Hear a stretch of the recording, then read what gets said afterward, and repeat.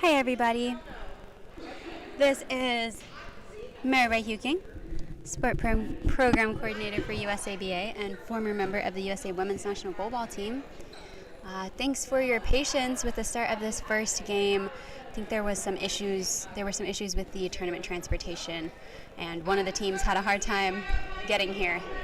So we'll be starting off this game with the Honeybees on table left, the closest team to the camera, and the Monarchs from Ohio on table right, the farther team.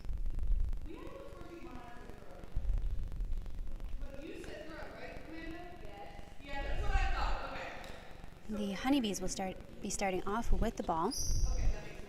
On the court, they have number 4, Amanda Dennis on right wing, number 2, Jenna Tiberi in the center, and number 3, Lisa Chakowski on left wing. Dennis will start off with the ball from the right wing post. Angles into the center, blocked by the arms of center. Passed off to left wing. On that left wing, we have number 4, Rose Martin. In the middle is number 6, Lori Pierce. And on right wing,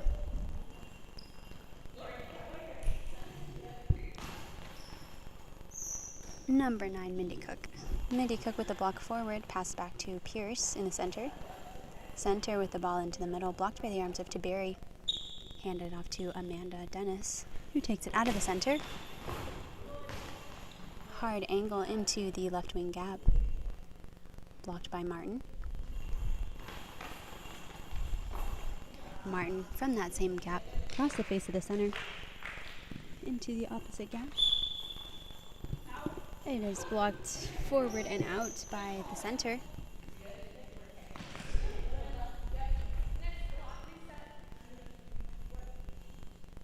Looks like a ball over, and it'll shift back to the Monarchs. From the Monarchs, Mindy Cook, number 9, from the right wing gap, goes wide to the left wing post. Blocked by Chakowski. Chakowski with the return into the cross gap. Martin with the block from the left wing gap, goes across the face of the center, blocked by center.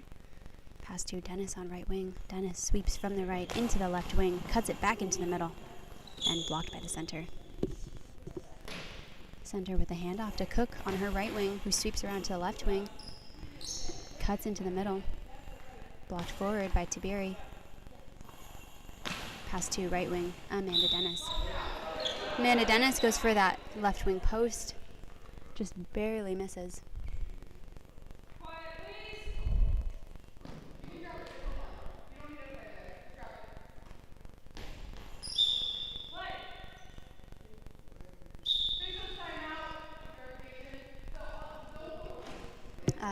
Just some confusion from one of the line judges about where and when to drop the ball. Sometimes they'll wait. They want to make sure that the player knows where the ball is at, but it's actually not the line judge's responsibility to make sure the athlete knows where they are on the court or to make sure that they know where the ball is at. It will just consistently be dropped in the same place. Rose Martin from the left wing goes cross gap. Blocked by Lisa Chakowski, steps in towards the middle, goes for the middle, popped up by and forward by the legs of center. Retrieved by Mindy Cook from the right wing gap. Out of the right wing gap, goes cross gap, blocked by the arms of Jenna Tiberi. Pass to Amanda Dennis. Dennis from the right wing post, cuts it into the near gap. Blocked by arm coverage between center and left wing for the Monarchs, and it'll come out of the center from Lori Pierce back into the middle. Handoff to Dennis. Dennis sweeps around into the left wing gap, goes for the right wing post. Ooh, great shot by Dennis there, just a couple feet out.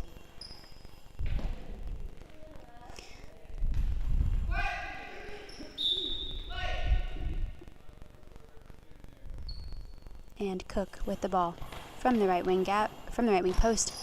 Pops it into the center, pops up a little bit, recovered by right wing Dennis. Dennis from the right wing gap, big bounce across the face of the center. Good coverage by Cook in the back. Cook sweeps around to the opposite gap. Angles towards Dennis. Dennis with the return. Quick shot. Goes back to that same person who just threw. Good thinking there. And Cook with the gap shot. Jakowski with the ball. Goes straight gap. Blocked by Cook, who sweeps around, hands off to her teammate. Left wing, Rose Martin, who goes straight down the line and blocked out by the fingertips of Dennis.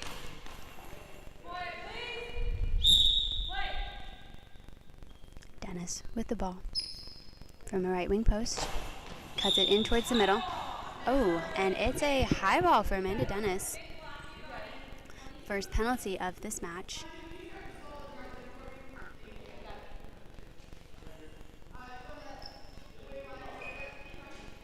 The ball will drop in on the right wing with Mindy Cook.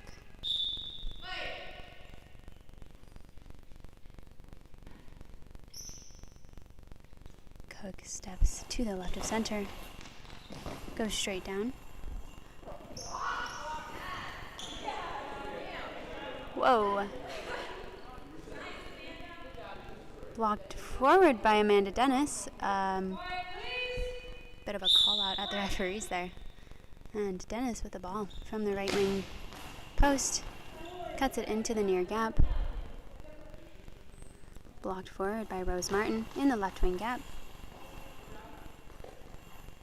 Goes full cross. Blocked by Jakowski. Jakowski with the return cross court. Mindy Cook over for the ball from the left wing gap. Crosses to the feet of the center and blocked out. Great start for both of these teams with this early morning game here in Smyrna, Georgia. Strong defense on both sides. Lisa Jakowski with the shot from the left wing post. Cuts into the gap, blocked out by Cook on right wing. Cook with the ball. Steps into the right wing gap. Goes same gap. Blocked by the feet of Tiberi. Handed off to Jakowski. Jakowski from the left wing gap. Shoots same gap. Blocked forward by Cook. Pass back to Pierce in the center. And Pierce out of the middle. Blocked by Tiberi.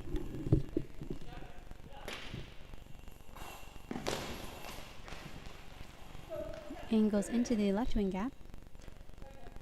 Logged over to Martin on left wing.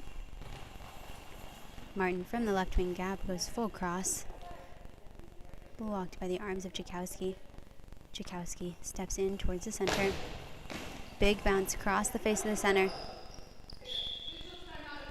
And covered by Rose Martin in that left wing gap.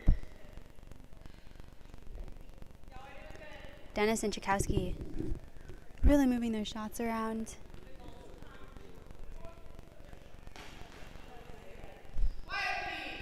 We saw some really strategic shots with Amanda Dennis returning a quick shot to the spot she knew her player was returning to after they had thrown from a different position. Jakowski hands off to Amanda. Amanda Dennis from the left wing gap. And it's a big pop out of the center, but popped forward. Retrieved by the center. Pass to Martin on left wing, who will toss that out. Another setup opportunity for the Honeybees here. The full 10 seconds. Lisa Jakowski retrieves from the right. Her and Dennis will switch positions. And she'll take it from the left wing post and tries to go for that line, just barely missing that.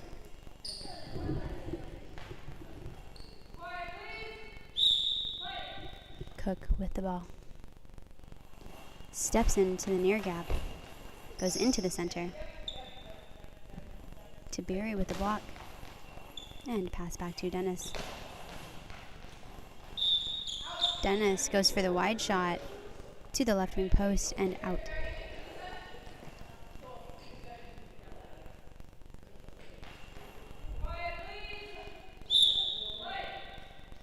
Cook over for the ball from the left, sweeps back to her right wing post. And across the face of the center, blocked by the arms of Tiberi, passed off to Dennis. Dennis steps in towards the center, angles out into the left wing gap.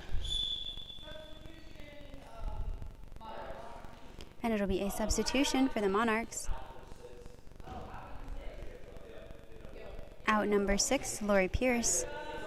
In number 1, Yachi Schumacher.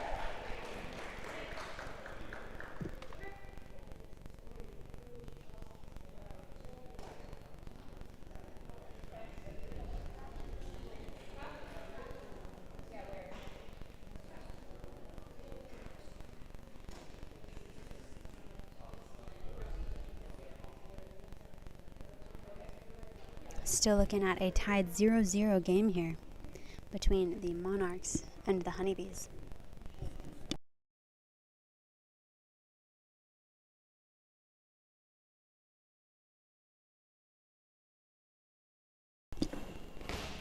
Mindy Cook from the Monarchs out of the left wing gap back into the middle, and she'll return to center position. Blocked by Tiberi in the center, passed off to Tchaikovsky on left wing. Oh, he pops it over cross gap. Hits that angle just perfectly, and looks like it popped through the legs of Martin on left wing.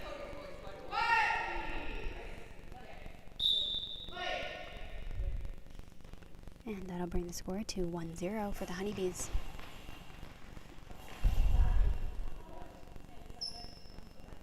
Oh, actually, it looks like Schumacher's on the left wing. With the throw out of the center by Tiberi. Mindy Cook returns out of the middle. Blocked by Dennis in the right wing gap. Dennis steps into the middle. Angles it out towards the left wing gap. It's blocked out by Schumacher.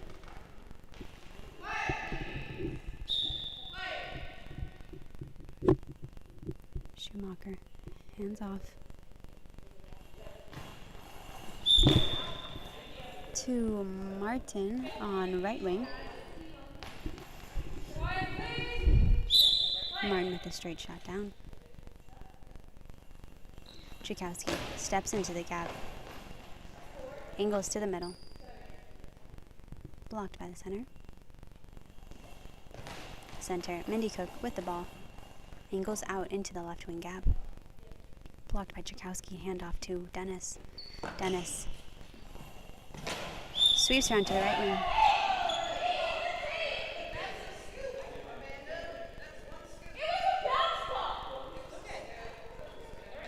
Oh, and it'll be a high ball for number 4, Amanda Dennis.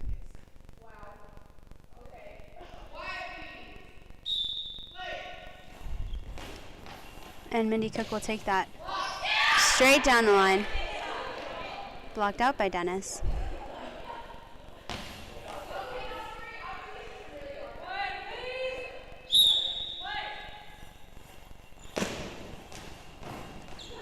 Amanda Dennis from the right wing gap.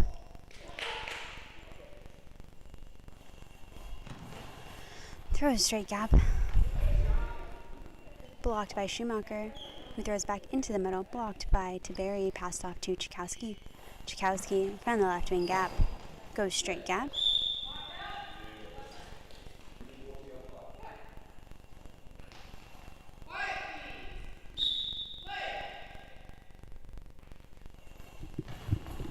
And right wing, Rose Martin goes straight down, blocked by Tchaikovsky, who returns into the middle.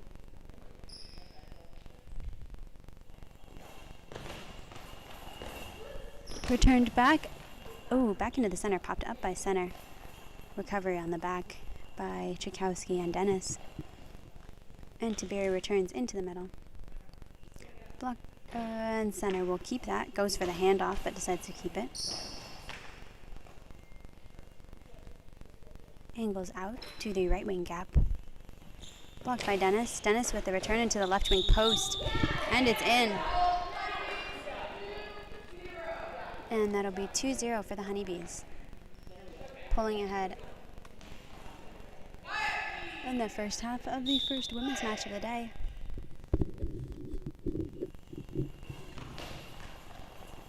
Schumacher with the ball from the left wing gap. Angles into the middle, blocked by Taberry. Pass left to Chakowski. Chakowski from the left wing gap goes straight gap. Great shot and good coverage by the Monarchs. Mindy Cook out of the right wing gap. Angles out to the left wing post. Collected by Chakowski and returned by Dennis. It'll hit off of the left wing and over. Good recovery by the team there. 55 seconds remaining in the first half of this match. The Honeybees currently lead 2-0.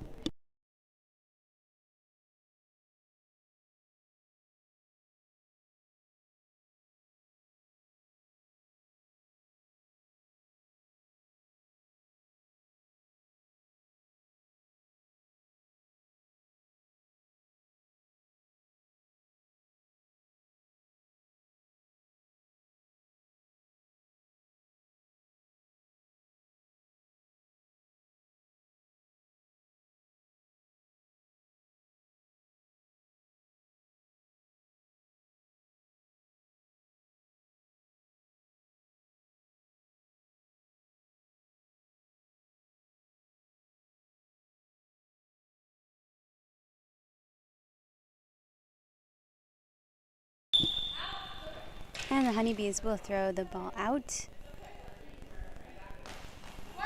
Trying to release early on that shot. Dennis from the left wing post. Angles. Ooh, across into the opposite gap. Just barely across the center. And that'll bring the score up to 3-0. As the Honeybees begin to pull ahead, we'll see how the Monarchs are able to respond. And Cook from the left wing gap goes straight gap. Chakowski with the ball from the right wing gap. Pops it up, in, and over the left wing.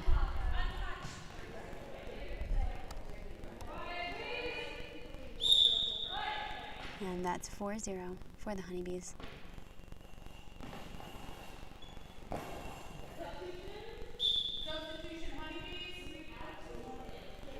And it's a substitution for the Honeybees. Out number 3, Lisa Chakowski. In number 1, Brittany Breen.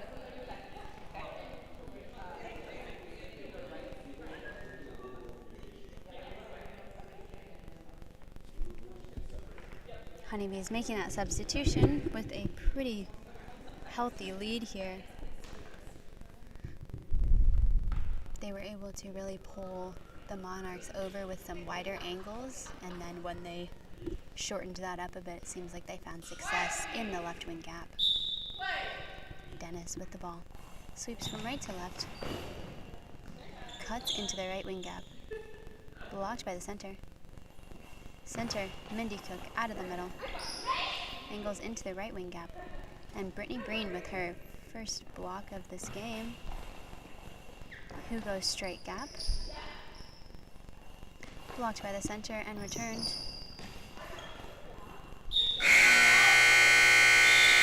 Breen with the block, and that will be it for the first half of this first women's match of the day.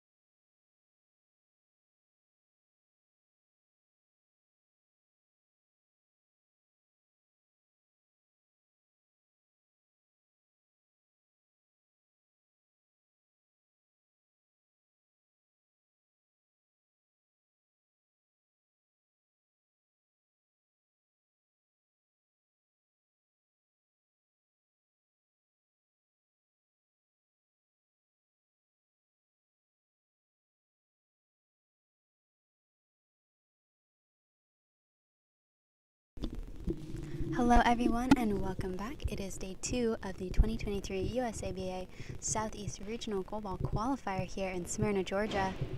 We are looking at the first match of the day. First match of the day, it is the second half between the Honeybees on table left and Monarchs on table right. The Honeybees will be the closest team to the camera and currently lead 4-0. We had substitutions for both teams. For the Honeybees, number 2, Jenna Taberi, is out. Number 3, Lisa Chakowski, is back in, and Amanda Dennis has switched to the center. We'll see Chakowski on left wing. We also had a substitution for the Monarchs, out number 1, Yachi Schumacher, and in number 3, Sarah Cowan. From the right wing, Rose Martin with the straight gap shot, blocked by Chakowski. Chakowski from the left wing gap, bounces into the middle, blocked by the center. Center, Mindy Cook, goes back into the middle, and quick return by Dennis into the left wing gap, blocked forward by Cowan. Cowan with the retrieval. And it hits off her knees forward, which is technically considered a high ball, so it'll be a high ball for Cowan.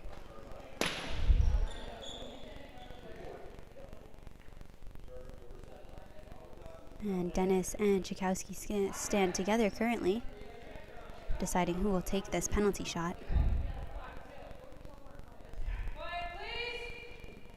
And it'll be Chakowski. Chakowski from the left wing post, angles into the middle. Oh, and almost blocked by Cowan.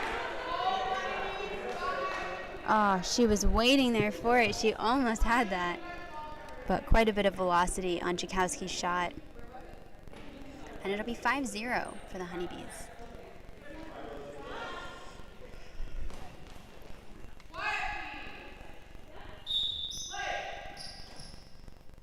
Monarchs with the ball. From the right wing gap, across the face of the center, Dennis with the block. Dennis from the back center, cuts it into the left wing post, and it'll be out at the wing line. Left wing, Sarah Cowan with the ball.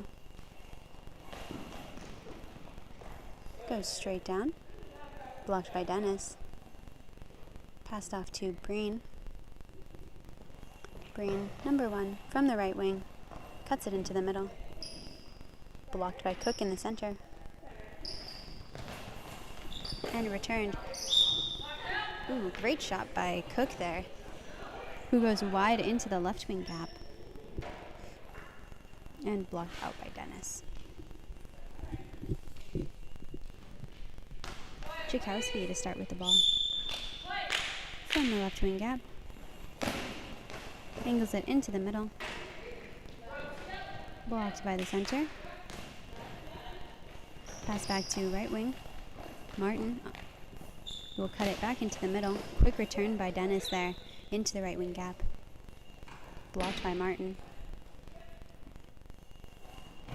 Martin from the right wing post. Cuts into the gap, blocked by Dennis. Dennis hands off to Chakowski. Chakowski from the left wing gap. Cuts straight into the gap. Good double coverage by center and right wing. And Cook with the ball from the right wing. Blocked out by Chakowski.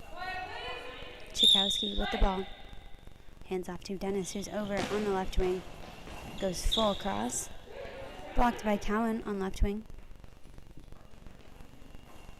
Cowan from the left wing gap. Goes straight gap. Blocked by Dennis, pass to Breen. Breen from the right wing gap. Across the face of the center. And Cook steps off to the left. Goes full cross. Blocked out by Chakowski. And Chakowski step into the middle. Goes wide into the left wing gap, and it's in. And that's 6-0 for the Honeybees.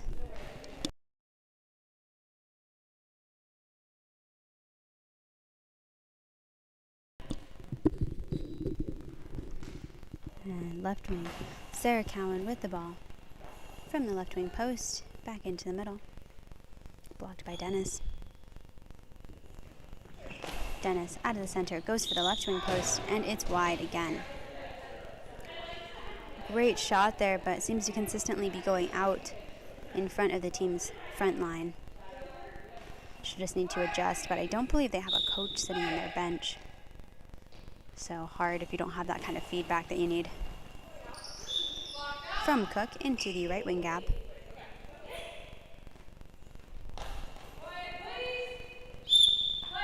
And Breen from the right wing. Goes full cross, and it's out at the team's high ball line.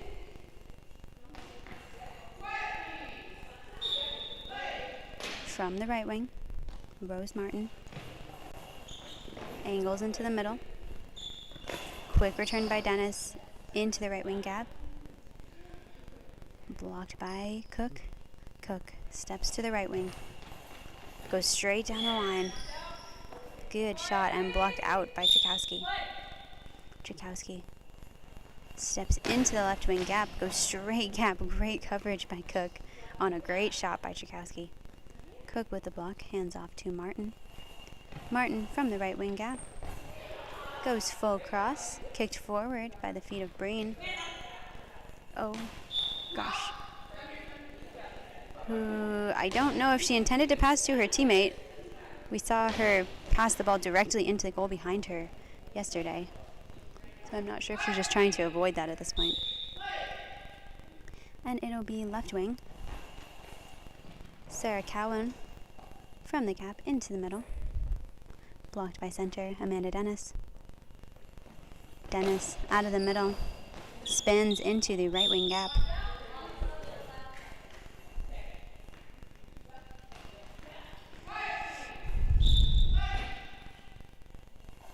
Rose Martin from the right wing gap into the middle. Blocked by Dennis. Pass left to Chakowski. Chakowski from the left wing gap. Goes across the face of the center towards her feet side. Almost gets that in. But Cook has enough velocity on her feet side to kick that ball out. Cowan from the left wing gap. Back into the middle. Blocked by Dennis. Pass to Breen. Breen on right wing. Goes straight down.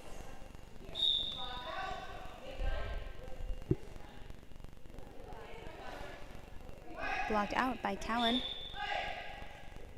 And Cook over for the ball. Takes it out of the center. Goes wide to the left wing. It's forward and Dennis retrieves into the right wing gap. And it's blocked forward and out.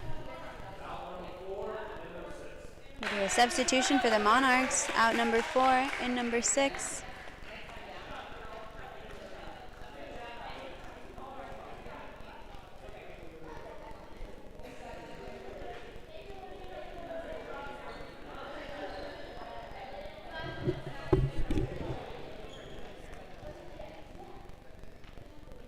And that is out number 4, Rose Martin. In number 6, Lori Pierce.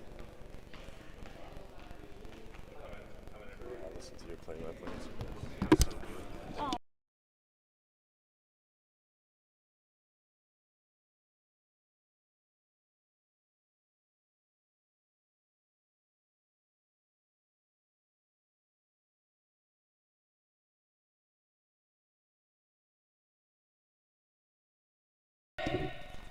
And the Monarchs will start off with the ball. Coming out of the middle from Mindy Cook. Goes wide into the right wing gap. And substitution for the Honeybees. Out number 4, Amanda Dennis. In number 2, Jenna Tabiri. And the Honeybees doing a great job with such a small roster of getting all their teammates play time, shifting things around. They've had most of their players play in a couple of different positions, so good to see that variety to see what's going to work best for some of their tighter games.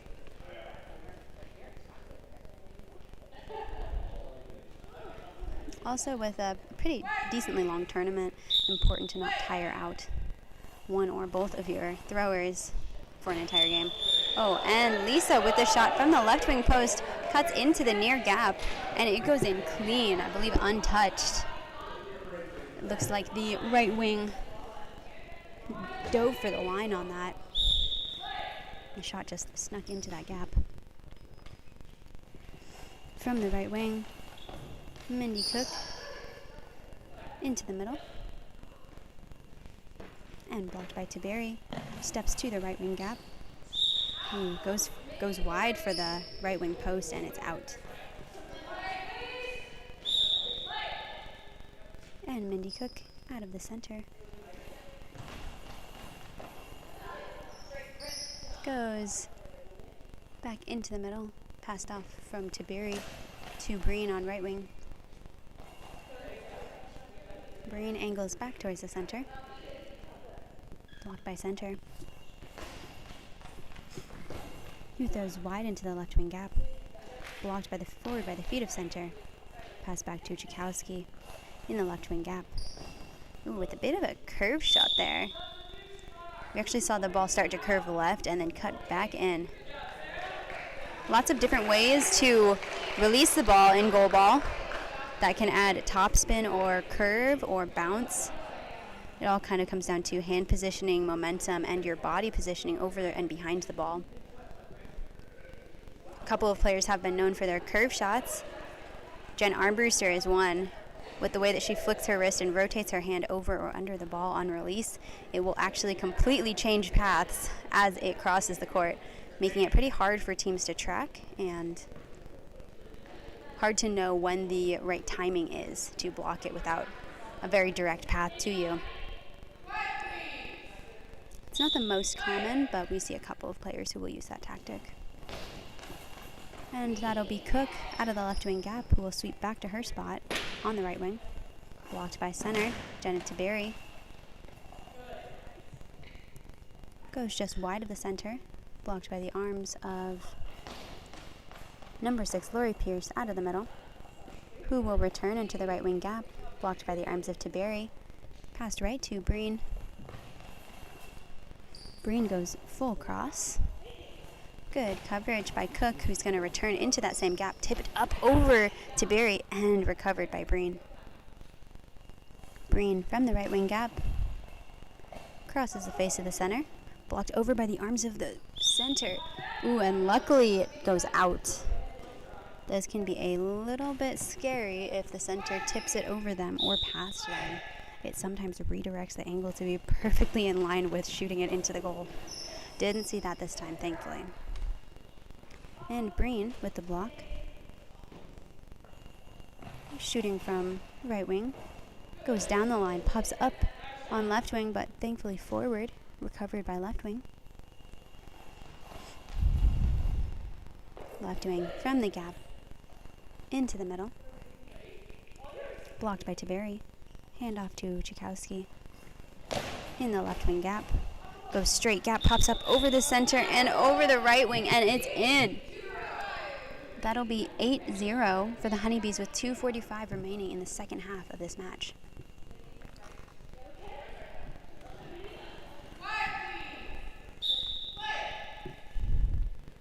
And Cook with the ball from the right wing gap, sweeps over into the left wing gap, goes straight gap, popped up by the arms of Breen, but up and forward. Retrieved by Tiberi, who returns into the middle. Lori Pierce with the block and the shot into the left wing post, and it's almost in, just barely misses that. Definitely had that shot open as Breen had just dove right on the line, on the gap, rather than covering the line. And Chakowski's over for the ball, sweeps back to her left, Shoots from the left wing line back into the middle. Blocked by Lori Pierce in the center. Pass to Cook on right wing. Cook from the right wing gap. Goes wide to the left wing post.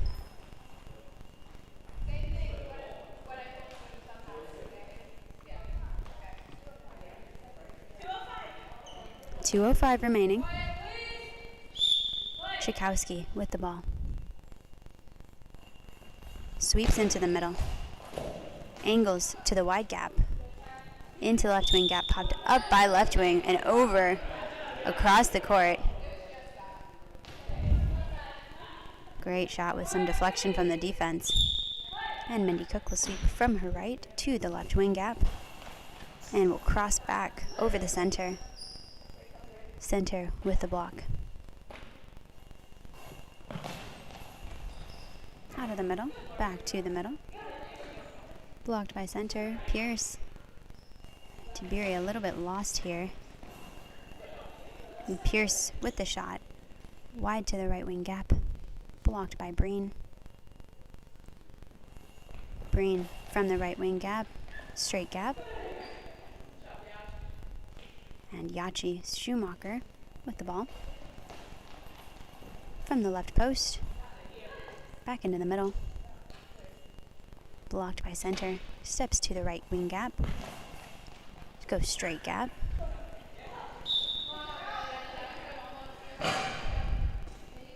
And it is blocked out by Schumacher on the left wing. Cook over for the ball.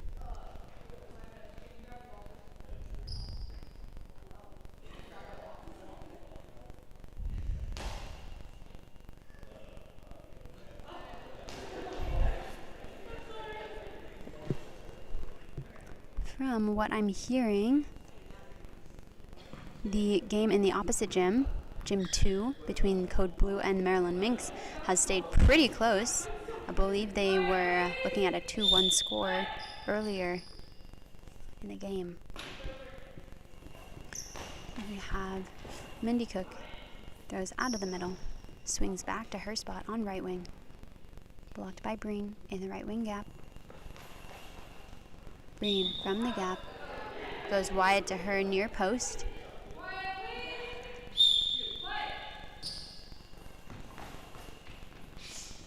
And Schumacher from the left wing gap, cross gap.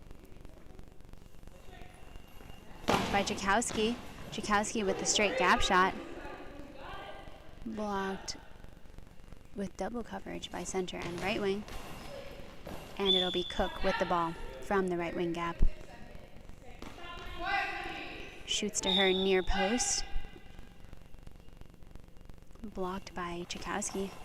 Chikowski from the left wing gap into the middle. And it'll be a full and quick ball over. Honeybees still leading 8-0. Chikowski with the handoff to Breen. Breen from the right wing gap. Goes back in towards the middle. Ooh, and just barely missed by the center there. Looking at a 9-0 score. Only a couple minutes to go. Want to see the Monarchs really pull together and push through for the final minutes of this game. And Cook from the right wing gap. Cross the center. And blocked out by Breen.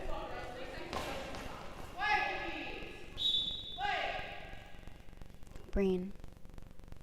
Oh. And that will be game with the Honeybees taking it 9-0 over the Monarchs.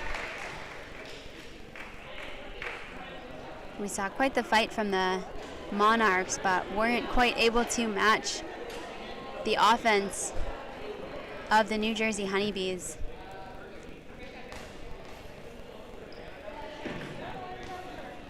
And next up,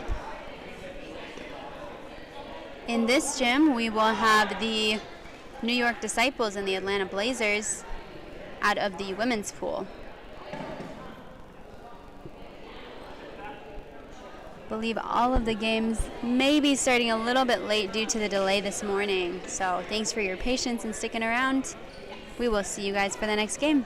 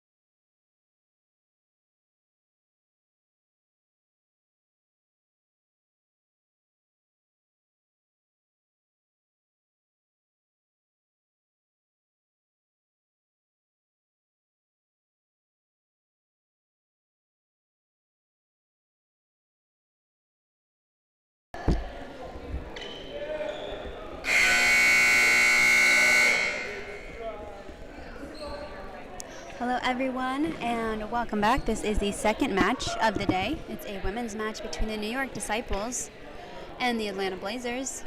Disciples will be the nearest team to the camera. Thanks for joining us here in Gym 1. With Day 2, we also have a stream going in Gym 2 with commentary as well. And it'll be Bill Kelly commentating in Gym 2 and myself, Mary Bright Huking, commentating in Gym 1. For the Blazers, Asia Miller's going to start off with the ball out of the center. Goes into the right wing gap. Ooh, and the Disciples with a bit of miscommunication as to who has the ball. It's currently sitting between right wing and center. Good call for them, as that would have resulted in a 10-second penalty. For the Blazers currently on the court, we have number 4, Asia Miller.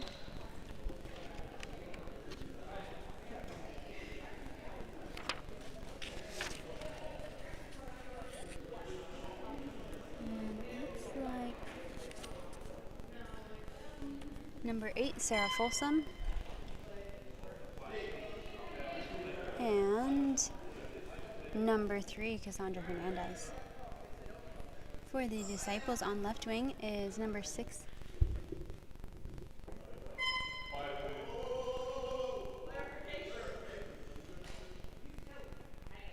Is number 6, Miriam Larson.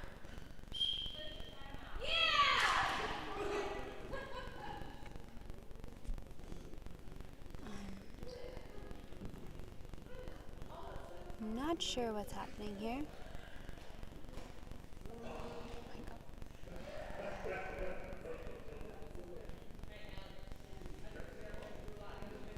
And we've got number 8 and number 3 for the New York Disciples. Number 8, Leah Smeltzer. Number 3, Haley Andrus. And that's a shot out of this.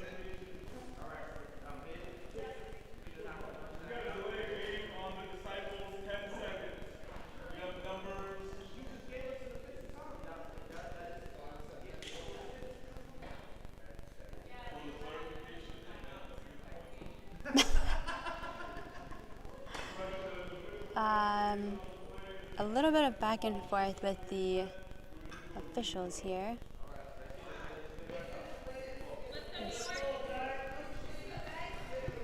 The referees had called a clarification which resets the 10-second clock, but then very quickly after gave the Disciples a 10-second penalty. So they'll be resetting this throw. Number 3 with the ball from the left wing gap. Goes full cross and angles that out.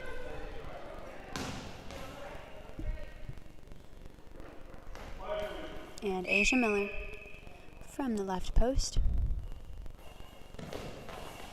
Cuts barely into the gap.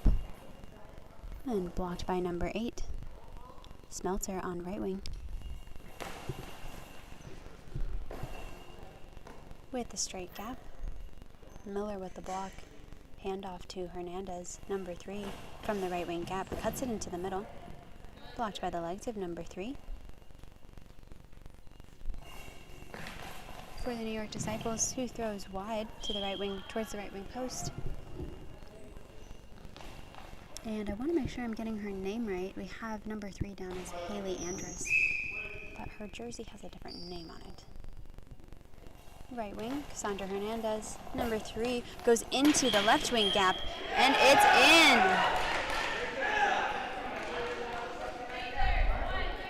That will be a 1-0 score for the Blazers. Larson with the ball from the left wing gap, back into the middle. Blocked by center, Sarah Folsom. He throws out of the middle, back to the middle. And Andrus, number 3, with the block. Out of the center towards the right wing gap. And right wing Hernandez with the ball. Goes straight down.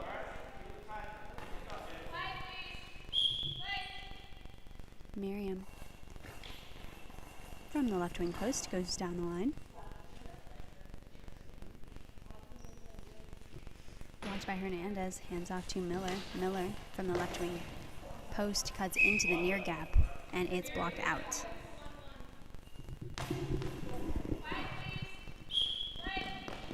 Smeltzer from the right wing post cuts into the near gap. Popped forward by left wing and recovered. Cassandra Hernandez with the ball. Now from the right wing gap back into the middle.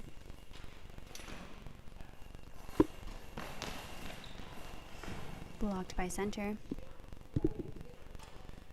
Andrus, number 3, out of the middle. Back into the left wing gap. And Miller with the ball. Cuts into the right wing gap and blocked out by Smeltzer.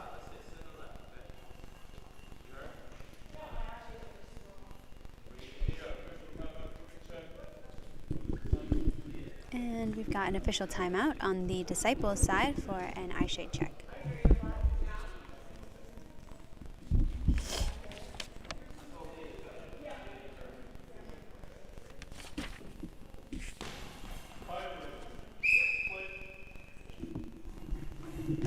Smeltzer with the ball from the right wing gap.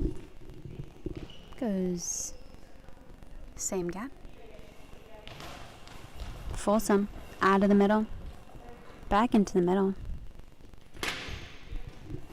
Blocks by number 3. 3 into the right wing gap. Pops on the toes of Folsom in the center. And it's in to tie up the game 1-1.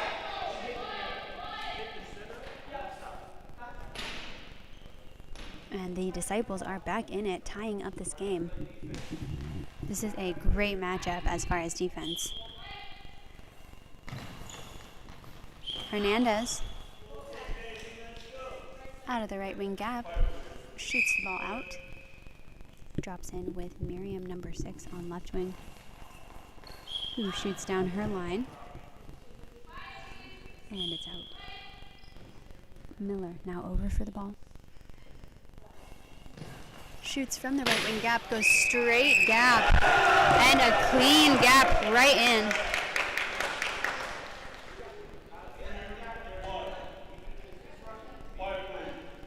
Pulling ahead, Blazers now lead 2-1 over the New York Disciples. Hernandez with the block from the right wing gap. Goes towards her near post.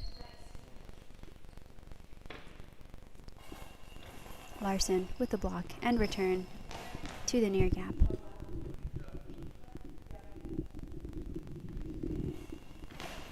And Hernandez, throws into the middle. Number 3 almost diving out of the way of that ball, but barely catching it with her toes. And returns, from the center into the right wing gap, and it'll be a high ball for number 3 from the New York Disciples. Asia Miller with the ball. She'll start out of the center. Goes straight at the middle. And popped up and over by number 3. Interesting. Asia shot that from the center, straight up the center, like no angle on the ball.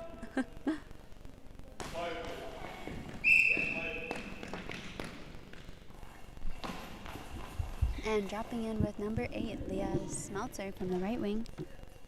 Cuts back in towards the middle. And Miller with the ball from the left wing gap. Across the feet of the center.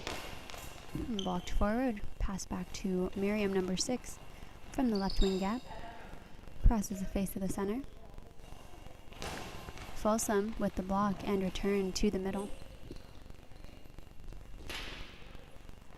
Andrus with the block and shoots wide for the left wing post.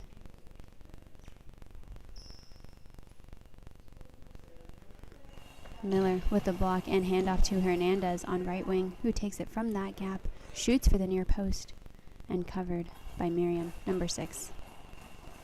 Miriam Larson with the line shot. Great shot by Larson there, and barely tipped out by the hands of Hernandez on right wing. Miller over for the ball. Shoots from the right wing gap, goes straight gap. Good pop up on number 6, Larson, but recovered and returned to the same gap. Blocked by the feet of Folsom, who will take this out of the center. Angle slightly to the left wing gap. Blocked by center number 3, who will return into the right wing post, and it'll be another high ball for number 3. We'll see if the Blazers are able to capitalize this time. And Asia Miller again setting up in the center. And this time, she will go for the left wing gap and sinks it. I am sure that is more what she was meaning to do for her first shot. And that'll bring the Blazers score up to 3-1 against the New York Disciples. Miller with the block and return back into the middle. Quick return there. Blocked by center, pass to right wing, number 8. Smeltzer cuts it into the near gap. Blocked by the center. And returned to the left wing post. Number 8, Smeltzer with the block and return. Angles into the middle. Blocked by center, collected by Miller, who takes it from the left wing gap. Across the body of the center. Blocked forward. And the Disciples will have a full 10 to set up this shot.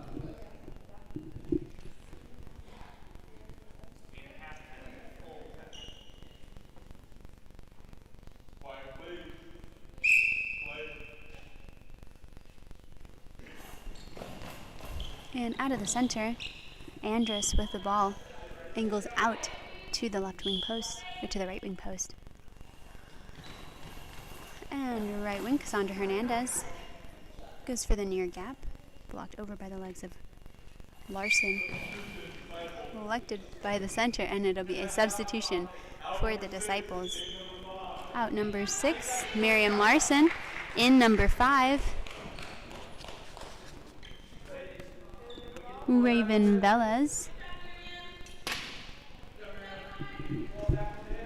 A great showing by the New York Disciples pool player Miriam Larson, who absolutely locked down her corner.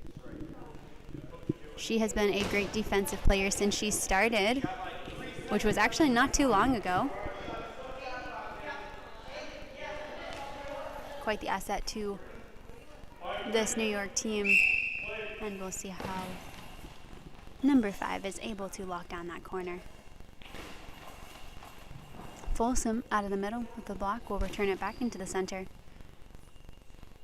Andrus with the block. Hand off to Smeltzer.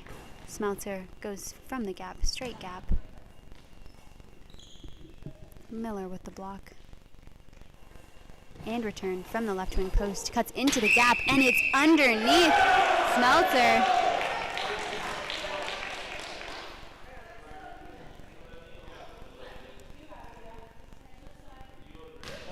Good placement there.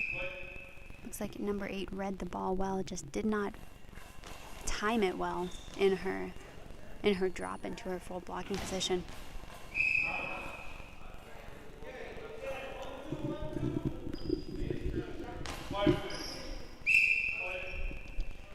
And Smeltzer from the right wing, hands off to Andrus in the center, out of the left wing gap, back into the middle. Folsom with the block and return to the legs of center in the left wing gap.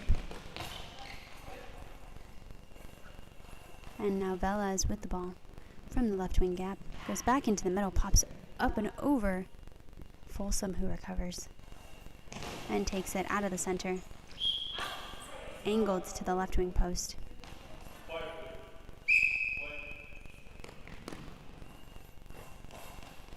And Velez goes straight gap shot. Hernandez with the block. And return straight gap, where she found success earlier this game, but this time blocked by Andrus in the center, who throws a wide angle to the left wing gap, or left wing post. And it's a timeout for the Blazers, who currently lead 4-1 in the first half of this women's match.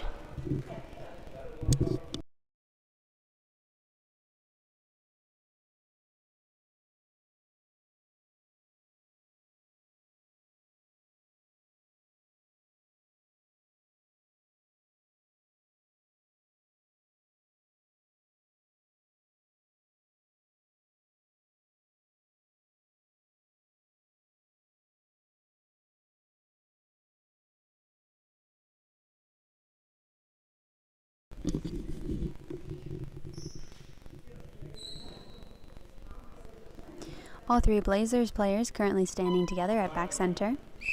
Miller with the ball, who's going to step to the right of center. From the right wing gap goes full cross to the right wing post. And Miller will return to right wing. Smeltzer with the ball. From right wing gap. Slight angle into the middle. Blocked by Folsom. Handoff Miller from the right wing gap. Cuts into the middle. Blocked by number 3 out of the middle, who goes wide for the right wing post. Blocked out by Miller. Miller from the right wing gap sweeps around to the left wing gap and shoots. Oh, actually, that was Hernandez. My apologies. Who goes straight gap. Smeltzer from the right wing gap goes wider angle for her near post.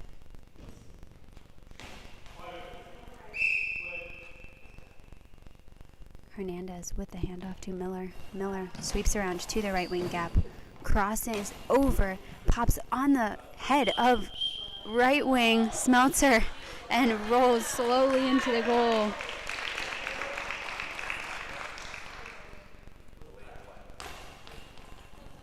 What an interesting shot there.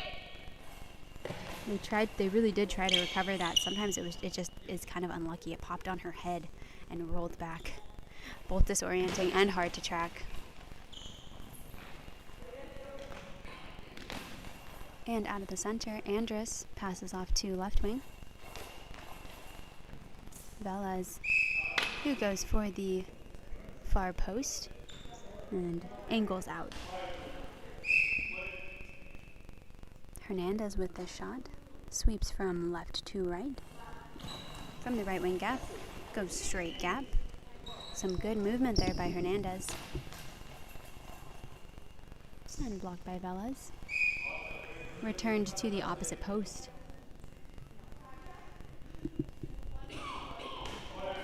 Sounds like 1:21 remaining on the game clock in the second half of this match.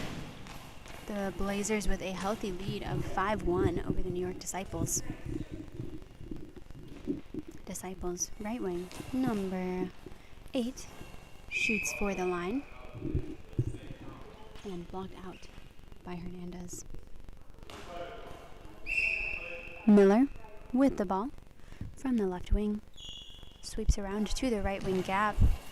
And goes cross angle. Wow, goes full cross, hits the post and in. Blazers now leading 6-1. Asia Miller with a couple incredible shots this game, really working those angles.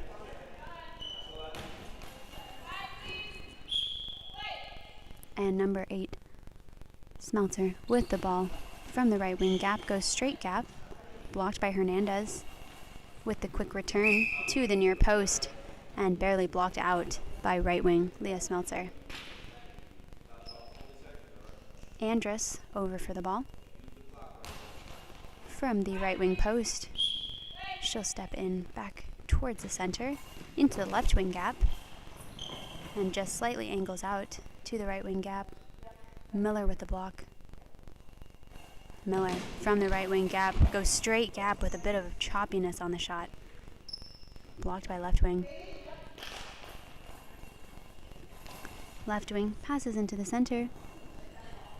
Andrus with the roll from her knees. Clock's going to be ticking down at this point. Only a couple more shots to go in the second half of this game. And Smeltzer from the right wing gap. Cuts it into the gap. And that'll be it. Final score of Blazers 6 to the Disciples 1. Great fight by the Disciples in this game.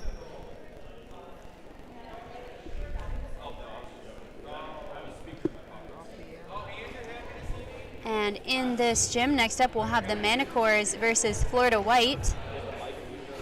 And in the opposite gym, the BSO Johns versus the DC Stars. We will see you for the next match.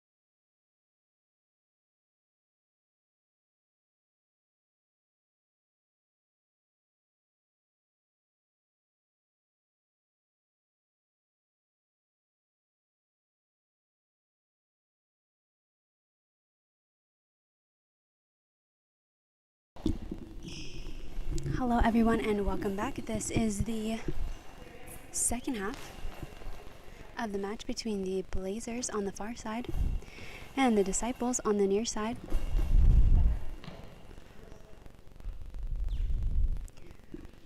Hernandez with the ball for the Blazers.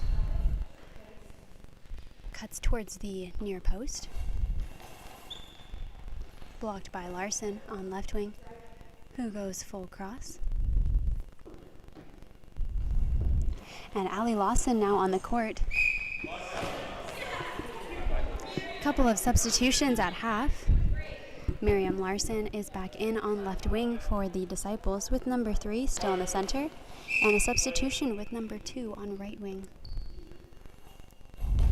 For the Blazers, we still have Folsom in the center, Miller on right wing. Oh, nope, Cassandra Hernandez on right wing. And now Allie Lawson, number 2, on left wing. Lawson with her first couple shots of the game. Just finding her stride. A little bit too much angle on her shots, so we'll see how she's able to adjust throughout the rest of this half. Larson, number 6, from the left wing post. Goes across the face of the center, blocked by the arms of number 8, Folsom, who will take this out of the middle. Angled into the right wing gap. Ooh, blocked out by the arms of the center. Ooh, and barely misses the post.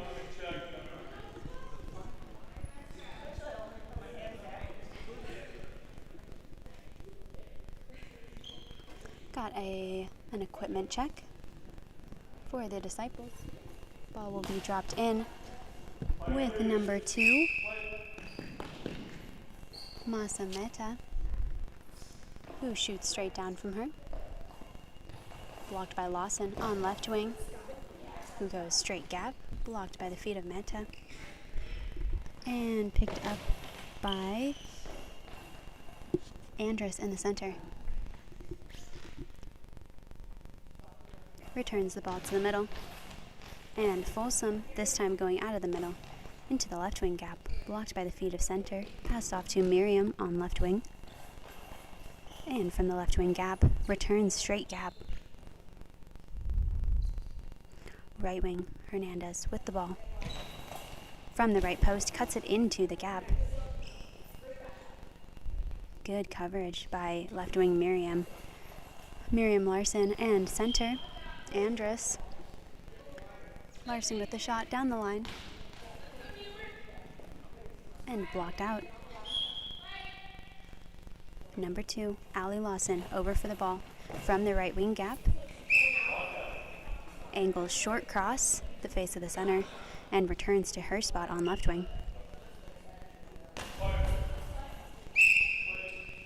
From the right wing, Andrus takes the ball from the right into the middle, angles wide to the right wing post, and it's out.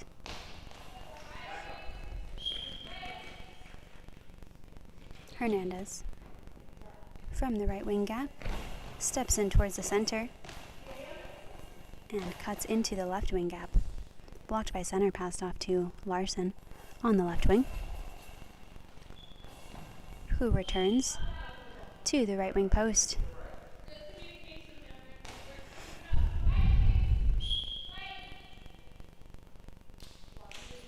Lawson, number 2, sweeps from right to left, shoots down the line, barely tips the fingertips of right wing, number 2 for the Disciples, who has good coverage on that line.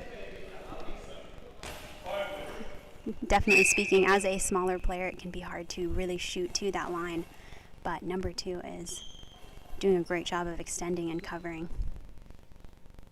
And even if you have just fingertips on the line, as long as you have some force put into that block, you can actually redirect the ball and save your corner. Center, number 3, with the shot out of the middle, into the right wing gap. Hernandez with the block and return to the left wing gap, blocked by the body of number 6, Larson. Returns into the middle. Folsom with the block and handoff to Lawson on left wing.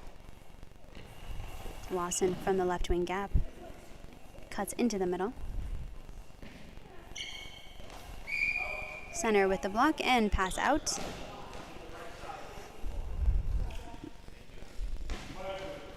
It has been great to see number 3, Cassandra Hernandez, and how her throw has developed over the years. She seems to really have put a little bit more momentum and power behind that, and it's really paying off for her. I think she was one of the first to score during this game.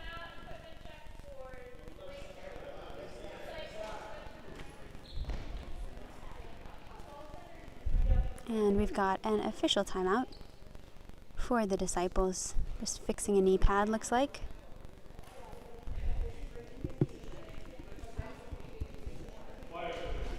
Can hear some good communication on the side of the Disciples. See if they're able to rally, get a couple more shots in here. And the ball will start with Sarah Folsom out of the middle. Straight shot back into the center. Andrus with the block and return. Returns wide to the left wing gap.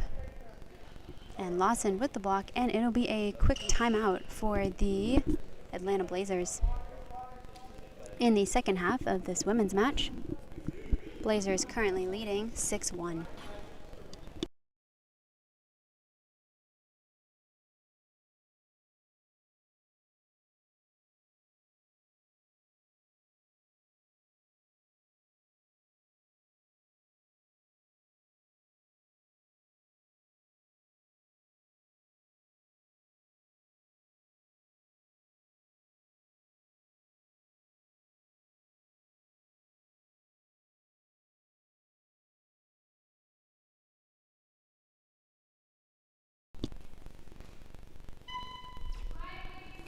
And Allie Lawson will start with this shot from the left wing post, pops it up and out. Some lucky redirection for number 2. The ball was only a couple inches from hitting the post and going in. Passed off from number 2 to number 6. 6 from the left wing post. Angles into the middle. Blocked by Folsom. Folsom out of the middle. The pretty straight shot towards the legs of the center. Center with the pass back to Larson. And Larson with the quick return. Straight gap. Number 3, Hernandez with the ball. Goes down the line. And out just before the other team's wing.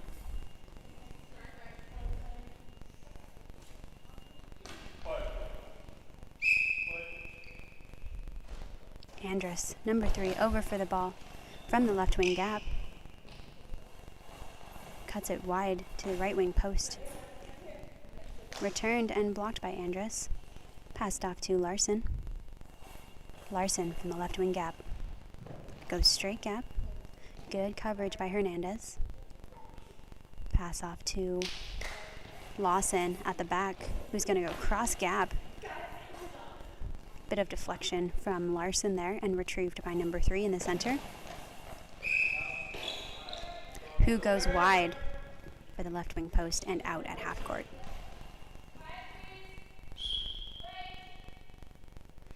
Lawson on left wing.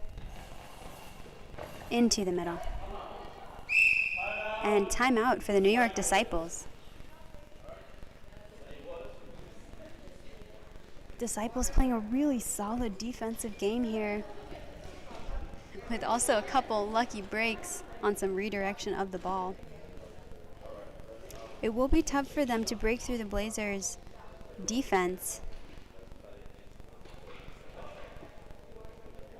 They'll need to get pretty creative with their shots.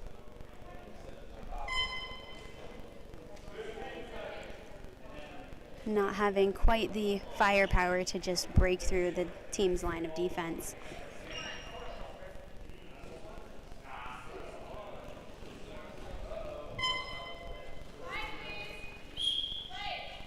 And it'll be Andrus from the right wing gap. Cuts into the middle and returns to her spot in center. Folsom with the block. Handoff Lawson. From the middle. Goes wide to the left wing gap. Good coverage by Larson there. Larson with the line shot. Just barely into the wing. And Hernandez with the block. And return to the center. Andrus out of the middle. Goes wide for the left wing post. Quick return by Lawson into the middle. Good coverage by Andrus and pass off to Larson. Larson from the left wing gap goes cross gap. Lawson with the block. And return to the near post. And out at the team's front line. Coach is yelling cross court. CF number 2 is going for the full cross, and she goes straight down the line. Blocked by Lawson.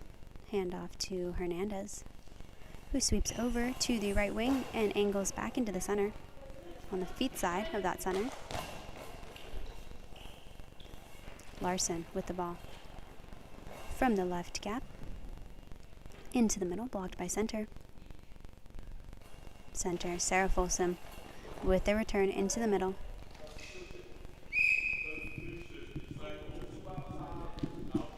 Substitution for the Disciples, out number 2.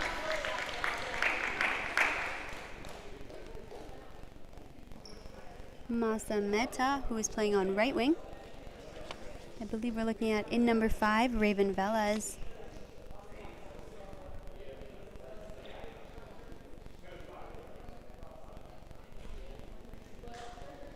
Yep, it'll be number 5 coming in for right wing. And number 3 out of the center.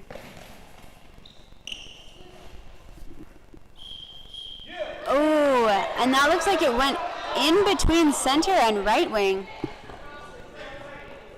Great change of pace there. And bringing the score up 6-2. With the Atlanta Blazers still in the lead. Velez out of the right wing. Goes cross gap, blocked by Folsom. Handoff to Hernandez, who goes straight gap. Blocked by the feet of center. And Andress, number 3, out of the middle. Goes wide to the right wing gap. Hernandez with the ball from right wing gap. Back into the same gap. Larson from the post. Cuts in towards the middle. Center with the block. Back at the center. Andress steps to her right.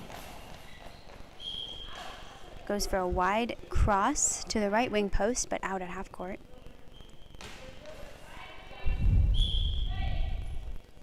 And right wing, it looks like Lawson and Hernandez are switching here. Lawson from the right wing post cuts into the near gap.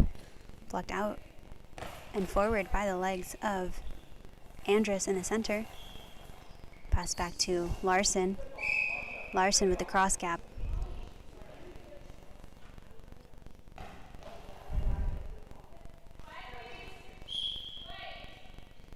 And Hernandez now from the left wing. Steps in towards the middle. Goes wide for the near post.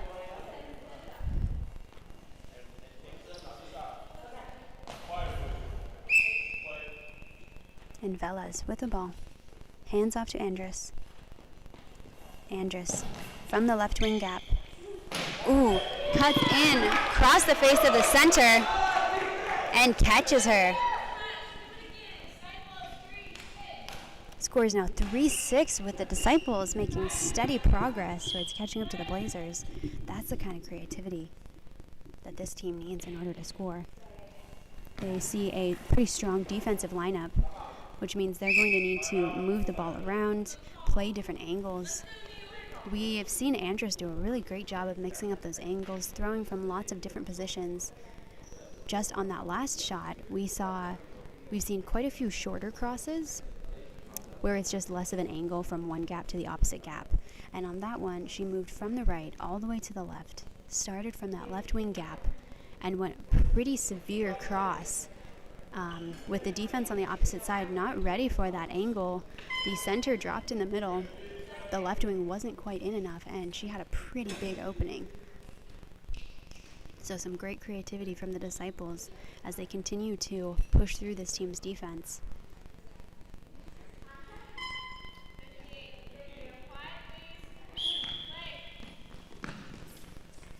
And Andress going for that similar shot. She steps over to her left, a little shorter angle here. Blocked by the arms of Folsom in the center. Pass to Cassandra Hernandez on left wing. And Hernandez will cut into the middle. Larson with the ball from left wing. Goes short cross. Blocked by the hands of Folsom.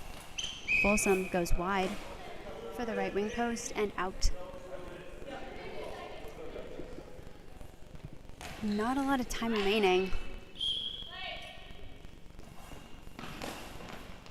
Andress out of the center. Goes wide for the right wing post.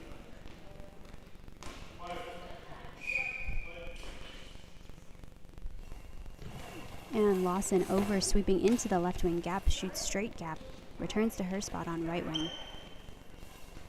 Blocked by the legs of Velez. Collected by center, who returns it into the middle, popped up on the center. Number 8, Sarah Folsom, and collected by left wing, Hernandez.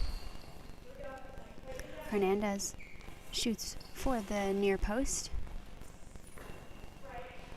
Blocked by Velez and returned. And that will be game for the Blazers versus the Disciples. Blazers take this game 6-3. We saw some pretty long stretches of solid defense from both of these teams, as well as a lot of creativity from the New York Disciples as they worked to break through the Blazers' defensive system. Great effort from both women's teams this morning. Next up in this gym, we will have a men's game between the Manticores and Florida White. Thank you all so much for joining us. It is a beautiful day here in Smyrna, Georgia at the 2023 USABA Southeast Regional Goalball Qualifier. We'll rejoin you for the next game.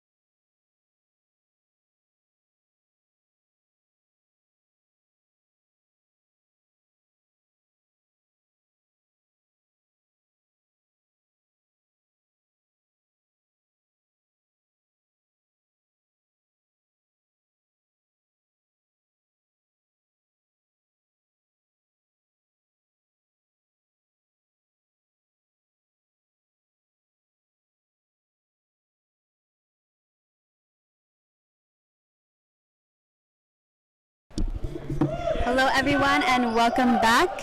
This is the first men's match of the day on day 2 at the 2023 USABA Southeast Regional Goalball Qualifier in Smyrna, Georgia. For this match we have Florida White on table left and the Manticores on table right. Florida White will be the nearest team to the camera. Currently number 8 in center, number 2 on right wing, number 4 on left wing. It'll be Tim Dornbrock in the center.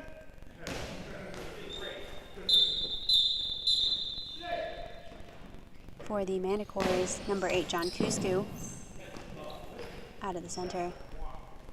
Number 4 Josh Wellborn on left wing. And number 3 Jordan Main on right wing. Wellborn with the ball. Sweeps into the left wing gap, goes straight gap, kicked over by the legs of number 2 for Florida. Jimmy Sanchez with the throw by number 4, Trayshawn Faison. And Kusku with the ball. Out of the middle, angles into the right wing gap, and that'll be 1 for the Manticores.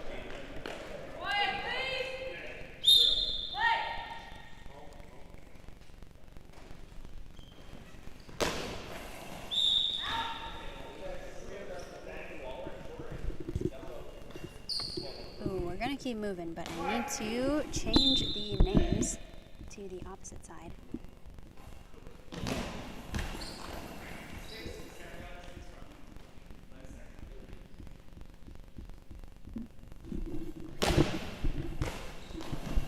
Well, for the purposes of this game, the Manticores, who are listed on the left, will be the farthest team from the camera.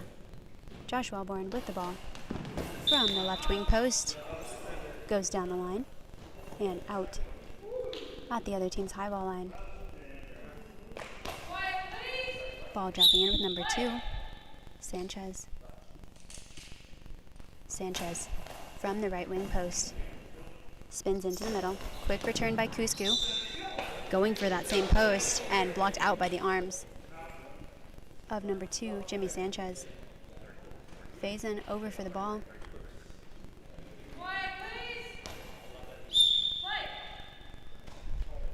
Retrieves and sweeps back with it. Into the left wing gap. Cuts into the middle, blocked up and forward by Kusku, who will sweep around, taking it from the right wing. Ooh, crossing it back over the center into that same spot. Seems like across the face of that center shot. Tim Dornbrock in the middle, struggling a little bit to read that cross. Faison with the ball from the left wing post, goes down the line, blocked out by Kusku. And Wellborn over for the ball. From the right wing post, spins, goes for that same gap shot, short cross over the face of the center, but this time Dornbrock there with his arms. Dornbrock with the return into the middle. Jordan Main with the block, hand off to Wellborn. Wellborn from the right wing gap, goes cross gap, popped up by the arms of the center and out. They are really drilling that short cross to see what all Florida White's gonna give them. And Faison over for the ball. Sweeps back to the left, making a little bit of noise. Cuts back into the opposite gap. Kusku in the gap with the block. He and Wellborn will switch spots as he shoots out of the right wing gap. Return back to Faison with a quick shot. Back into the middle. Wellborn now in the center. Out of the center. Ooh.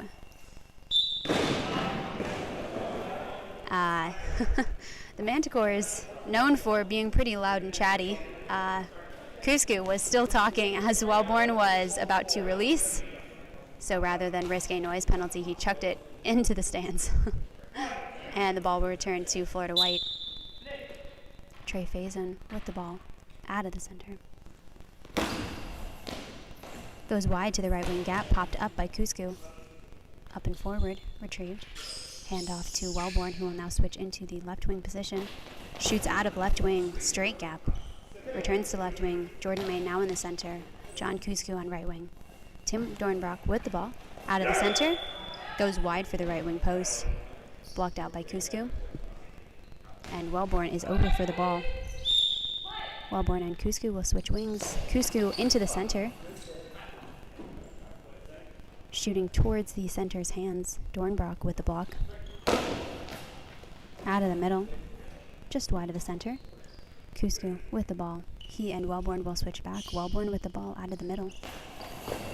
Ooh, now going for the feet side of the center. Kicked out.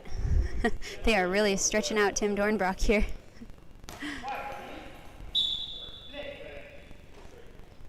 And Trayshawn Faison with the ball from the left wing gap. Goes cross gap. And it'll be a long ball for number 4, Trayshawn Faison. Wellborn starting off with the ball.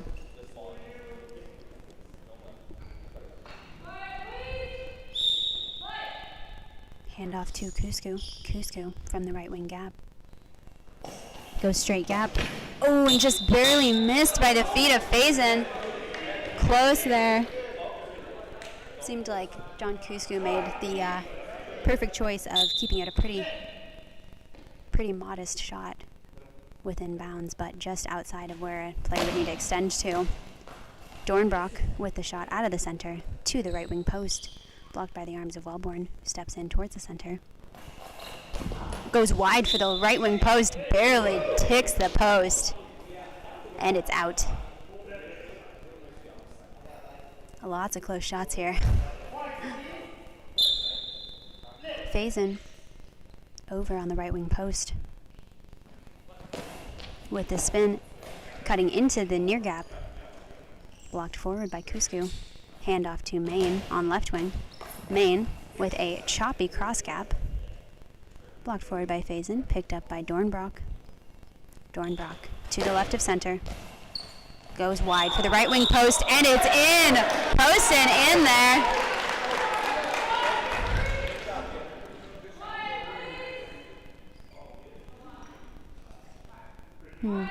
This called the score is 1-3. I believe it's only 1-2, but I will need to verify that. Josh Wellborn out of the middle. Goes straight into the middle. Blocked out by Dornbrock. Faison and Sanchez over on the right wing. Number 4 to take it. Steps into the center. Spins. And bounce with the going for that right wing post. Blocked out by Cusco. Cusco. Hands off to Jordan Main. They'll switch positions. Jordan Main taking it from the right wing post. Goes straight for the line shot. Blocked out by the legs of number 4. And 4 steps into the gap. With the spin bounce. Short cross. Blocked by the arms of center. I'm going to double check the score and give you guys an update on time.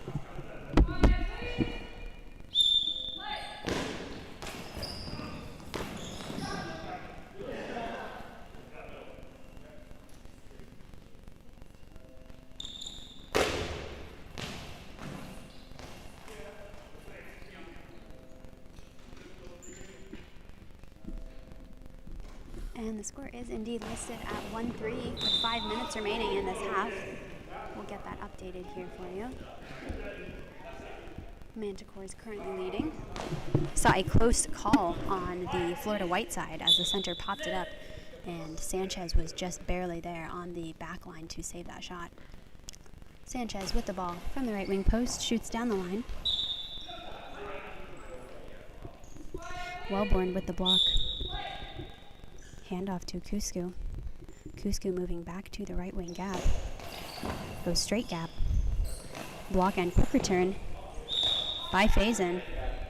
And blocked out by Cusco. Main over for the ball. Takes it back to the middle. Shoots into the middle, popped up and forward by Dornbrock. Dornbrock. to the left of center. Goes big bounce into the middle. Blocked forward by Maine. Handoff Wellborn. Wellborn from the left wing post. Goes wide cross. Blocked in the gap by the arms of Faison. Faison from the left wing gap. Goes wide for the post. And blocked out by Kusku on right wing. Kusku sweeping around to the left wing. He'll switch spots with Wellborn and shoots into a wide open gap between center and right wing. Bringing the score up to 4-1 for the Manticores. Less than 4 minutes remaining in the first half of this match. Faison out of the center. Shoots wide into the right wing gap. Wellborn with the ball. From the right wing gap. Straight gap. Faison with the block. He'll take it just from the left of center. Goes short cross. Blocked by the body of Kusku in that gap. And handoff to Wellborn, who will switch now to the center position. Goes wide for the right wing post. Blocked forward by Sanchez. Pass back to Dornbrock. Takes it out of the middle. Big bounce towards the feet side of Wellborn in the center. Blocked by Wellborn, passed off to Maine. Maine from the right wing gap. Goes for the near gap into the feet of center. And it'll be ball over with the ball returning to the Manticores.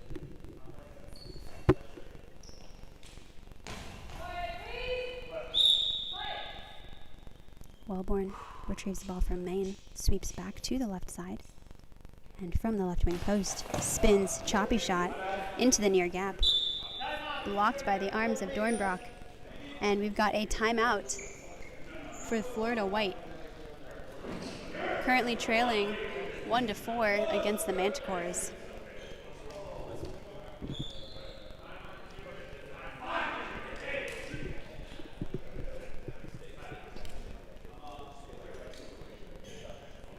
One of the things the Manticores really have going for them are all the movement that they execute on their side of the court. Switching positions, sweeping around. As you've noticed, the players aren't staying in any one position for too long, which consistently switches around where weaknesses are defensively and always is opening up new opportunities offensively. It also really helps to break patterns. If you're in the same position, it's easy to revert to a couple of the same shots. You see Faison from the left wing gap. Ooh, goes for that, wide for that left wing post. Great shot there. Bringing the score back up. Looking at 4-2 for the Manticores. Wellborn with the ball. From the right wing post.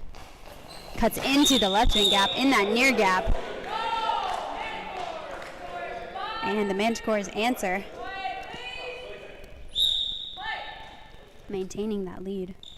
Dornbrock out of the middle. Goes wide for the right wing gap. Blocked out by Wellborn. And a handoff to Kusku, who now takes it out of the middle. Goes wide for the left wing gap. Faison with the ball. Steps to center. Spins. Goes for the feet side of center. Blocked forward by Kusku. Kusku hands off to Wellborn. Wellborn with the full cross for that right wing post. Great defense by Sanchez on that line. And Sanchez with the ball from the right wing post. Cuts into the middle. Returned by Kusku. Back to his gap. Ooh, pops it up and barely pushes it out.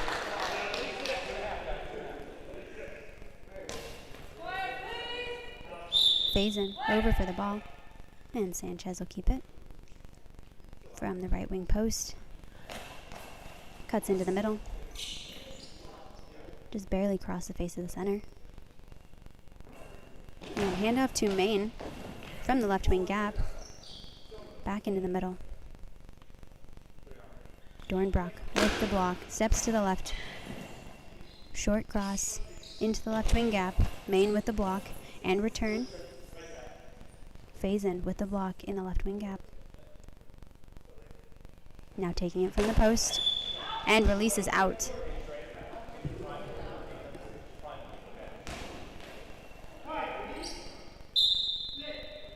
Wellborn with the ball. Sweeps from right to left. From the left post. Goes for the line. Ooh, and you can hear the sound as it nicks the post. Close shot there.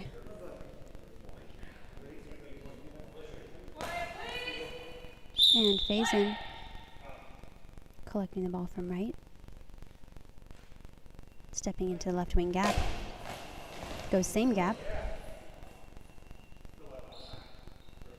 Main with the block. And return down the line.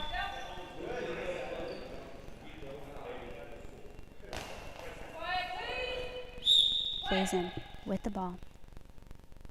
Steps into the left wing gap. Spins and shoots same gap.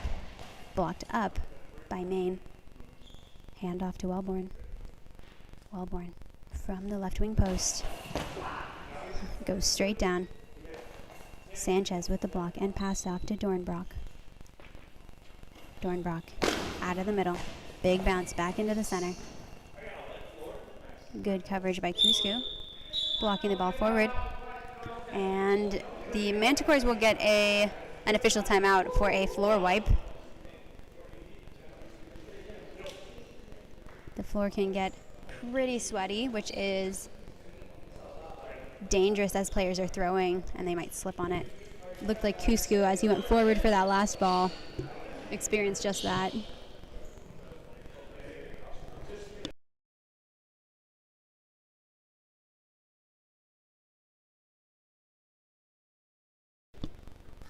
And Wellborn will take this out of the center. Shoots straight for the center. And Dornbrock forward for the ball. He's just going to toss that out.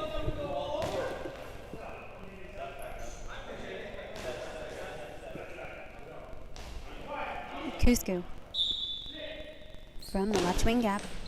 Cuts into the middle. Blocked by center. Dornbrock with the handoff. As Faison steps to the left wing gap.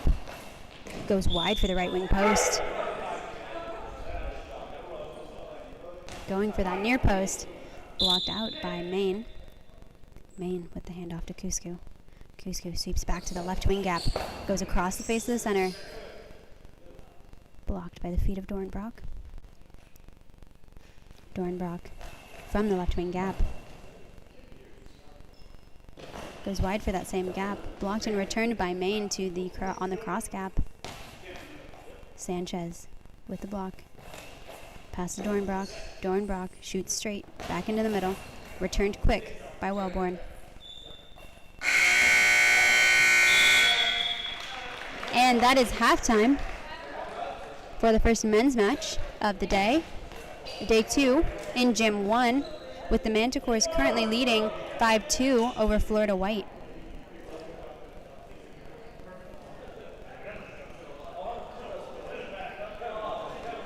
You can check out our stream for Gym 2, where the BSO Johns are currently playing the DC Stars. We will rejoin you after the half.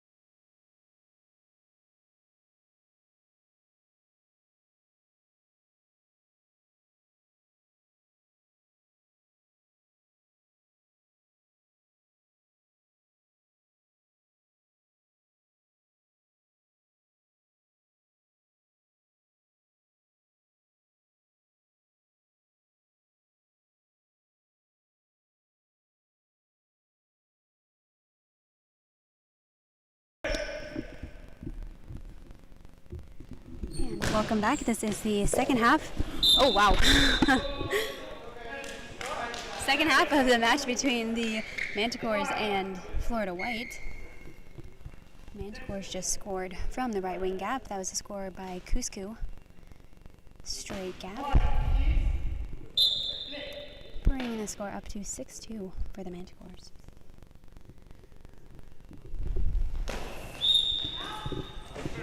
And that was Faison out of the left wing, shooting straight down the line. Looks like we've got a substitution for Florida White. Oh, and Cusco scores again from the left wing. Post this time cuts into the gap, bringing the score up to 7-2. For Florida White, we have Thomas Rice now on left wing. Same lineup for the Manticores, as I believe they only have 3 players this tournament. Trayshawn Faison out of the middle. Shoots back into the center, blocked by Maine. Maine out of the middle. Goes wide for the left wing post. Rice with the block out. Rice, number 5. From the left post. Cuts into the center. Maine with the block. Hand off to Wellborn. Wellborn switches into the middle. Back into the center. Blocked forward by Faison. Pass off to Sanchez on right wing. Sanchez. From the right wing gap. Bit of a cross into the middle. Wellborn with the block. Hand off Cusco. Cusco from the left wing post cuts into the gap. Kicked over by the legs of Sanchez, and it's in. Score is now 8-2 for the Manticores. With a substitution for Florida White out. Number 2, Jimmy Sanchez. In number 1, Lance Gardenshire.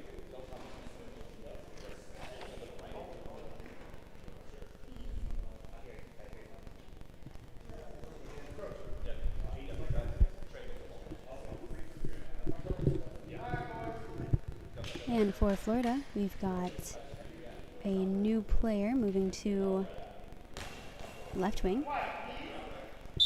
And Faison will take the ball just left of the center. With the spin going wide for the right wing post. Maine with the block. Hand off Wellborn. Wellborn out of the middle. Just for right wing gap. Rice with the block. And return to the middle. Blocked forward by center. And Wellborn hands off to Cusco. Cusco from the left wing gap. Goes near gap, cutting just barely into the center. Number 4 with the block. 4 from the back center. Into the middle. Blocked by the arms of Wellborn. Hand off Cusco. Cusco from the left wing gap. Back into the middle. Blocked by Faison. Hand off to left wing.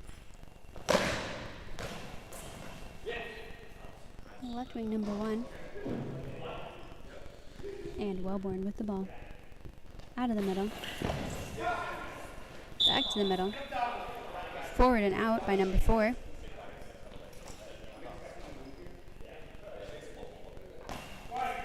And Rice will take this shot. Steps into the gap. Spins and bounces cross gap. Maine with the block from the right wing. He'll take it from his gap. Same gap. It's going to pop over and out on number 1. 7 minutes remaining on the clock. Left wing, number 1, with a big bounce into the middle. Great shot there. Some good velocity.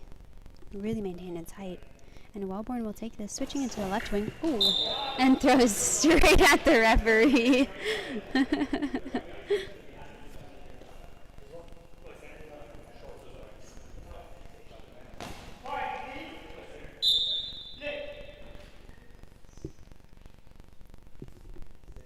Phase in, number 4.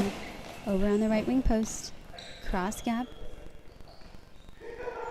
Blocked by Cusco, who will switch to the right wing post. Cuts it back into a wide open gap.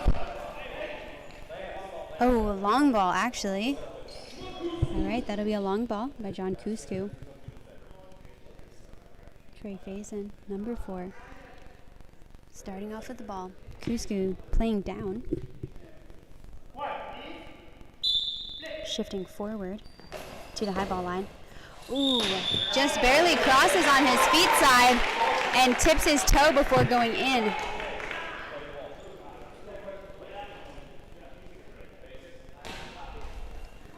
And Florida White will take that, making the score 8-3. Wellborn with the ball from the right wing gap, cuts into the middle, blocked forward by number 4. 4 passes to 5. Number 5, Thomas Rice, straight gap. Cusco with the block. Cusco sweeps around from the right wing gap now. Goes for the left wing line. And number 1 from the left wing gap, short cross, missed by the center, but covered by Wellborn on left wing. Pass back to Maine in the middle. Goes wide for the right wing post. Number 5 with the block. Clears out the center. Spins out of the middle. Goes wide for the right wing gap. Blocked forward by Cusco. Retrieved. Handoff to Wellborn, who takes it from the left wing gap. Spins. Goes for the near gap. And high ball for number 4, Josh Wellborn. Phase in again, taking the shot. Wellborn starts standing at the back line. Ooh, and phase in goes for the far right post, and it was out pretty quickly. So just a missed scoring opportunity there. Cusco with the ball. Now in the middle. Goes wide for the left wing gap. Blocked by the feet of center. Phase in number 4, who takes it from the left gap. Cuts back into the near gap. Blocked and returned quickly by Cusco. Missed the center, but back up by Thomas Rice on right wing.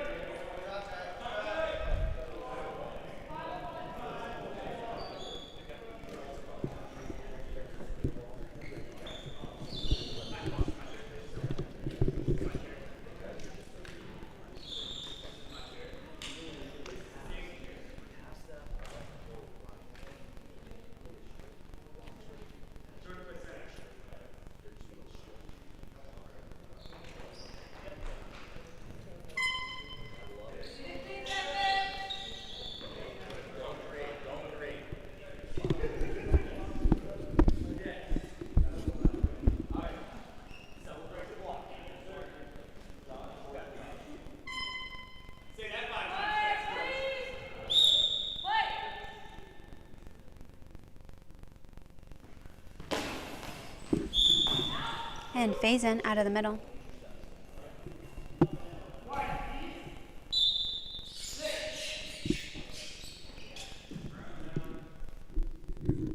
And Wellborn with the ball.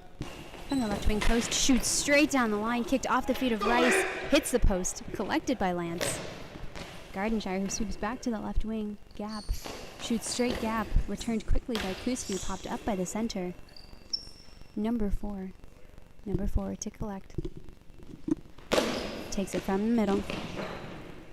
Goes for the left wing gap, blocked forward by the legs of Wellborn, collected by Maine. Returned into the left wing gap, blocked forward by Faison. Pass off to Rice on right wing, who will drop it out.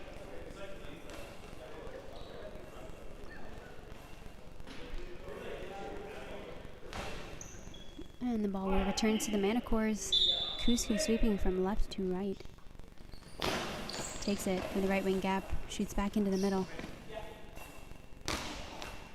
Faison with the block. Pass off number 1 on left wing, shoots straight down the line. Cusco with the block and handoff to Wellborn. Wellborn from the left wing post. Back into the middle. Blocked forward and over. Ball will return to the Manticores. Wellborn with the ball. Sweeps back into the middle. Ooh, and goes for the gap right between right wing and center. Wide open again.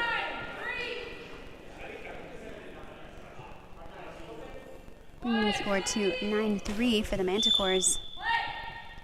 That'll be the 5th goal, I believe, in that gap between right wing and center.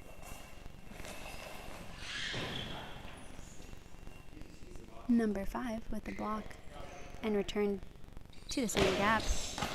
Cusco with the ball shoots back into the middle and blocked out over to the side by center. Trayshawn Faison, who collects it from the right. Steps to the right of center, goes wide for the right wing post and out.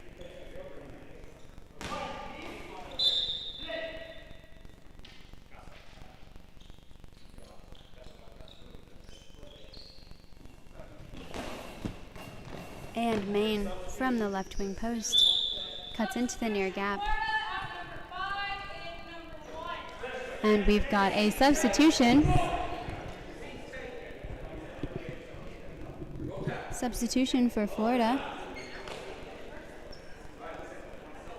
Out number 5, Thomas Rice. In number 6,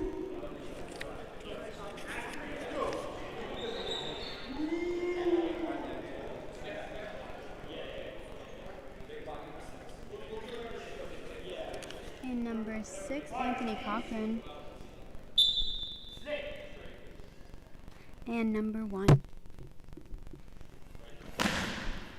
From the left wing post, cuts into the middle. Center with the block. Wellborn moving into left wing.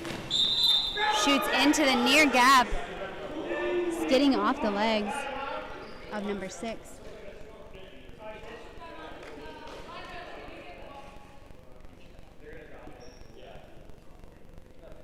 Bringing the score to 10-3 for the Manticores, who continue leading this game.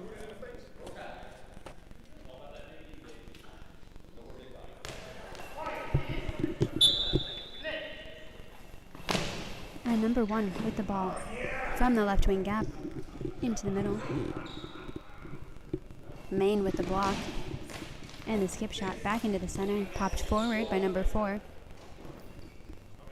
Hands off to number 6 for their first throw of the game. Smooth gap shot there. Blocked by Wellborn, who returns down the line and sinks it in the corner.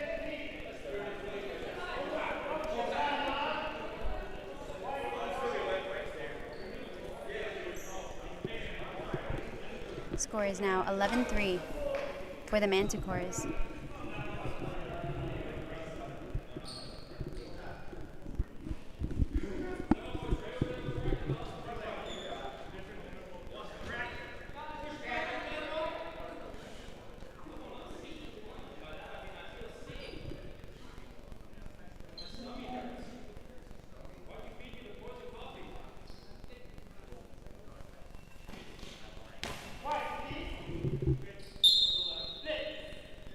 Number 4, a Florida White from the right wing post.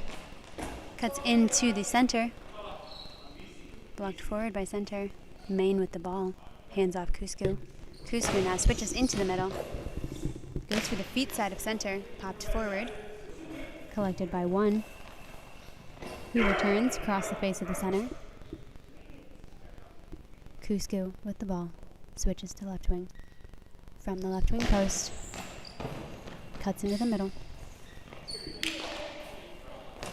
Ooh, passed from center to the right wing. Ooh, a bit off to his right and pushed out. A good call by number 6 there, as that was actually pretty close to being passed into the goal. Manticores with the ball. Wellborn in the middle. Spins wide for the left wing post, blocked by number 1. 1 from the post. Back into the middle. Blocked forward.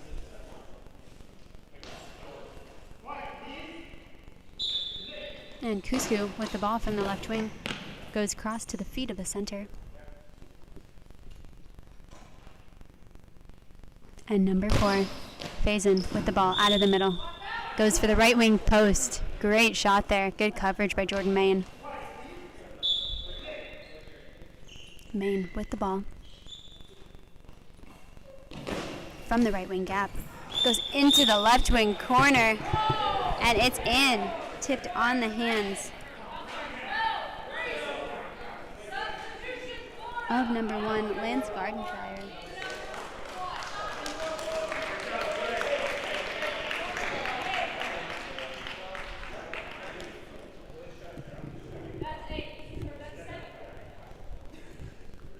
Manticores looking at a 12-3 lead over the Florida White. And the Florida team will have a substitution. Tim Dornbrock coming back in.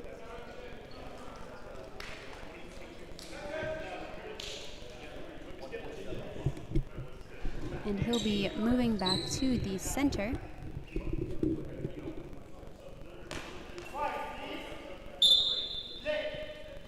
Dornbrock with the ball out of the middle. Goes wide for the right post and out.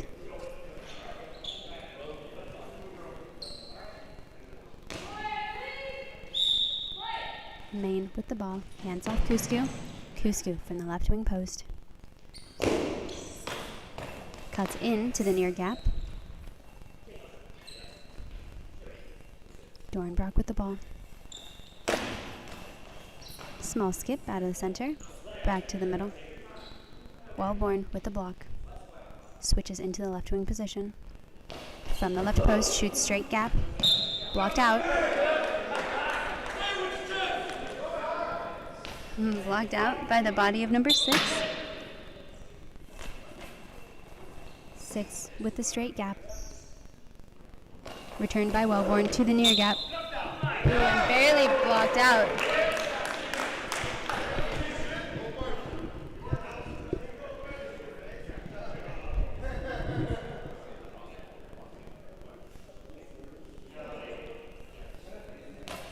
And number 6 with the ball from the right wing gap. Goes full cross gap.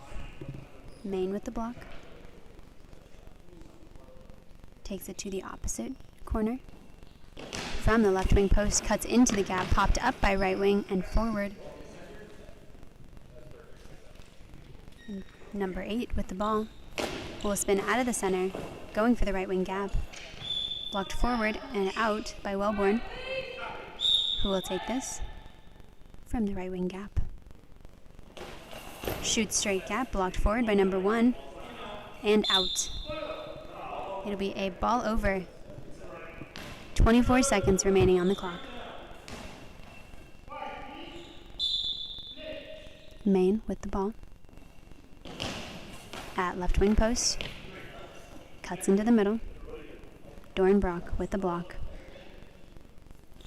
Out of the center. Goes for the right wing gap. Blocked and returned by Kusku. Into the same gap. Dornbrock with the block in the middle. Goes wide for the right wing post. Blocked by the arms of Wellborn. Wellborn steps into the gap. Spins and shoots back into the center. And that'll be it. That's game. Florida White just avoiding a mercy there with a 12-3 win by the Manticores.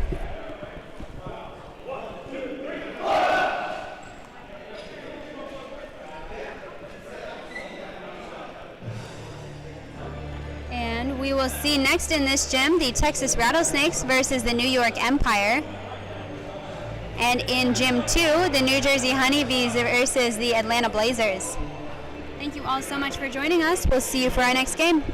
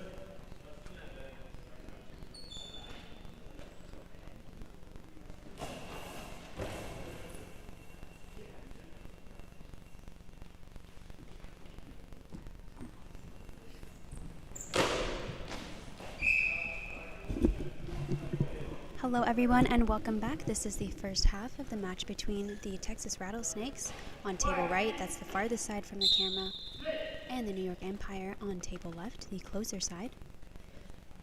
Here switching out to commentate is Thomas Rice, number 5 from Florida White. He will be finishing off this game. Thank you so much for joining us here in Smyrna, Georgia.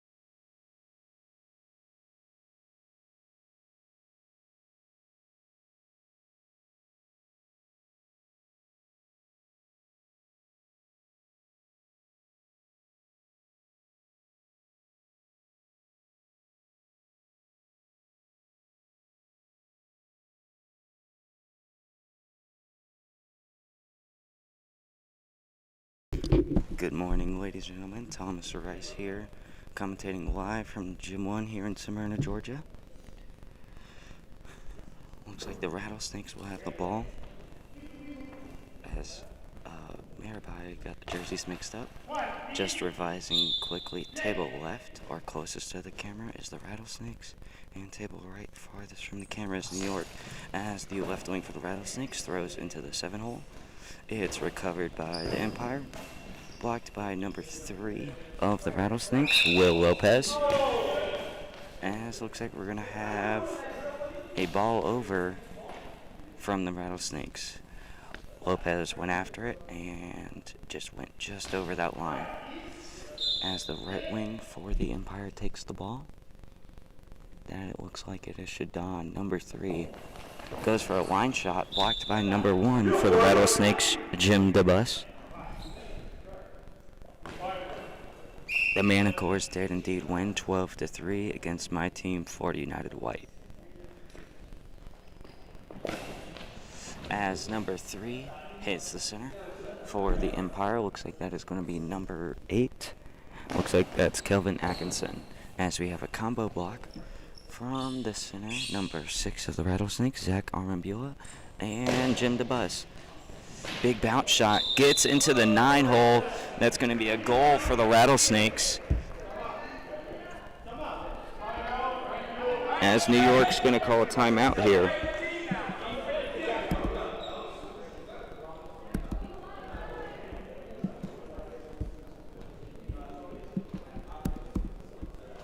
Score is going to be 2-1.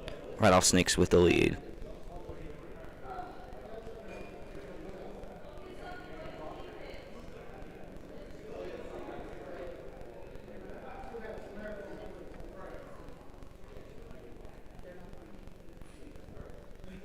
As the timeout here, both teams are tucking up a strategy here in the first half of this game. It's a 2-1 score, very manageable lead for both teams here. Definitely a lot of goal ball left to play, ladies and gentlemen.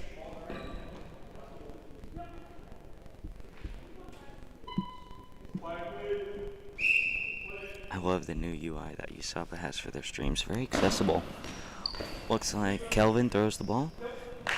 Recovered by the center, number 6, Zach Armambula. Lopez throws the ball, hits the 7-hole, 6-7 about. As it is blocked out by number 8, Atkinson for the Empire.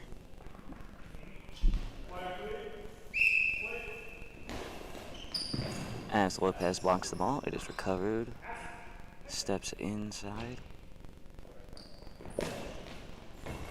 Goes with the low skip shot. Hits the gap. Looks like we had a wing switch for the Empire. Jerron Black is out left, and Kelvin's taking the middle. Number 3, great block by Lopez. Excellent defense from the Rattlesnakes. As we have an official's timeout for an equipment check.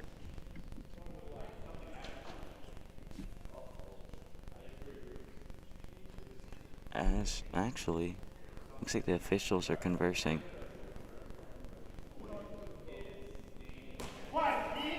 As the game will resume. As I don't know where the ball is. There it is. Number 1 for the Rattlesnakes throws it, hits the gap, and it's blocked out by number 8.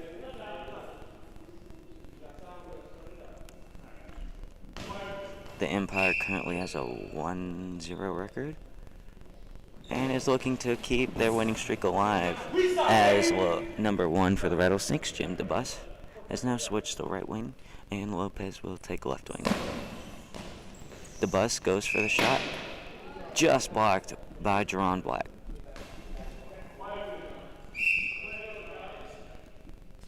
So this year, as a commentator, they actually gave me some binoculars.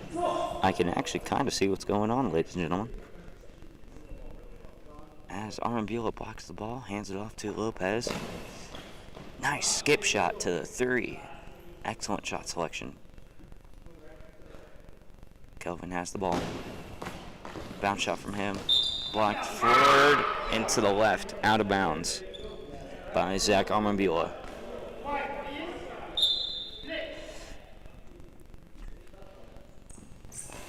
Looks like we have another wing switch from the Rattlesnakes. Lopez is back to right. The bus is at left.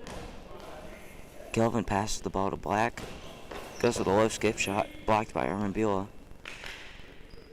Handed off to Lopez at the back net. Taking his time on a shot. Lets it go. Low straight shot. Blocked by Kelvin.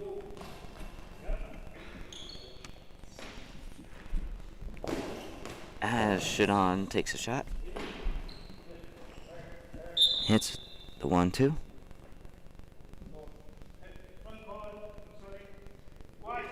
As the game will resume. Jim DeBus takes the ball. Thrown out of bounds at about, looks like the team line for the Empire.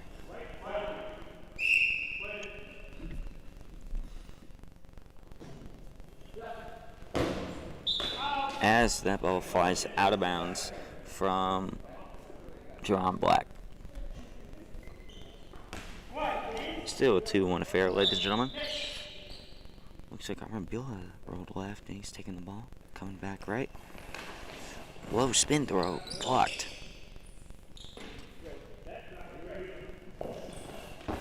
Blocked by Jim DeBus. Arambula retrieves. Rattlesnakes keep the ball as it's rolled and blocked out. The bus will have the ball. Low shot to the outside, wide open, just goes out of bounds. Jerron Black in quick pursuit.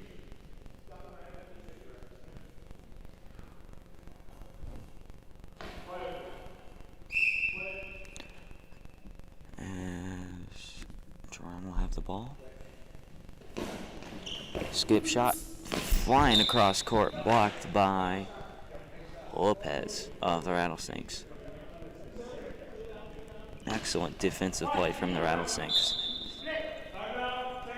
As the Rattlesnakes will take their first time out here. We'll be back with you in just a minute, ladies and gentlemen.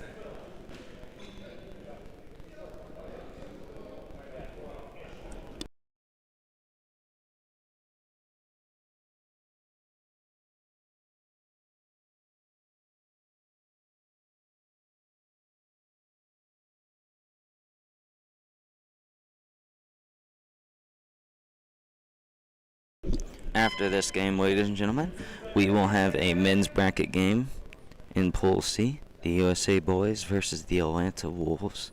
That will be starting at about 11:20. But honestly, I don't have a watch as I just got done with the game. So I have no time what it is right now. So I cannot tell you if we're running ahead or behind or on time. as Black will throw out of bounds at about the midcourt line.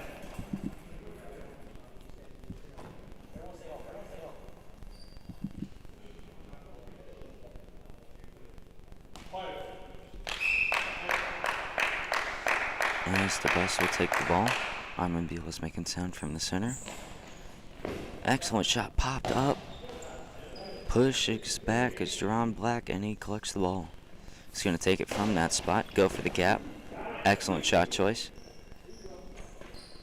The Rattlesnakes appear to be playing traditional defense, so those gap shots can be really important. Looks like the Empire is playing traditional as well, although it is across court, and it does get a little hard to see at times.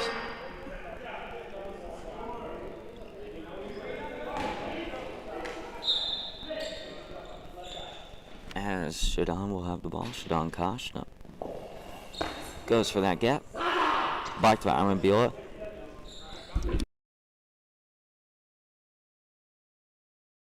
As Armanville takes the ball, pops off of Kelvin and in the Rattlesnakes.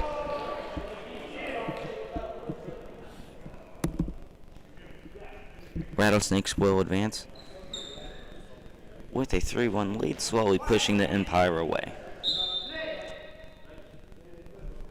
As looks like Black will have the ball. Big bounce shot, blocked by Armanville. Handed to Lopez, number 3, is back at right wing. Cross court, collected by Shadon. Quick pitch from Shadon. So close to that post. And about that, in between that kind of team and wing line area is what it appeared. Both these teams battling it out neck and neck here in this first half. As Jim DeBus switches again with Lopez and throws out of bounds. It appeared as an over-rotation, as the Empire will call their first substitution of this game. Looks like number 8, Kelvin Alcazone, coming out, and number 7, Manuel Puma, will be coming in.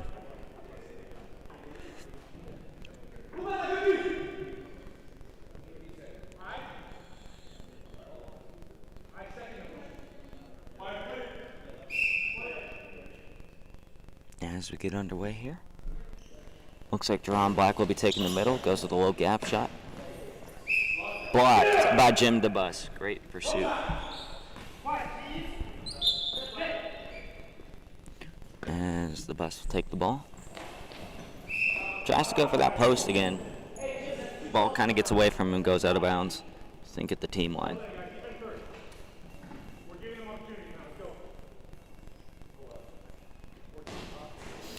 Zach, I'm going to be able to communicate well with this team. As Puma will take the ball, blocked by Armanville.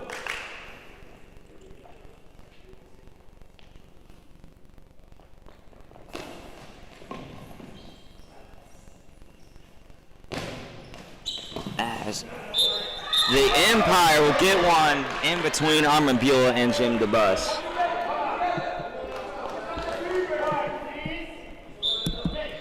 As this game is now a 3-2 game, looks like Lopez will take the ball. Pop forward, blocked by Black. Black's going to take the ball here. Go for a quick gap shot, blocked by Jim DeBus. Kind of goes forward slowly to get it. Ball's going to be over. Ooh, actually, he managed to get there just in time. Armanville quick pitches with a little time, and it goes out of bounds. As a player, sometimes when you get caught in this kind of space like that and you need to quickly get rid of it, sometimes that is one of the best things you can do. That or dump the ball. As ball is blocked by Armanville, retrieved by Lopez. He's going to go for like a 42, 43. As we have a goal from the Empire, DeBus gets caught in the gap a little bit. It's post-in shot. Score is now 3-3.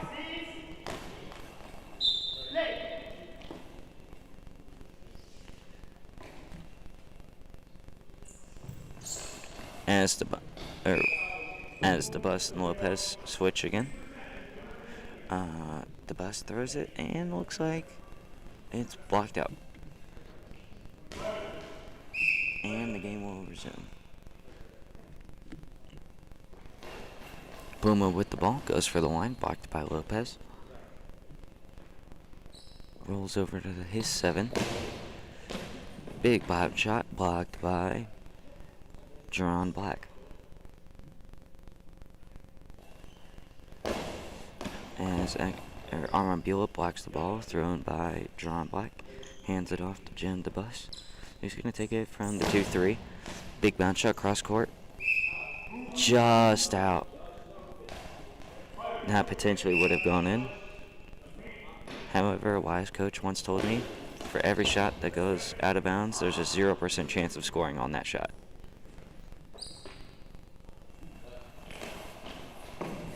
Blocked by Black.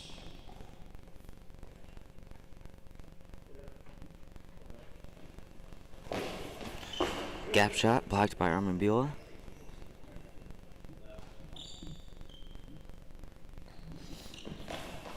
Ooh, quick throw from Lopez. That was a great throw by him. Blocked by Puma. Goes with the spin throw. Smooth and spin. Like it. Armabila hands it off to DeBus at left wing. Goes with a little gap shot blocked by Puma. Kind of had him spin around there for a second. Definitely like a sinker. For those of you who watch baseball, at least. Amabila takes the ball, hits the 2-gap. Quick pitch by Shadon Kosh. Blocked by Lopez. I thought Kosh for a second was going to try to quick pitch Amabila in the center. As Lopez makes that New York defense work hard to keep that one out of the back of their goal. Kosh takes the ball. Goes for that post, hits the post, and just goes out. Ladies and gentlemen, I'm going to check the time and score just to verify. I'll be right back. And never mind. We are at halftime, ladies and gentlemen. The coin toss happening right now, like I mentioned, if you're just tuning in, it's going to be the USA boys versus the Atlanta Wolves, a Pool C men's game. We will be right back after half, ladies and gentlemen, as I confirm score and get the next lineups ready. So we'll be back in about 5 minutes.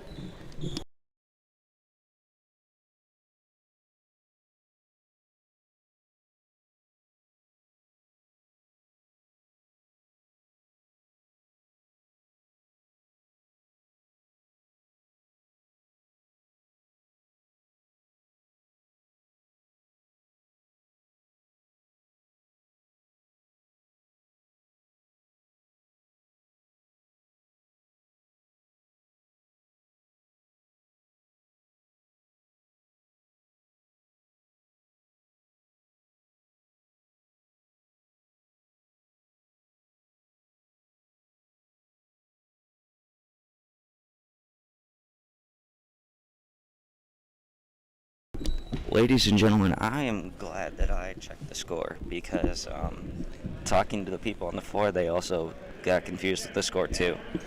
I believe it was one of those officials clarifications. Nope. So the score is actually going to be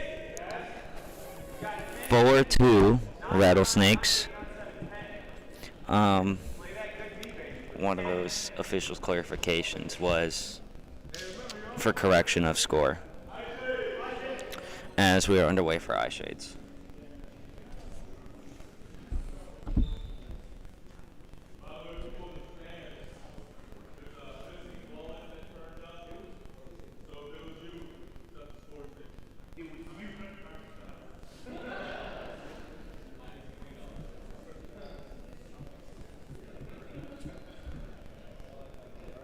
Ladies and gentlemen, you can follow this weekend's tournament schedule at goalballscoreboard.net. There's an app, I believe, on the Android store still. It is no longer on iOS. However, there's a desktop and mobile accessible website with all our tournament information, standings, pools, and final results at the end of the tournament this weekend for your review. I'd also like to thank the United States Association for Blind Athletes and Georgia Blind Sports for putting on this tournament and letting me get on this microphone and talk to all you people back home.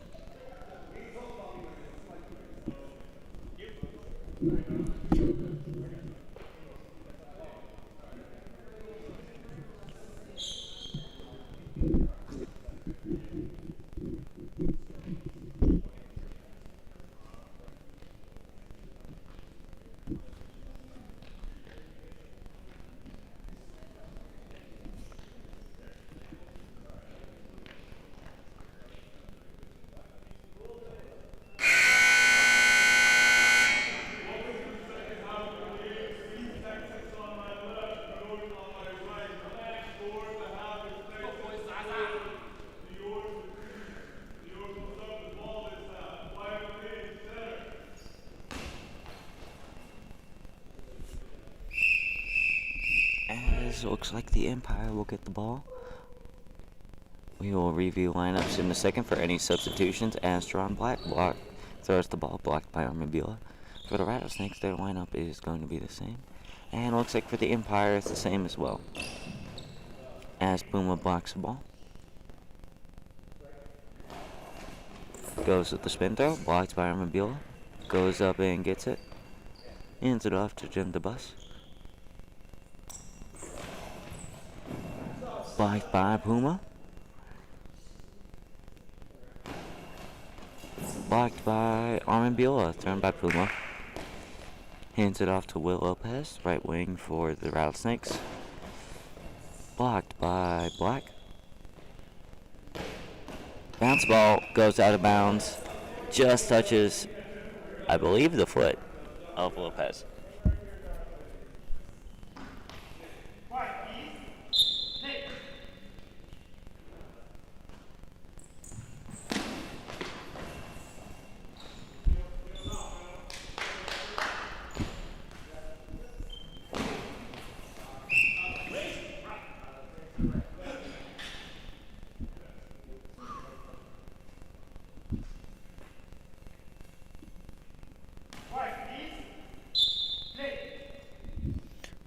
Looks like Armabila is going to have the ball here.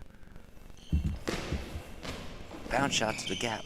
Blocked. Combo blocked by Puma and Black. Gets it to Kosh. And your left, Empire's right wing. Blocked by Puma. Kind of bounces up, but drops right back down. Gravity, what a wonderful thing, right, folks?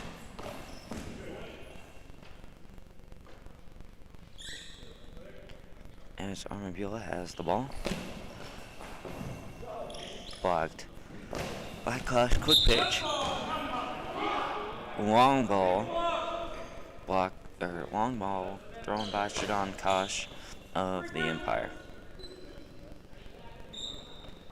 He's going to line up in the center. Looks like Jim DeBus will be taking the ball for the Rattlesnakes.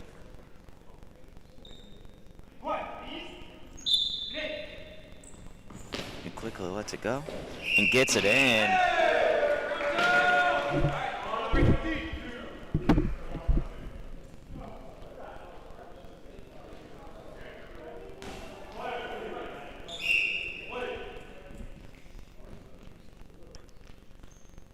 This looks like Jerron Black will have the ball. Big bounce shot down the middle, blocked by Armabila.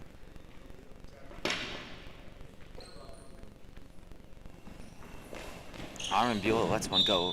Excellent block from Kosh.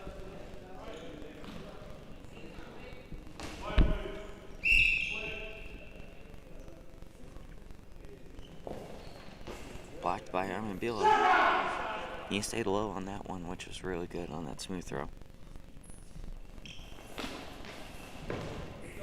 In most typical defenses, you like to see the center go high and the wings go low to clean up any of those balls that just happen to squeeze through.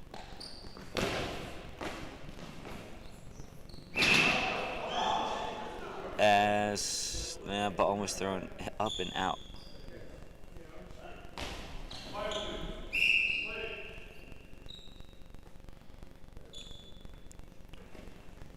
defensive cues are very important. As Jerron Black bumps one in and hits that post, and it goes right in.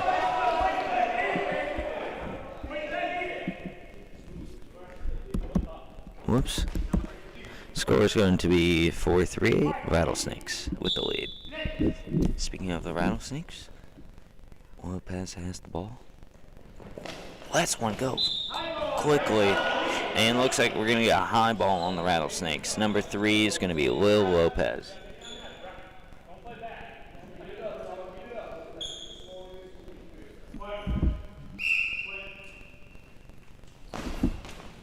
And Lopez plays it from the left. Empire throws it the opposite way. And the Empire's going to get another score. Score is now 4-4.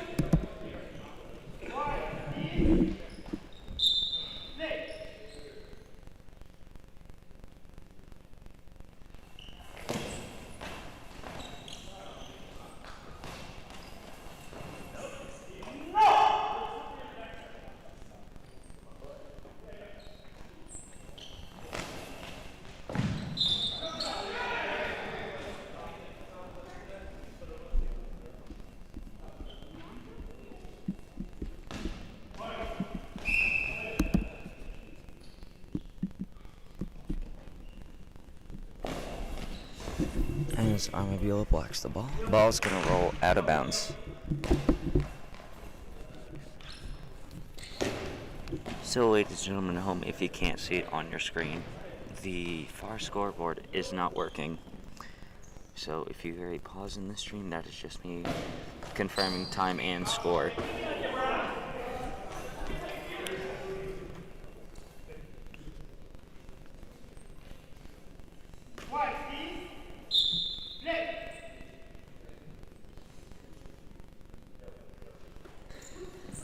As DeBus takes the ball, throws it, and it's blocked out of bounds, takes out a door.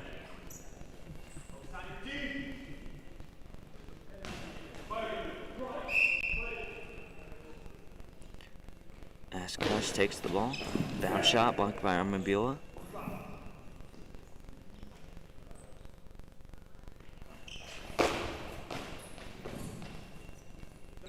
Blocked by Charon Black.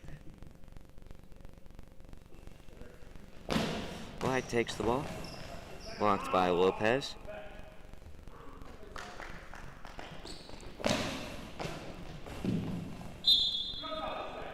Blocked out by Shadon Kosh. Very tight-knit game here in this second half. One goal. This game could definitely go either way. Blocked by Lopez. Kicked forward to Armabila. Who's going to take the ball from the center? Lets one go, blocked, and blocked out by Puma.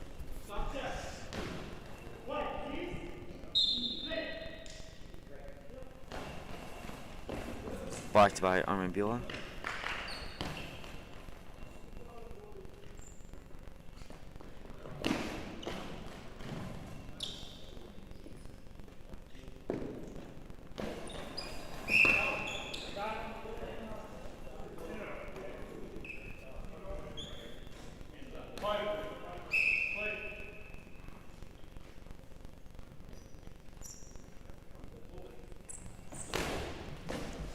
As we have a throw and block.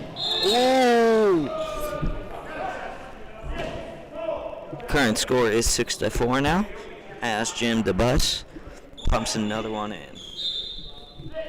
Excellent throw by him. Empire scramble, just couldn't get their hands on it. Shadon Kosh throws a high ball. Typically after you let one in, typically you throw with just that much more force behind it. And sometimes push just a little too hard.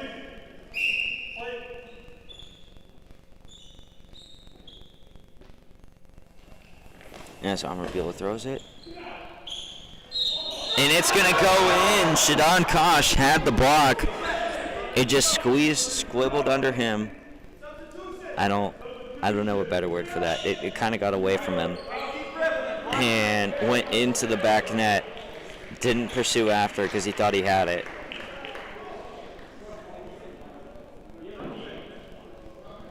As we have a substitution from the Empire, we're also getting a time check. Current score is 7-4.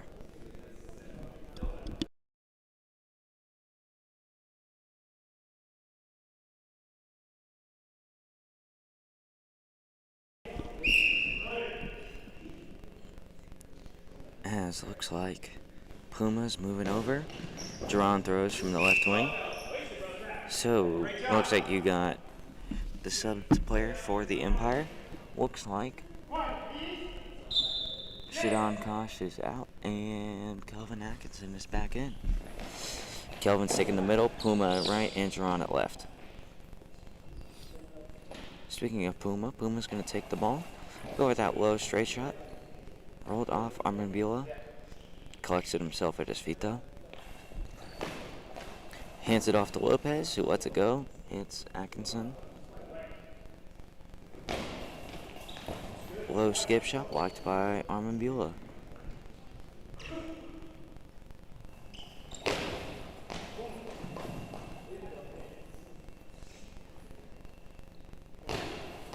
Shot from Puma, blocked by Zach Armambula. Hands it off to Jim DeBus at left wing. Big bounce shot. Takes out the other bench.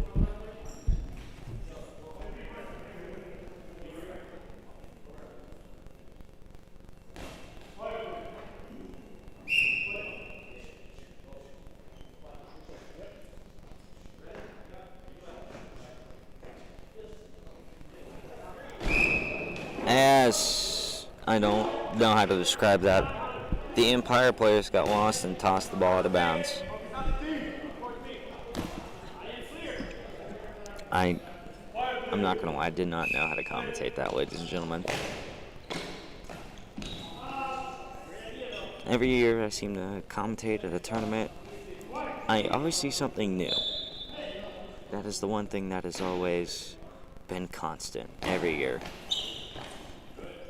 As we have a wing switch for the Empire, Puma goes to the left. Looks like Jerron's at right wing. Jerron threw the ball, blocked out of bounds by Lopez. And Lopez will have the ball. Spin throw from his 7-hole, blocked by Atkinson. Collects it, bounce pass. Jerron's going to have the ball. Bounce ball from him, blocked by Lopez and Armambula. Clock is running out. By that, I'm referring to the 10-second shot clock. Looks like Kelvin will get the ball. Winds up, releases. Blocked by Lopez, and it's going to go out of bounds. Jim DeBus is moving over. As Texas is going to take a timeout here. With an unknown amount of time on the clock, Texas will be taking a timeout here. And if I'm the Rattlesnakes, I'm reminding my team, hey guys, you got a 3-score lead. Just keep playing defense. Don't let another one in this game. Just easy shot selections. Keep your lead up. If I'm the Empire, I'm reminding my team we're in the second half. Time's looking short. Just let those shot opportunities come to you. There's still time to fight for the win in this game for them.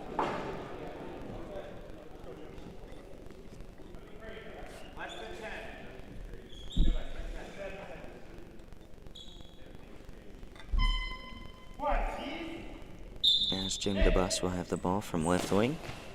Low skip shot, blocked by Kelvin. Quick pitches, out of bounds. Looks like we have another wing switch for the Empire. Kelvin Atkinson is now at their right wing, and Jerron Black's in the middle.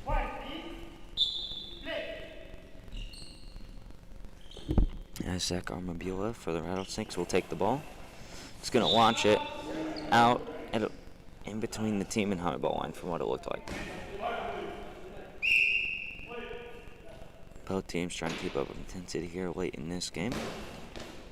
As Kelvin takes the shot.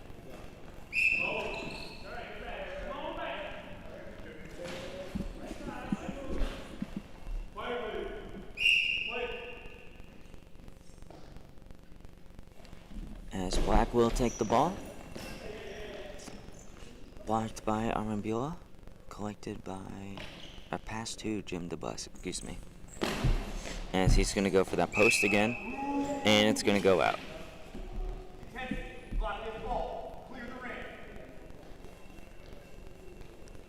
As our fans are starting to get into it here on the sidelines.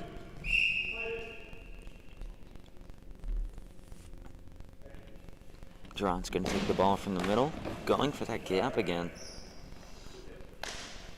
Armabila hands it to Jim DeBus. Big bounce ball. Block, or actually it goes directly out of bounds. Pluma was there for the block. Pluma's going to take the shot. Blocked by Armabila. Gives it to Lopez, who's at the 7-hole. Almost slips. Collects himself though. As the Empire calls a substitution. Puma coming out, and looks like they said number 3, but there's not a number 3, so let's see here. Looks like Shadon Kosh is coming back in.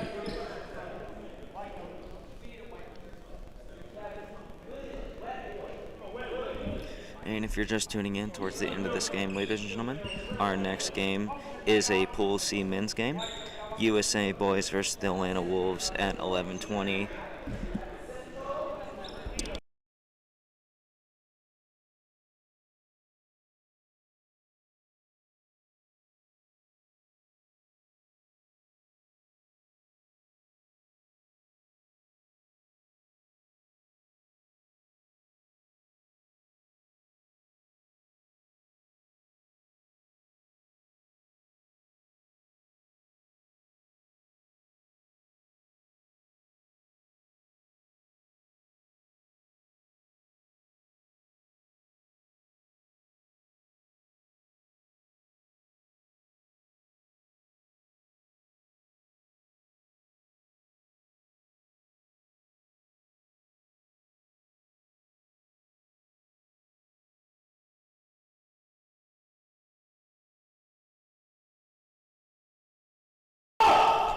As we have a big shouting block from Armabila.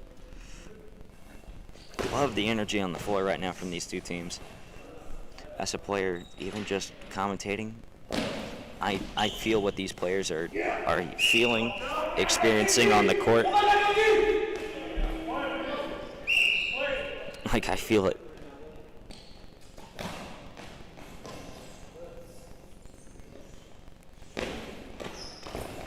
And for those of you home, you get the energy from me, so congratulations. As Armabila lets one go. There's an opportunity there at the 3, but collected by Kosh. Shadon's going to take the shot. Blocked by Lopez.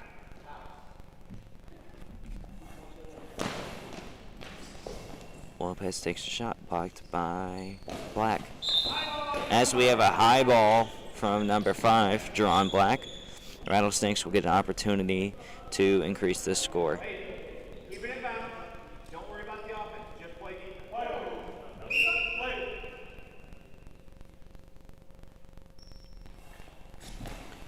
Lopez will take the ball, and it's blocked by Kosh. Now the Empire, all they got to do is play defense and let the offense come to them. You know, for me, I'm a more defensive player, so I get caught in what kind of the Empire's doing right now, where you want to, as the Empire calls timeout. But as I was saying, sometimes as a player, when you're kind of down like this, you want to make that shot. You want to make that goal. And it is, in the intensity of the game sometimes, that can definitely get away from you. So since the Empire called a timeout, I just remind my players, hey guys, like there are shots out there to be desired. You just got to find them. And I'm the Rattlesnakes. Remind my boys, hey guys, we're playing strong defense. Just keep it up. Good energy, good synergy, and be proactive.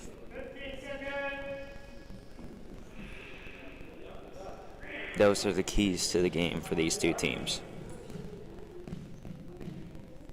If any of you watch football, The Pat McAfee show has a segment on there called Coach B's Keys. And on that, they talk about kind of what I'm talking about now. So, as the Empire calls another timeout as a quick exchange of balls between Armabula and Jerron Black.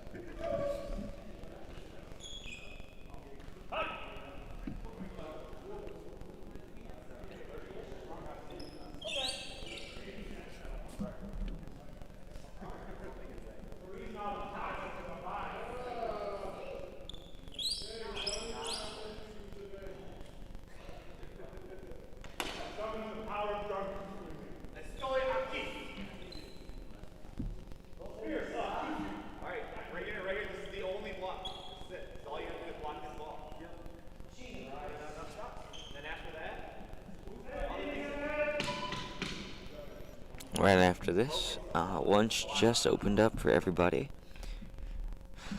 Current local time is 11:20 a.m. Eastern Standard Time. As we get underway, Jerron Black quickly goes and gets it in right past Lopez. It's going to be 5-7.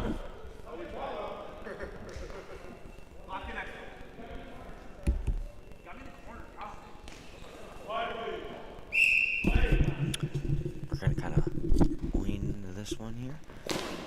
Lopez lets it go, goes for the gap. And that's a goal for the Rattlesnakes. This current score is now 8-5. We're back to a 3-score affair. Ashton Kosh throws it out of bounds. Tried to go for a line shot on Jim DeBus, number 1 for the Rattlesnakes.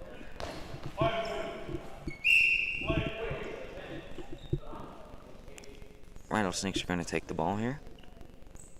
Shot clock is running out. The bus goes for that cross court. Blocked by Atkinson. Big bounce shot. Blocked by Jim DeBus as it rolls out of bounds.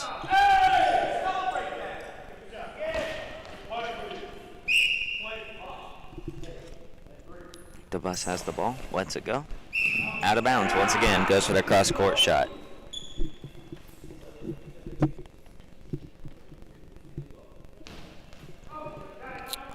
That Empire player is covering that line pretty well. If I'm Jim, I'm looking to go a little more inside and get him in the gap now.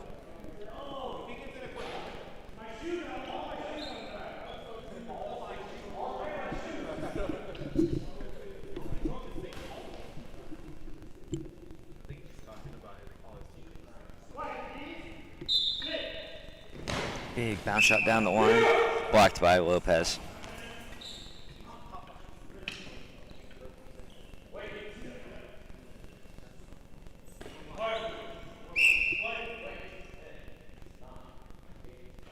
As number 3 takes the ball. Will Lopez gets it right past the center. Jerron Black, he's just laying there.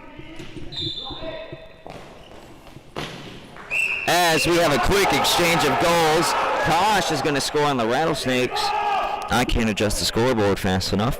Current score is 9-6. Rattlesnakes will have the ball here. Without knowing the time, this seems like a forever game. Speak of the time. The game just ended. Final score is 9-6. Rattlesnakes will take the victory.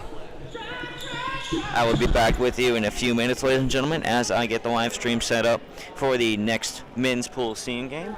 The USA boys versus the Atlanta Wolves. Looks like we're going to be close to starting on time.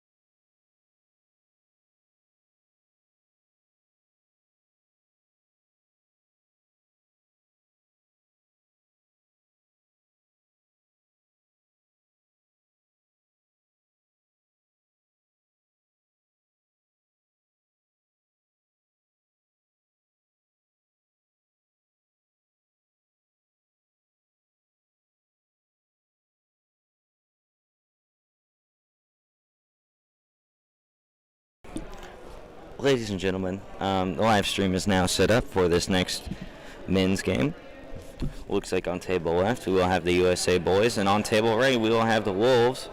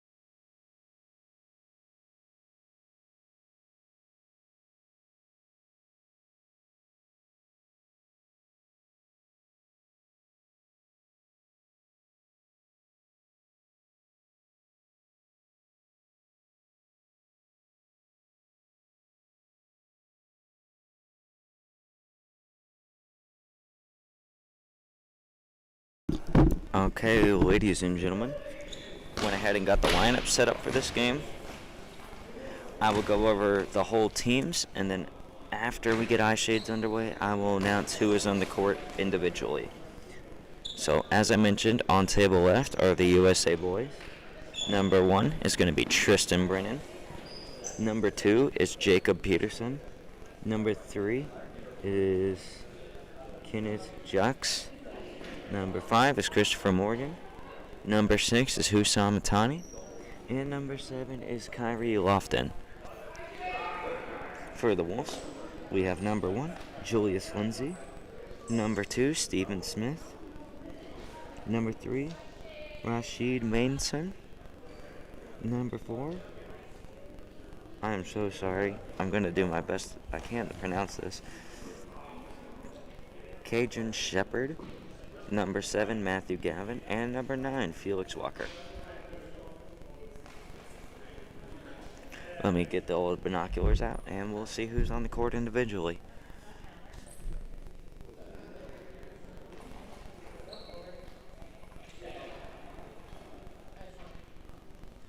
For the USA, we have number 1, Tristan Brennan. Number 6, Hussam Matani. And number... Coach Keith Young is in the way. Please move, Coach. I need to see that player's number. Number 5, Christopher Morgan. On the opposing side, we have number 1, Julius Lindsay. We have number 4, Shepard. And number 5, number 9, Felix Walker.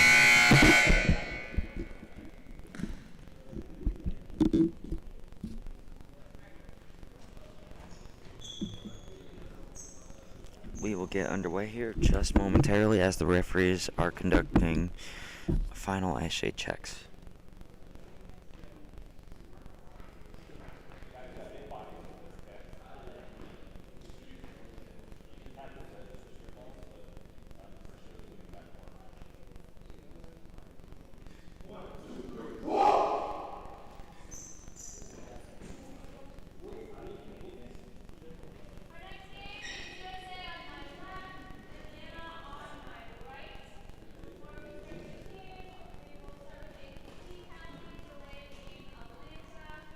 And we have our first penalty of the game. Wolves will have a delay of game penalty. So number 9, Felix Walker, will be defending for the Wolves.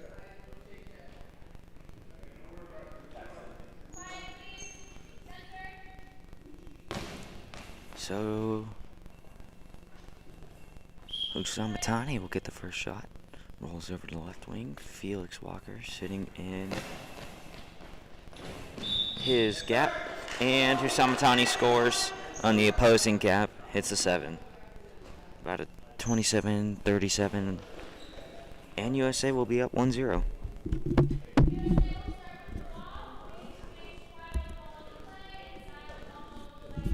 And USA will be getting the ball first. So they'll have an opportunity to go up 2-0. Batani will take the ball again.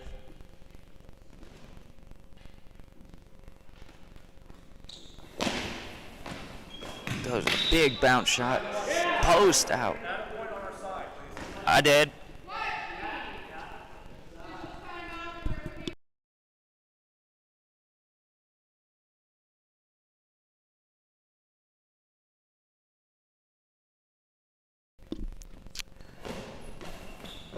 As Tristan Brennan, the center, will block the ball.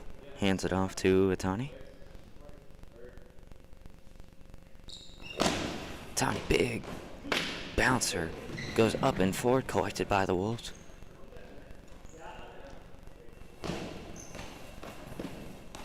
And ball goes blocked off the feet of Brennan and goes out of bounds. As number 5 for USA, Morgan will have his first shot of the game. Blocked by the right wing of the Wolves.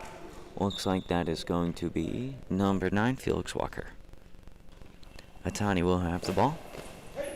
Whoa, skip shot. Blocked loose by the left wing of the Wolves. Looks like that's going to be number 4, Shepard. Shepard will have a shot. Gonna go for a line shot. Blocked by Morgan. Gonna go for a line shot of his own. Just out by number 4, Shepard. Shepard's gonna take his shot. Blocked by Brennan. Good bounce ball defense. Atani will have the ball.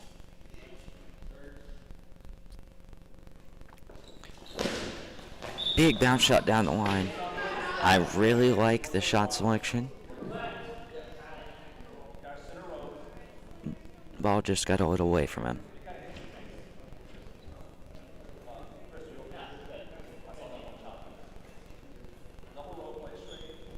Alrighty. We have Shepard's coming over. And so is the center. Shepard will take the shot. Blocked by Tani. Tani quickly lets one go.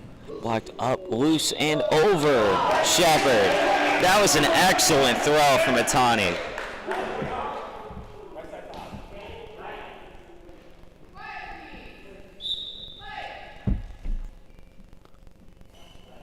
As Shepard will take the ball. Sounded a little high to me, but what do I know? I'm just some commentator. Atani bounce shot. Gets the gap, collected by Walker. Felix lets it go. Blocked by Atani. Cross-court shot from Musam. Gets a little away from him. As we have a rover, looks like Walker will come over to Shepard.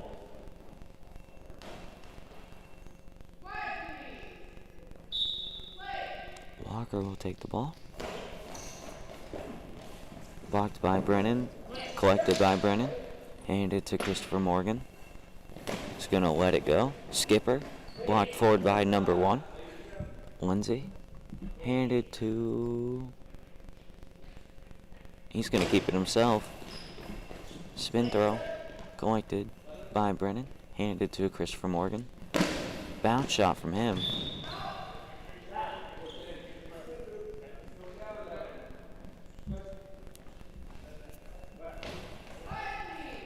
And Felix Walker will get another opportunity. Bounce shot from him, blocked by Brennan, popped up. Given to Hussam Atani, number 6. Thrown, blocked by the center, number 1, Lindsay. Collected by Shepard.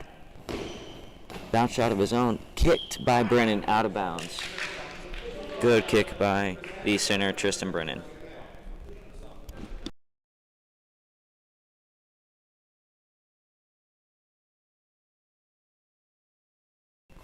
As Christopher Morgan takes the ball, he's going to hit the 3, blocked by the center, Julius Lindsay. He's going to try to go for it and get it, and the ball's over. Coach Young's telling his team to go quickly here. Center's a little out of position. Tony's going to try to quick pitch him. Excellent shot. Ball pops up and in for Team USA. The USA boys are going to be up 2-0 now here in the first half. This is definitely a game to watch, ladies and gentlemen. The Atlanta Wolves will be taking a timeout here. We'll be right back with you shortly.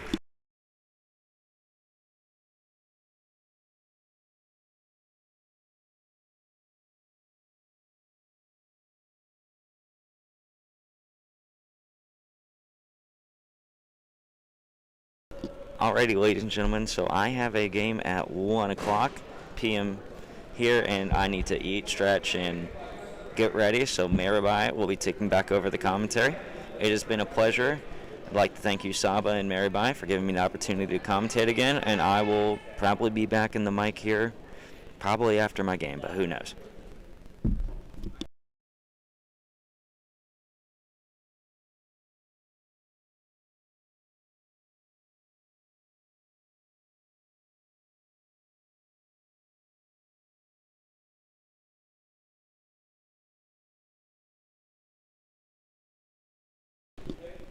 Hi everyone, this is Maribai Huking back with you for commentary out of Gym 1. We are here with the USA boys who are currently leading 2-0 against the Atlanta Wolves. Ball comes out of the center and in the hands of the left wing for the USA boys.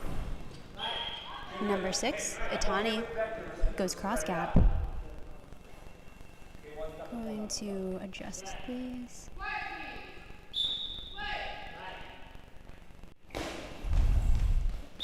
And it'll be a full cross back.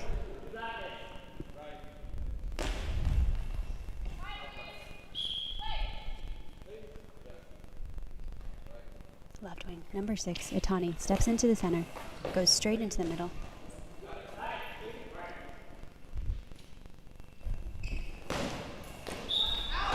Blocked by the center for the Wolves, number 4, who returns with a wide shot out at the left wing post.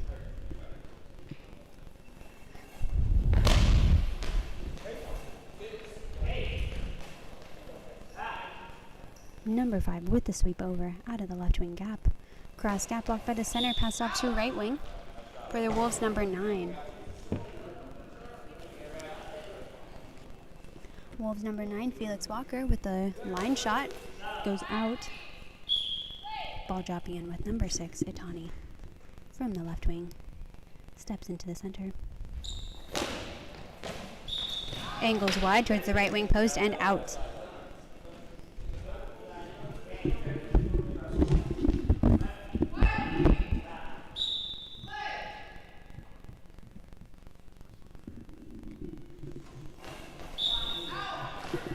Going to be out again by number 9.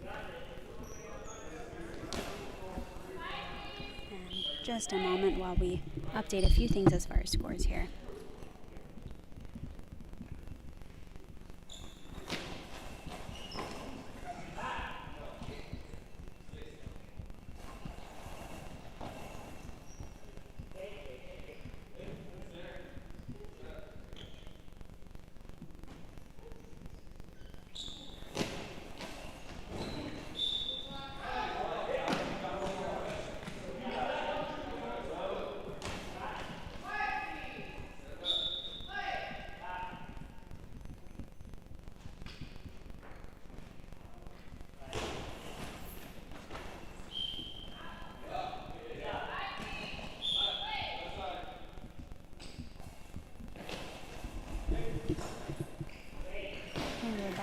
out. Number 5, Chris Morgan from the right wing. Goes back into the middle. Returns to the center. Hands off to left wing, Atani, who takes it from the left wing post. It's going to cut it across the center. Cross gap. Blocked forward by number 1 on left wing for the Wolves. Cuts back into the middle. Number 1 out of the center. Pass to 5, Christopher Morgan on the right wing. And from the gap goes cross gap. And we've got an official timeout for the Wolves. USA boys are still leading 2-0 in the first half of this match.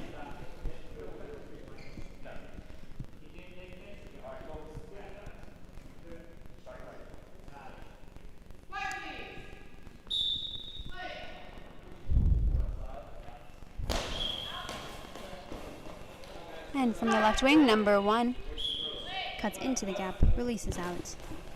Morgan with the ball, and the line shot barely snatched by the arms of number 1 on left wing, and returned down the line, but out.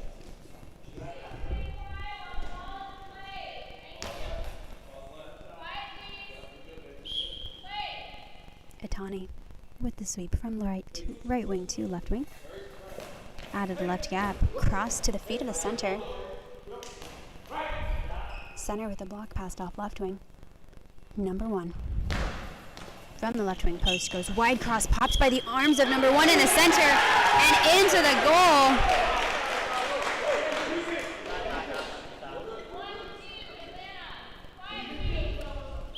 And Atlanta makes it on the scoreboard, closing the gap. USA boys now lead 2-1. Itani from the left wing post cuts into the gap.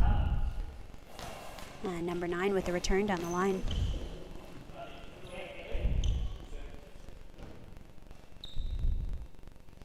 Itani with the block from the post. Shoots again, cutting just slightly into that near gap.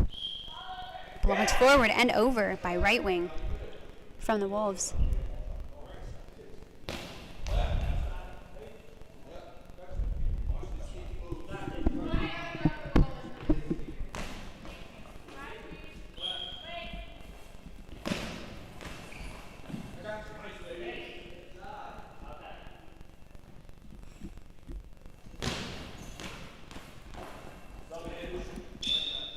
And we've got a substitution for the USA boys team. Hey,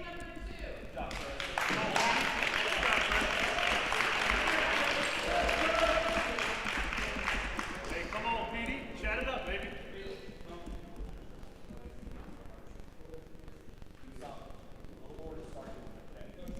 And for anyone who is interested in helping to support the USA boys team in their journey to Youth Worlds this summer in Sao Paulo, Brazil, we'll be dropping a link for donations. All of these boys are going to be funding themselves to get to this event and can use any of the help they can from our community.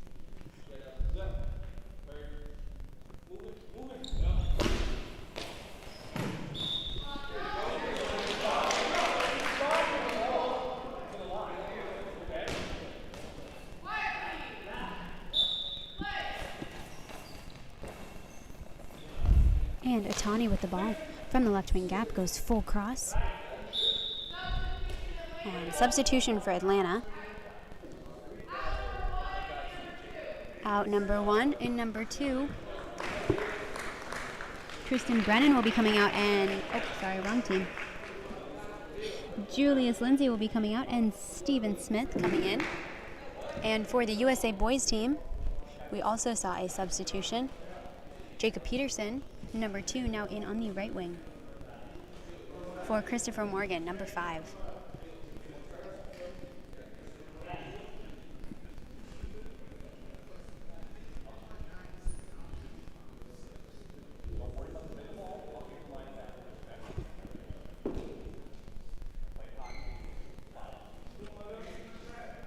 And the ball will be starting off with the Wolves on the right wing post. Number 2 going for the full cross court.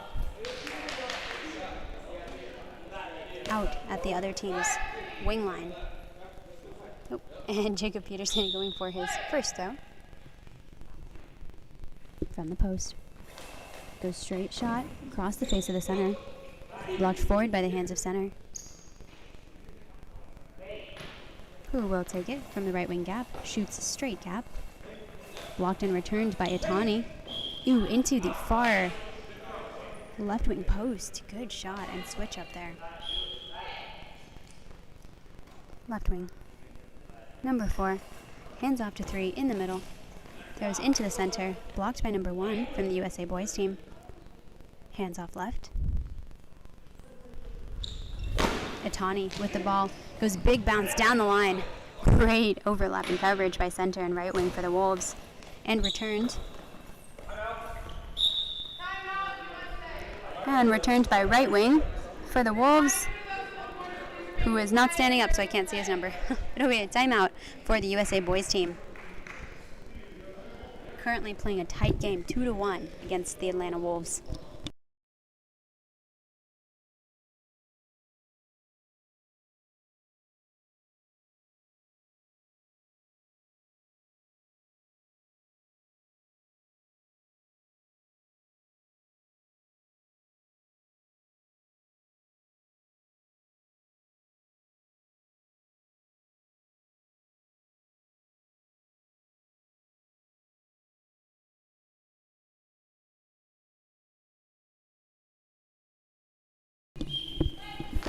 And Itani, number 6, with the ball from the left wing post, goes full cross and out.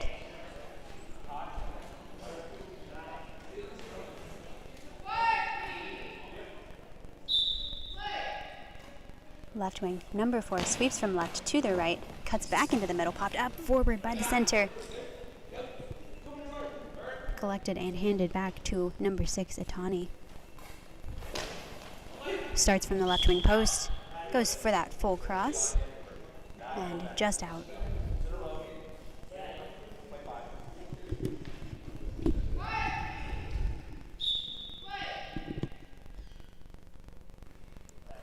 Wolves center, number 9 with the ball. Into the right wing gap. Peterson with the ball. Skips straight gap, and it's in.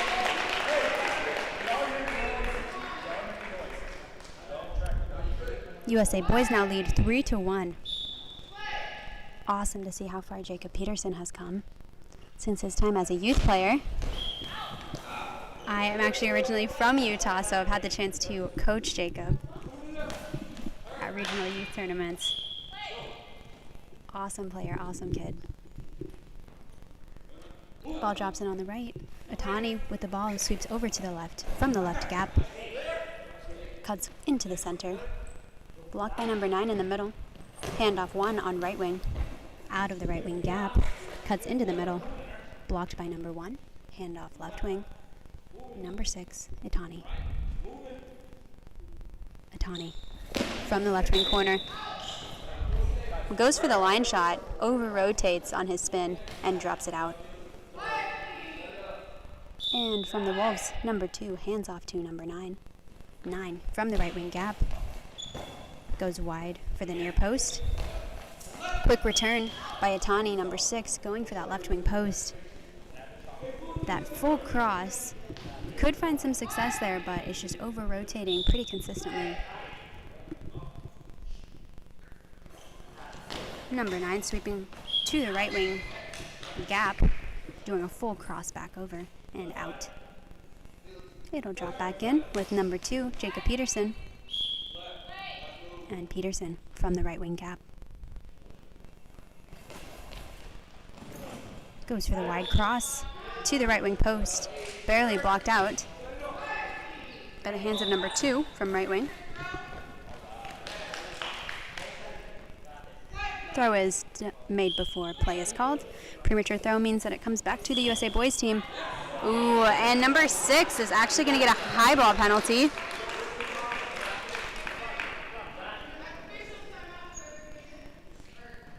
And quick clarification by the referee.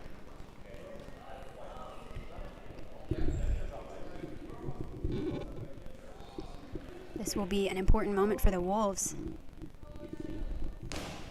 turn around the score as they currently trail the USA boys 3-1.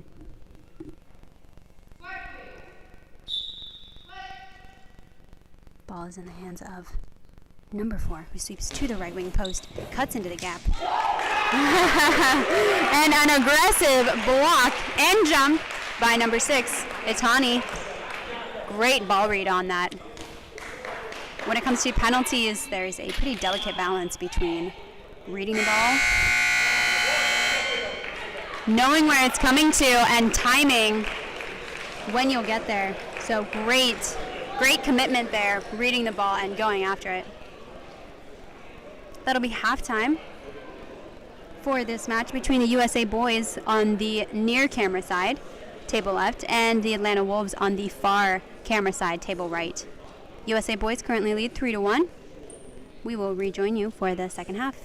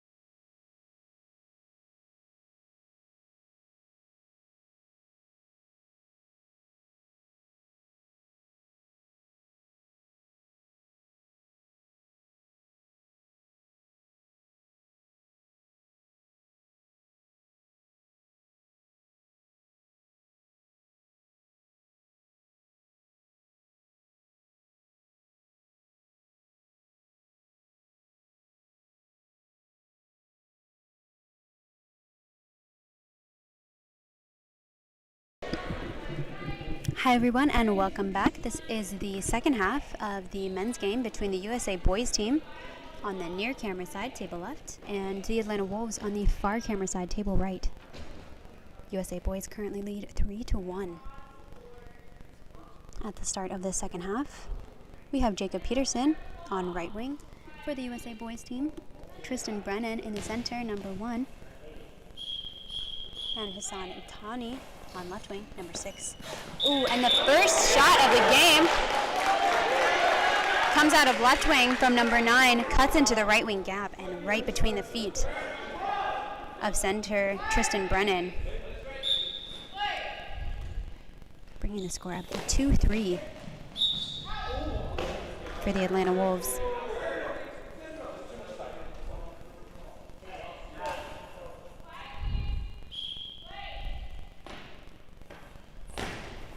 And right wing from the Wolves, number 2. Cuts into the near gap. Blocked by number 1, Brennan out of the center.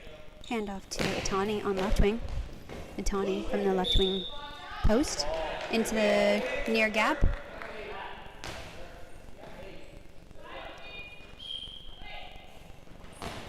Right wing, number 2 with the cross gap.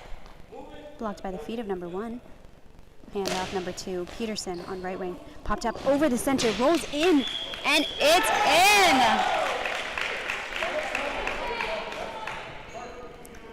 Looking at 4-2 for the USA boys. Some good action on that ball, as well as good placement by Jacob Peterson with that gap shot.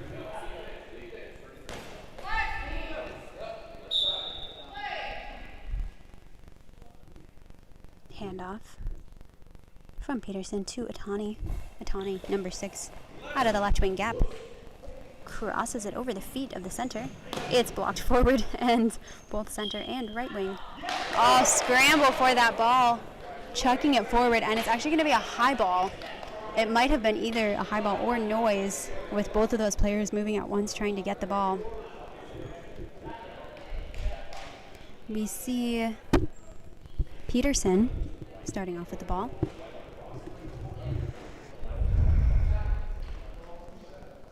Who will be throwing against number 2, who stands currently at the back center hash.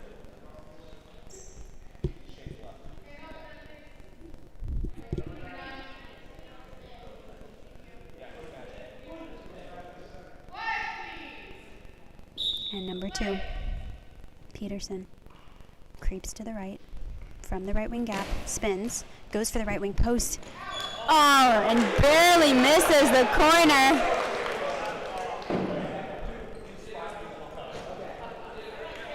Good attempt there.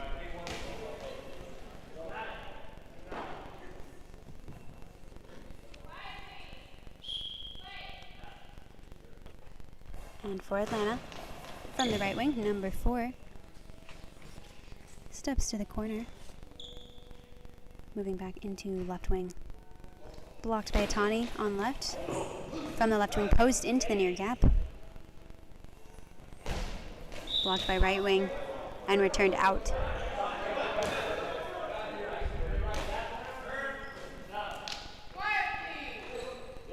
For the USA boys, number 2 over for the ball. Takes it out of the center, sweeps back around to his spot on right wing. A little bit lost there, hopefully. Ooh, and the ball is returned out. While Peterson was a little bit lost there.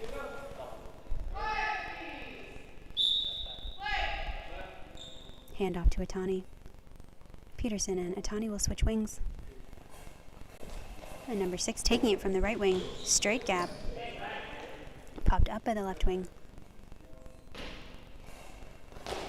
Who will take it? Cross gap popped up by the center.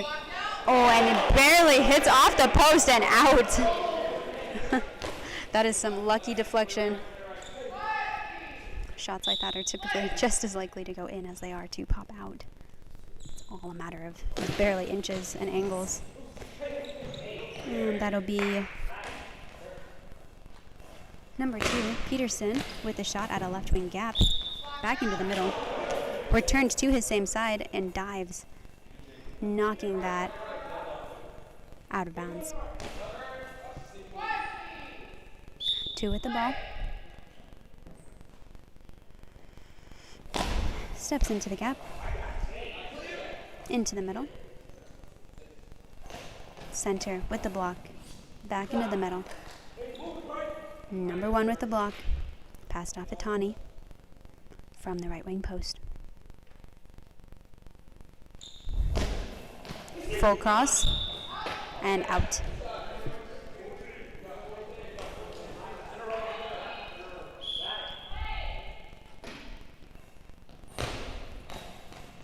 Right wing, number 2 from the Wolves. Stephen Smith with the throw back into the middle. Pass off to left wing, Itani. Shoots for his near corner. Barely misses. Got an official timeout.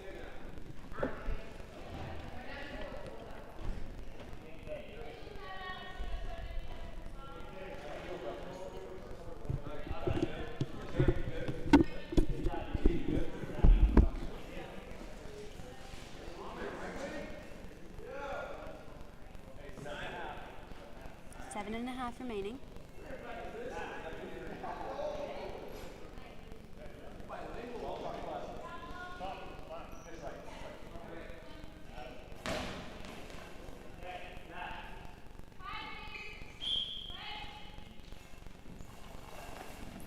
Just getting a couple of scores updated on Goalball scoreboard where you can track the overall process of the tournament.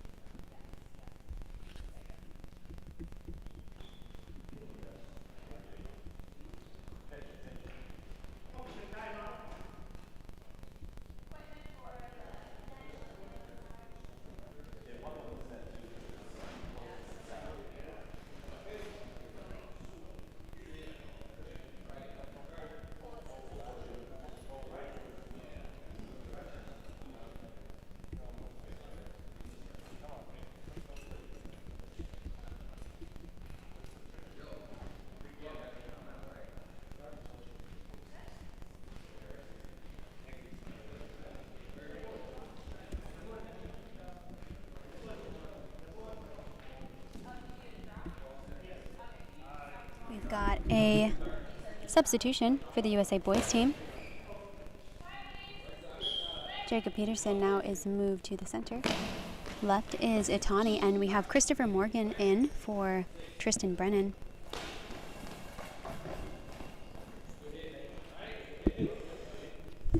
Itani from the left wing. Starts at the post. Big bounce into the right wing gap and blocked out.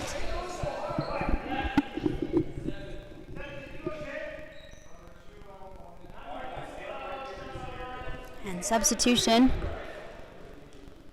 for the Wolves. Number 2 is coming out. Stephen Smith. We're looking at number 1, Julius Lindsay, coming in.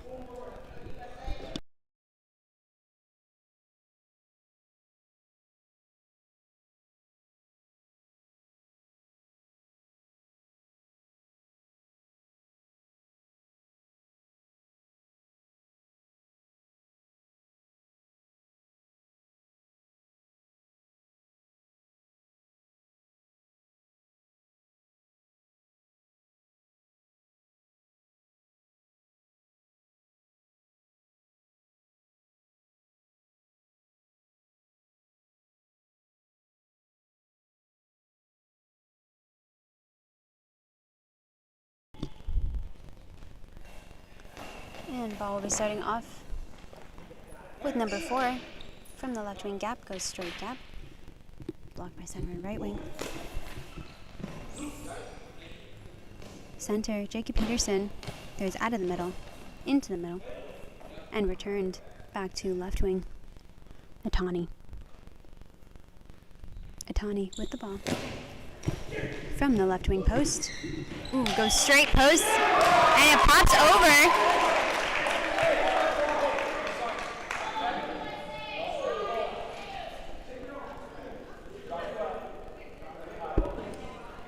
Great velocity on that shot, rolling it over.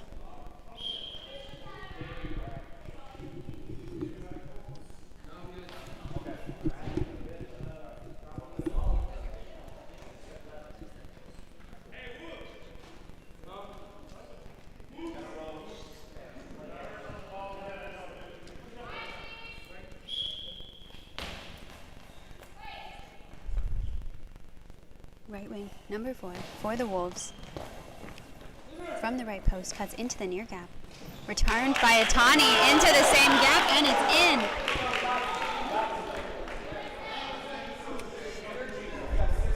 in. Six minutes to go. USA boys lead 6-2 against the Atlanta Wolves. Wolves from the left wing, number 1, full cross. Blocked out by Atani. Atani hands off to number 5, Chris Morgan. Morgan from the right wing post. Cuts into the middle. Center with the block and return. Blocked forward by Peterson. Peterson hands off to Morgan. Morgan back into the middle. Ball is loose from that center, recovered by the right wing, deep in the gap.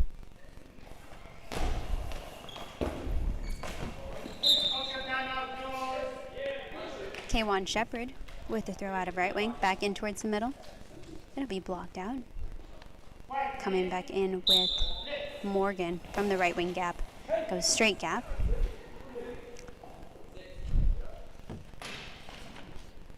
Number 1, Julius Lindsay with the block and return full cross.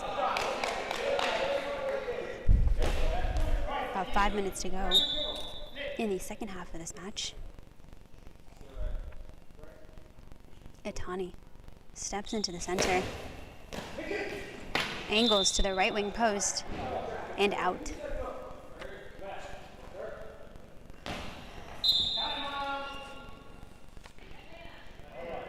Number 4, Kwan Shepard with that block, and it'll be a timeout for the Atlanta Wolves.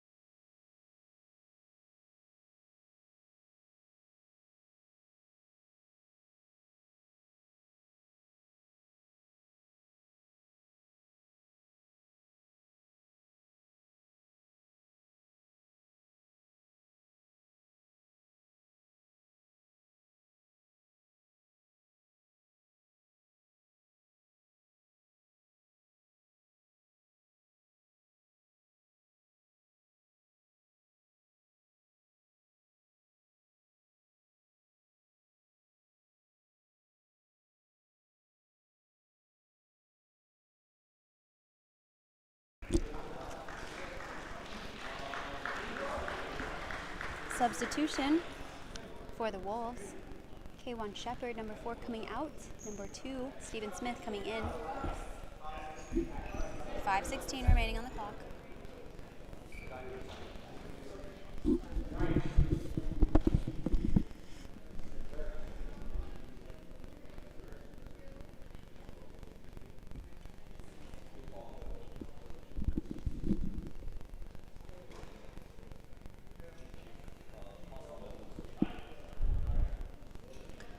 Ball currently in the hands of number 1, Julius Lindsay.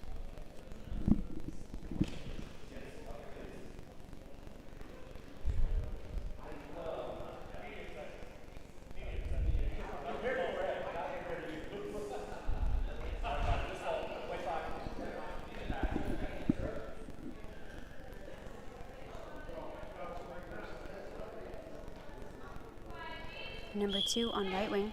Number 9 coming out of the center. And Julius Lindsay, number 1 from the left wing post.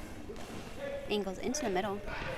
Blocked forward by number 2. Retrieved by 5, Chris Morgan. Morgan from the right wing gap into the middle. Returned by center, number 9. Felix Walker. Ooh, and a long ball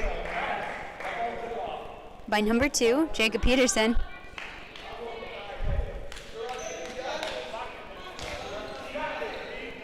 Important time to lock things down with a pretty hefty lead, but still enough time for the Wolves to make a comeback. The ball will be dropping on right wing for the Wolves. Number 1 with the ball.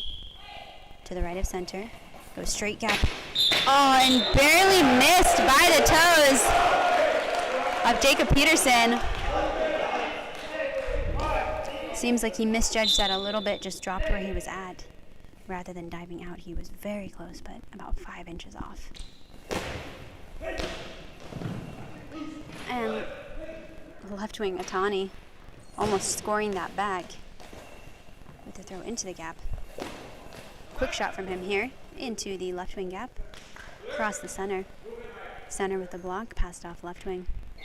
Julius now from the left wing post. Ooh, and tips it over the hands of Peterson.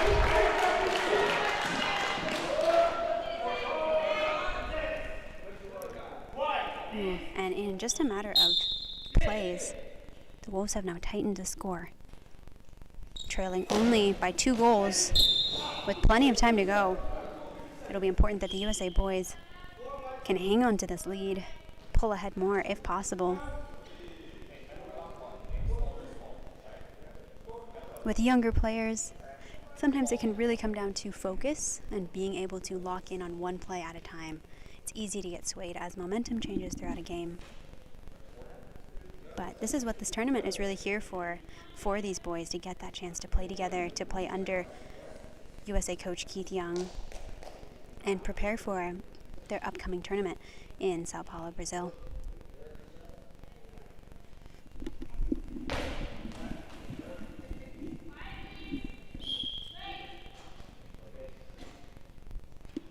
Number 1 with the ball for the Wolves. From the left wing post, cuts into the gap. This time, good coverage by number 2. Blocks with his arms.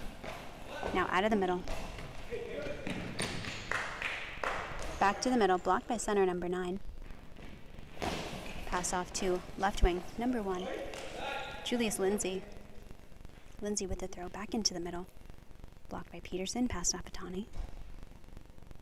Atani from the left wing post. Over, rotates, and out.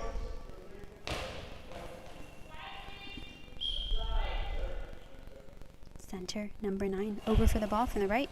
Smooth shot in. Ooh, and Peterson just lays out on that one.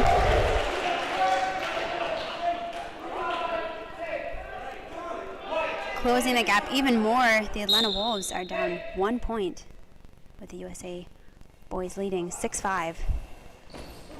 A really important time for these boys to reset, refocus, focus on each goal. Peterson with the block with his feet. Hand off to left wing. Atani from the left wing post, angles back into the gap. Blocked by center. Passed off right wing. Right wing. Ooh, and Peterson almost jumping out of the way of that. You can sometimes hear number 2's coming out. Number 1 is going in. Good call by Coach Keith. Reset some of the energy, reset some of the focus. Right now we can hear the Atlanta Wolves getting a little bit riled up. I mean, they were able to pull back 3 goals in the span of only a few minutes. And they still have time to tie this up or even completely change the ending score of this game. It'll be up to the USA boys team to reset, get refocused on their defense. Atani throws on play. Full cross. Blocked by number 1, who returns with the full cross. Ooh, good coverage by number 6. Atani with the ball. Steps into the gap. Throws in towards the middle. Number 9 with the block. Passed off right wing. Right wing with the full cross to the right wing post. Almost slips through the hands of Chris Morgan, who returns with a full cross. He's being reminded by his coach to block with both hands. And Lindsay over for the ball. From the right wing gap. Cuts it in. Good coverage by number 1. Tristan Brennan. Brennan with the pass to number 6. Number 6 from the left wing post. Goes straight down. And blocked out by right wing. Both teams a little frantic here. Right wing with the ball. Goes straight down. Blocked by Atani. Atani from the left wing gap. Goes for the near post and out. It's all about playing it one ball at a time. Defense here. We're seeing a lot of form breaks for the USA boys. It can happen as you progress farther into a tournament. Lindsay over, or number 9 over for the throw. At Atani. Atani with the block. Returns full cross. Julius Lindsay equal to it. From that left wing post. Just crossed the face of the center. Fumbled by center, but recovered and handed off to number 6, Atani, on left wing. From the left wing line. Goes straight down the line. Blocked out by right wing. That spot's pretty solid. What we haven't seen from Atani in a little while is the short cross. That's the one we're looking for, rather than the full cross or the straight line shot. He has had a lot more success on the short cross just past the center. Atani with a quick return. It'll be important to pace themselves a little bit. Atani just had 3 quick shots in a row, as he is one of their primary throwers, and right now the focus is really on defense. The USA boys still lead by that 1 point. And the faster you pick up the pace of a game, the more shots you allow for the other team to potentially make things back. So it kind of becomes a back and forth game of focusing in on your defense, making your shots count, but also not giving the opposite team more opportunities to score with increased throws.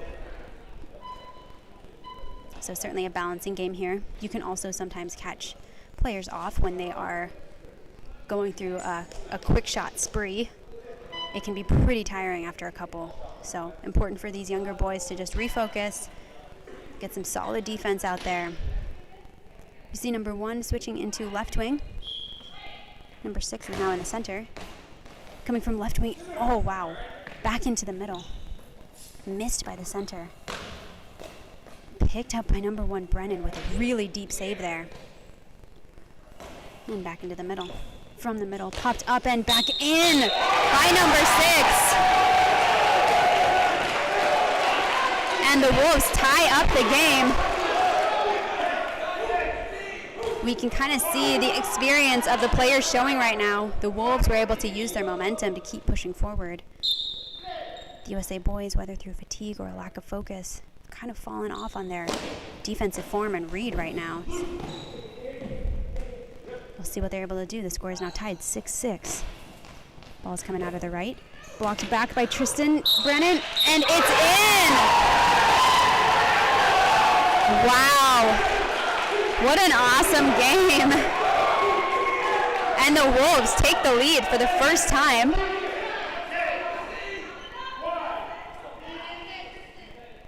Wow, way to flip the score. They have really changed their momentum.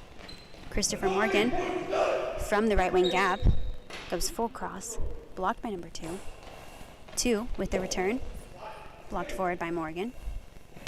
Morgan now with the cross angle, blocked by center. Center with the ball, back into the middle. Good block by number 6, who returns into the left wing gap, popped up by the center and out. Great shot by number 6, Atani. Now starting to use that clock to their advantage. Lindsay from the left wing. Into the right wing gap. Into that near gap, blocked by the legs of Morgan. Morgan, pass off number 6, Atani. Atani goes for the left wing post. It's almost in. Great read by left wing, Lindsay. Lindsay with the ball from the left wing post. Drops the ball out. And it's a timeout for the USA boys team.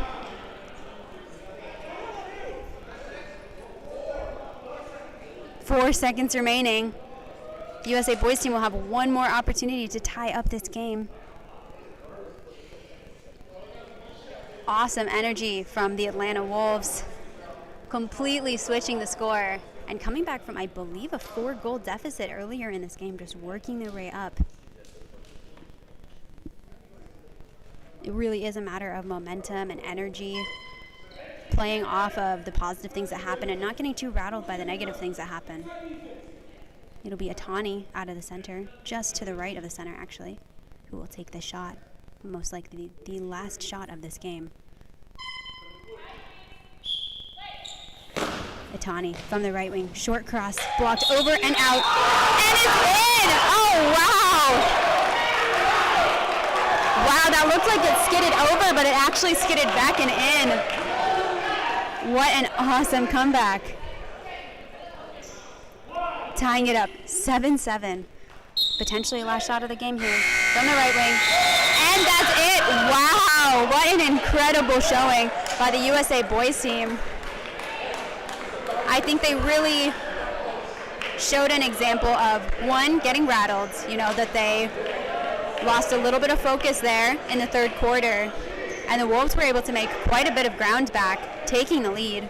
But the USA boys, you know, rather than falling apart, rather than letting that game go, they kept fighting, got that point back, tied the game back up. What an incredible showing by both of these teams here at the 2023 USABA Southeast Regional Goalball Qualifier. Thanks everyone for joining us. We will be with you again for the next game in this gym between the Atlanta Renegades and the men's pool team. In the opposite gym, Gym 2, we'll see the Manticores versus the New York Empire. We will see you in a bit. Thanks for joining us.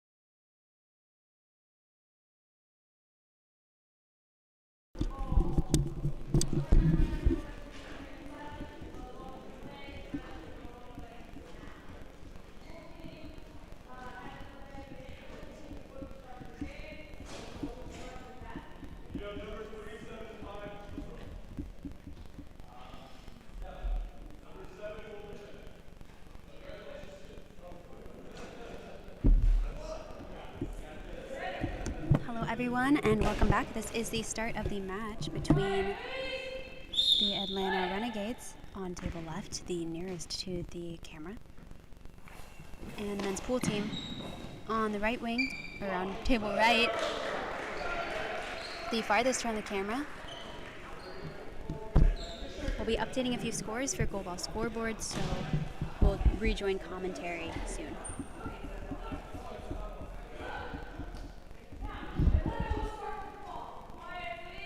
They began with a delay of game penalty on the men's pool team. Penalty was blocked, and now Atlanta will be starting with the ball.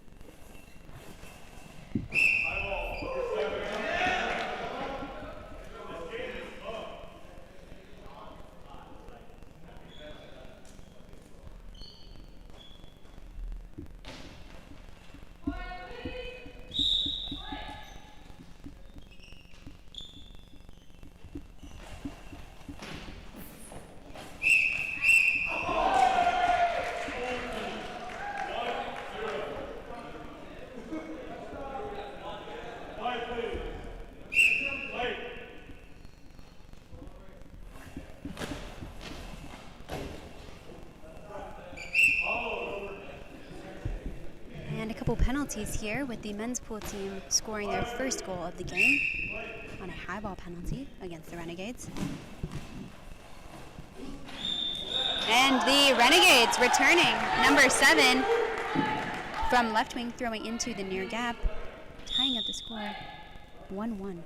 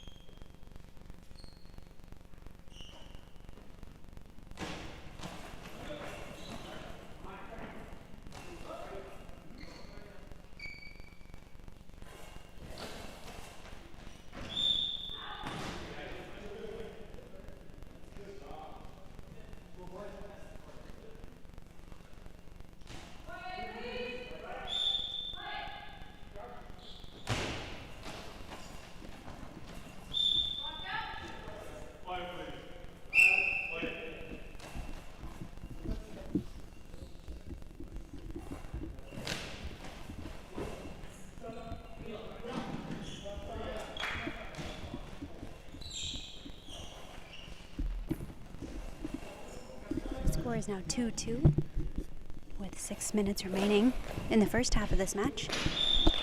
And number 7 with the goal, bringing things up to 3-2 for the Atlanta Renegades. Currently on the court for Atlanta, we have number 6 on right wing, number 8 in the center, and number 7 on left wing. 5:26 remaining on the clock. And on left wing, Michael Spriggs. Right wing, number 6, Ricky Johnson. And in the center, number 8, Kendall Newson. For the pool team, I believe it's number 3, Camilo Gass.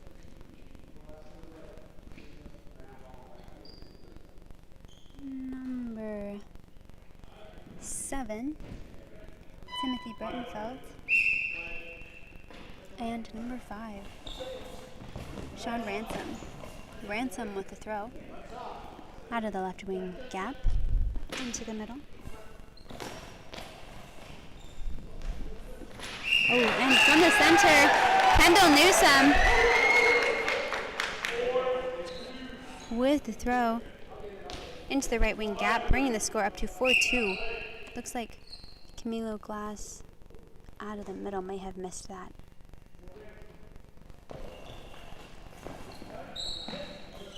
Number 7 from the pool team, cross gap, blocked by the right wing, picked up by center. Newsom out of the middle, and will be a substitution for the pool team. Out number 3, Camilo Glass.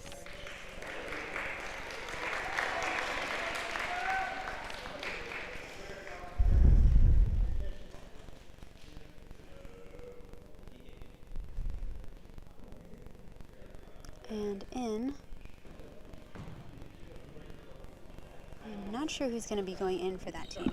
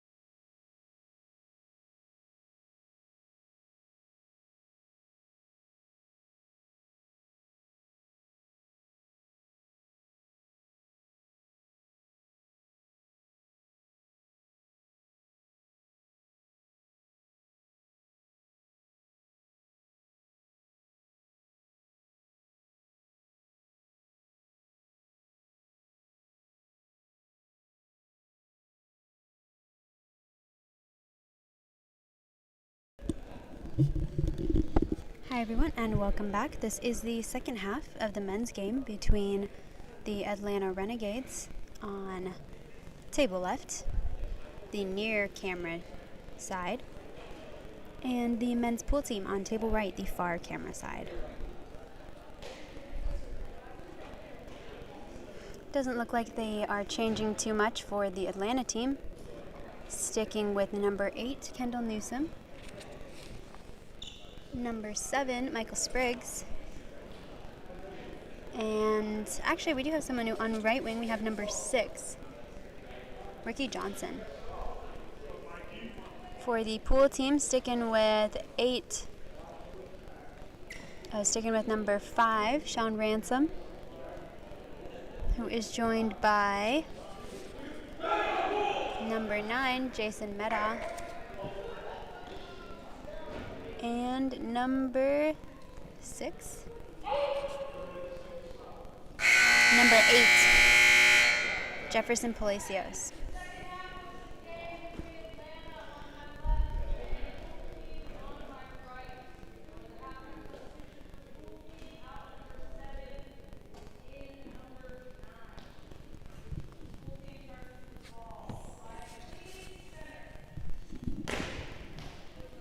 Pool team will be starting off. They trail 4-6 against the Renegades. Palacios, number 8, from the right wing gap. Ooh, throws into the gap, tips over the feet of Newsom. And it's in. Score is now 5-6 Renegades.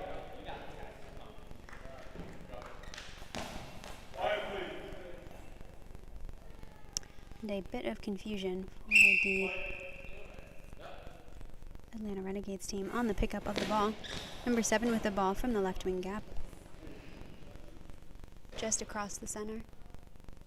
Blocked by Palacios in the middle, who will return it into the right wing gap. Popped up by the hands of center. Recovered by right wing number 6.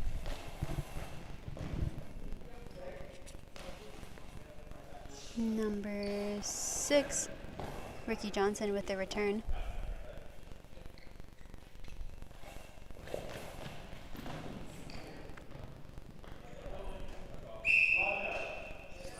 And blocked out on the pool team side.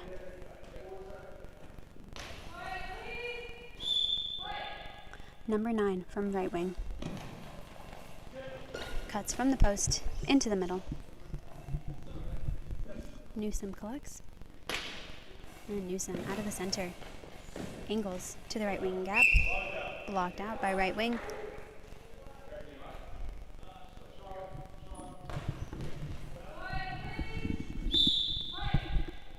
And Ransom, number 5, over for the ball from the right wing.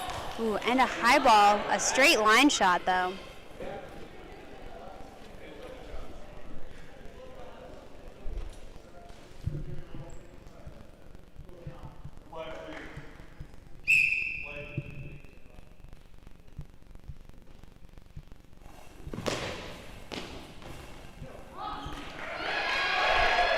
Thrown by number 7, blocked by number 5.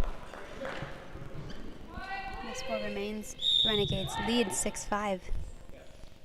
Ransom with the ball from the right wing gap. Cuts back into the center, pops over the center and in!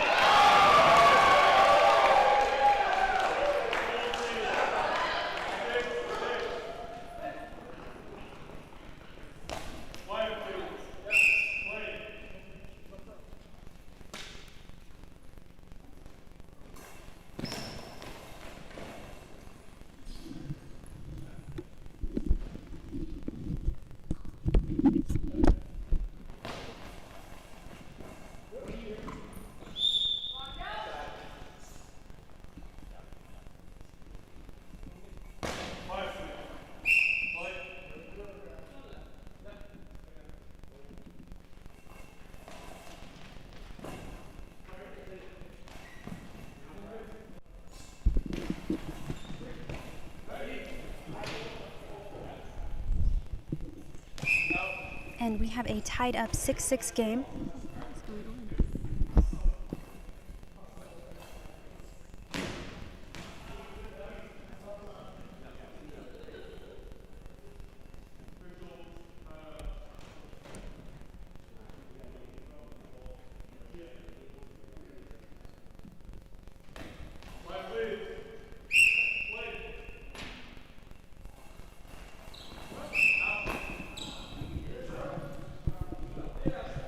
number 7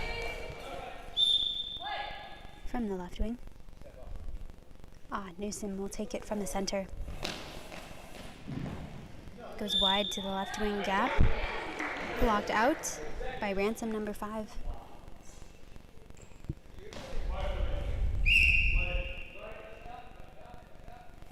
And left wing, Ransom with the full cross.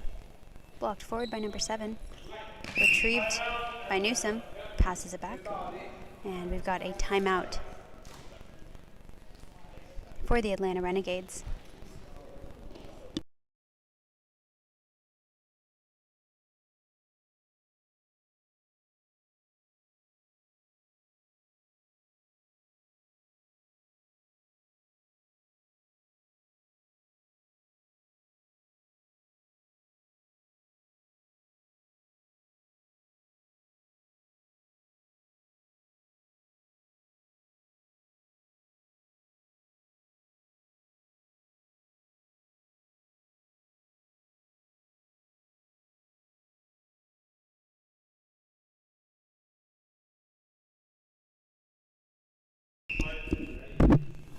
Number 7, left wing from the Renegades with the ball from the left wing post. Cuts into the near gap, blocked forward by right wing. Collected by Palacios. He takes it from the center. Goes wide to the right wing gap. Blocked by right wing, number 6. Shoots straight gap. Number 5, with a block, returns across to the feet side of the center. And blocked out. Number 7 from the left wing post. Cuts into the near gap. Blocked by right wing. Number 9, who returns into the middle. Blocked forward by Newsom. Newsom out of the 5. Slight angle into the right wing gap.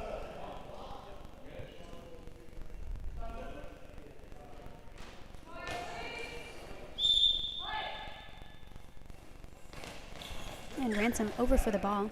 Shoots from the right wing post, cutting into the near gap. Blocked by number 7. 7 returns. Slight angle into the middle. And Palacios, number 8. Straight down the middle. Newsom with the block. Newsom steps into the right wing gap. Straight gap. Blocked by center, passed off left wing. Ransom. Ransom, number 5, with the full cross. Number 7 blocks and returns into the middle.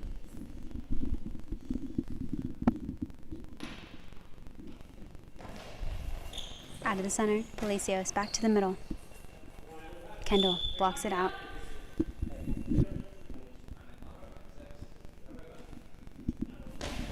Score is currently still tied, 6-6.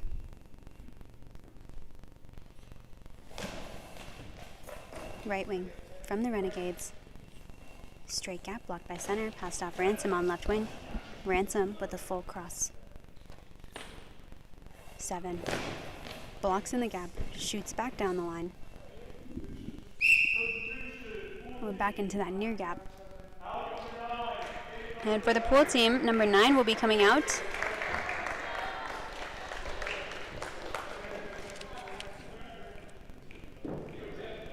Jason Meda. Number 7 will be coming back in, Timothy Brettenfeld.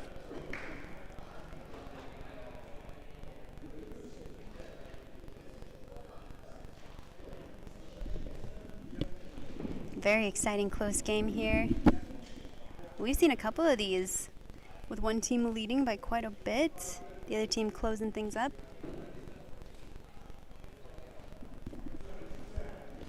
Will certainly make for an interesting reseeding after pool play. Right wing, number 7. From the post, goes full cross. Skids off the hands of center and collected by number 6 on the right wing. From the right wing gap, goes for the left post. Number 5 returns back into the middle. And number 8, Newsom, out of the center, back to the center, pops forward on the middle.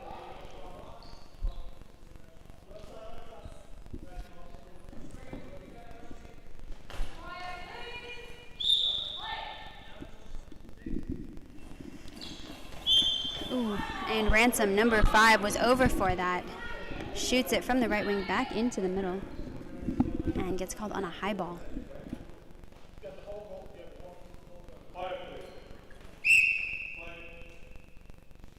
Number 6. From the right wing, goes full cross. Oh, and it's just barely out. The score remains tied 6-6.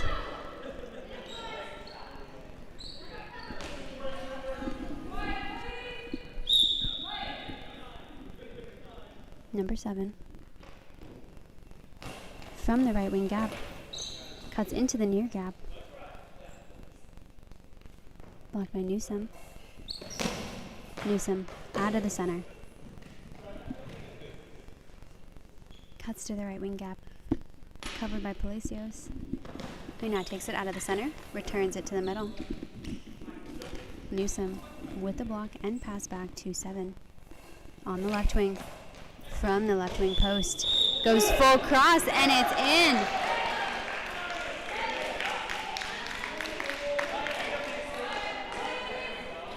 And the Renegades pull ahead 7-6. Ransom returns from the left wing gap back into the middle. Blocked by center. Newsome with the ball into the middle. Palacios returns to the center. Blocked forward and out.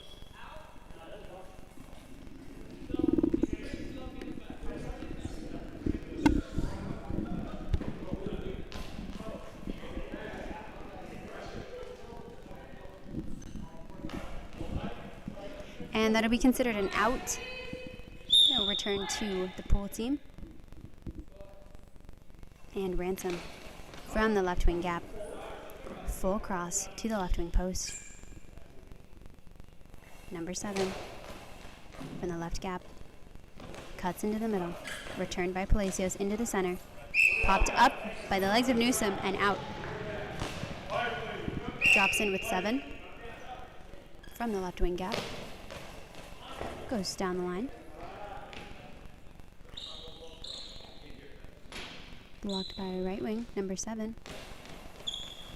Does a short cross to the arms of Newsome with the block.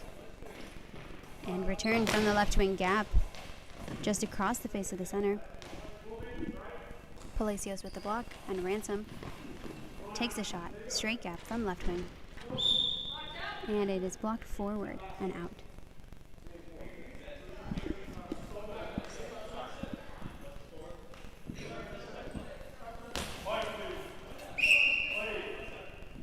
From the right wing, number 6.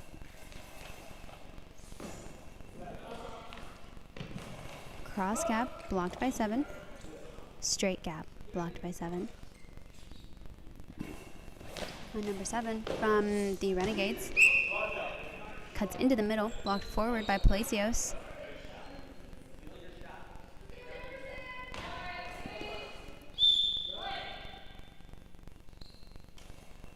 From the right wing, Ransom. Cuts into the near gap. Left wing, number 7 with the block. And smooth shot back into the middle.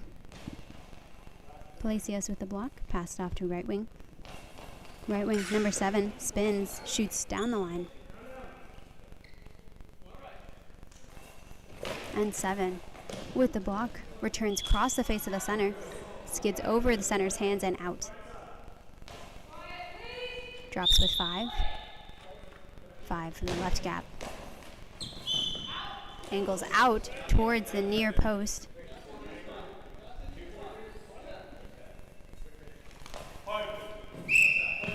And Newsome over on the right wing post. Shoots down the line and out.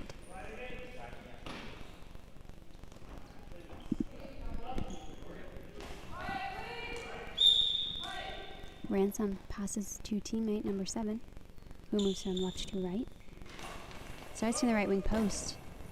Angles into the near gap. Blocked by the legs of Newsome. Newsome steps left of center. Shoots straight. Pops up, in and over.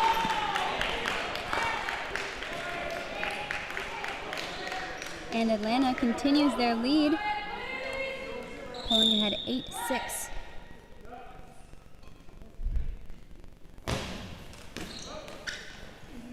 From the pool team.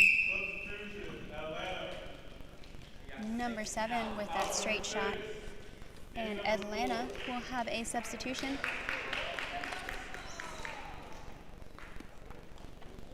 Out number 6, who we actually don't have their name down here. Looks like it's going to be in number 4. Terry Smith. Oh, so that was out number 6, Ricky Johnson. In number 4, Terry Smith. Renegades currently lead 8-6.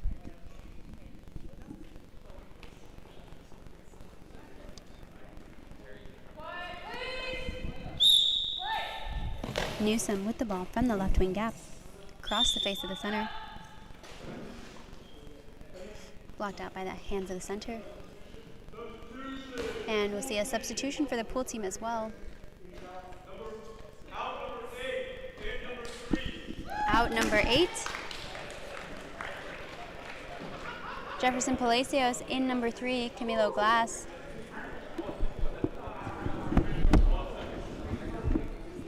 .201 left on the clock in the second half of this men's match.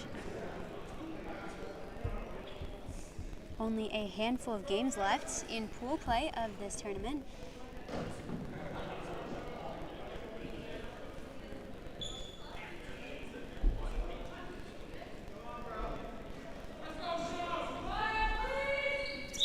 And Sean Ransom now moved to the center, out of the middle.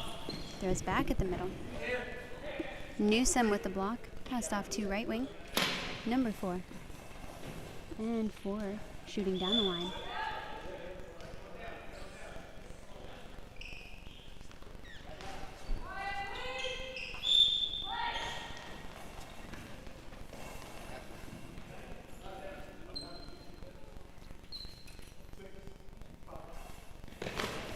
Newsom with the ball.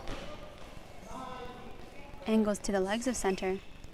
Passed off to left wing. Left wing with the throw straight down into the gap. And it's in.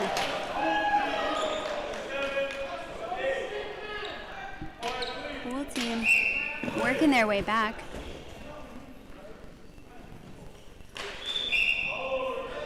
That'll be a ball over for the pool team. Possession returning to the Renegades.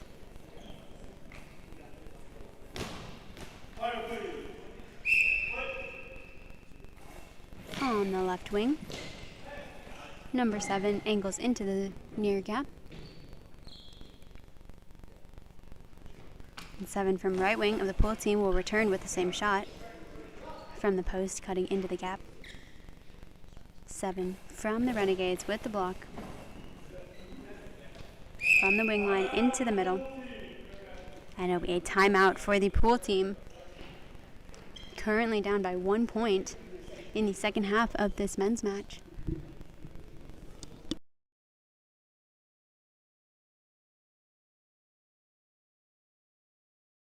.113 remaining in the second half of this men's match.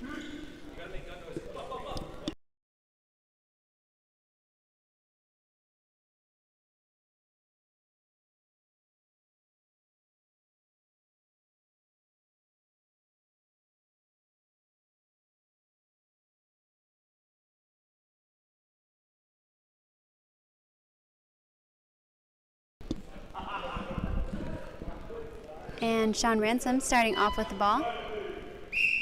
Out of the middle. Angles wide. To the left wing gap. 7 with the block. Shoots straight gap. Blocked by 7. Who returns from the post into the middle.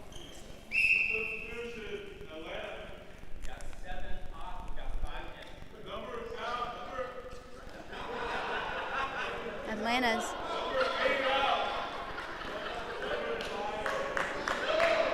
believe he said number 7 out for the Atlanta Renegades. Number 7, Michael Spriggs.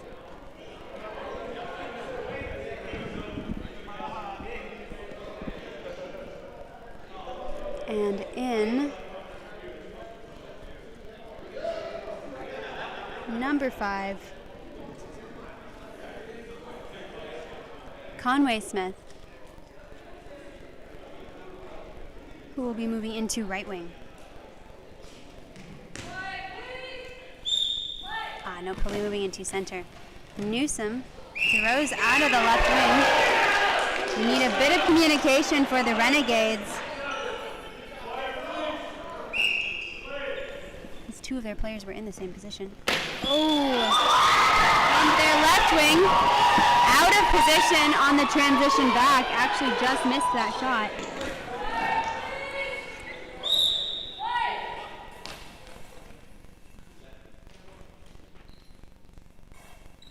Renegades currently now lead 9-8. Less than a minute to go. And we've got a timeout for the pool team.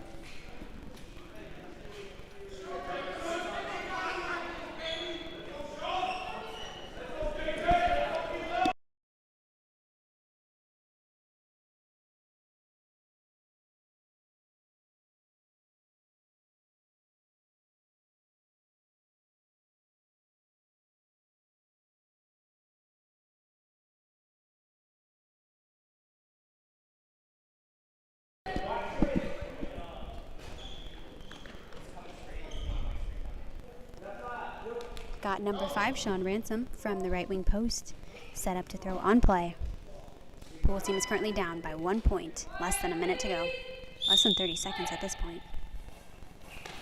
From the right wing post, in towards the middle. Oh, gets through the feet of Newsom, but he quickly retrieves it. And then Newsom out of the middle, back to the center. Ransom with a quick return into the gap. Blocked by the legs of Newsom. Takes it out of the center, skips back to the middle. And Ransom with the angle into the right wing gap. Number 4 with the throw, shoots down the line. With the block. And that's it! And the Atlanta Renegades take the game 9-8 over the men's pool team.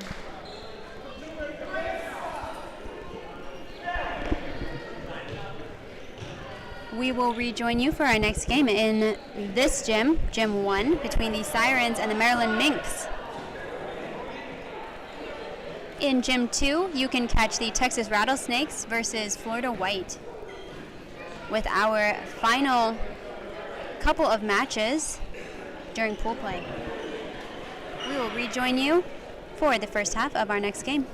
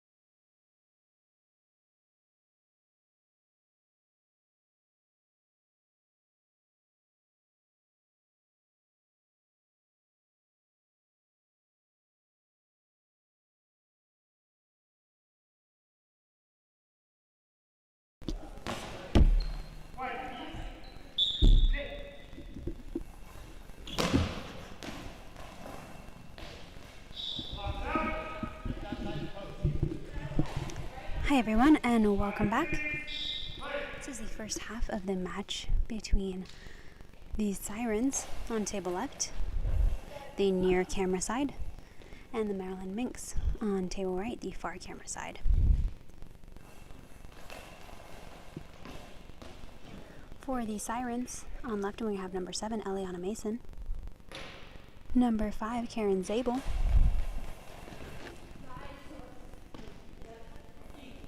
and number 9, Adiana Brennan.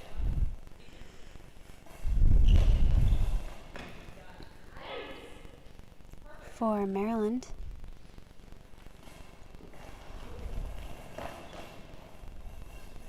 I cannot read their numbers. Eliana Mason with a quick pitch. Back down to number 9. Number 9 throws the cross gap, blocked by Zabel. Passed off to Brennan on right wing. Brennan from the right wing. Goes wide to the left wing post. Just misses out.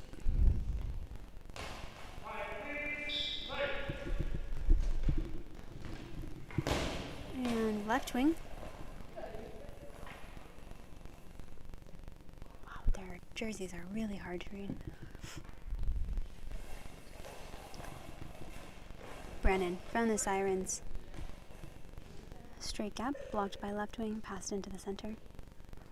Center, number 4, with the spin shot into the middle. And that's number 4, Brianna Pumphrey. Mason sweeps around into the right wing gap, shoots straight gap. Blocked by number 5 and returned into the gap. Maybe that's number 6, Bridget Cassidy.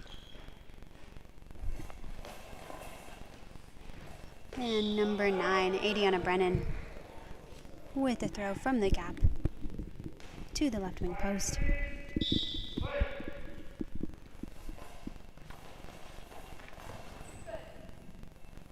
Bridget Cassidy from the left wing post into the near gap. Blocked by Zabel, who returns to the left wing post. Ooh, and barely pushed out by Cassidy.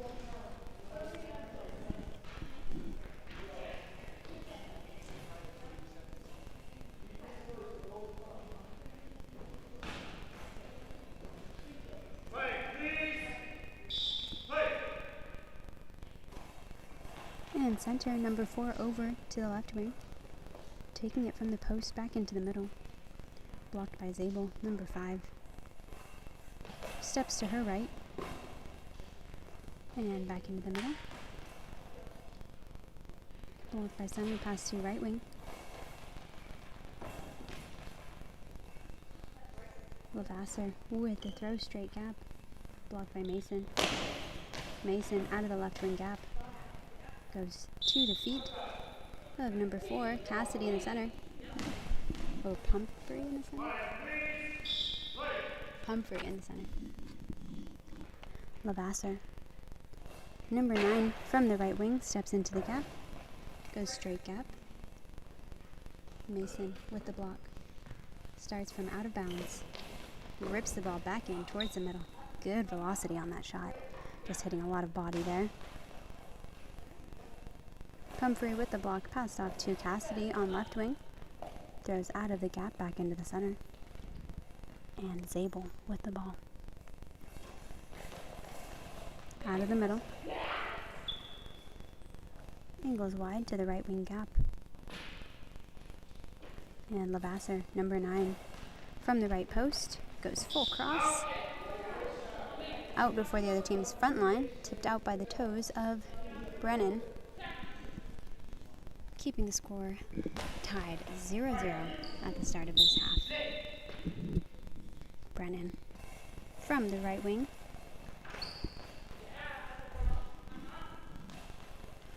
Angles into the middle. Blocked by Pumphrey. Pass to Cassidy on left wing. Left wing from the gap into the middle. With a short cross into the feet.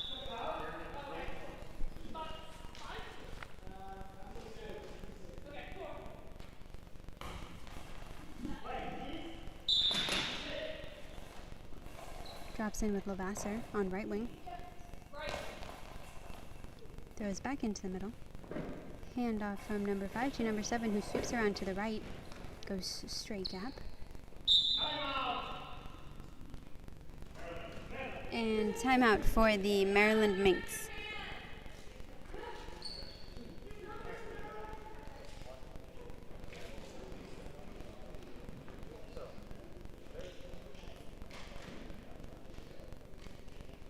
The Sirens moving the ball around quite a bit, but hitting a lot of body.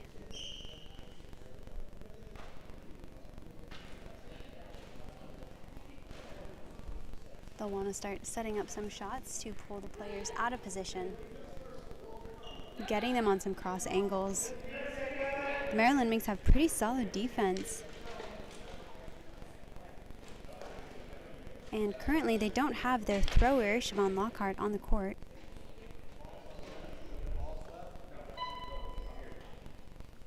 I believe she's sitting on the bench currently, which makes things a little bit tougher for the Maryland Minks to score on the Sirens, who also have pretty solid defense.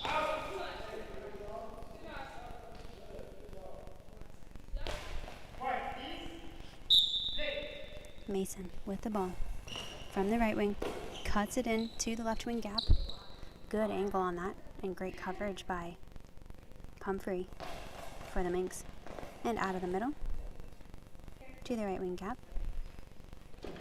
Brennan steps into the gap, goes wide for the left wing post, and it's out.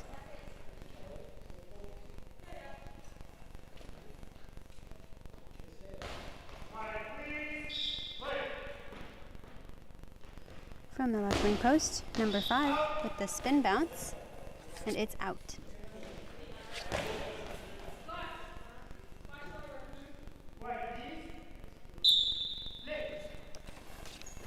And Mason with the sweep from right to left. Goes straight down. Good coverage by number 9, Rebecca Levasseur. And the ball will actually return to the Sirens.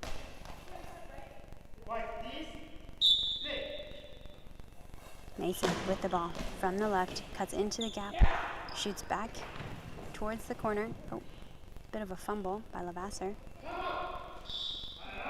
And they will call a timeout to save that shot. Great reverse cut by Eliana Mason. Started off in one position, ran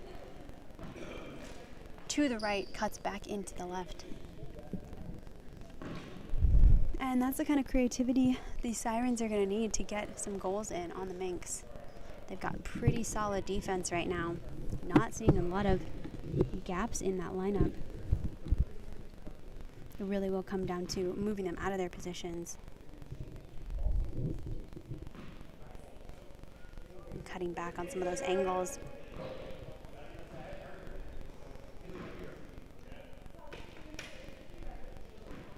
It'll probably be thrown on play.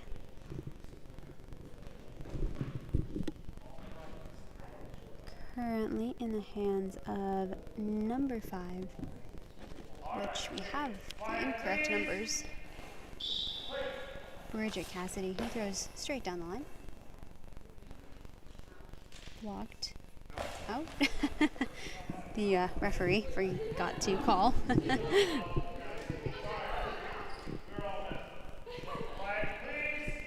And Brennan with the ball from the right wing post, cuts into the near gap, blocked by left wing, pass to center.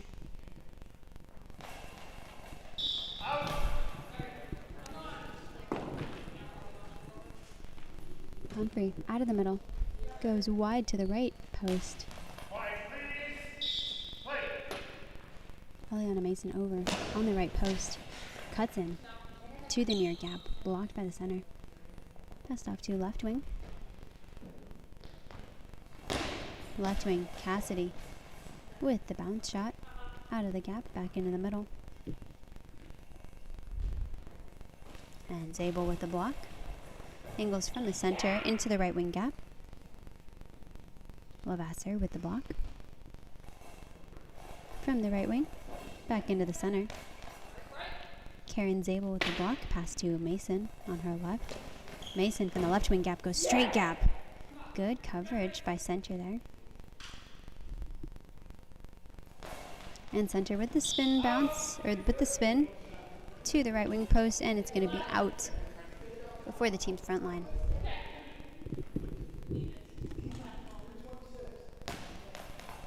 3:26 remaining in the first half of this match.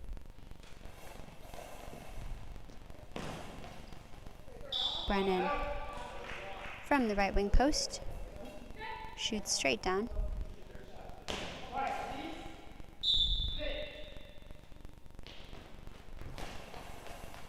Pumphrey from the left wing post returns down the line, blocked out by Brennan.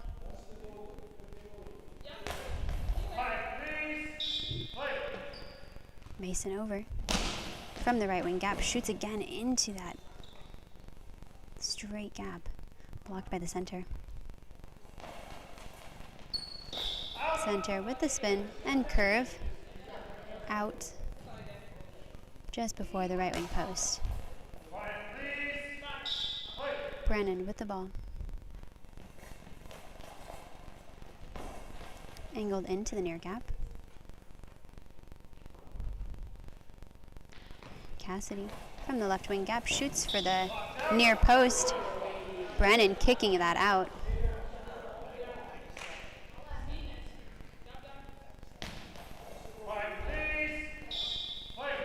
Drops in with Mason. Mason from the right goes full cross. Blocked forward by the center.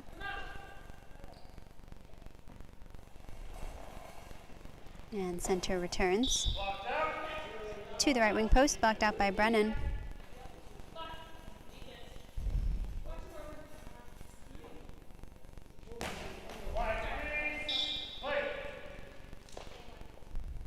Brennan from the right wing gap goes straight down, blocked by Cassidy on left wing. Goes with this bit of a spin bounce, and good coverage by number 9, Adiana Brennan. Mason is over. Takes it from that side. From the post, shoots straight into the middle. Blocked by center. Spins. And it is out before the front line.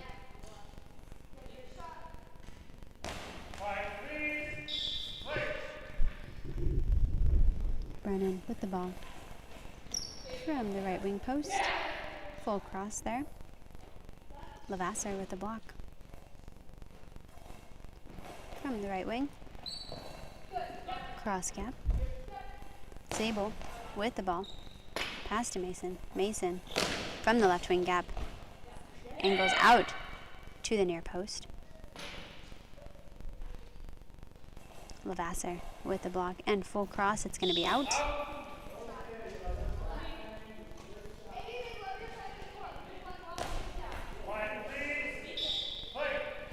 Adiana Brennan from the right wing gap goes straight down the line. Blocked by Cassidy. Cassidy from the left wing gap goes cross gap. Mason with the block. Mason from the left wing post. Oh, crosses the center, misses the center, and it's in for the first goal of this game. That's the kind of movement they need. Eliana took several of her shots from the right side of the court and then was able to shift things back, cross up the center, and get it in that left wing gap. Cassidy from the left wing into the middle. Mason with the ball. Out of the center. Back to the center. Pops up and forward. Retrieved by center. Pass to right wing. Levasseur, who crosses just barely across the face of the center. Zabel with the block. Out of the middle. Angles to the left wing gap. Cassidy from the left wing gap skip shot. Straight gap. Blocked by the arms of Zabel. Passed off to Brennan. Brennan from the right wing gap. Straight gap. Blocked by left wing. Pass to center. Center. Pumphrey goes for the spin and rotates out.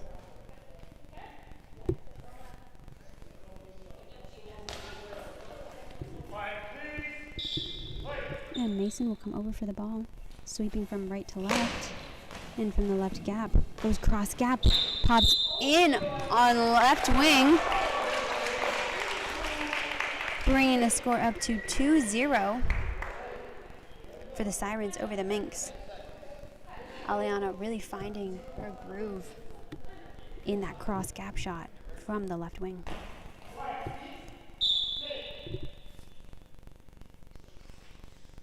Lavasser from the right post goes full cross, blocked out by Adiana Brennan.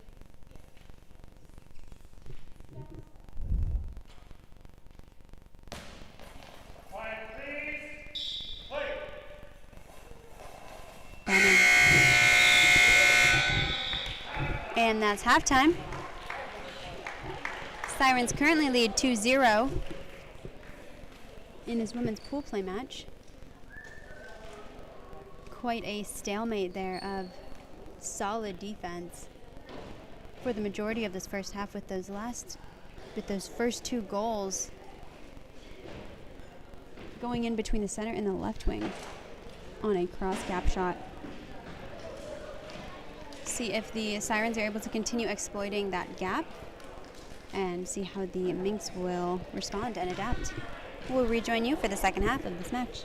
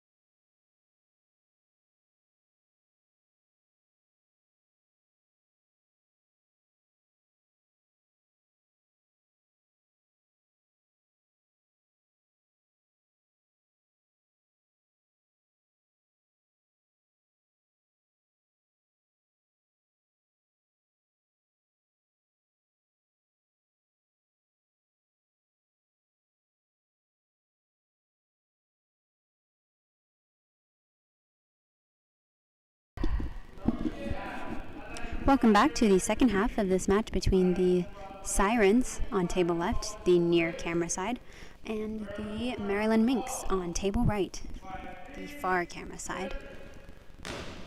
Sirens currently lead 2-0 and had a substitution at halftime.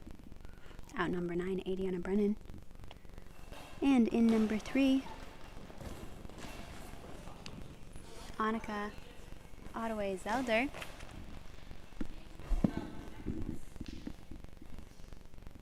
Eliana Mason with a shot into the right wing gap, blocked by Levasseur, who returns into the middle. Blocked by center, pass off to Mason. Mason out of the center. Skip shot back to the middle. And Pumphrey take things from the left wing post into the right wing gap. Blocked by Zabel. Pass off to Mason. Into the near gap. Levasseur with the block. And return, cross gap. Zabel passes to number 3, who sees her first goal of this game, having just jumped in.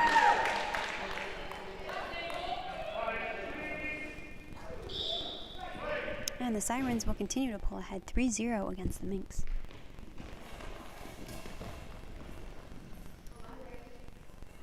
Cassidy with the gap shot. And number 3 with the block and return from the gap into the middle. Blocked by the center. Pass to Levasseur on right wing. Right wing angles out towards the near post. Returned by Mason into the center. Center passes to left wing. Left wing from the left wing gap. Throws out on her side. Annika from the right wing. Angles out to the near post.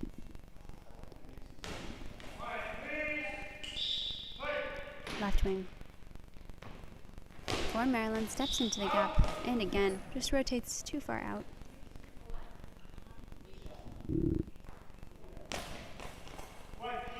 Mason over for the ball. From the right wing gap, cross gap, blocked by Levasseur. Levasseur from the right wing gap, shoots straight gap. And Mason with a quick return into the right wing gap. Blocked by center. Center returns, popping it up over, and in on number 3.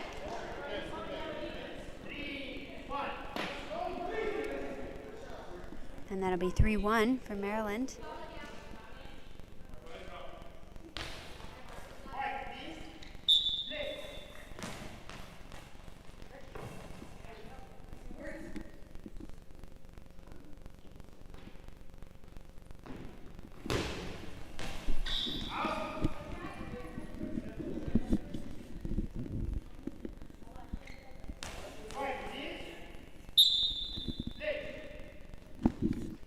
Actually, I believe that's Michaela Lama on right wing.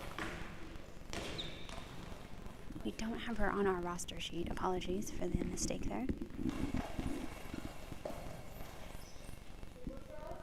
And Lama with the ball from the right wing gap.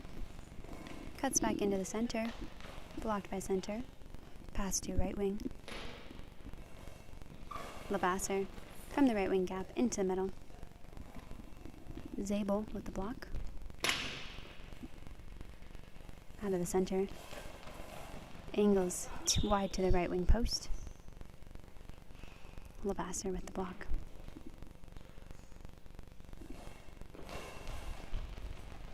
And returned full cross. Lama with good coverage on that line. Returns back to the near gap. Blocked by the legs of left wing. And retrieved by center. Center steps into the left wing gap. Angles for the right wing corner. And Lama returns into the near gap. Blocked by left wing.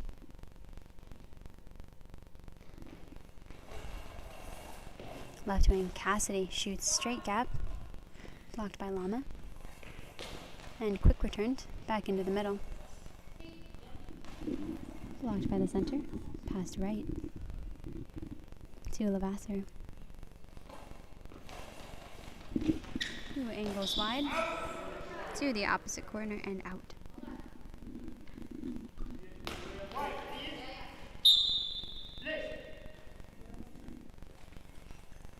Mason, moving from right to left, skips the ball back in to the right wing gap, kicked over by the feet of right wing and out. That'll be an official timeout for the Minks.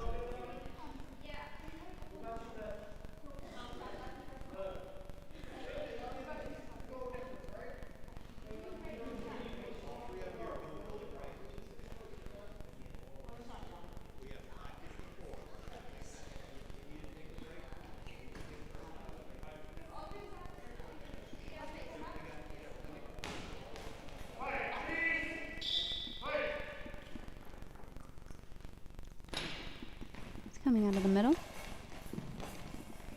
from Pumphrey, goes wide to the right wing post. Llama with the block from the right wing into the middle, blocked by center, pass to left wing. Cassidy from the left wing gap shoots straight gap. Zabel with the block, pass to Eliana. Mason, who goes cross gap, hits off the legs of left wing and retrieved by right wing. Oh, that's center. Some confusion there, but they were able to collect and release the ball in time.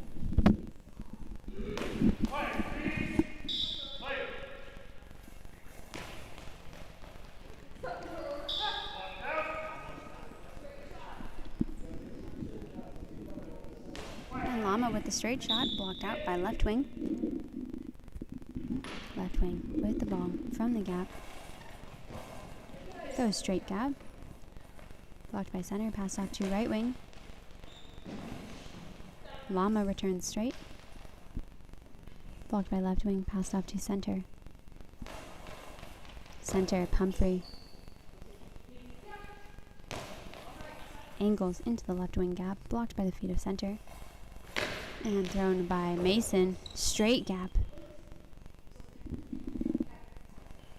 And popped forward. Great shot there by Mason.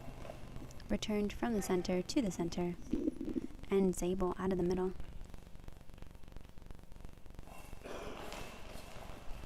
Angles to the right wing post.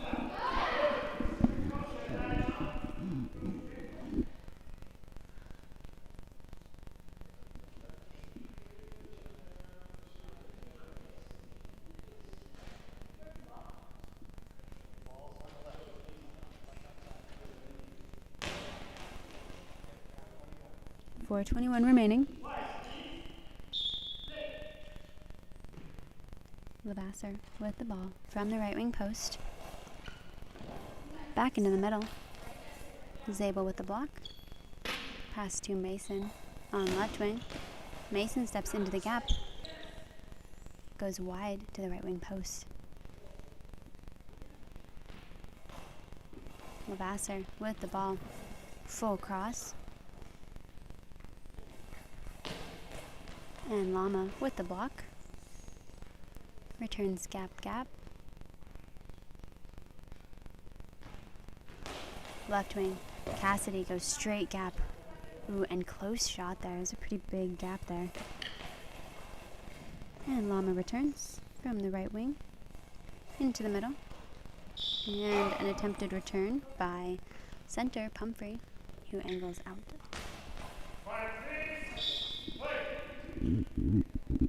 Mason over on the right wing. Cuts in towards the middle, blocked by the hands of center. Pass to left wing. Cassidy from the left wing post. Goes straight gap. Blocked by Llama on the right wing, who returns to the left wing post.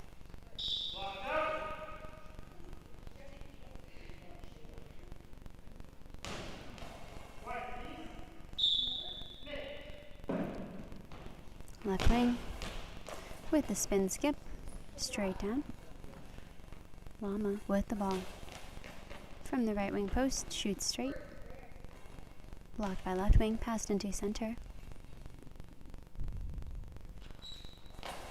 Center with the spin, keeping it in this time. Blocked by right wing at the wing line. Too short, crosses it. Blocked by Levasseur. Levasseur from the right wing gap. Back into the middle. Zabel with the block. Pass to Mason. Mason from the left wing gap. Goes for the near post. Almost gets it. But good coverage by the hands of Levasseur on right wing.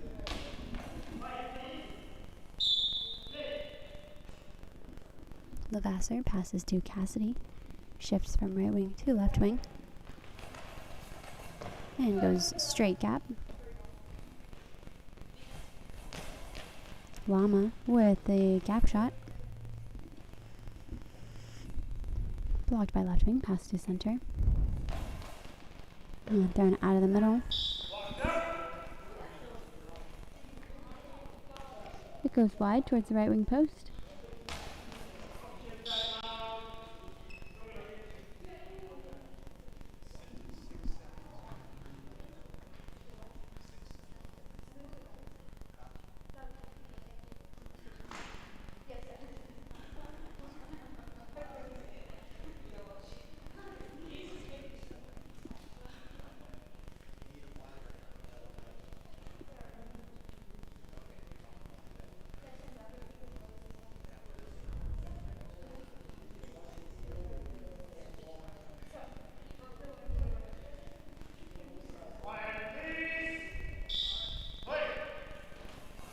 Mason with the ball from the right wing gap.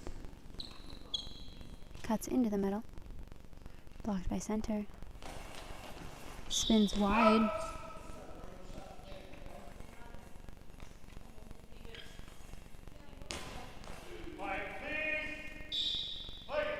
Mason over in the right wing gap. Cuts into the middle. Blocked forward by center. Pass to Levasseur. Levasseur from the right wing gap. Just across the face of Zabel.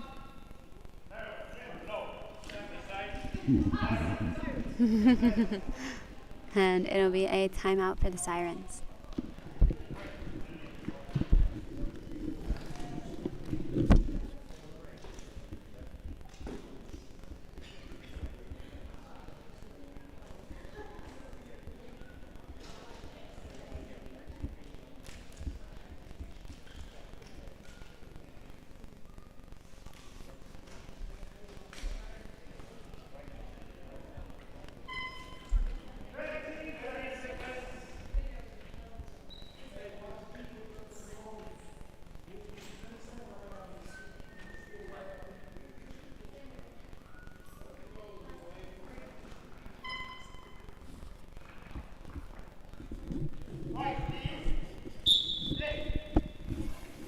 Mason with the ball from the left wing gap goes cross gap. Blocked by left wing. Left wing from the post. Into the near gap. Ooh, blocked over by right wing. Michaela Llama. Recovered by Mason. Mason from the left wing gap. Across the face of the center. Blocked by the arms of Pumphrey, who returns wide into the left wing gap. Zabel with the ball. Steps to the left of center. Angles out to the right wing post. And covered by Levasseur. Levasseur from the right wing post. Full cross. Blocked by Michaela Llama. And returned across to the feet of the center. And we've got a timeout for the Maryland Minks. Sirens currently lead 3-1 in the second half of this women's match. Coming down to the wire here on pool play games. There's only 2 more games in this gym for pool play and 1 more in gym 2.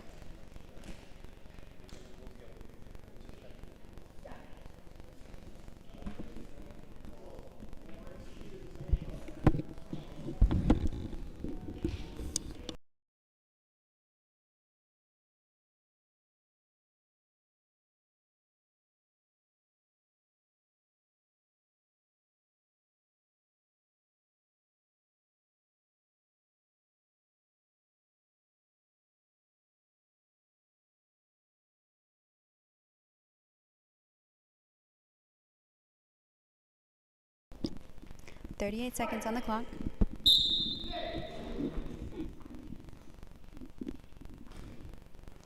Pumphrey from the left wing gap, shoots straight gap, blocked forward by Lama. Recovered by Zabel. Zabel to the right of center. Shoots just wide. Into the left wing gap, blocked by left wing, who returns out.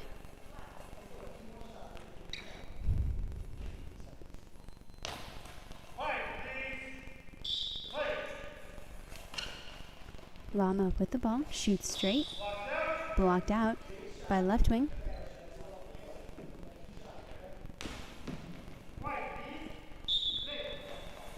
Left wing returns into the middle. Blocked by Zabel, passed off left to Mason. Mason from the left wing gap back into the center. And quickly returned out.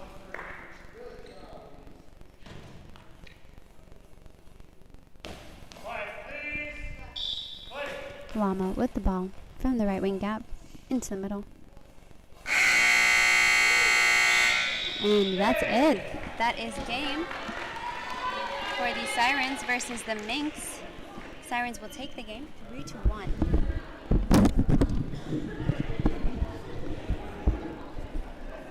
Our next game in this gym will be a women's match between Code Blue and the Atlanta women's team.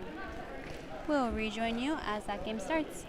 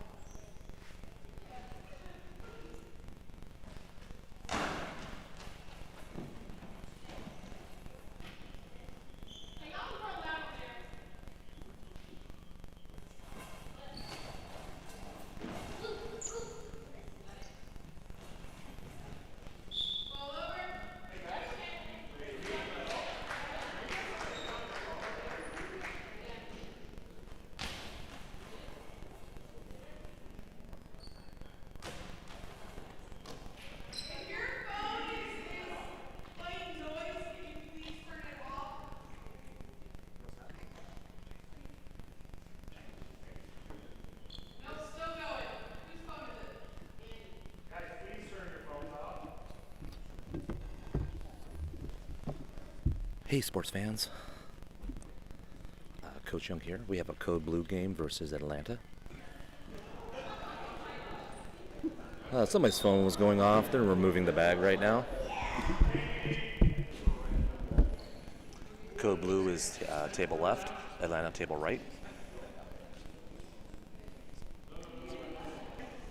Michael from Code Blue is at the left post. This is Keith Young, USA Men's National Goalball team coach, alongside my partner in crime, James Wallace. Hey, how you doing? Men's National Team Assistant Coach. So we have Code Blue against the Atlanta Ladies. Yes, it is Coach Wallace. GP.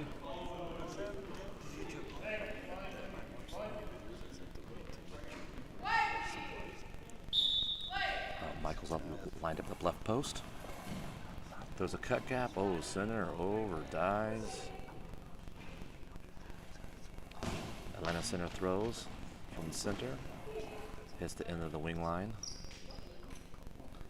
Veronica from Code Blue throws the ball from the 9. Throws a little bouncy cut gap. Center from Atlanta passes the ball to left wing. Left wing, her name is Wendy. Wendy throws it straight at 22. Easy block for Veronica. All right, we have Megan from Code Blue roving over for the right ball drop. Megan sweeps back. Throws from her 4. Hits 3. Ooh. Center was selling out to the line a little bit. Atlanta's number 3 is Kira. Kira's lined up at her 8. Throws, hits the 2-3. Pardon me, second. Megan. Megan has come on the scene for Team USA, ladies side. Yeah. Done a very good job for them. She's from Utah, a former Youth Worlds player. I like her athleticism, Coach. Yes, sir. She's got the curtailed that athleticism because she can tip that ball with Michael kind of sucking into the gap, playing the ball, right, Coach? Yeah. Ooh, Veronica throws I thought that was high. Yeah. Yeah, she threw a 31. That got blocked out. Kira has the ball, throws across.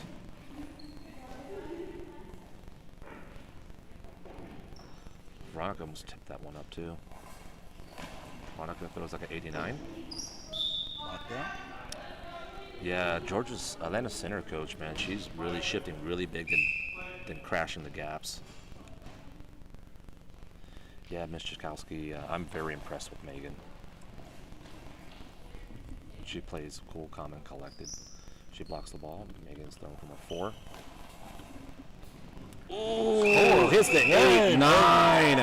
Nice shot, Megan.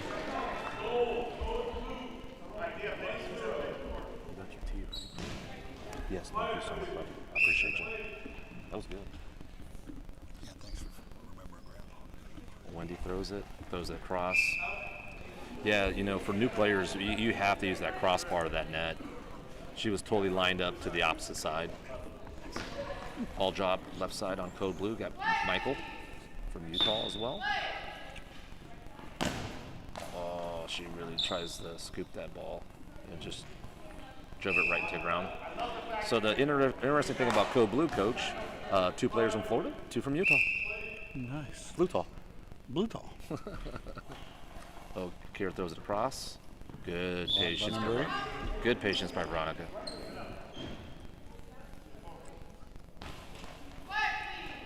Scores 1-0 Code Blue.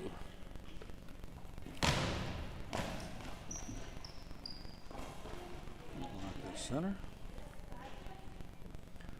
Center drops back from the 5. And blocked by Megan. We're going to hear that a lot today, Coach. Yes, we are. She covers a lot of territory. Oh, good rip. It was like a 32. Ooh, good block. She's, she can develop that ball. Even if she hits a little bit of a body, I think that ball could trickle over. Oh, Kira throws that big cross. Her lead foot was already pointed way out to the left. So ball's dropping right on Code Blue.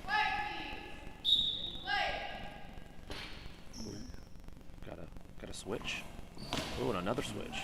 Okay, I like it. A double. That ball gets banging around. You don't know what's going to happen. Yep. Easy block by Michael. Michael number 1. Ooh, chops the ball to the 6.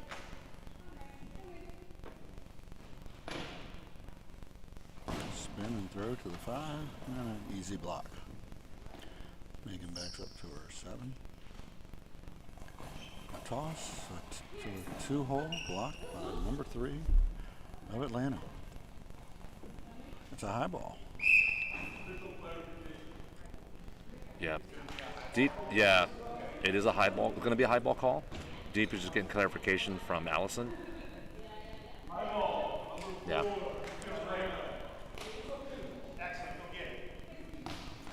All right, let's see who's going to throw the Ooh, penalty shot. Veronica's going to get a shot at this. Nice. Veronica against Tazira from Atlanta number 4. is in the right gap. Veronica's lining up at her 8.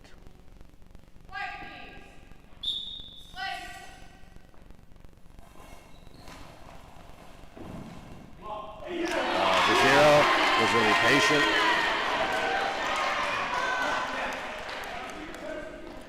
I don't think Veronica heard any footsteps. She could have sold it and cut it right over. Yeah, good defense. Spin and throw. Tazia. Blocked by Megan. Megan's going to take this one on her own, stepping into her 4. And a Ooh, toss. 31. Ooh, that fold, that right winger for a little bit. Blocked by Megan. Let's start a tick sheet, coach. Huh? How many blocks by Megan? We'll go with 1. Okay. Michael's thrown from there 2, crosses it. I like it. Pops 6, up 7. and in.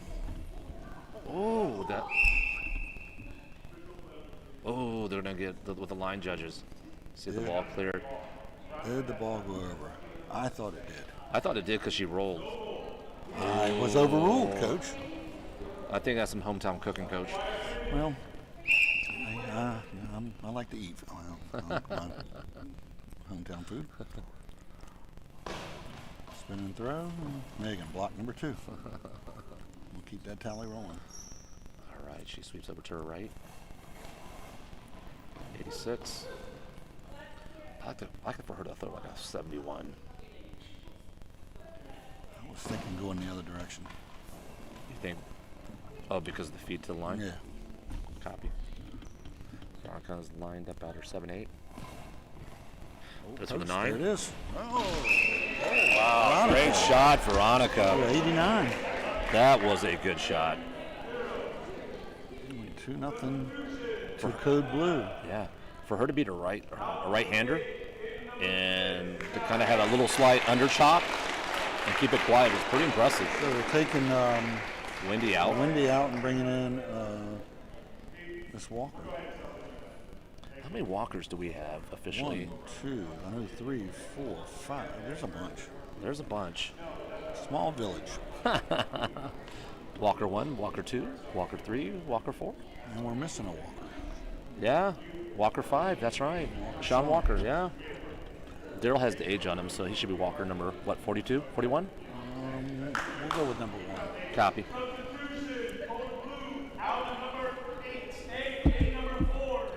All right, got another substitution by Code Blue. Out is Veronica. In is Aaliyah.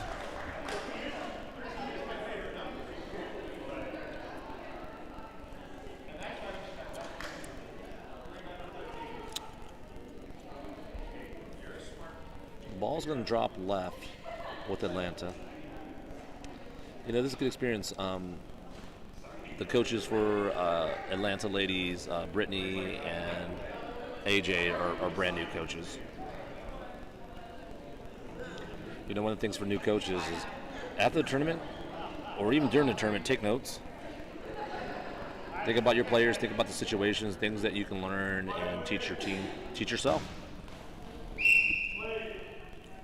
All right, so straight off the bench, she's throwing. Oh, we have that lefty. Yep.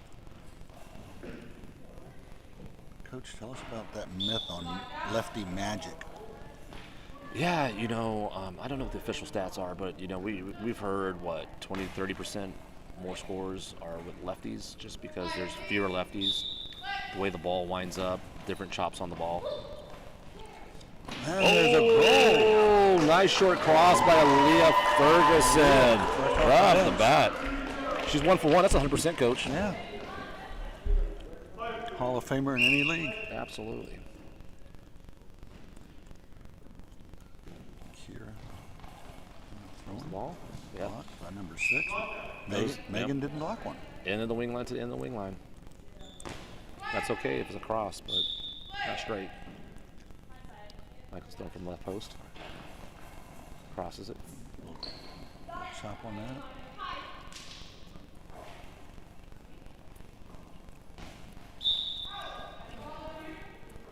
Little miscommunication. Good dump. You know, the winger called out, but I don't think she really heard the center. She kind of passed it before the center had any time to say anything. Leah Ferguson has the ball. Throws from the 9. It's the 5-6. Yeah.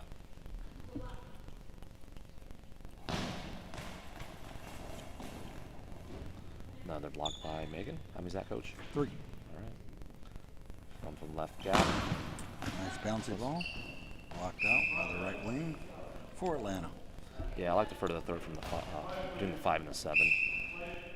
Don't make it choppy.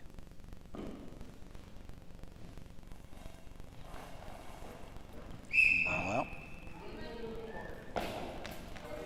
All right, Aaliyah is roving over. Ball's dropping left.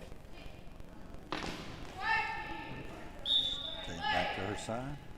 We've got a wing switch by Code Blue.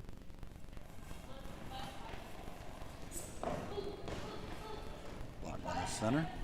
That retreats back. And bouncer and block number 4 for Megan since we started keeping account. Correct. What's the count, coach? 4. The ball on the 6.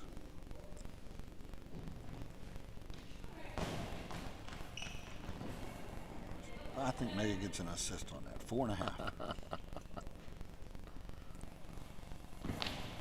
Oh, good ball. Throwing from her Wow, 2-3, yeah. drifts and hits that 1. Man, if Leah can do like a 2-1-3. There goes the ball. 5.5 there for Megan. Pass to her teammate.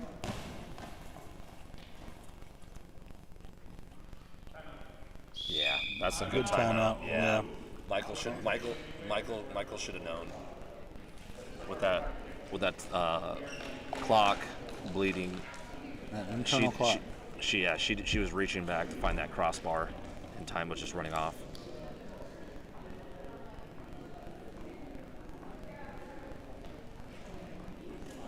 Coach, what's this game brought to you by?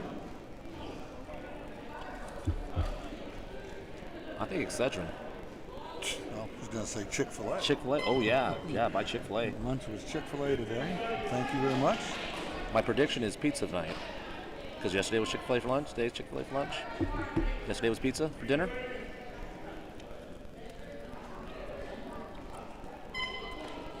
Yeah, we may have to skip that one. Absolutely. Michael throws from the 8. Blocked by the center. Up with the ball, retreating back to the post. Gets her bearings and a bouncy ball to the 8. Blocked out by Michael.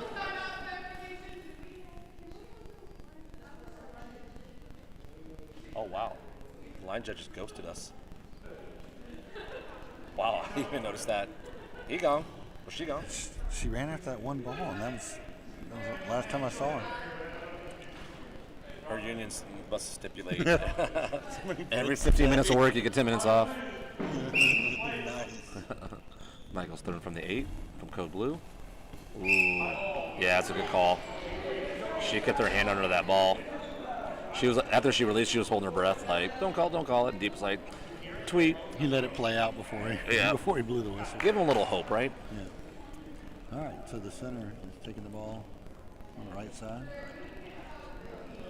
The center's wearing number 4. We don't have a listed number 4, but I don't see another 7, so I think it's got to be Takia Walker. Takia's throwing from the left post. Spins. Oh, rotates So, Coach, quick math. What are your chances to score if you throw the ball out? 0.0%. And so by throwing the ball in, it's 50-50. So you can increase your chances of scoring by 50% just by throwing it in. My degree's in physical education, Coach. Okay.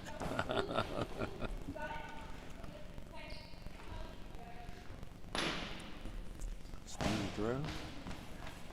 Megan, number 6.5. All right, Leah gets the ball. Start from the 4. Just over to the left. Lefty, Cuts it. again. Ooh. Oh, That's a great ball. We called the 2-1-3, but she did it out of the 4. I like it. She could even pull it on a short cross, Coach. I like the lefty magic. Cross. Give it those ball. Yeah. We have an official Coach, we timeout talk from about Allison. we talk about this all the time. You know, aim small, miss small, right? Yes. And what movie was that from? Man, Coach, this is brought to you by. The Patriot, Mel Gibson. Oh my gosh, that's right.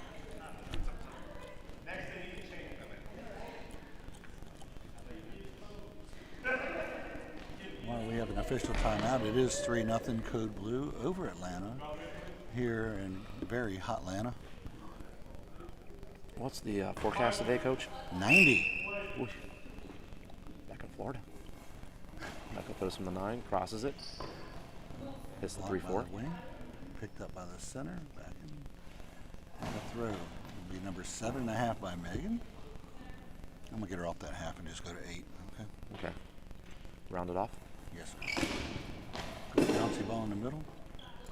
Bounced around a little bit, but the center corralled it. And we go to number 9 for Megan. Pass off to Leah. Okay. Leah's at Lefty. 3. Could have same Oh, bounce. she's a here. bounce. There it is. Boom. Ooh. Good play by the center. I Yep. thought it made it over. It did. I think she reached back, Coach. And number 10 for Megan. I'm calling them before they even get there. Absolutely. I have that much confidence in her. Michael spins, throws the ball. Oh, Cross over court, rotates. It's more about her head position for Michael. She's just whipping that head around, carrying that body over. Oh, Kira. You have time. Use that crossbar.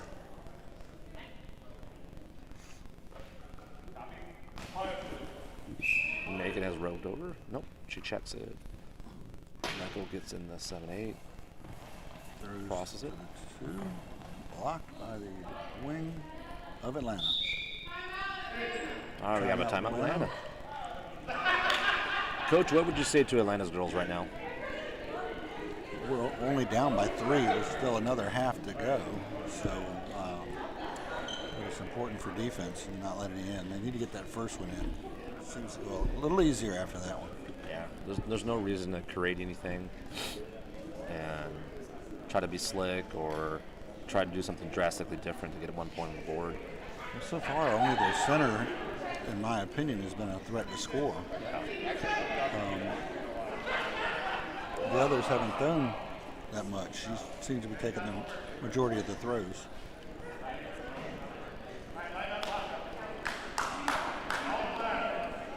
All right, we're lining back up after the timeout. Whistle's blown.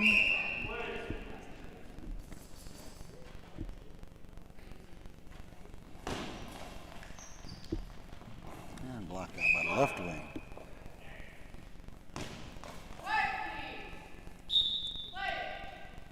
Michael lines up the 1. Throws it Goes full cross. And blocked by the left wing of Atlanta. She's going to take a throw. Another lefty. She throws down the line. And blocked by Ron.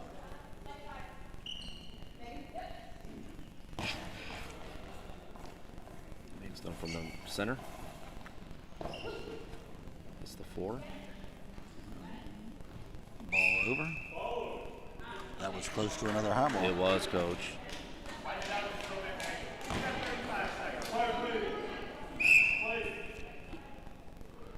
Megan with the offense from out into the bench area of Atlanta. Yeah, when Megan's making those motions and those moves, she's just not getting her body straightened up after the move. Blocked out by Veronica. All right, see what Leah can do. She'll take the ball drop right. I was calling her Veronica. What's that? You can't see her number because of her hair. Oh, number 4. Good Lefty, ball. there it is. Yep. Yep. Split them. That was a great shot. Leah, great shot. I think Coach Greg is patting the pad of Coach Chakowski. She threw like an 87. I think he was trying to split the wing, so I like it. And there's number 11 for Megan. I think it's fair to say we can times it by 2, Coach. Yeah, I'm sure she had that many before we started counting. Megan throws 852. The center from Atlanta is doing a lot of work, blocking, Yes, she is. throwing, getting loose balls, even loose balls that probably go to the wing. And number 12. 12. And that's the halftime buzzer. Code Blue 3, Atlanta 0. We'll be back after a short intermission.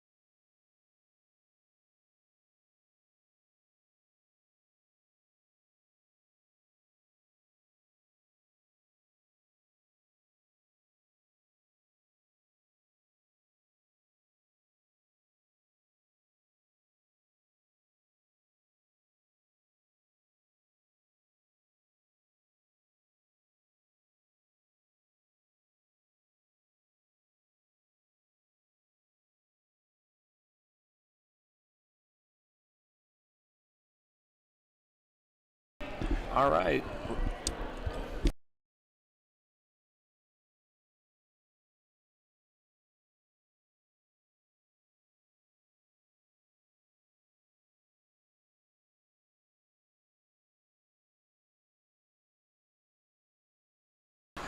We have our second half of our women's game.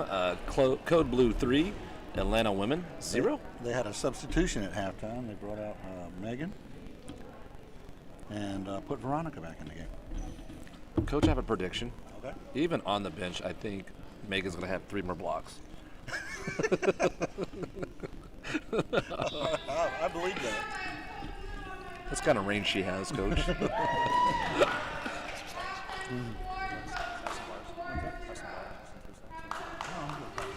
I'm good, thank you. I want a coffee. A back massage. Yep. That was Andy Jinks that forgot my coffee this morning. Thanks a lot, Andy. Just here to Michael tell us that he has an iPhone and an Apple DoorDash. That's too much technology. Ooh, Leah cuts the short cross, is it? Here we are, back at the game. Just a little bit too much angle, but I like the fact that she's kind of doing that double cut, Coach. Veronica's right in the middle for Code Blue. Did we just add those to Megan's tally? I think so, Coach. I think so. I think so. Michael takes the ball drop. Goes and cut Stop gap. on it. Oh, good shot, good block by the wing. If Michael can run the line just inside that out of bounds line, then do that cut gap, I think there's a goal out there for her. So, Veronica throws the ball from the 5. Hits to 8-9. Block by the wing. Back up, throwing her lefty. Straight at Michael. She gets up, backs up, orientates, and a throw. Right down the line. Good line shot, good block. I like that motion of the 8-9, but cut it to the 7. Veronica wanted to get Max, and she went all the way into the 8 to block that. Hand it off to Michael. There, Michael's throw. she cut it back like you said. A little Yep. more than you thought, but she must have heard you. Fun fact, I used to teach Veronica from Code Blue at the Florida School for Deaf and Blind. Her nickname was Snoopy. Snoopy? Yeah, after Leah throws, I'll tell you why. Leah throws from that, throws a 23, pops up. Oh, good ball. She was very nosy. So I A called her, detective? yeah, so I called her Snoopy. She liked it. Looks like we're going to have an equipment check here. The wing, the wing had her hand up. Must have her shade issue. Yeah, Ella Shea's going to shade check. She actually did a smart thing as a new player. After the equipment check was called, eye shade check was called, she asked if she could touch her eye shades. Good. Somebody's coached her well. Yeah. Well, she's got How many times have we seen that happen? Yeah. We're new players. Yes. Yeah. Veronica's throwing from the 9. Ooh, runs a bouncy ball on the line. Ooh. I think they're primed for the cut gap right now. Oh, 100%. Veronica lost her orientation a little bit. She's just thinking a little bit too much. Didn't come all the way through on that one. Yeah, that front leg was already out. Her back hip was pushing through. Right wing for Atlanta and cross court and blocked out by Michael. Yeah.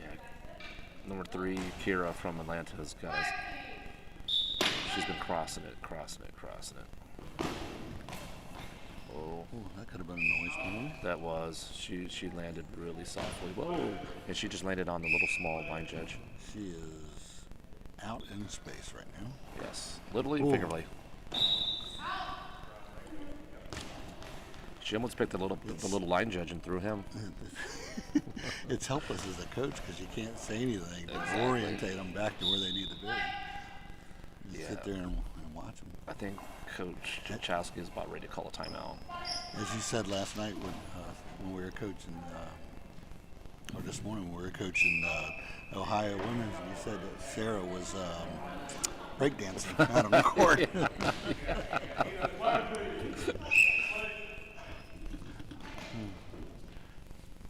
I mean, I like the backspin move, but just not in goalball. Ooh, short cross, got it. That's it.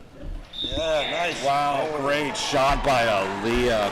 You know, Leah as a lefty has a natural left-to-right throw, and she's really developed right to left throw. Yeah, in that natural gap. Score is Code Blue 4, Atlanta 0.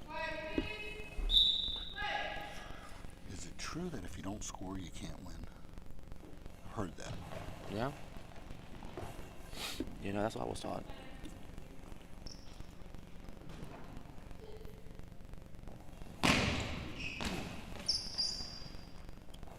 Slam and a block. Yeah. Center's back. Goes. And blocked by Michael.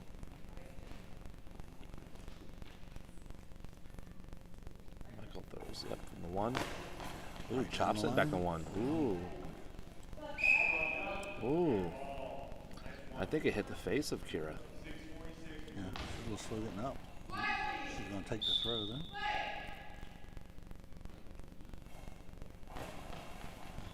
Throwing back to the 2. Blocked out for Michael. Ball drop in for Michael at the 1.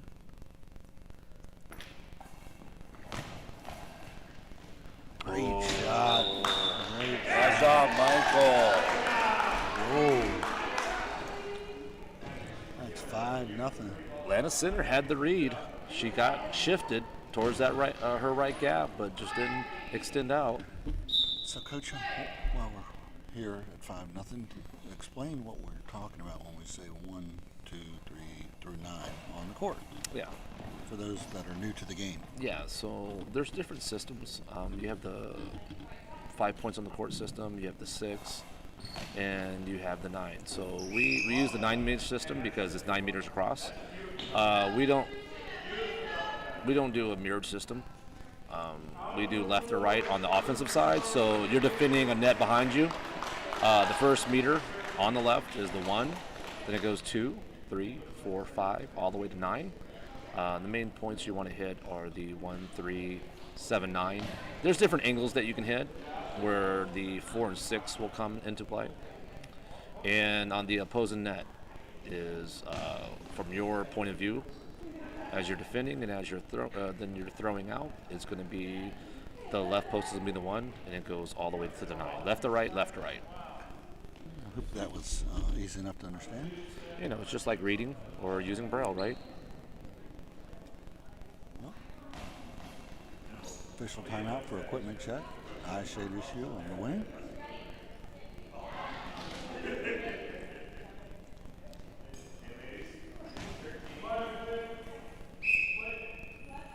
Kira. Just thrown from her 8-9. It's And 8. block. Michael back up to the net in the 2. And she throws back to the 1. Oh, there just in time.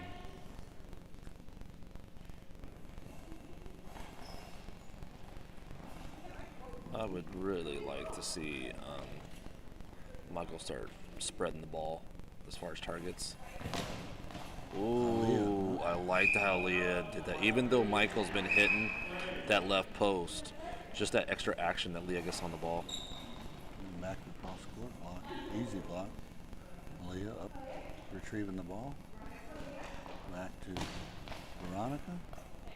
She's got to go. And with enough on it to not get a penalty. Yeah, Code Blue Leah can start throwing some balls with chop and action against that center on the other side, Wendy. But, you know, here's the thing about Goalball. You got Code Blues up 5-0, but really it's right now the Code Blue are not getting set down on defense nice and smooth. They're getting out of position. You see that too, Coach? I don't speak French. If Neither do I. But I do have an app. There you go. I think Benin is out of Africa or the Middle East. Hey, sports fans, if you want to ask us a question, as long as it's appropriate, as long as it doesn't give away any trade secrets, Coach Wallace and I'd be happy to answer them for you. All right, Michael's throwing from a 4. Hits the 5. Wendy, the center of Atlanta, has the ball. Moves back. Throws it from her center. Throws it out right. Michael takes the ball drop. She's going to throw from her 1. Cut gap. Ball pinballs around. Offside wing. Shayla. LSA, sorry, pitches the ball. Leah, ooh, catches the feet of Wendy in the 6-7. Leah blocks it. Throwing it from the 8. Little bounce ball. Hits the 5.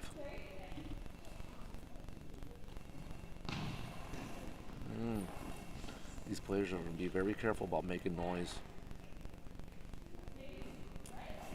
I believe that means African Blind Football Network. Oh! Veronica feels like a 56. Score is 6-0. Code Blue. So, in the sport of goalball, once you have offensive possession, once the player starts initiating the backswing, that player or the teammates cannot make any type of noise. Otherwise, there's a noise penalty. So we're starting to have players fall down after the release or taking a stomp or stepping back. So they're going to have to be really careful, Coach. This gym's pretty quiet right now. Yeah, and it's not a popular penalty. People don't like it, but at the end of the day, it's in the rule book and should be called when it occurs. Absolutely. We had a couple incidents last night at the late game with the USA boys.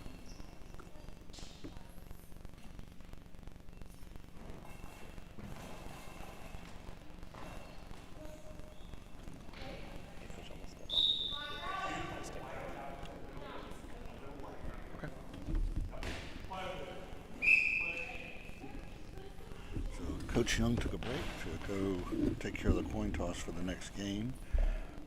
So we have Veronica in the middle, throwing the ball out of the 5, into the 5, blocked by the center.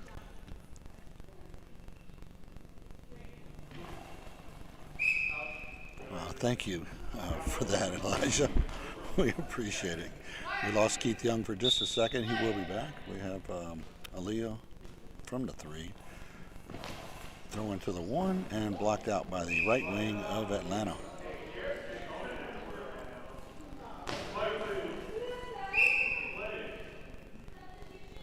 The substitution by Atlanta. Number 6 is coming out and bringing back in the young lady, looks like Tazia Walker, we believe. We don't have a 4 on our list, but we have a 7 that we do not have, so.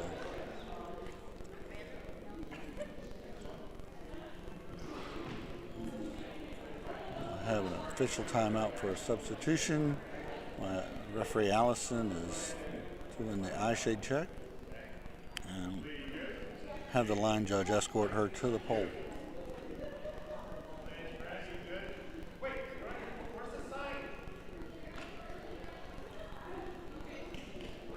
We have a score of 6-0. Atlanta is down to Code Blue, who is coached by Greg Clark and Coach Jake Chkowski. Down by the right wing, out at the high ball line.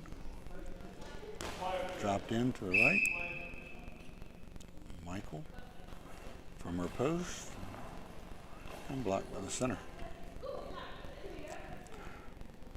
Takes the ball back, spins, throws, and blocked by Veronica. Veronica's going to back up to the net, orientate, throw her ball down, a semi-bouncer to the 8.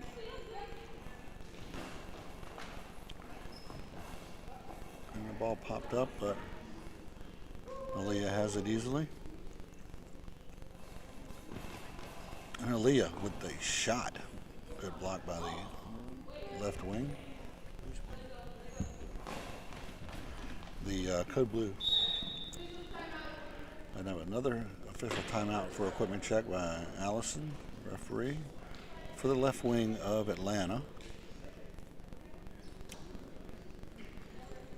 Doesn't take much to pop the eye shades off their natural position. Elijah Aaliyah with a throw and blocked by the center. And nice block by Veronica, up and throwing. And that's out at the team line.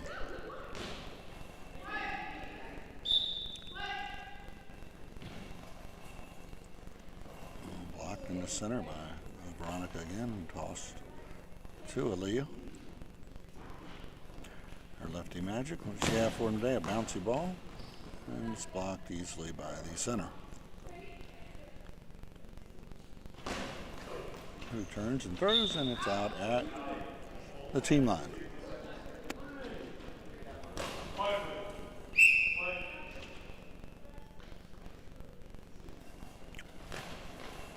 And down the line and blocked out.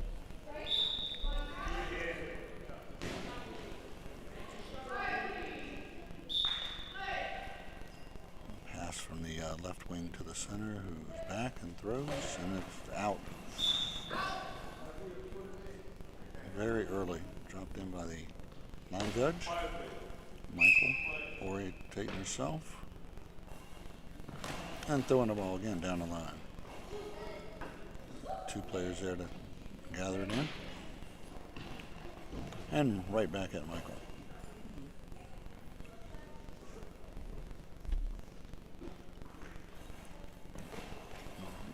Michael throws the ball cross court, blocked out by the right wing for Atlanta. And we're still 6-0 Code Blue late in the second half.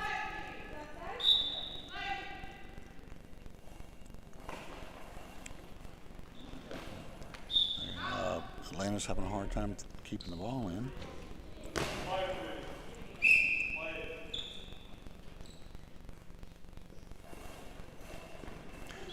And out by Veronica.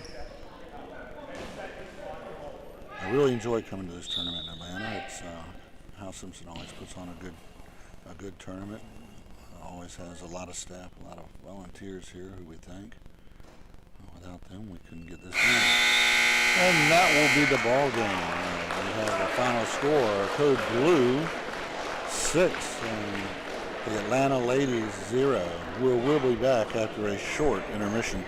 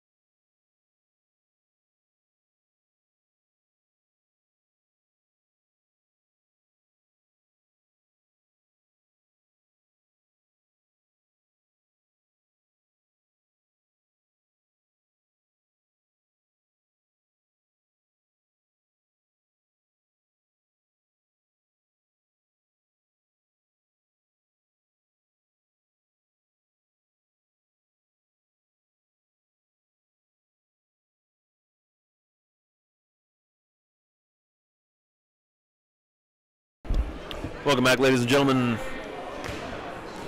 Tim the Big Red Stork coming to hang out with you again. Really excited to call this next one, as if the BSO Johns come away victorious, I get to play them next at 6 o'clock in Gym 2. But if they don't, then my goodness, Pool A will be dropped, or excuse me, Pool B will be dropped into all sorts of uncertainty. It'd be nice if I could talk this weekend, you know? Anyway, the opponent in their way, the Atlanta Force, headed up by veterans like Eddie Monroe, Tito Vega, I believe a gentleman named Brandon, whose last name I can't remember, will be out there a ton. And I believe we'll have the Tubby Tornado himself, John Mulhern, hanging out on the bench, guiding them through it. The teams gather at the center and put their arms around each other here. I believe the start of this game will be a quick tribute to a young man who we all love and miss, who we lost about 16 years ago, a man named Daryl Green. If you didn't know him, he was a wonderful person to be around, always positive, always great. And so this game is going to start with a tribute to him.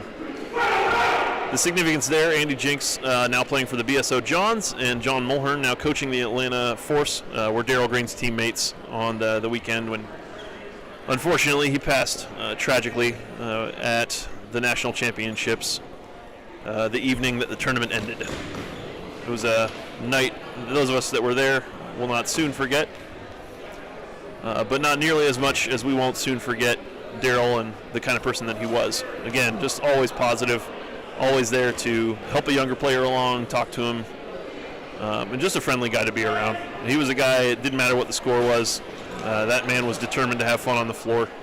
We lost him way too young. It would be awesome if he were still here, and you know, honestly, 16 years later, goodness, he was 24 when he passed, and my math is terrible, but I'm pretty sure that would have made him about 40 right now.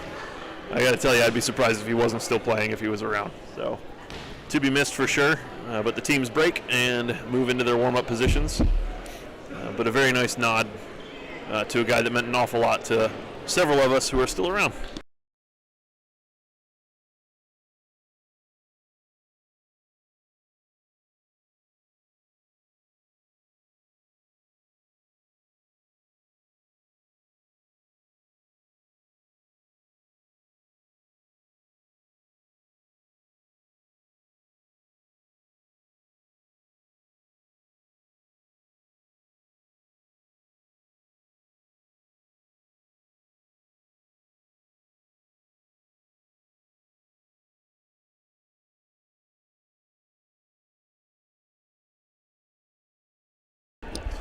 BSO Johns, number 1, Andy Jinks. Number 2, Jason Capotti. Number 3, Michael Coughlin. These are their jersey numbers, by the way, not the order in which I like them or they're important.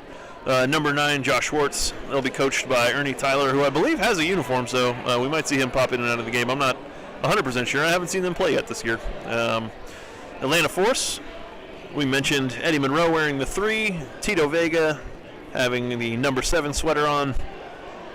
Number 4 will be Brandon. I'm not even going to try. Soncoeur. Sure. You know, I played with Brandon once a long time ago in an Atlanta tournament. I feel like I should know how to pronounce his last name. I don't. But I see him at tournaments. We catch up. He's a good friend. Number 6, Miguel Eugenio. And number 8, Rashad Williams. And the listed coach here is not John Mulhern, but that's who's on the bench right now. I wonder if we'll see a nice delay a game penalty there. But as the Atlanta Force lines up from left to right, it's the number 4, the number 6, and the number 3. So that would be Brandon, Miguel, and Eddie Monroe, left to right. Eddie Monroe, a solid defender, old friend of mine and mentor, and a gentleman who is way too old to be out here, but he looks better than I do this weekend, so hats off to him. At the far side, we have, as the ball is checked in by the referee,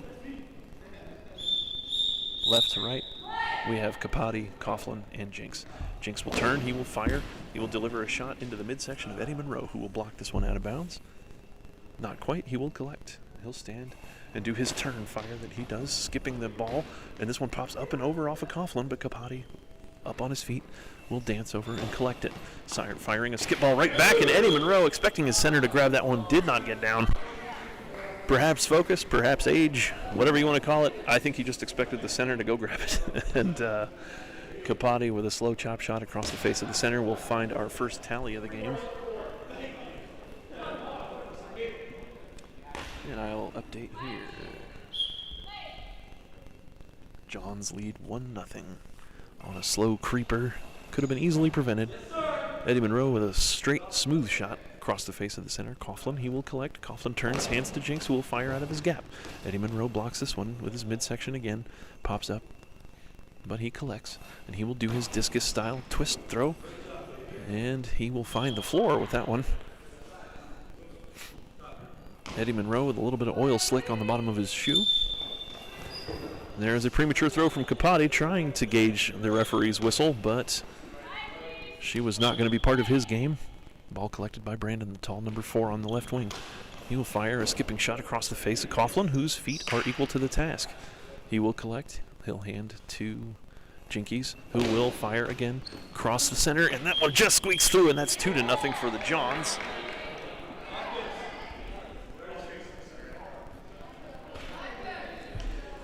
Johns grab one there, 2-0. Andy fired that one across. It just squeaked off of the center and just through Brandon's legs on that left wing. You know he wants that play back. Fires a great shot toward the corner, but just drifting out of bounds. Capote might have given him a ball length there if he could have found it. Ball dropped in. Jinx will sweep. Fire across toward Brandon. Brandon collects in his midsection. Says no worries. Turns, doesn't quite line up all the way. Fires this one straight out of bounds. A little wide there. Capote will fire this one across the face of the defense from Atlanta. Eddie Monroe a little bit late to the ground, but the ball goes wide harmlessly anyway. Eddie would tell you he knew that one was going out of bounds. And I'm sure he did. Monroe will sweep around the center. They might be switching positions here. They are not, I don't believe. Simply evacuating out. A little confusion there. Good thing the ball had to be reset. Dropped in. Capote, after collecting and running to his side, he will fire this one into the heart of this defense. Collected by the center. Monroe turns, fires. Discus style shot. Up the line. A well-placed ball. Collected in the center and moved to Jinx out of the middle.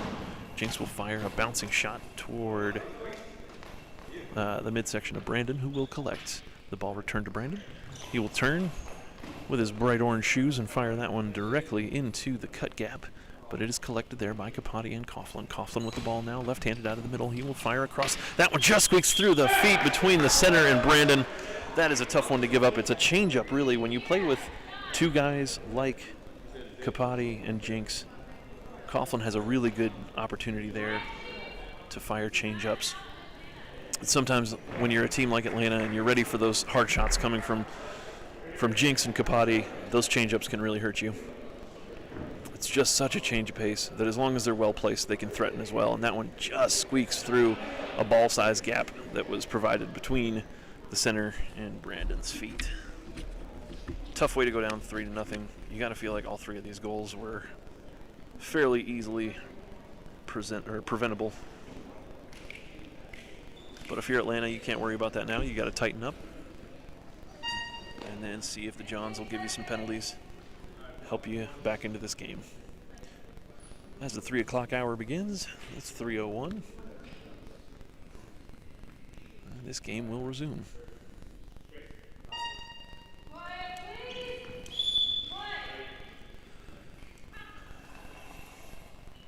Brandon will fire this one slow across court, but it will go out of bounds. The only thing my vantage point does not provide is an active look at the clock. At least as far as I know, unless it's hidden somewhere on the computer here. But I've got to imagine we are a few minutes here into the first half. Jinx fires a cross-court shot, bouncing, finding only Brandon's body. Brandon will turn, he will fire this one right into the middle, into the 5-hole. Collected there by Coughlin. He will walk back to the net and hand this one off to Capote. Capote will turn, fire a chop shot toward Monroe, who will be there this time. He will collect. Miguel, the center, will move forward to collect. and drop back to Monroe. Monroe turns. He fires across the face of Coughlin. Coughlin's hands are there just enough to knock this one right out of bounds, and it will drop into Capote again. Capote will move. He is behind Coughlin. He's done a complete sweep now, but Jinx off the floor. Play is only just now called by the official, and Capote fire this one across, but Miguel's feet are equal to this one. Monroe coming over to pay Brandon a visit, maybe to add some motion to this play, but no, only a decoy. Monroe will move back to his spot. Brandon will turn and he will fire. This one collected by the left wing, Andrew Jinks. Jinkies will turn, fire straight. Skipping shot. No spin on that one. Simply a straightforward, pull it back and throw it. Skipping shot down the line. Monroe will collect from the line judge.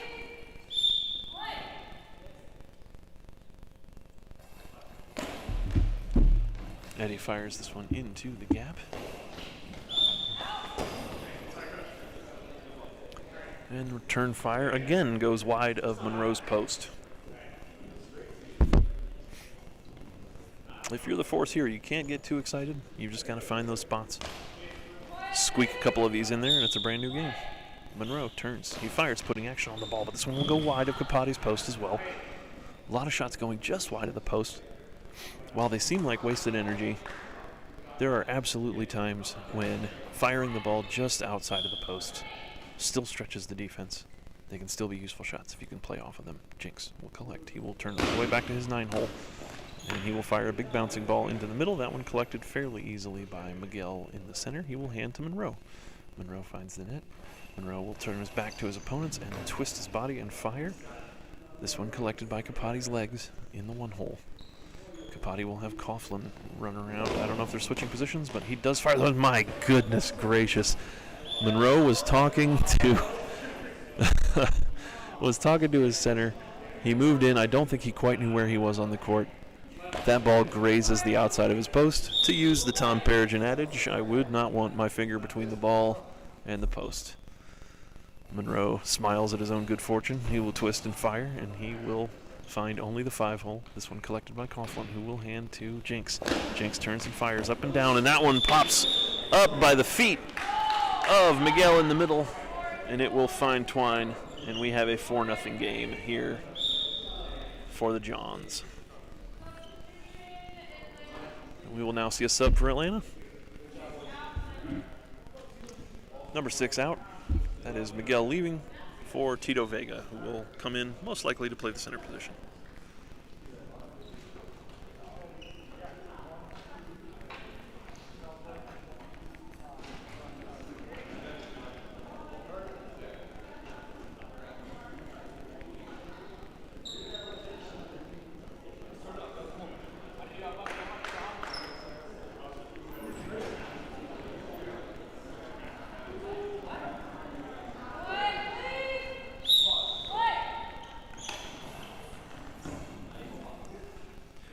Brandon fires this one across court.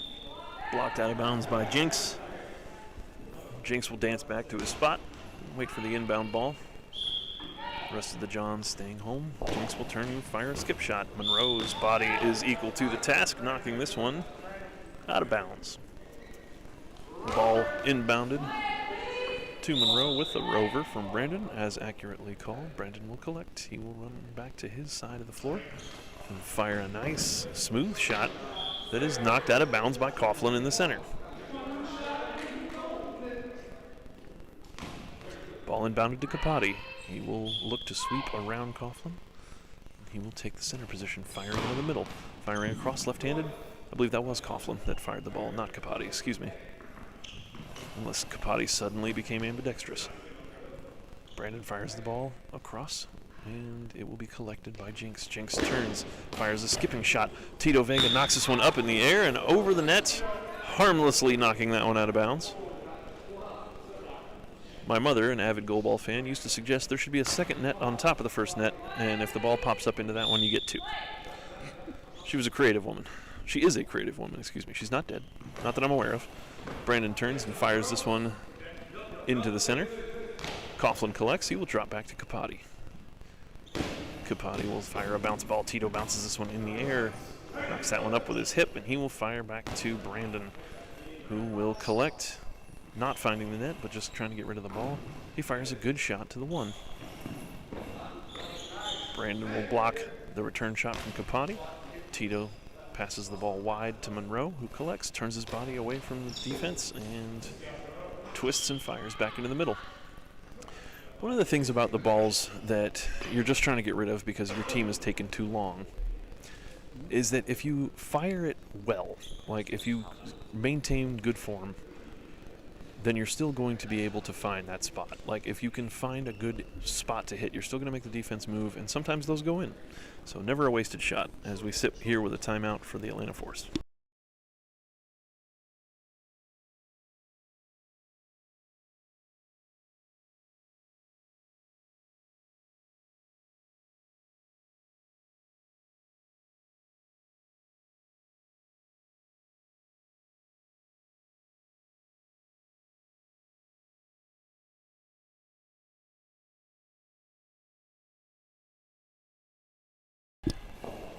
Ball fired wide by Jinkies. Monroe still there, still ready for it, much to his own chagrin. Monroe's been around a long time. He knows where his post is. He'll use it. Monroe fires a cut gap style shot, collected by Coughlin and dropped back to Capati. Coughlin will clear the area. Capati will straight throw a nice little skipper that finds the kneecaps of Tito Vega, pops it up, drops it back to Brandon. Brandon will twist. He will fire a nice little hopping shot down the line. Wing line to wing line, and he finds only the midsection of Capati. Capati will collect from the wing, hand to Jinx. Jinx will move in a sweep pattern, and he will fire out of the gap. Monroe there for that one, pops it up in the air, but on a second chance, drop back. Monroe collects, and Vega will take the ball out of the middle. Tito Nemesis Vega dropping a skip shot that drops out of his hand a little bit. Probably not quite what he meant to do, but collected by Coughlin. Coughlin, the crafty left-hander, will fire it right back to Vega. Interesting note here. Actually, yeah, both centers are left-handed. Just picked up on that. Huh.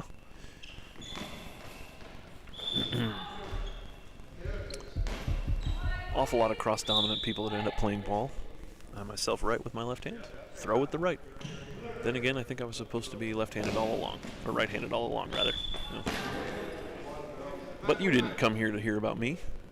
You came here to hear about this game, where the ball is being inbounded back to Monroe.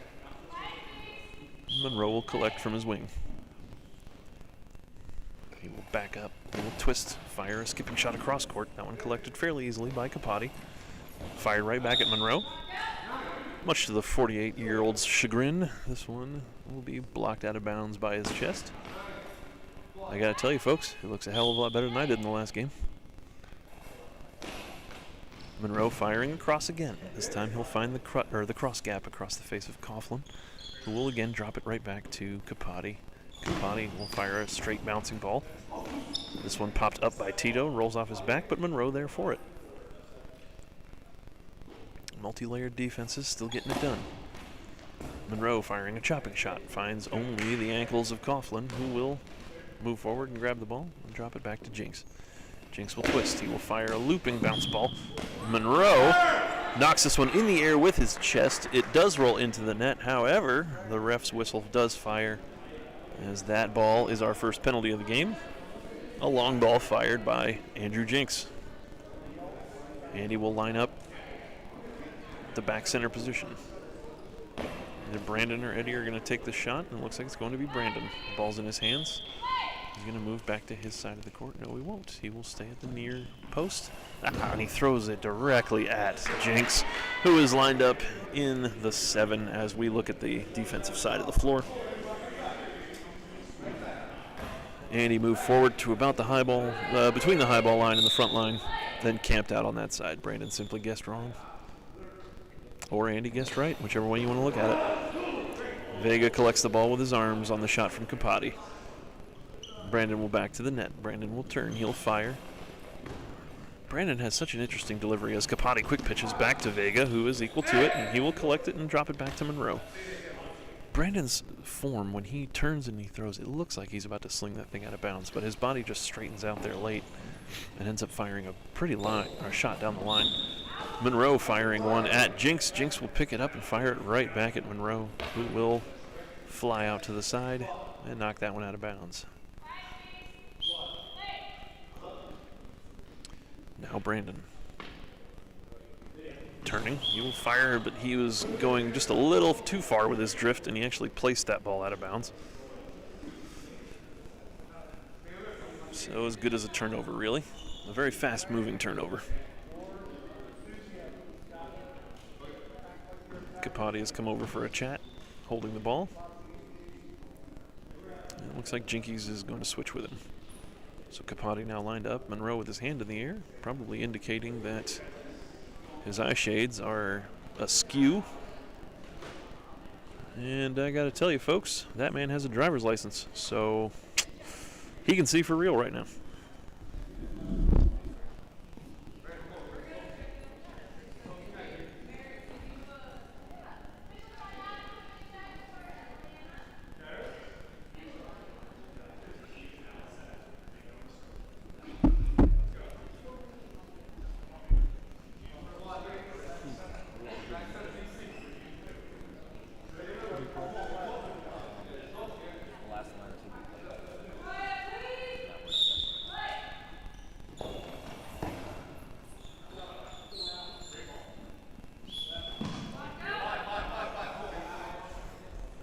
Finally paying attention to the comments here.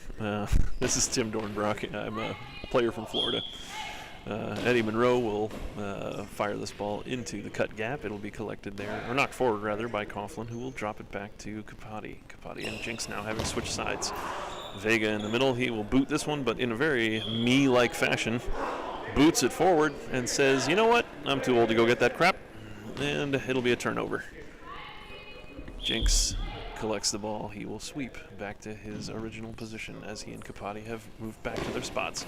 Firing a shot into the heart of the defense. And again, this one will be ball over after Tito boots this one forward.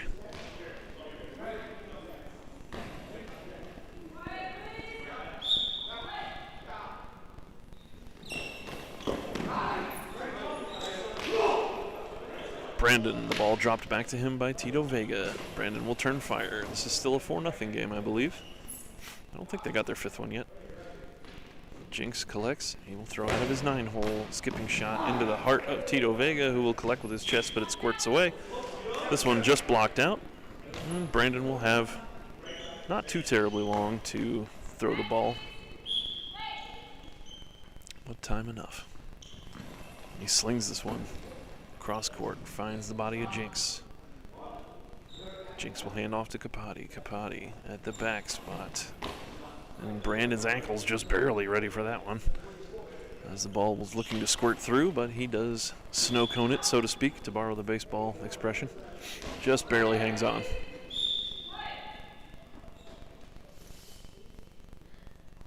Jinx from the 9-hole. Skipping shot right at Vega, who will bounce this one into the air, but knocked out of bounds. It's an art knocking the ball out of bounds with your hip, but Vega does a great job there, detouring that shot wide of his net from the 5-hole. Brandon turns, fires a cross shot. This one collected by the arms of Jinx. He comes to the middle, hands off to Capote. Capote out of his 3-hole. Sending a bouncing ball into the corner of Brandon, but just wide.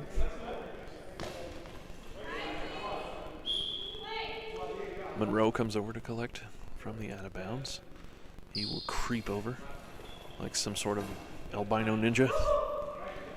And he will twist and fire that ball into the 6-hole, where it is booted forward and becomes a ball over.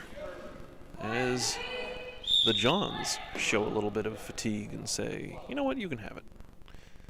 Monroe fires straight, but hits the 5 on a very familiar throw.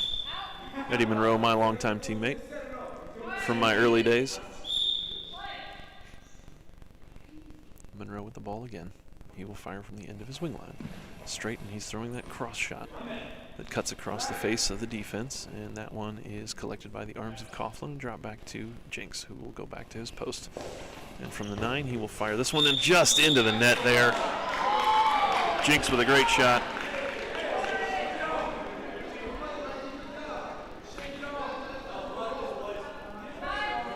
That is 5-0 for the Johns, as the first half must be coming to a close here soon. One thing I don't have is a good view of the clock, folks, so.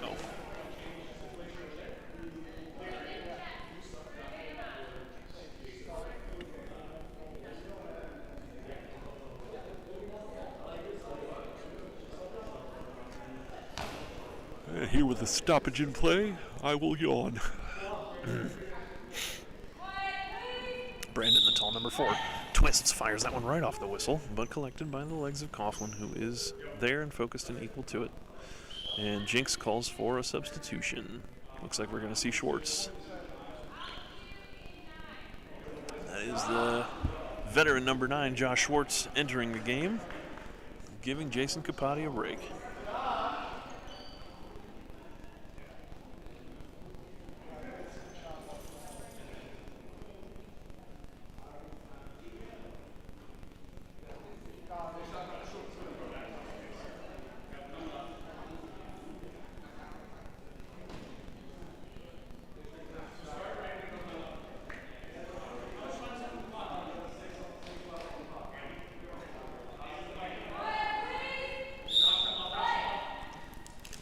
Jinkies being very sneaky, run around, but Vega equal to the ball, equal to the shot, and that is the buzzer. Very interesting ploy there, but you get a free substitution, so you might as well burn it. And they go ahead and use Josh Schwartz as a substitution to go ahead and get a quick stoppage of play there. It is halftime, ladies and gentlemen. I'll take a minute for myself, because I'm that kind of guy.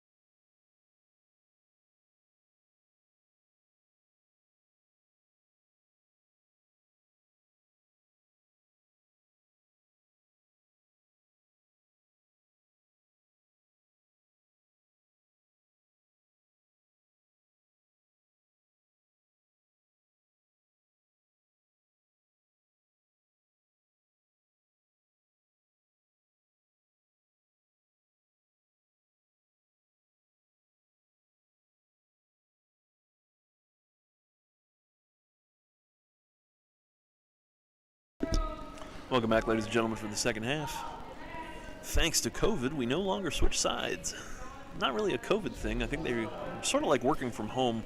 The entire game realized that it was just better in some ways not to. This does come into play in regional tournaments, though, as often there is a favorable side of the floor. In this case, though, as Atlanta has made a sub, Tito's still in the middle. Brandon having come out of the game. And now the big number 8 has stepped in. Big number 8 will fire into the middle. That is Rashad Williams. This one will be collected, and Josh Schwartz will return fire. Collected by Vega. The old men all over the floor today. Vega's age collected with Monroe's and Schwartz. I can't even do math that high, so awful lot of service years on the floor as that one is popped up. I believe that was Coughlin that threw it into the middle. This one popped up by Vega, and it'll go in, and we have a 6-0 game in favor of the Johns. This one may be over early if Atlanta's not able to tighten up here soon. Monroe having moved to the left wing. Rashad Williams at right. Tito's still here in the middle.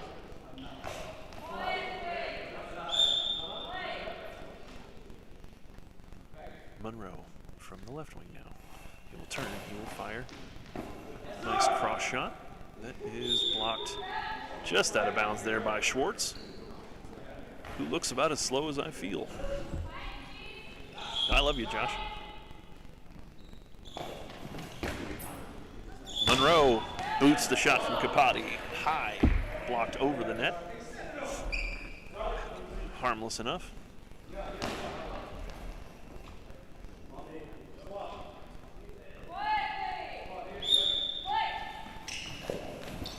Rashad Williams cuts in towards Tito, fires this one, probably looking for a cross shot, but only finds the 5-hole where Coughlin is waiting. Schwartz will turn with the ball. Monroe drifting inside a little bit, bumps this one just out of bounds with his elbows. And my goodness, is the age beginning to show for some players on the little things here. Nice thing about our game is we do have the elite bracket and the men's division now. So I'm looking forward to playing until I'm about 50 and making it look terrible. The ball dropped into Monroe. The Johns leading 6-0. You know Atlanta would love to get out of here without that goose egg on their side of the score sheet. They almost do there as Monroe has this one ramp up the legs of Coughlin in the center, but it drifts harmlessly out of bounds. Ball collected by Schwartz. He'll fire it across, finding the elbows of Monroe and going out of bounds. I believe that is still Coughlin in the middle. I could be wrong, but Rashad Williams will rove around. He will fire this one, and just under the legs of number 3 in the middle. That is still Coughlin, and there it is, ladies and gentlemen. Rashad breaking the ice for the Atlanta Force. 6-1, our score. Atlanta staving off the avalanche that could only lead to this game ending early.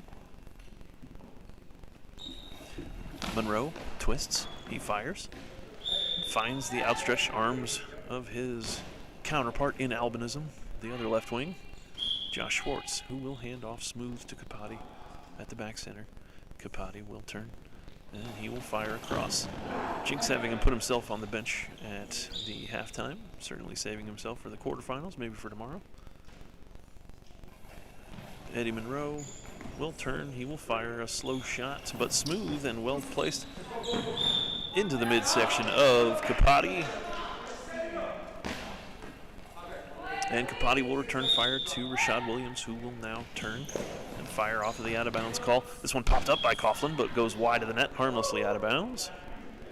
Flies high and wide and out, and we will reset on Capote's wing. The ball drops into Capote. He will collect. The other Johns staying home until now, when Coughlin will blow out of the center. And he pops this one up, and it goes in. Tito Vega getting down in the traditional style. But that skip shot doing exactly what the skip shot is supposed to do. Got right on his armpit, popped up and over, had a good amount of climb, went into the net without any opportunity for a second chance. This ball goes wide from Capote.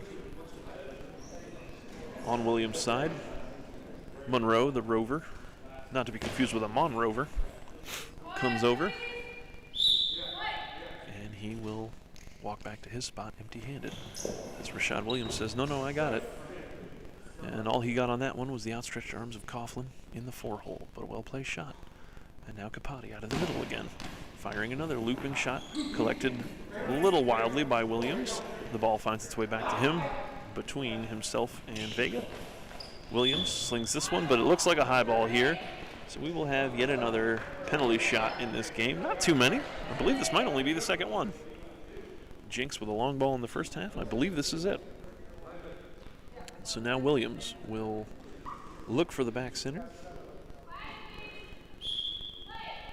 I don't know if he ever fully got set, but hopefully he's where he wants to be.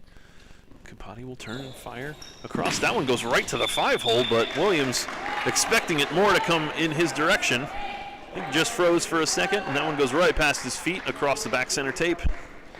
And we have ourselves an 8-1 game now in favor of the Johns. 3 goals away from going home early.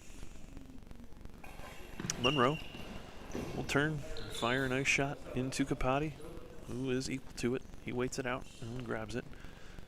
Have Coughlin move aside again, and he will fire this one into the midsection of Monroe.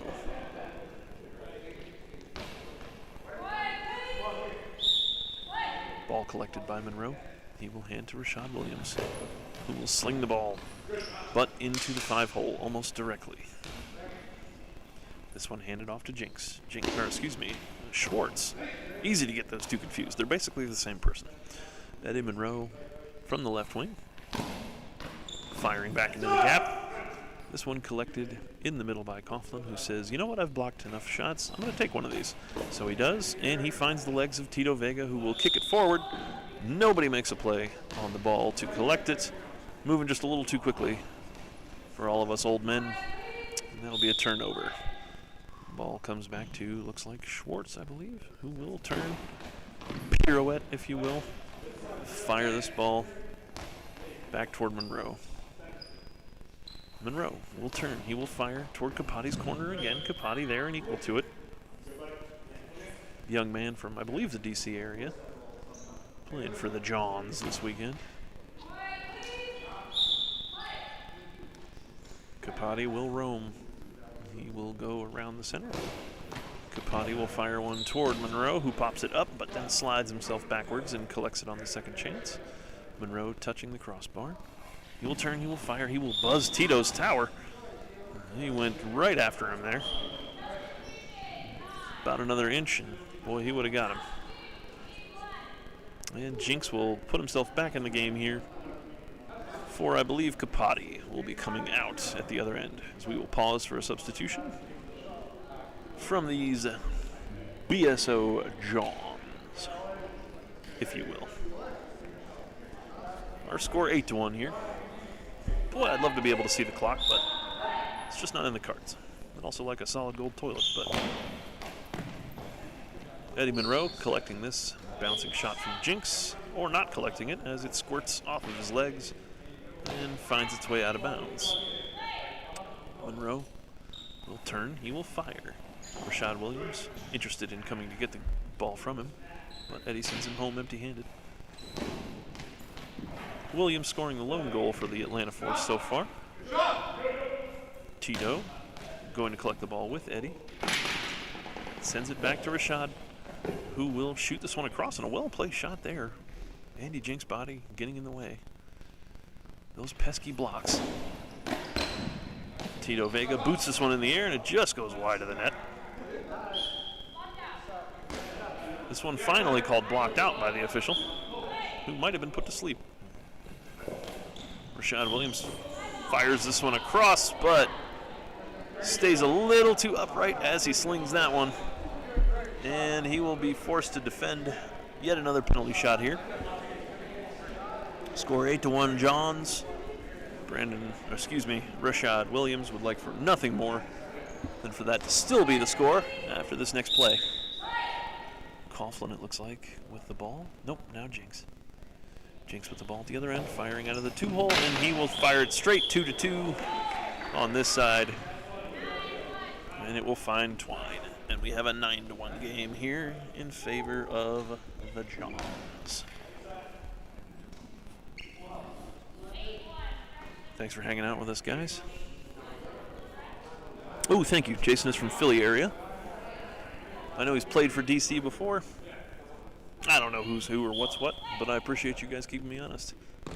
All I know is he's a nice young man. Way too nice to come from Philly.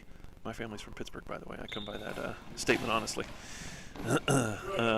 Eddie Monroe turns and he'll fire into the 3. I love my cross-state brothers I'm playing. And this one returned fire past the hands of Vega, but Eddie Monroe there to back him up. Monroe will fire looking for the 9 corner. And looks like Josh Schwartz's body there for it.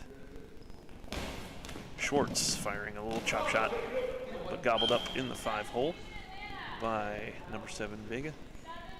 And Tito Vega will then be subbed out by the coaching staff of Atlanta. And incoming, I imagine it looks like number 6. It'll be Miguel yet again.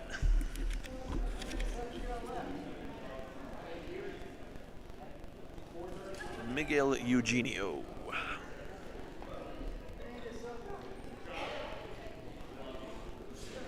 Somebody on the chat claiming to be Jason Capati's girlfriend, agreeing that he is a nice guy. I do enjoy his company. I can neither confirm nor deny any girlfriendship, as I've been out of the game for about 3 years. But I'm forced to trust you in this case. I'll ask him about it after the game. Andy delivering from the 1. He will fire cross court. Body of Rashad Williams there. The big body of Rashad Williams there, equal to the task. Ball drops in here. He will look to sling one. Hopefully not a penalty this time, and it's not. He fires this one just wide of the 1-hole post. The ref's asking the crowd to knock that crap off as there continues to be noise, as is the case when games sort of get out of hand here. People stop paying attention and start worrying about the next thing. And ooh, Josh Schwartz fires a good shot at the center from Atlanta. Doesn't make much of a play on. Rashad just there in enough time to scoop it up, keep it out of the net. This one will be dropped in to Jinx. Jinx collects. Fires out of the 1. Finds Eddie's knees. Eddie says no big deal. But he sounds like a 48-year-old man blocking a ball, that's for sure. I feel you, Eddie. I'm tired. Monroe turns, fires from his left wing. Having played every minute of this game, Monroe still priding himself on his ability to stay out there, eat up minutes. This game's gotten very athletic in the last 10 to 15 years, even more so than it already was. It really forces the athletes to come prepared to play quite a bit. Monroe fires this one just wide. Schwartz carrying the ball back after switching sides with Jinx. He will fire out of the 3-hole. Monroe equal to the task. Drops this one out of bounds with his chest and says, meh, I'll wait. Line judge comes back, drops the ball in. Looks like maybe a handoff to Williams, who will take it from Monroe, nearly run him over, and then fire that one across the face of the center into the 6-hole, collected by Coughlin. Coughlin fires just wide.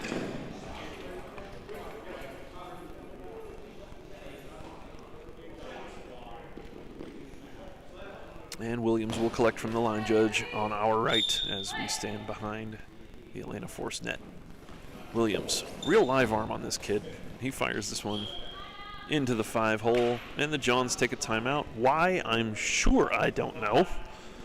But hey, why not? You don't get refunds for them. But here they are, up a whopping 9-1 on the Atlanta Force. Can't imagine there's a lot of time left in this matchup, but again, I do not have access to an active clock, so That final buzzer will be as much a surprise to me as it is to you, ladies and gentlemen. Fresh Chick-fil-A just announced in the lunchroom, I'm assuming.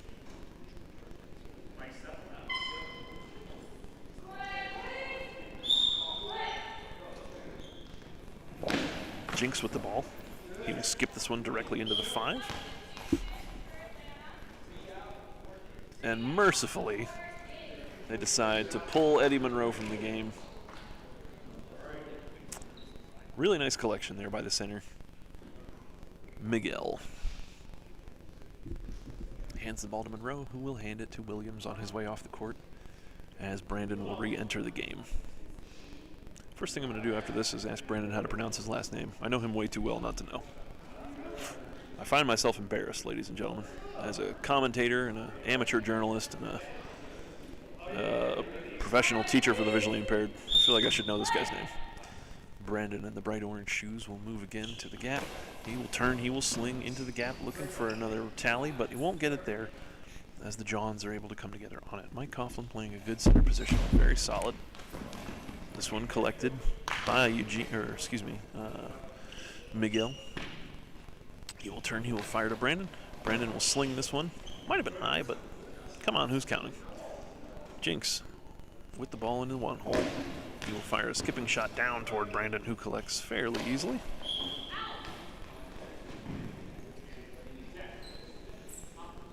And somebody from the Chikowski family enjoying some Chick-fil-A, I hope. Or maybe they will be soon. Ball moving all the way to the 9 hole. And Jinx knocks this one. That's a nice skipping shot there with just enough English on it from Jinx. It finds the defensive 3 hole of Atlanta. We are now at 10-1.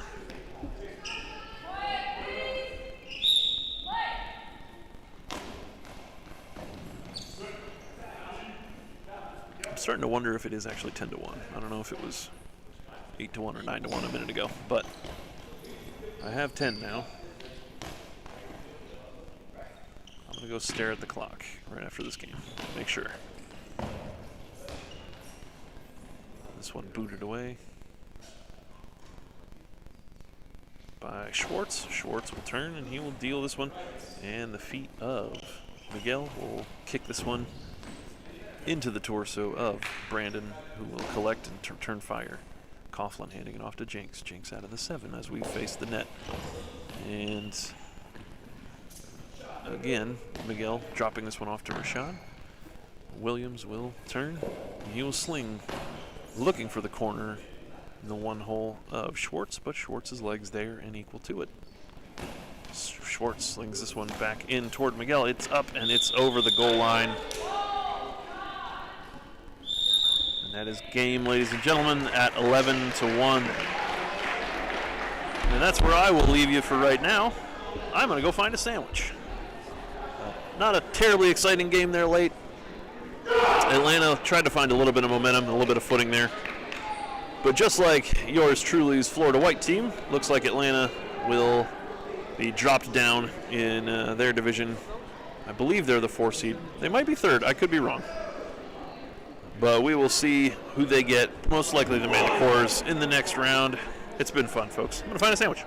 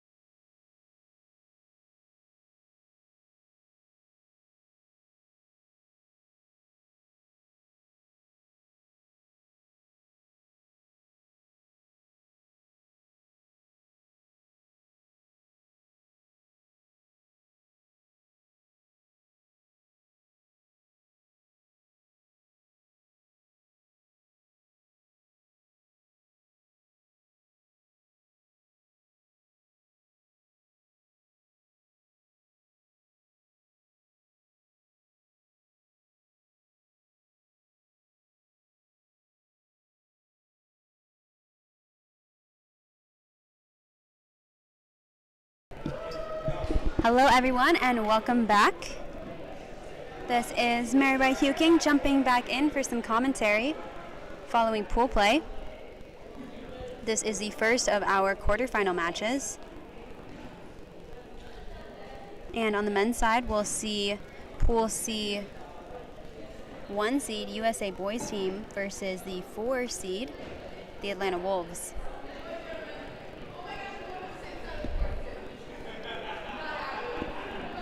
For the USA boys, starting off on the court, left wing, number 6, Itani, number 1, Brennan, and on right wing, number 2, Peterson.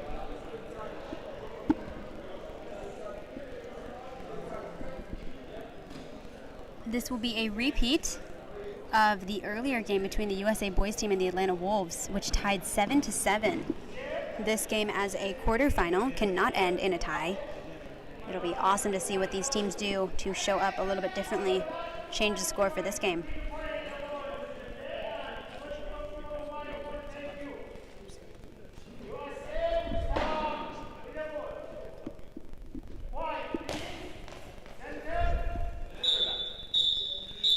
The USA boys team will be on the near side. Itani starting off with the ball from the left wing gap. Spins into the middle, immediately pops up on the center with that slow bounce shot. Showing up as 1-0 at the start of this match. For the Wolves, we have number 2 from the right wing, starting from the right wing gap. Angles into the middle, blocked forward by Brennan. Hand off Peterson. Peterson from the right wing. Goes straight gap. And pushed out by left wing.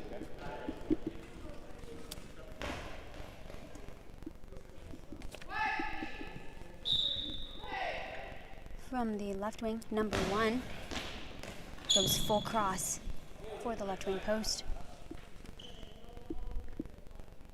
Blocked by Itani, who returns down the line. Blocked out by the hands of number 2, Stephen Smith, who will take the next shot, stepping into the gap. Cuts into the middle, blocked by the arms of number 1. Hand off to 6. 6 from the left wing gap. Going for that line shot again. Angled out.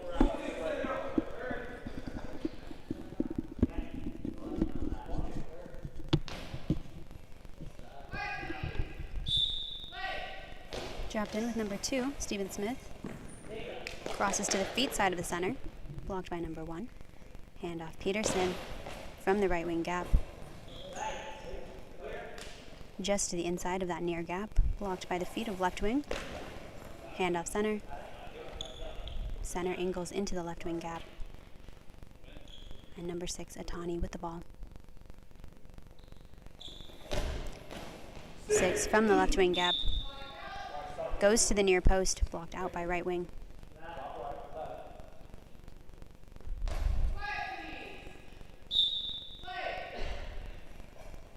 Right wing, Smith from the gap. Goes to the near post. Covered by Itani.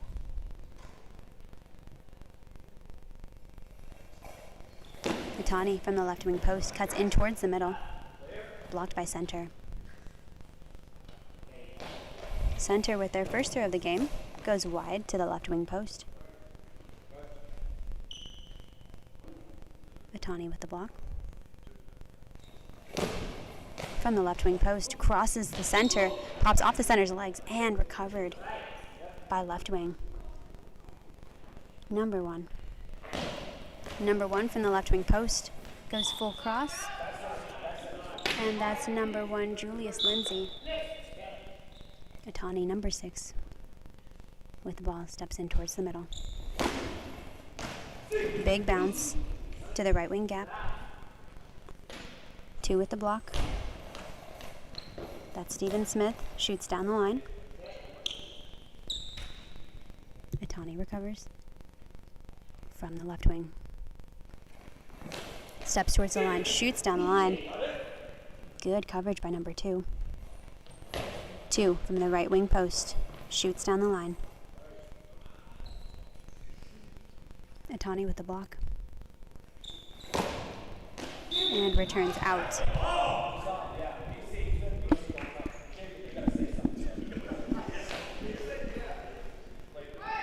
Boys team keeping the ball pretty much in the hands of Atani. Need to move that over a little bit. Give Jacob Peterson a couple of chances to throw. We'll see Peterson come over to the left wing.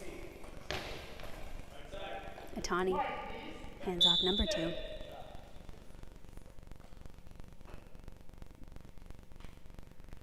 Number 2 from the right wing post, shoots down the line. Blocked by Lindsay on left wing. Peterson a little lost. And the Wolves shoot back into the center, blocked by number 1. Handoff Peterson from the right wing post and drops the ball out.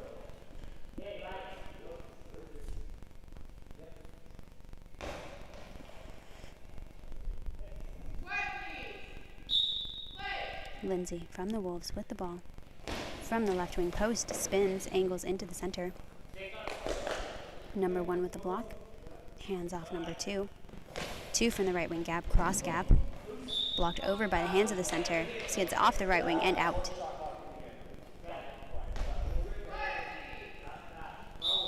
And from the right wing, Smith, center with an early block.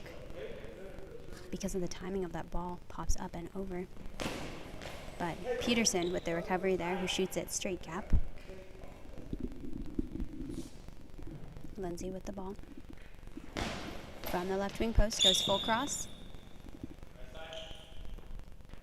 Good catch by Atani, number 6.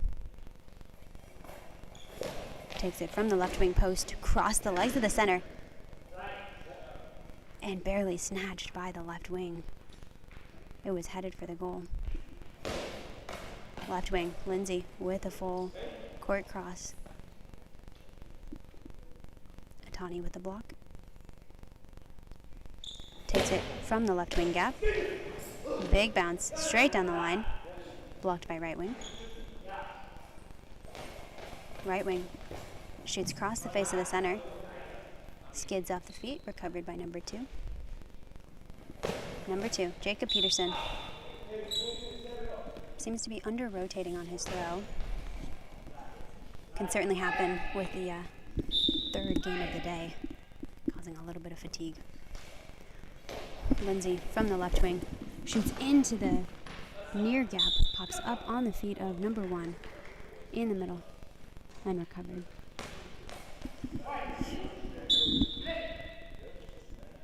Peterson out of the middle. Same under rotation, but this time it's going to pop up on the center. Recovered and left wing. From the gap, shoots into the near gap. Brennan pops up and back. Good recovery by number 2. With the quick return. Angled into the middle. Great communication by these players. Seems like they're struggling a little bit to find their spots, though. Could leave them susceptible to a quick shot. Although the Wolves have not shown us too many of those so far. From the center, into the left wing gap, blocked by number 1. Collected, handed off to number 6. Number 6. Ooh. 10-second penalty for the USA boys team.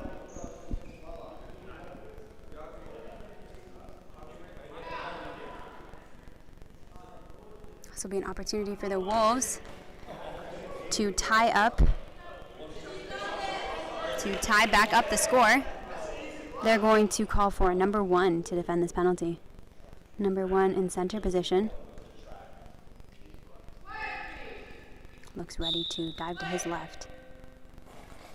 And it's going to be out almost immediately. Great read by number 1, though. Was ready to shoot out for that. It's interesting that they chose the center player to defend a penalty. It's typically a pretty strong defensive position.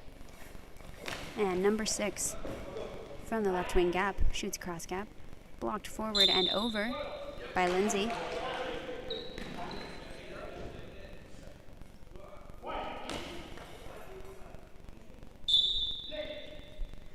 Number 2, Peterson with the ball from the right wing gap. Goes full cross.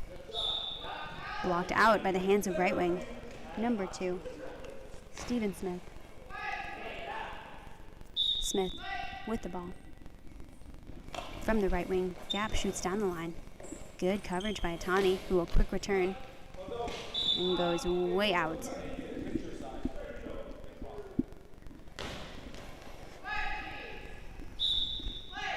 Lindsay from the left wing gap. Spins across the face of the center. Rolls over with that a bit, but good recovery. Pass to Peterson on the right wing. Peterson steps in towards the middle. Shoots straight into the center.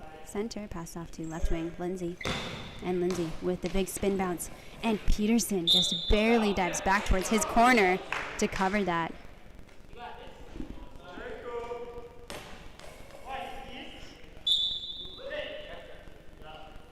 Peterson into the middle.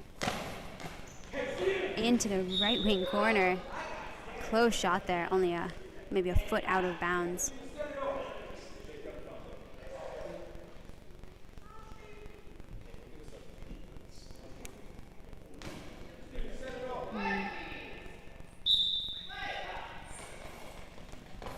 From the right wing, Smith with a shot into the near gap. And number 1, Kristen Brennan will be coming out. Number 5, Chris Morgan coming in.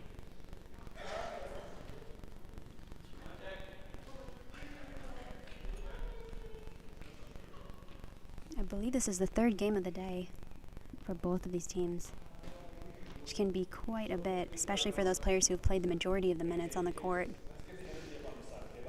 Yeah, we've got the coach calling for an energy check. Probably good, as you're seeing a little bit of lag on the USA boys side.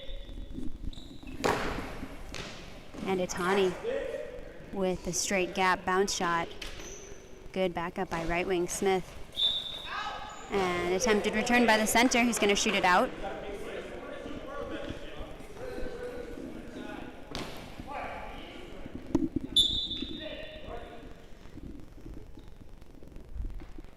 Atani steps into the middle. Goes for the right wing post. Oh, great shot and great defense by Smith on the right wing.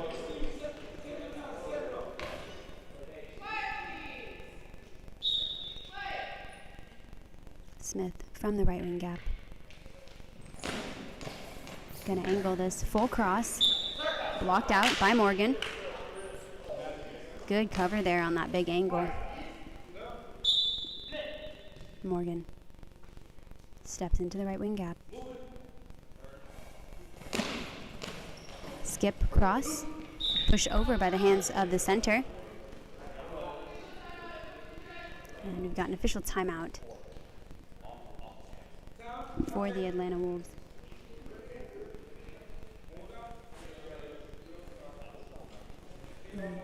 Did you hear that sound check?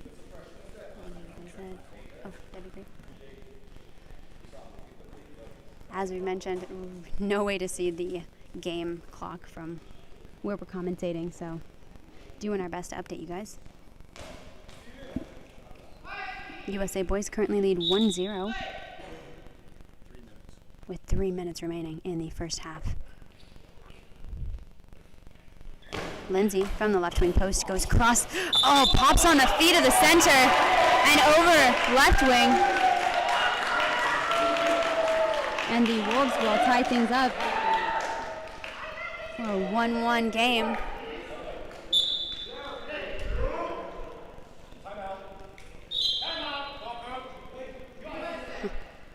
Well into the second quarter of this match.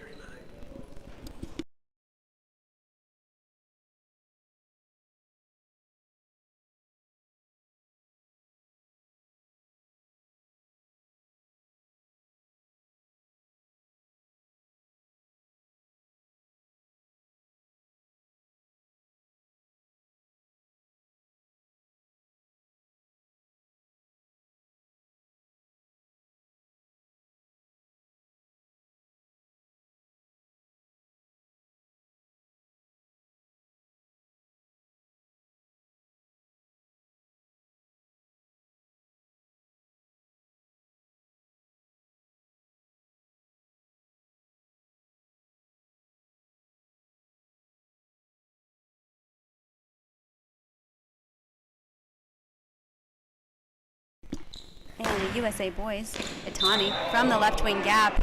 Ooh, it's going to be a long ball for the first shot after that timeout.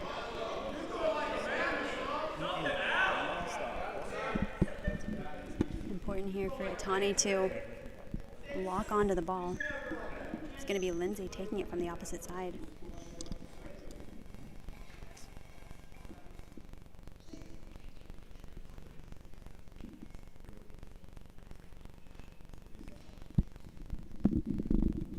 An important moment here for the USA boys team to lock things down. Lindsay out of the center. It's going to be out. Oh, a very important missed opportunity for the Wolves to take the momentum of the game. Some excitement from the stands.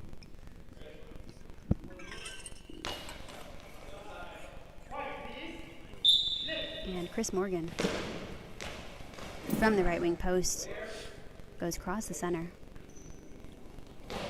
Blocked by the center. Goes for the left wing gap. Popped up and...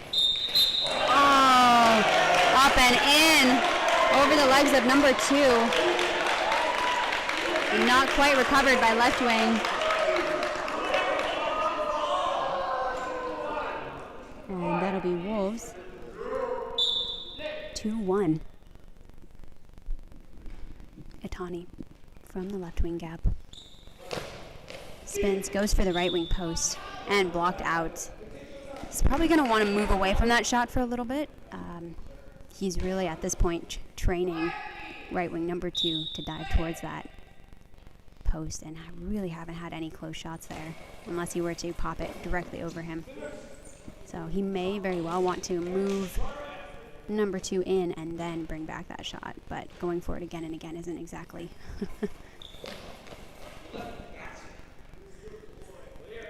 Number 6, Itani, back into the middle. Oh, returned by the center. Itani looking for his spot, and it rolls into the corner, untouched. Wolves pull ahead 3-1. And Itani from the left wing again, going for that same line shot. It's not open there. Needs to bring that shot over, move the ball around, start from a different position. He's got a great shot. Just needs to be a little more creative with it. And Lindsay from the right wing gap. Oh, pops it back in over number 2. Really important that the USA boys team take a second here, reset. It's moments like this that they're going to have to learn to overcome the adversity, stick together as a team. Itani out of the center to the right wing gap. Blocked by right wing, number 2. Shoots it down the line and blocked out by number 2, Jacob Peterson. A good read on that and good patience.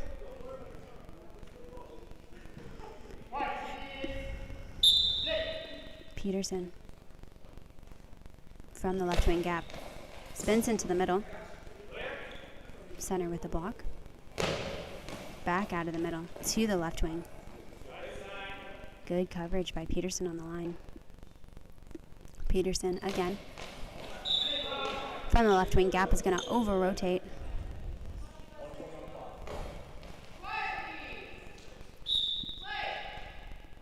And Lindsay from the left wing gap goes full cross. Great coverage by Peterson here. Seems like that change in position was really good for the team. It put Itani in a better spot to throw more of his shots from a variety of places, and also gave great coverage on that left side where they've seen a bit of weakness. Itani from the left wing gap, blocked by right wing. Number 2 goes back across the face of the center to the opposite gap, blocked out by Morgan.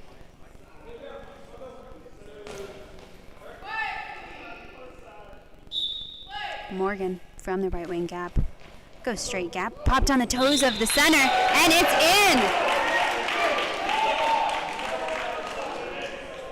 in! USA boys closing the gap. Wolves currently up 3-2 as we near the end of the first half of this match. Lindsay with the ball from the left wing gap. Crosses into the middle. Blocked by Itani. Quick shot back. And it's in to tie up the match. That seems like a huge move to have Atani back in the center. Having Peterson for defense on that left wing. And Lindsay with a drop out. Morgan's now going to start with the ball from the right wing gap. Goes cross gap. Blocked out by right wing. Seeing a lot more confidence in these boys in the positions they're currently in. From the right wing, number 2. Goes into the middle. Atani with the block and return into the left wing gap. Blocked by Lindsay on the left wing. He goes, spins, and full crossover. Pushed out by Peterson. 19 seconds remaining.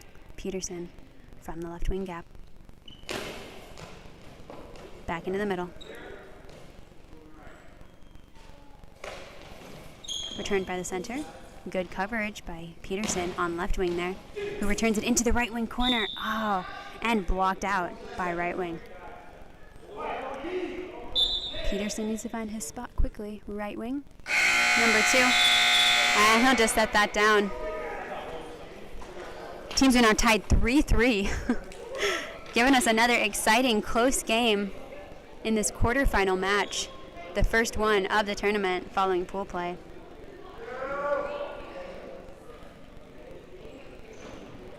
We saw a couple fumbles with Peterson in the center and Atani kind of struggling for his offensive stride on the left wing.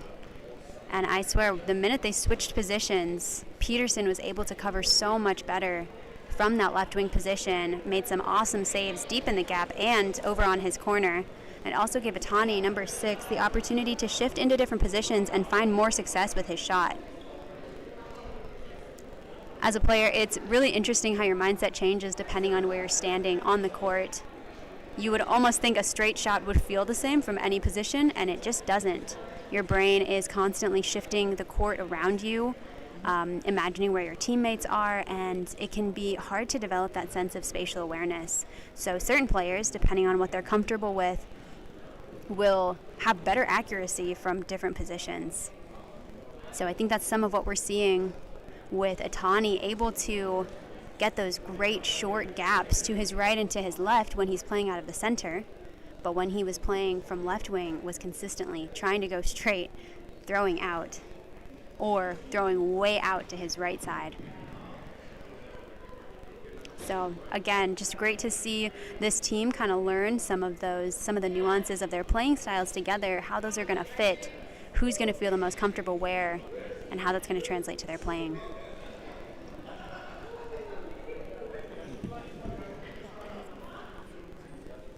Oh, getting an update from Jessica Peterson. Oh, shoot. Looks like the USA boys are down by 1. Oh, we might have missed a goal. Thanks for the update there.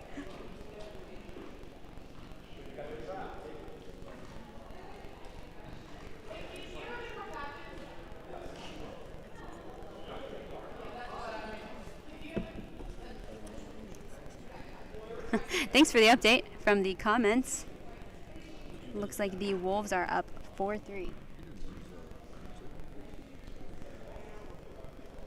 A lot of game left here.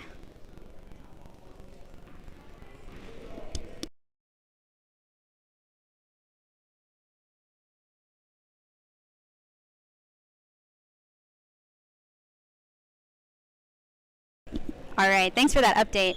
And confirmed, the score is 4-3 with the Wolves up by 1 point. USA boys still have a little bit of a hole to dig themselves out of, but hopefully going into this second half with a lot more confidence, knowing where they feel most comfortable, knowing what shots they have to hit, and having a moment to just reset their mindset, reset their confidence going into this.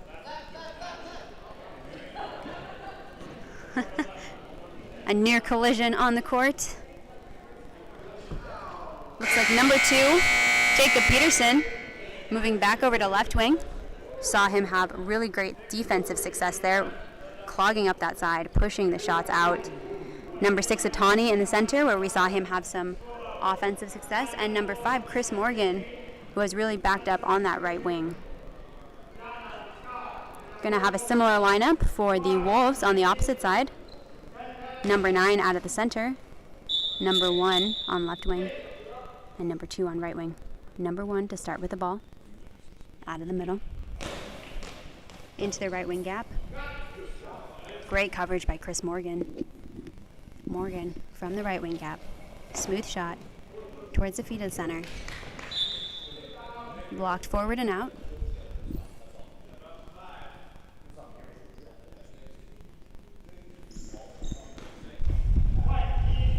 Dropping in with Lindsay from the left wing. Cuts into the gap. Blocked by the center. Atani coming over for the ball.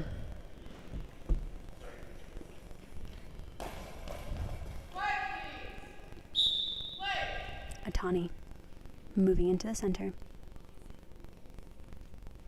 Spinning out of the center.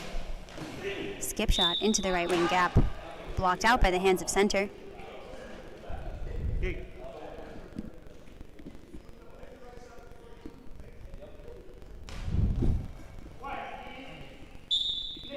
And right wing, number 2.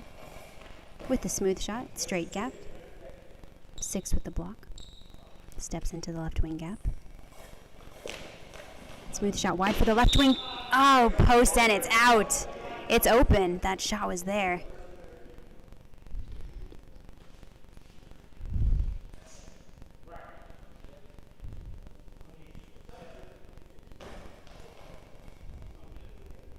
And Lindsay, number 1 from the left wing.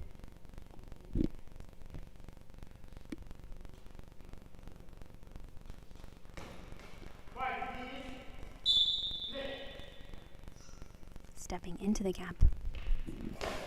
Spins. Goes wide. Good coverage by number 2. Number 2 with the spin into the middle. Blocked by the center. Center, number 9, Felix Walker with the throw into the left wing gap. Atani blocks. And from the left wing gap, big bounce into the middle. Good read by the center. And it looks like Atani is currently lost. He can reset his spot.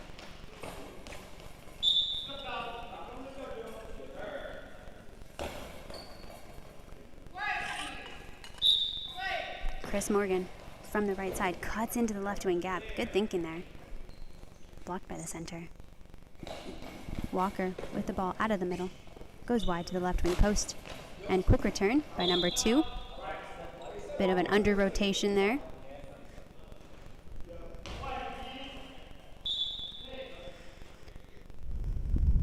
Lindsay from the left wing gap. Spins into the right wing gap. Really going for that. A great idea, but good coverage by Atani. He may need to move that shot around. Atani, number 6, out of the middle. And that'll be out. There's going to be an official time for an eye shade check on the USA boys team. Both of these teams really fighting. Going to get a time check here.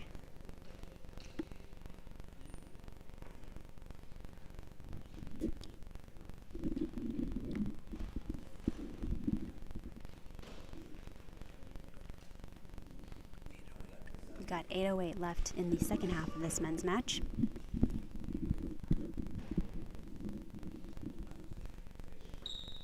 Wolves still leading 4-3 with a run of shots in the middle of the first half. Number 2 with the quick return. Good idea, as one of the players was lost, completely lost.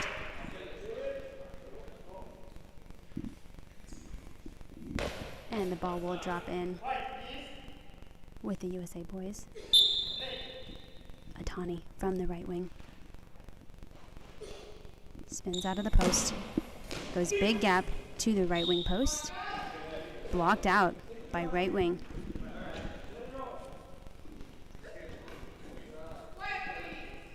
And number 2, Smith with the ball From the right wing gap, goes cross gap. Blocked forward by Atani. And it'll be a substitution for the USA boys team. Out number 5, Chris Morgan. In number 1, Tristan Brennan.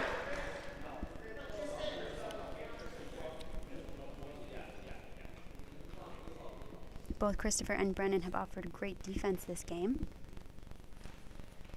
But Brennan may allow for a little bit more diversity of positions depending on where he starts out on the court. This looks like he's going to move into the center. Gives Atani the opportunity to play on right wing. Atani from the right wing post. Fumbles on his approach and just lets go of the ball. Quick return by Lindsay. Responded to with a quick return by Atani. Popped up and forward. Maybe ball over. And center. Runs forward, gets that. Right wing with the return back into the middle. Brennan with the block and handoff to Atani. And release out there.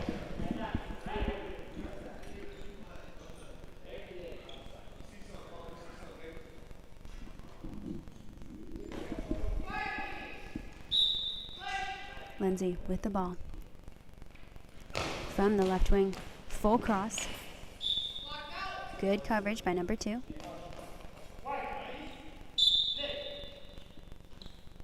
Number 2 from the USA boys. Goes full cross. Lindsay with the block and quick return, full cross. Really wants it in that corner. Atani is over. Takes it from the left. Sweeps back to the right. And a smooth gap shot. Blocked by Lindsay. Lindsay from the left wing post. Cuts it into the middle. Blocked by Brennan. Hand off Atani. Atani from the right wing gap. Full cross to the right wing post. And blocked out by the arms of number 2, Stephen Smith. Smith with the ball from the right wing. Full cross. Blocked by Atani.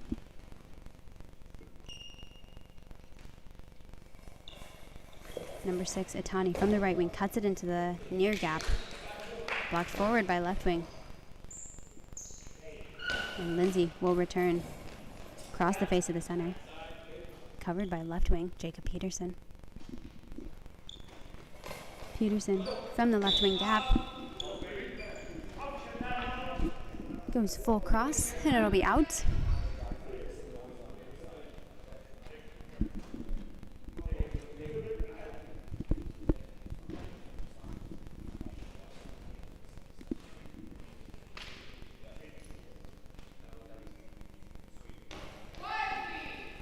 And the USA boys need to get back in their spots quickly. Lindsay with the ball. On the left wing. Oh, and released out.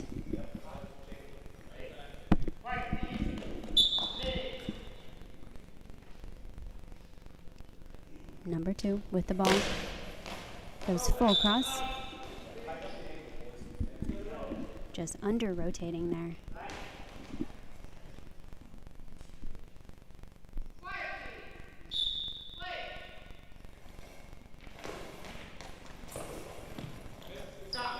From Lindsay. Blocked by number 1 in the center. When we talk about under-rotating or over-rotating when it comes to spin throws, you kind of think about the completion of a circle and the way that your body would rotate through that circle. If you're under-rotating, you're not completing it. If you're over-rotating, you're almost like continuing along the circle, and that can impact where your release point is.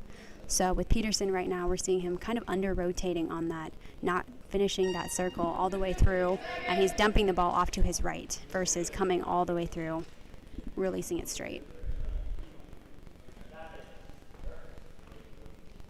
Kind of has impacts on accuracy, but also the amount of force that you're able to put into the shot.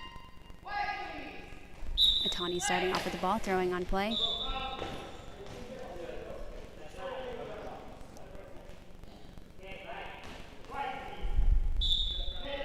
And that shot will be out, dropping back in with Lindsay on left wing.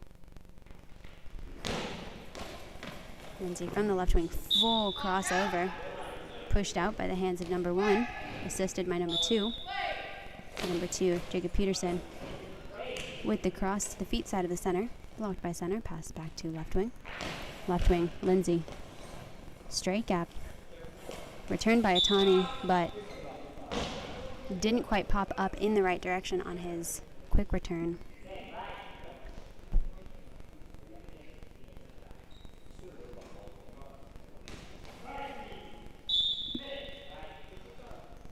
You have kind of a trade-off when it comes to a quick return.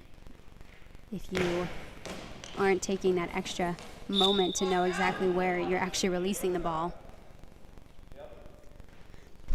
you might sacrifice a little bit of speed for improving the accuracy. Jacob Peterson sweeps from left to right, out of the right wing gap.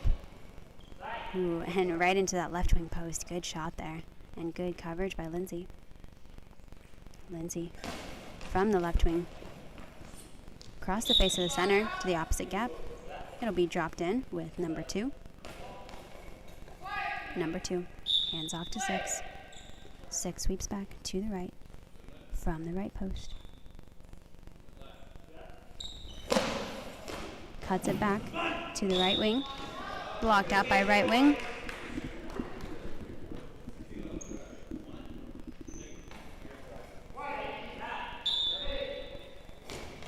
And Felix Walker with a line shot. Oh, and it's in.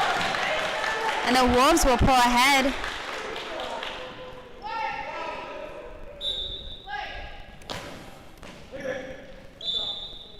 Bringing the score to 5-3. That left wing post has been a bit of a open spot for the Wolves. Lindsay from the left wing gap into the middle. Blocked by center. Center passes off to right wing. Atani with the rotation out.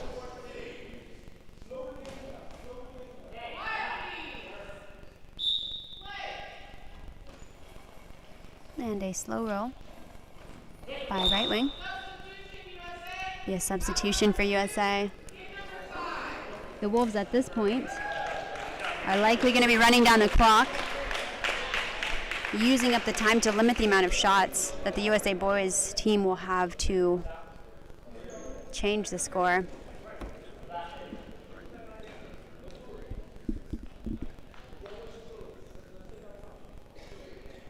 Coaches will use substitutions to set up shots.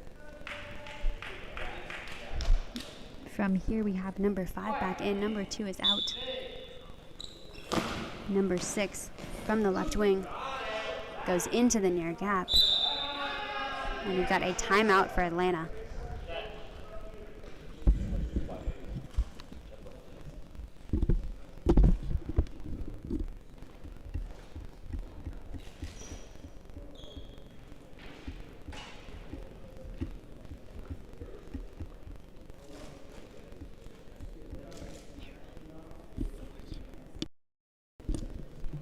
Four minutes remaining.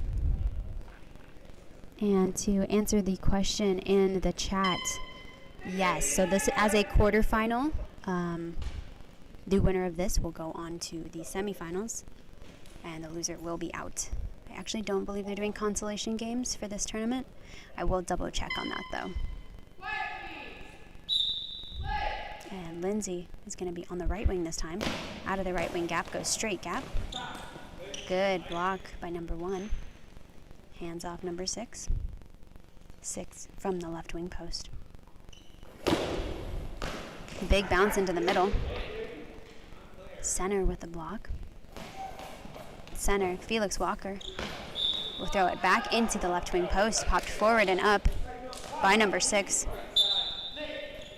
Number 6. Steps into the middle.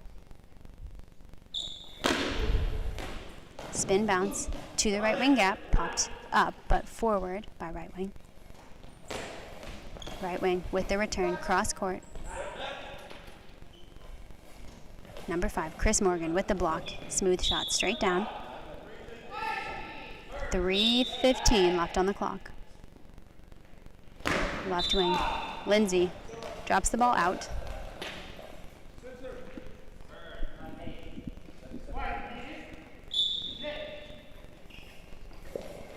And number 6 from the left wing angles it in. Blocked in the opposite gap by Lindsay, who returns. Goes back across the face of the center, pushed over by the chest of the center, and just barely pushed out by Atani on left wing. Left wing cuts it into the middle. Oh, it's up but forward. Blocked by the center, pass to left wing. Left wing. Lindsay cuts it into the gap. Double overlap by the feet, and it's in. Chris Morgan with the quick return, straight gap shot. Closing the gap. Wolves currently lead 5-4 to the USA boys team. Lindsay from the left wing. Cross gap, blocked by the hands of the center. Pass to left wing. Atani from the left wing. Goes down the line. And the ball is out. Right wing. From the Wolves, Stephen Smith into the middle. Popped forward by center. Pass to Chris Morgan with the cross gap. Ooh, pops up on the right wing. And recovered. Right wing. Out of the gap, goes full cross.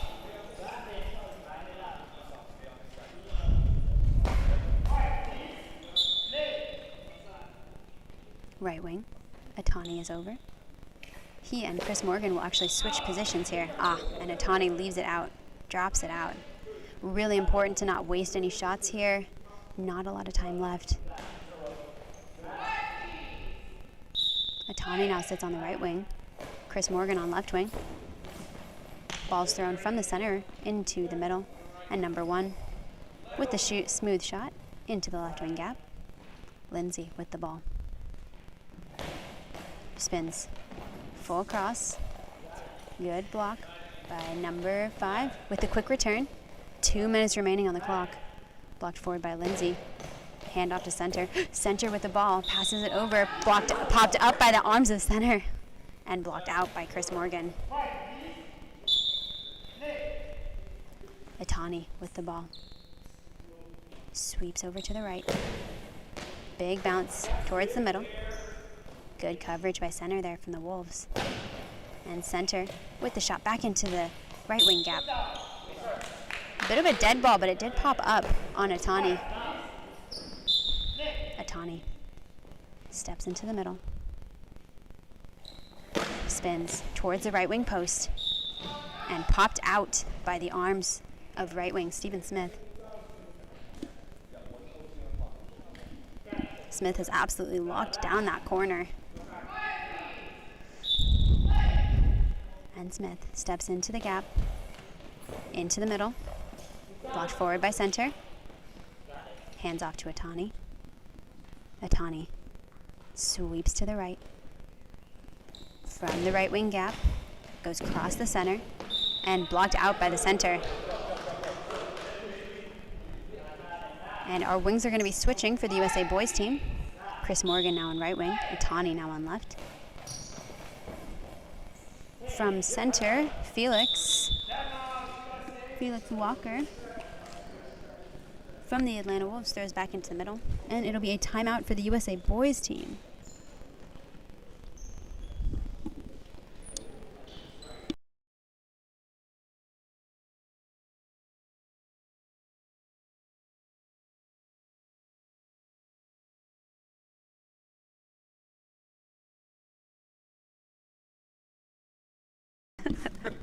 "51 seconds remaining."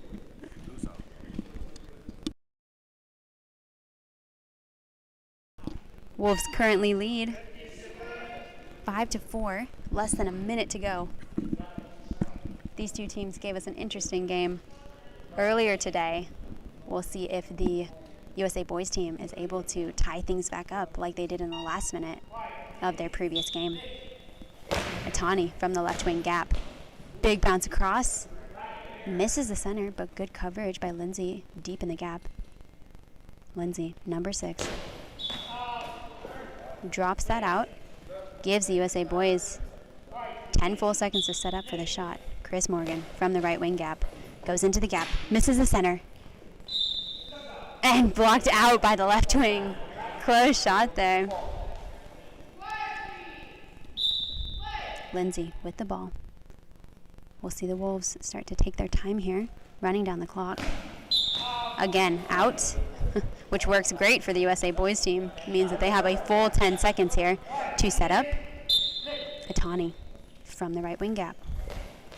Goes for the left wing post and pushed out by left wing Lindsay. 35 seconds here. Winner of this game moves on to the semifinals. And the USA boys down by 1 point. Out of the center. Angled into the left wing post. Quick shot back by Atani. To the left wing gap. Lindsay with the ball. From the left wing post. Full cross. Another full 10-second opportunity for the USA boys to set up a shot. Number 1 will be coming out.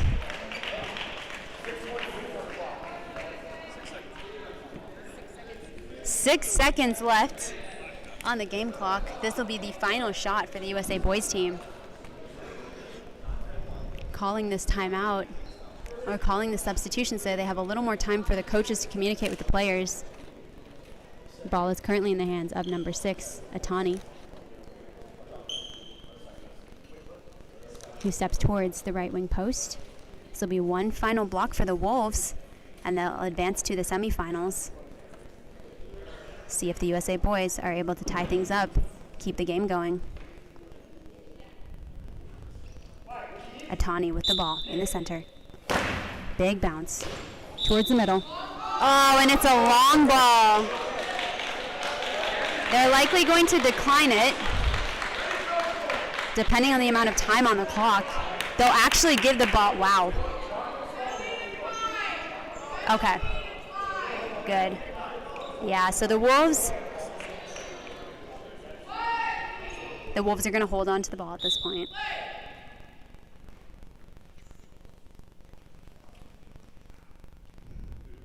And there's not a lot the USA boys can do. For any of you wondering why the penalty was declined, if the Wolves had taken that penalty shot and say the USA boys had blocked it, the ball would then be in the possession of the USA boys, and they actually would have had one more scoring opportunity with whatever time was remaining on the clock. So in situations like that, the team would much rather not risk that the opposite team blocks the ball and gets another scoring opportunity. So they decline the ball, they decline the penalty, they hold on to the ball, and they take the win with the 1 point difference.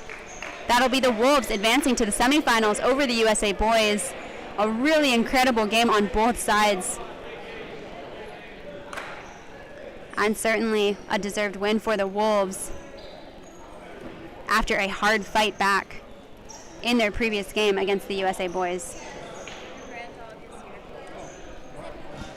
We will be joining you for the next game, the women's 1v4 game between the New Jersey Honeybees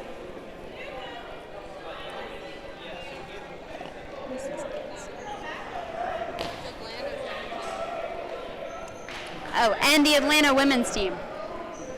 We will see you for the start of that game.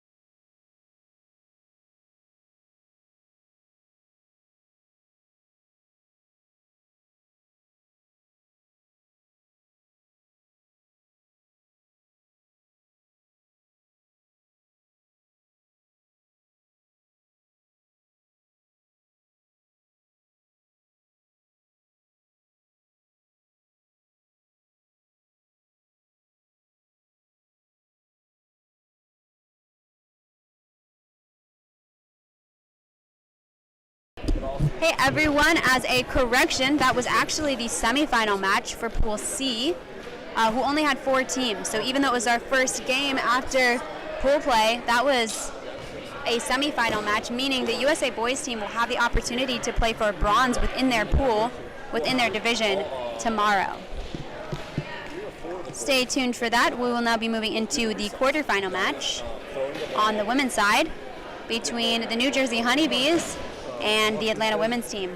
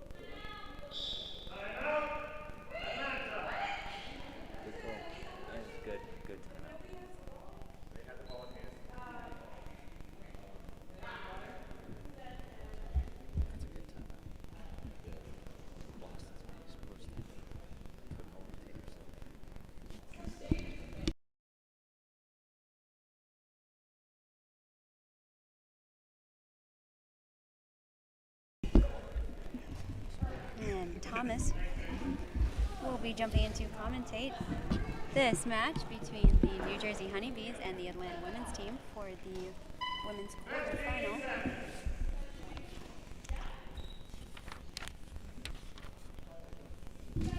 Alrighty, let me get the binoculars nearby so I can see. I broke my glasses, so I really can't see. I was wondering where your glasses were. It just doesn't have contacts. Yeah, no, definitely can't wear contacts, unfortunately. Alrighty, looks like Jenna, number 2 for the Honeybees, will have the ball. And it rolls up the sidelines and goes out of bounds.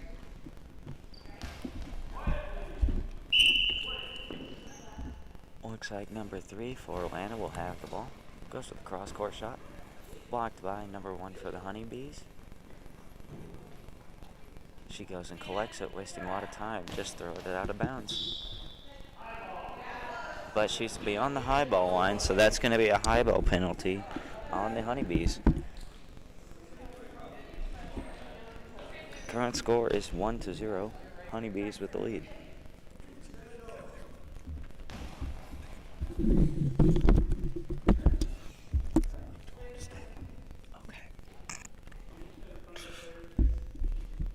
And we set up with this high ball penalty. Number 1 for the Honeybees is standing in the 5 hole, excuse me.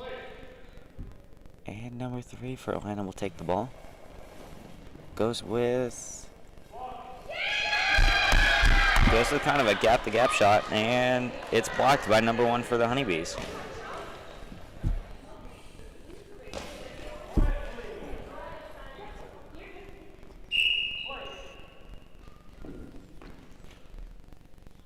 Looks like number 4, Amanda Dennis, will take the ball. Finds the open gap at the 7, right in between the center and the left wing. And it'll go in for a goal.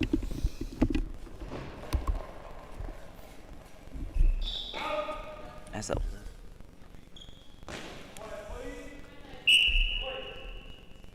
number 4, Amanda Dennis will throw the ball, blocked up by the center. Trying to see her number. Number 4. And number 3 will collect the ball, roll it. Collected by number 1 for the Honeybees. She's at the right wing. Sets up in her 7. Lets it go across the court. Blocked by number 4 for Atlanta. A little bit of a skipper towards the center, Jenna, who will collect the ball. Gonna set up in the 7. Low shot. Just out. Hands off the wing and just beyond the post. Hate to see those, especially since there was an opportunity. Cross-court shot. Just out from number 3 of Atlanta. Number 1 will get another opportunity for the Honeybees. And it's going to be a high ball. Good call by Mr. Wilmoren. So she'll have an opportunity to defend yet another penalty shot. I have faith, though, that she can do it. Number 3 will take the ball once again from her right wing. Goes right at number 1. Blocked. As excitement fills the gym.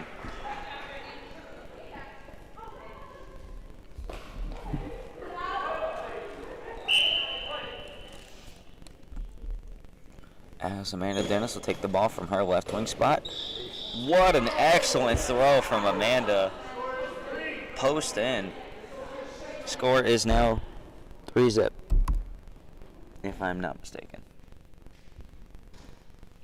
As I mentioned earlier in my commentation, the scoreboard that I can see is not working, so I have to do it based off my count. Blocked by Amanda Dennis. She will take the ball. Spin throw. Gap shot. Blocked by number 4 for Atlanta. She gets kind of lost in space and chucks it out of bounds.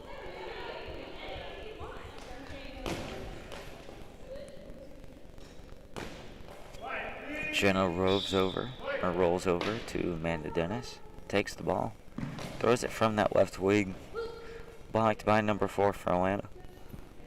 Calls loose and retrieves it herself. Lets it go towards the 9. Dennis goes right back at her.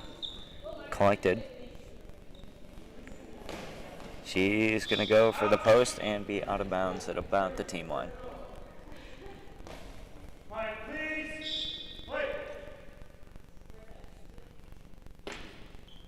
Jenna will take the ball. Bounce ball collected by number 4 for Atlanta. Number 8 for Atlanta will throw the ball. Weird pop-up off of Jenna's hands, collected by number 1, who will get another opportunity to throw. Lets it go. Line shot. Blocked by number 8, who will collect the ball and set up something for her own. She'll let it go. Blocked by Jenna.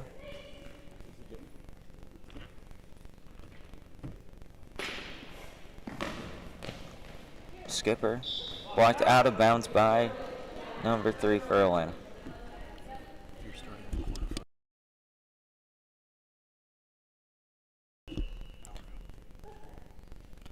Alrighty, ladies and gentlemen. Resuming action. Line shot from number 3 to Amanda Dennis, who will collect the ball. Gather her thoughts and throw. Excellent shot selection, blocked by number 8,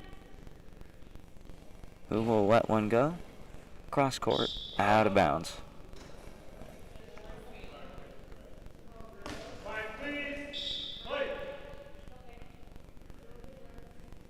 Number 4 will let the ball go. Excellent kick from the center of Atlanta, number 4.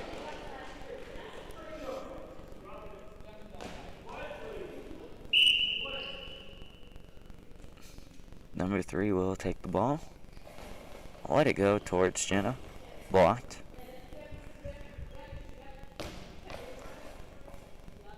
Number 4, Amanda Dennis will throw the ball. And that's going to be a goal for the Honeybees. Popped off of number 8 and into the goal. Score is now 4-0 in the first half. Number 4 for Atlanta will take the ball. Little bouncer. Popped off of number 1 and out of bounds. Amanda Dennis is coming out. And number 3 for the Honeybees is coming in. Let me see who that is.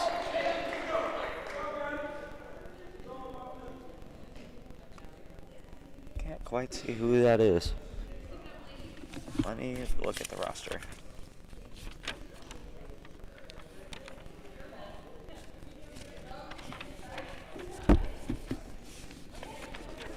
You know, you're definitely a good commentator when you have to shuffle through paper to find the thing that you're looking for. That's Miss Lisa Chizowski. And it looks like she will be taking left wing here in lieu of Amanda Dennis. Ball is out of bounds. She will get her first opportunity to throw. Lets one go for the gap. Pumped forward and out of bounds. Excellent shot selection.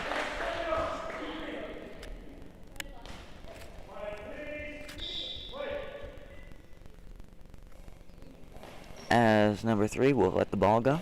Out of bounds.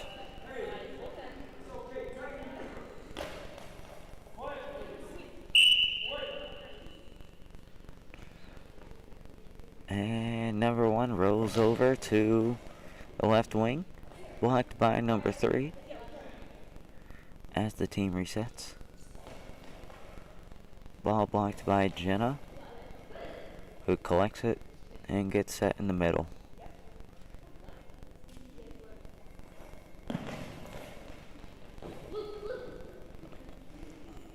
Low straight throw. It's going to be ball over. Atlanta player tried to retrieve it, but couldn't quite get there in time. And Miss Jazowski will get another opportunity to throw.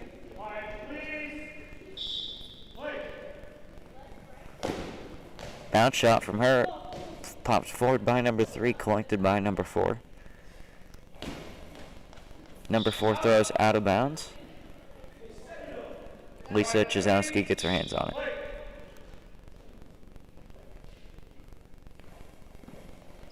What a smooth ball. Blocked by number 4. That was glossy if I've ever seen it. Number 3 goes for the gap. Pops off of Jenna. Ball is loose. And that's a goal. Alana will score that first goal off a loose ball. Score is now 4-1.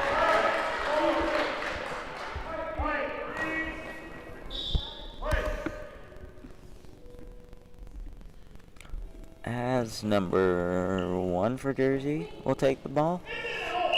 And it's in. Score is 5-1 now. Let me update that goal for you real quick. So quick exchange of goals here from both women's teams.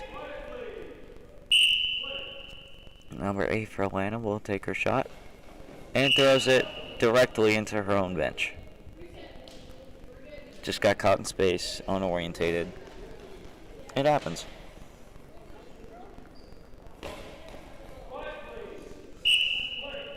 Number 3 for the Honeybees will take the ball. Bounce shot. Popped off of the left wing. Number 8. As Atlanta gets a substitution. Out number 8 and in number 6 for Atlanta. Good job to number 8. And we will identify who number 6 is here momentarily, as I have to look through my papers once again.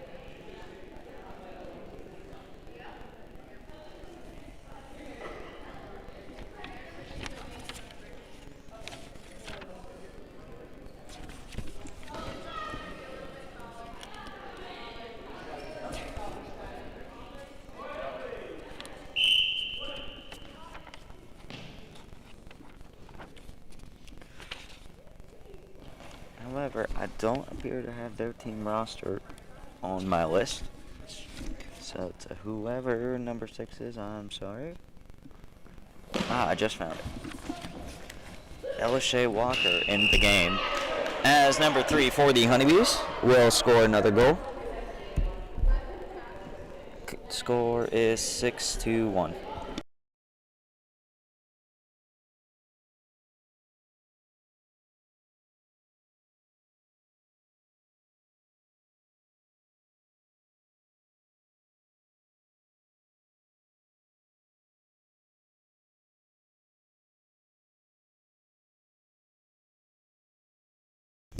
So we have a little less than 2 minutes left in the first half, ladies and gentlemen.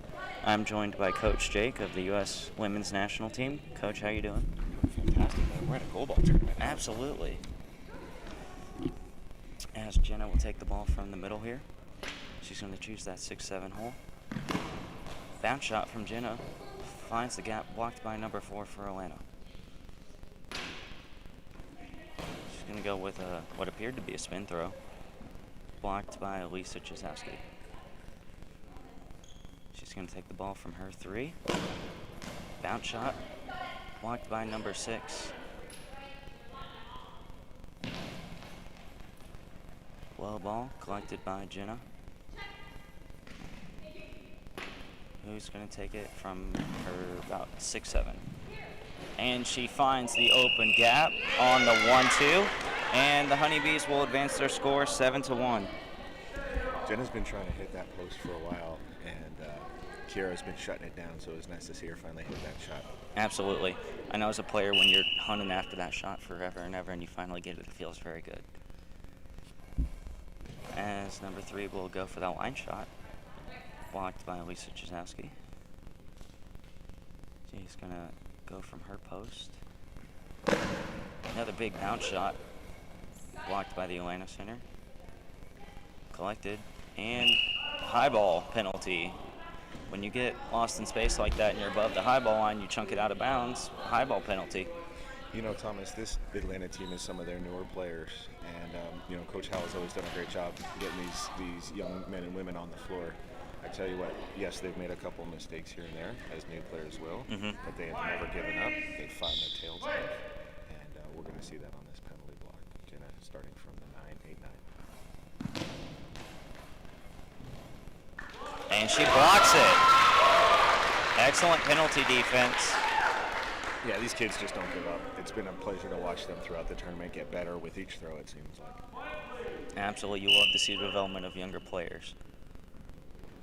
Speaking of our young players, the Atlanta center will take the shot. The Honeybees collect the ball. Looks like it's going to be number 1, the right wing. Lets it go for the 3-hole. Blocked by number 3. A lot of threes in that sentence. And she'll throw it for the 3. Collected by number 1 of the Honeybees. Lets another one go. Hits the 5. Collected by 4. Who passes it to number 6, their left wing. Finds the gap. And that's going to be a goal for the Atlanta team on the 3 gap. Just gets passed in between Jenna and number 1 for the Honeybees. Can't be much time left in the first half, but it's good to see one of the rookies get a goal. And right back, Lisa Chakowski. Wow. Buzzer beater, too.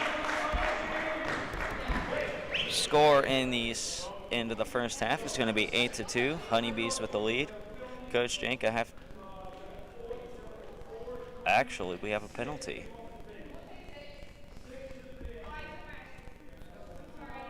We've got we've got an end of the half situation. Unfortunately, we have 2 of the Atlanta players who have taken their eye shades off, so we'll have multiple penalties.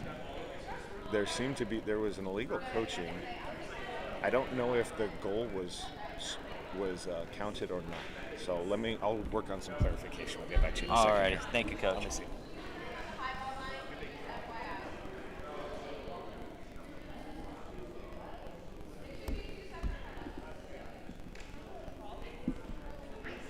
Well, ladies and gentlemen, it is not every day you see a potential try penalty at the end of a first half. I happened to commentate a game earlier where we had something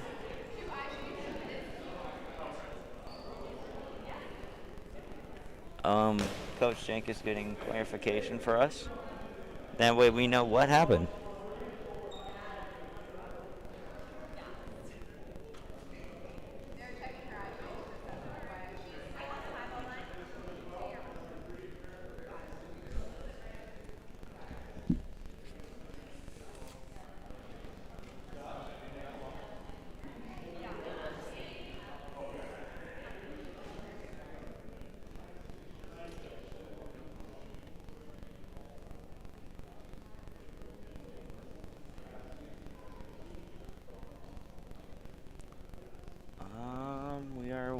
For further clarification.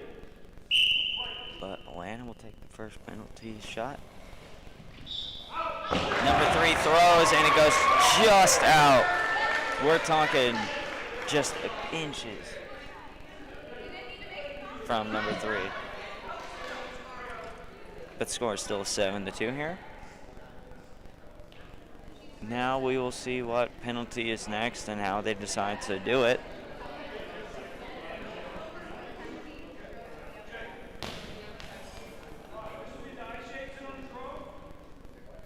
Alrighty, the second eye shade penalty throw.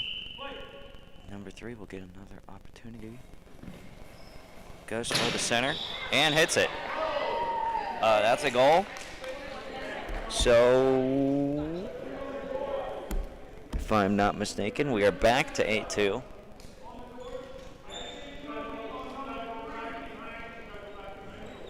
So, looks like 2 eye shade penalties and illegal coaching. So we have one more penalty throw from the Honeybees to Atlanta.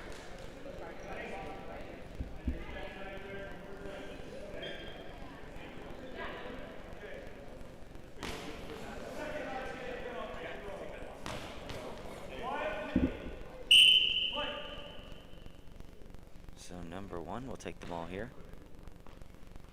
Takes it from about the 2. Goes for the 2 and gets it. So, if I'm not mistaken, that is halftime, and the score is 9-2 now. Correct. So my understanding was illegal coaching was called during the throw. So Lisa's goal did not count. Okay. Illegal coaching was called. The halftime buzzer did sound. However, in goalball, halftime is not officially started until the officials blow their whistle and call and dedicate half. So we had 2 eye-shaped penalties before that happened. So 3 total penalties and no open play goals. Is how that. Oh no, they only had 1 eye-shaped penalty, I guess, with that. Because Yeah. there's only 2 penalty shots. Yeah. Lots to clean up there. Yeah. Yeah, no, definitely. I happened to commentate a game in the men's Pool C game of like the pool team versus the Renegades. And the left wing for the pool team threw a high ball. Okay. And then the entirety of the Renegades team took off their eye shades before ref called half. And nobody knew what was happening for at least a solid 5 minutes. And what he was doing better is that high ball was also, it was a buzzer beater too. But it didn't count, so Right. you hate to see those. Well, you do, and again, when you're working with newer teams, you know what we really try to work with the newer athletes are some of the most basic of fundamentals, and obviously we're working on blocking and throwing and passing and basic rules of the game, and those are all very important. But then the next step, before you go to a tournament, what are all the weird things that are going to happen, right?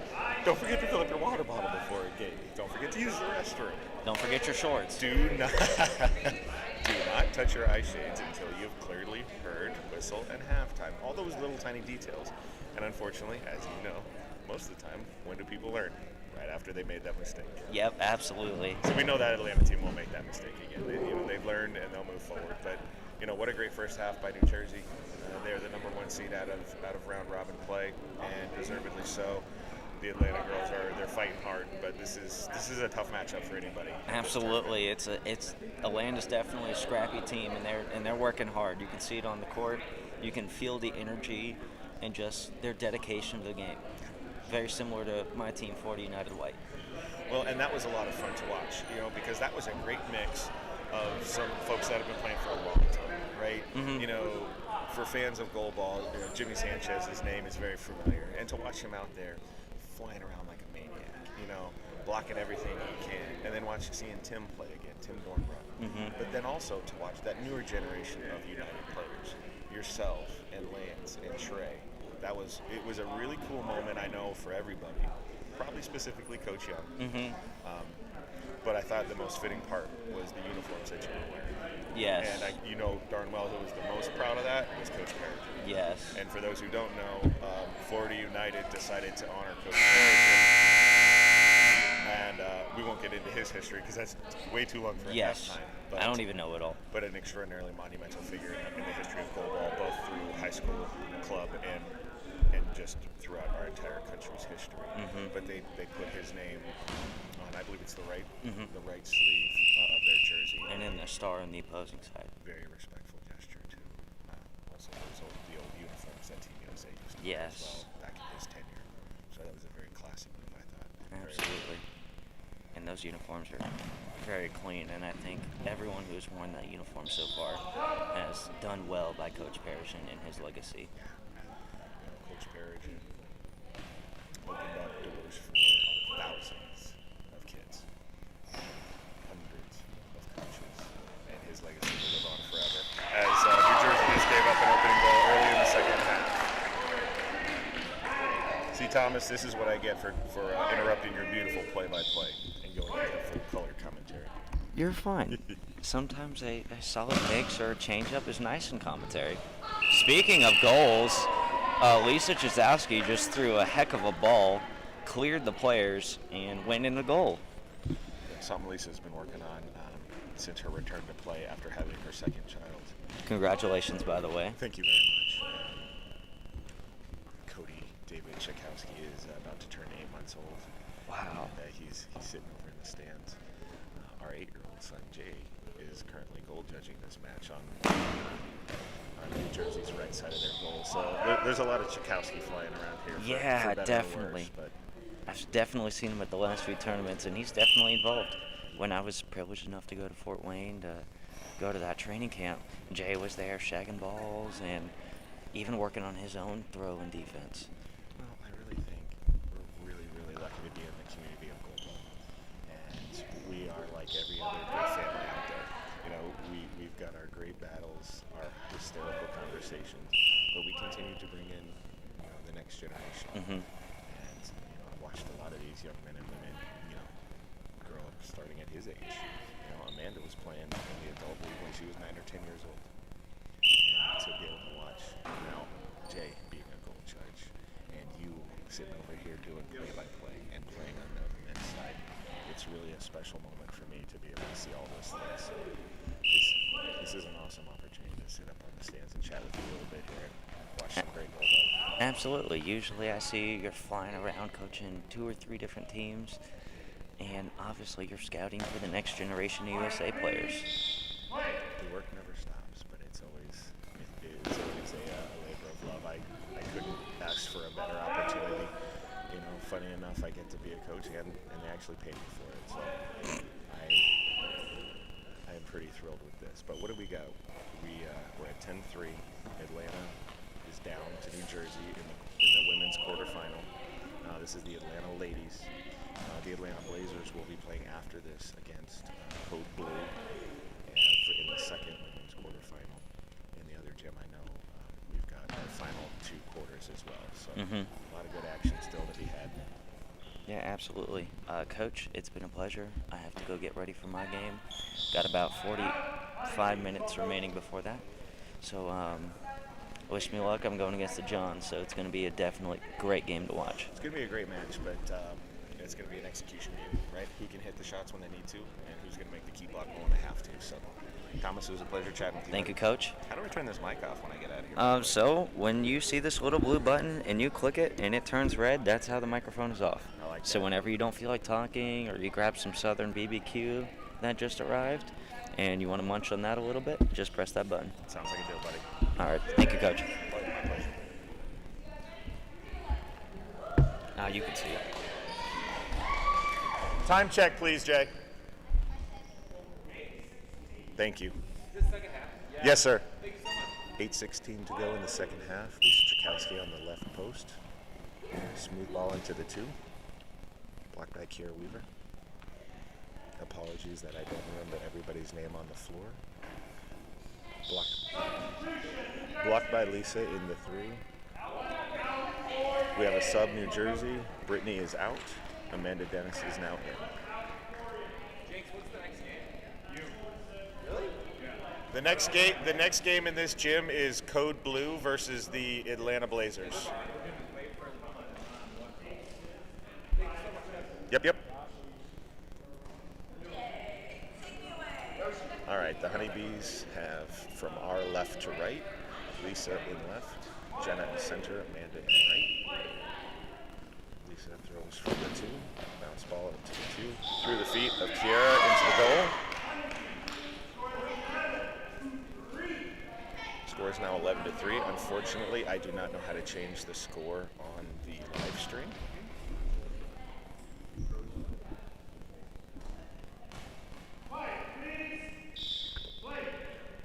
I see that my mom, Karen Tchaikovsky, is watching the game. So hello, Mom. How are you?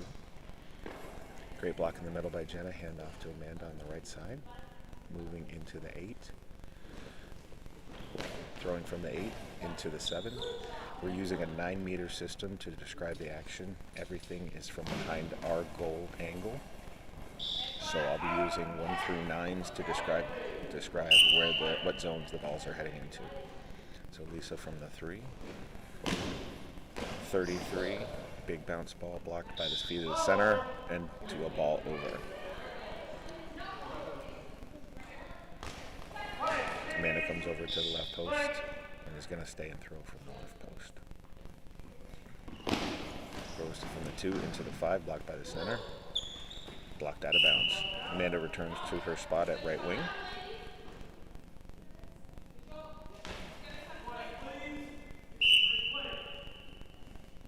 Left wing from Atlanta. Throws down the line, just out of bounds. Dropped into Dennis. From the 8. Hard skip ball. Up off the left wing, up over the crossbar, blocked out of bounds.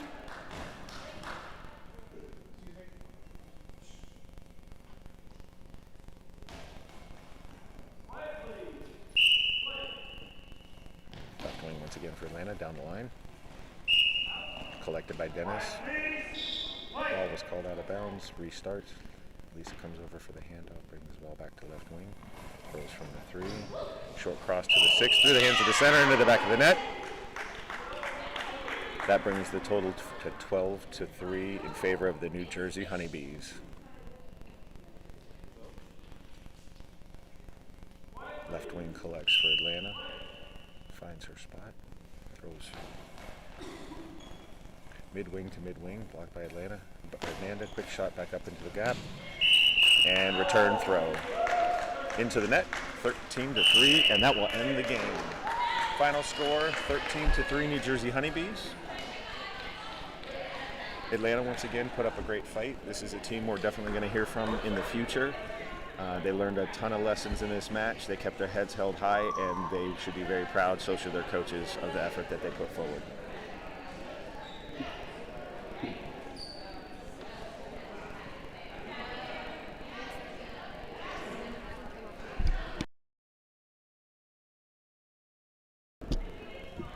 We'll restart the action shortly. The next quarterfinal in Gym 1 will be Code Blue versus Atlanta Blazers. I'm coaching, so I got to get off the mic. I will speak with you all later. Have a great rest of your evening. Enjoy the Goalball fans, and thanks a lot for tuning in.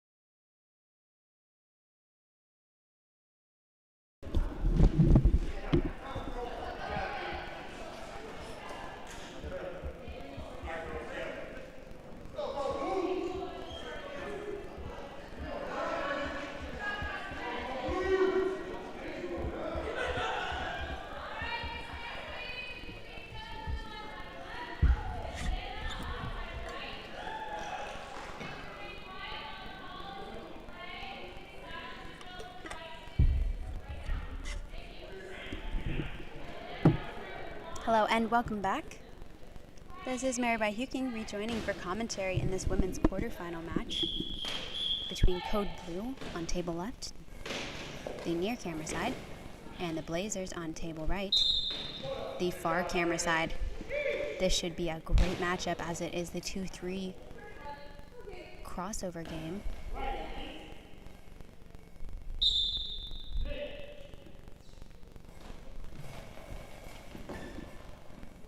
For Code Blue, out of the center, Megan Jensen. Left wing, number 4, Aaliyah Ferguson. And on right wing, number 8, Veronica Hyatt. For the Blazers, on right wing, number 2, Allie Lawson. On left wing, number 4, Asia Miller. And in the center is number 3,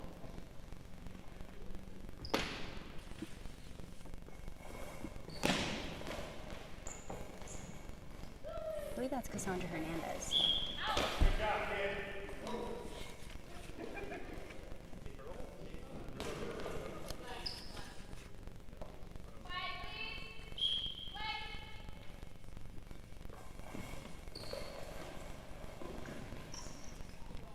Veronica Hyatt from the right wing gap goes cross gap.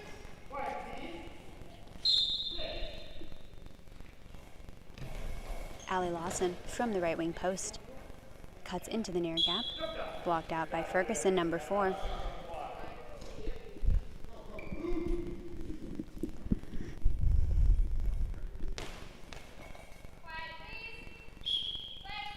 Ferguson from the left wing gap shoots straight gap, blocked by Lawson. Quick return into the near gap. Great shot by Lawson, but good coverage by Jensen. Jensen out of the middle, back to the middle. Hernandez with the block and pass off to Miller on the left wing. Miller goes straight gap. Hyatt with the block. Going for the line shot and releasing out. Miller from the left wing gap. Goes straight gap. Popped up by Hyatt and recovered from the right wing gap. Cross gap. Kicked over by the legs of Lawson and out.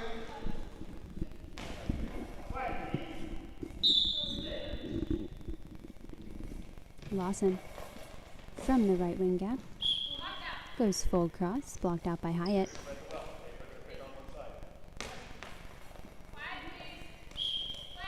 Hyatt hands off Jensen. Jensen will switch into the right wing gap, cuts into the center. Hernandez with the block, pass off to right wing. From the right wing, Lawson with the straight gap. Ferguson to block. Steps into the center. Curves just over into the left wing gap. Overlap by Miller and Hernandez. Hernandez out of the middle. Blocked by Ferguson in the left wing gap. Ferguson from the left wing gap. Spins and a bit of a bounce into the right wing post.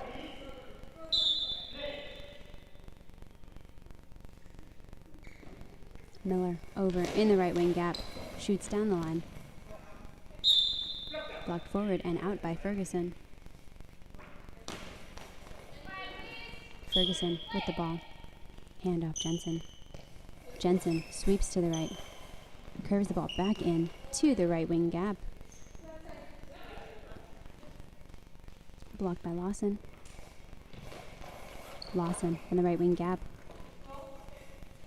Shoots into the middle. There'll be a switch as Veronica Hyatt sweeps around to the right. Megan Jensen will move back into the center.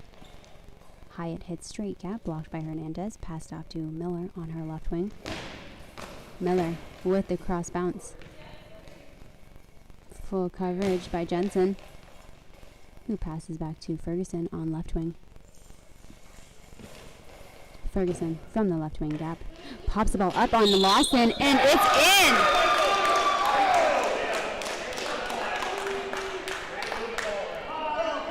And Code Blue takes the lead with the first goal of the match by Aaliyah Ferguson, number 4 on left wing.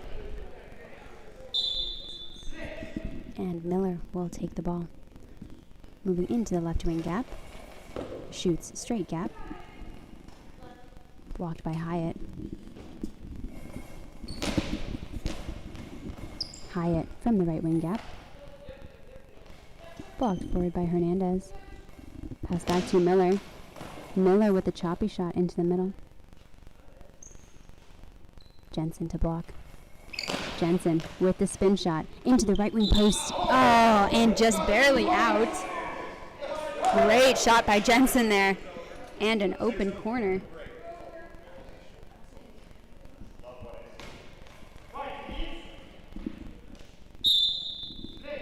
Miller moves from right to left. Goes back to the cross gap. Blocked forward by Jensen. Pass to Aaliyah. Aaliyah Ferguson from the left wing gap. Cross gap. Blocked over by Hernandez. Hernandez passes back to Lawson. Lawson on the left wing. Shoots down the line. Blocked and returned by Hyatt into the middle. Out of the center. And an official timeout for a cheering baby from the stands.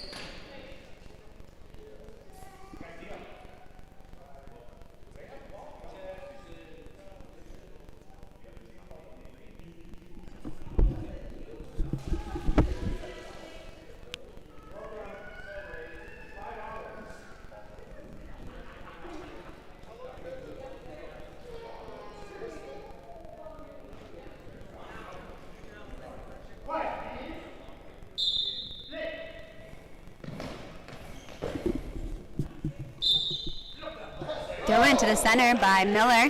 Kicked out by Jensen.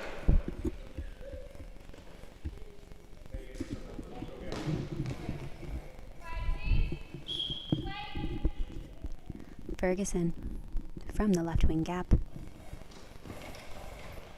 Goes straight gap. Blocked by the legs of Miller. Oh, blocked by Hernandez, actually. Hernandez with the ball. Out of the middle. Goes wide to the left wing gap. And ball over.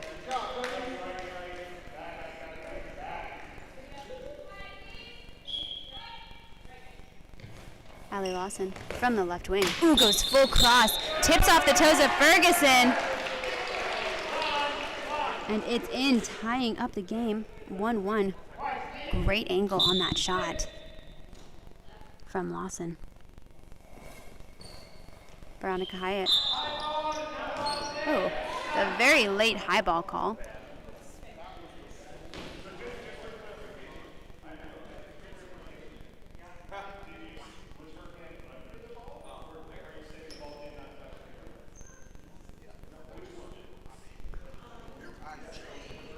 And a bit of clarification.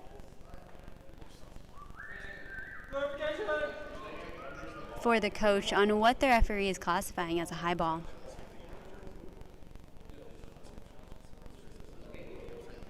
I don't know if there is any sport where coaches agree 100% with the calls of officials.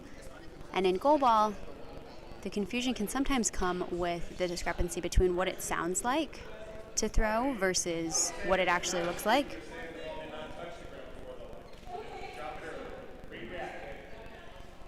So interesting just based on how you're releasing the ball. Ball comes out of the center from Miller. Miller goes into the right wing post with a perfect corner shot. Wow, what a beautiful shot. Great effort by Veronica Hyatt on that. Gave it her all to block that, but just the perfect shot by Asia Miller. And Veronica Hyatt will return down the line from left wing before sweeping back to her spot on right wing. Ooh. And Miller with the straight gap shot. Almost makes it through the feet of Ferguson. Good recovery though. Takes it from the left wing gap back into the middle. Hernandez with the block, passed off to Lawson. Lawson goes for the line shot and shoots out. Hyatt with the ball, hands off Jensen. Jensen sweeps around to the left wing gap, shoots back into the middle, blocked by Hernandez, and ball will be over, returning possession to Code Blue.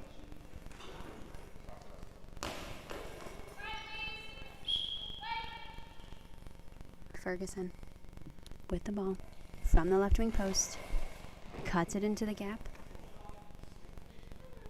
Good coverage by Hernandez. And Hernandez out of the middle, angles to the right wing gap.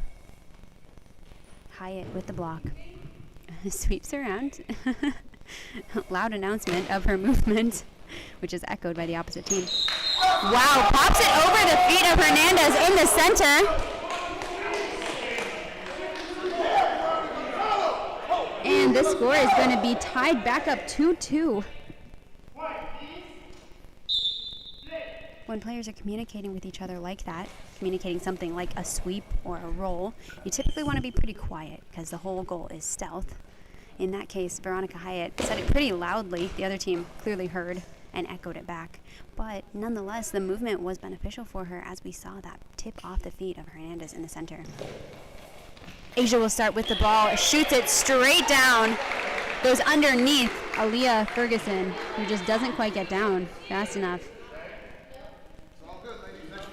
And the Blazers will respond, bringing back their lead to 3-2 over Code Blue.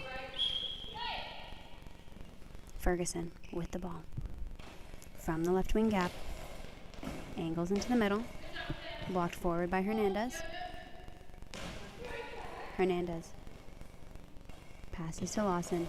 Lawson from the left wing gap, goes down the line.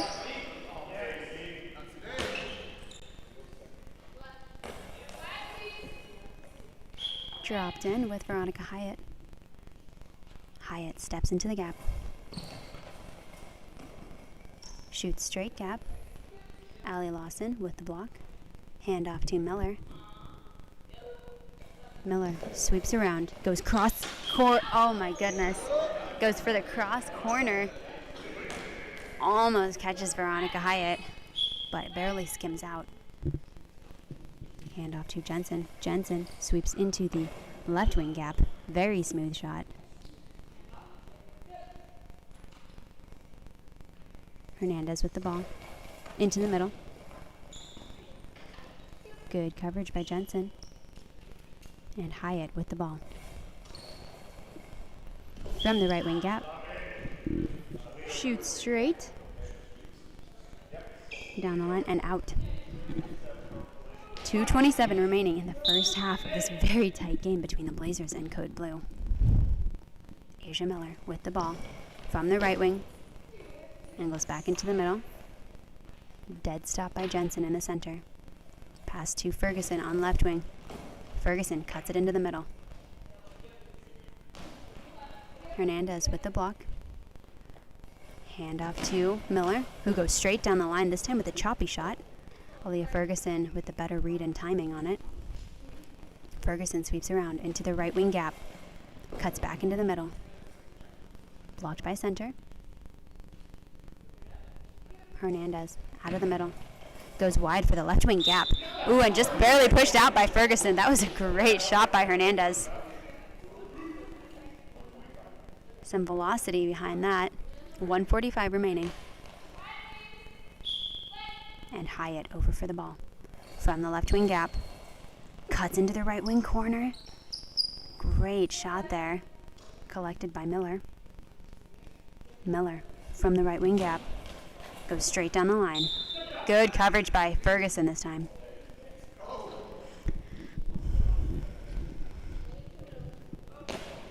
And Jensen over for the ball. Steps into the middle. Spins. Cross into the left wing gap. Good coverage by Lawson and quick return back into the middle.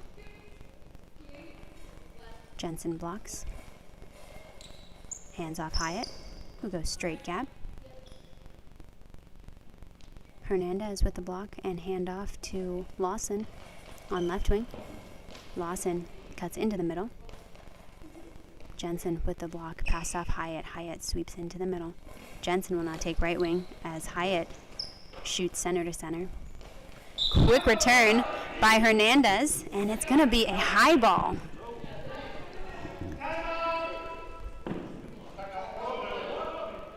It'll be a timeout for Code Blue, facing a really exciting opportunity for them to tie this game back up with a high ball penalty against number 3, Cassandra Hernandez. Some great composure from both teams here, mixing up their shots, resetting after some of those goals, all made off of incredible plays. I just want to say a shout out to Eileen and Kevin Firth, Megan Jensen's grandparents, who actually, I believe they were here last year. Sorry you guys weren't able to make it out here, but Megan is crushing it.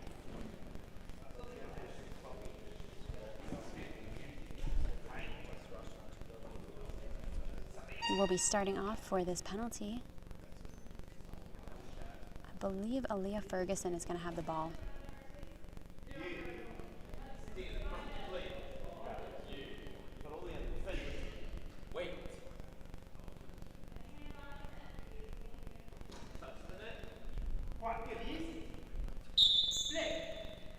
Ferguson with the ball, hands off to Hyatt. Hyatt out of the middle. Angles into the right. Oh, and barely pushed out by Hernandez. A good shot. Needed it to be a little bit farther angled to get outside of Hernandez's range. But a great effort from Hyatt out of the center. Miller with the shot into the middle. Hyatt blocks, hands off to Aaliyah. Aaliyah shoots down the line. Blocked by Miller. Miller from the right wing gap. Goes straight gap. Blocked forward by Aaliyah. Hyatt to collect. Shoots straight into the middle. Hernandez with the block. Goes wide to the right wing gap.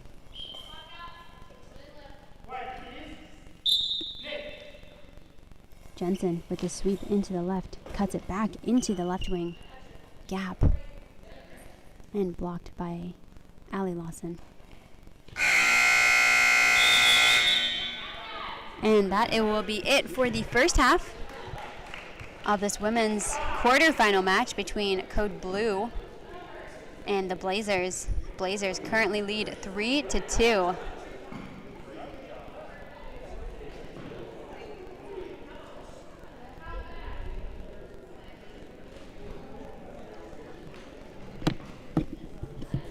It's always interesting to see how these teams match up, with several of them coming from the national team training program out of Fort Wayne, Indiana. Megan Jensen, an up-and-comer on the USA women's team, who just had the opportunity to compete with the team in Malmö, Sweden. And we'll be waiting to see the announcements for team rosters for this summer's IBSO World Games in Birmingham, England. We will rejoin you in a few minutes for the second half of this exciting game between Code Blue and the Blazers.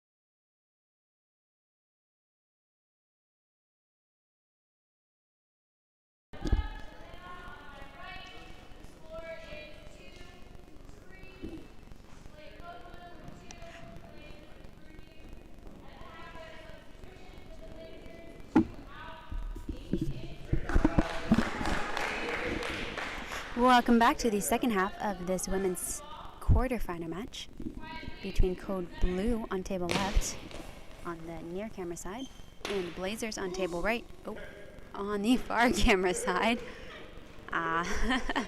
Code Blue will be starting off with the ball.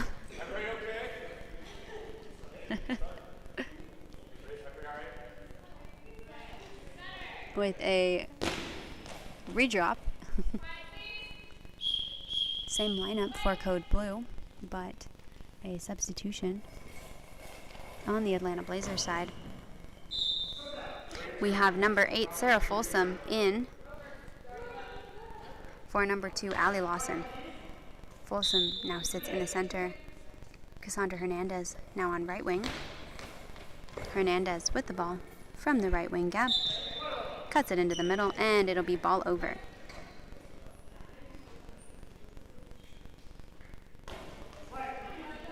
Hernandez with the ball. Hands off to Miller. Miller from the right wing gap. Choppy shot into the middle. Jensen with the block. From the left wing gap, spins into the middle. Folsom with the block.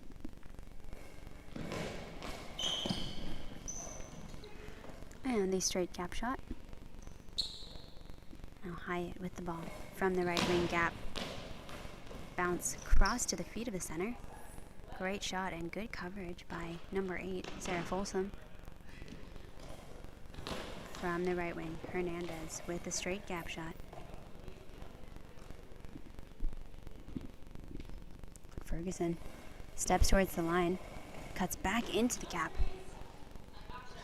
Popped over, but recovered by number 3. Number 3 goes down the line, and it's underneath Aaliyah Ferguson.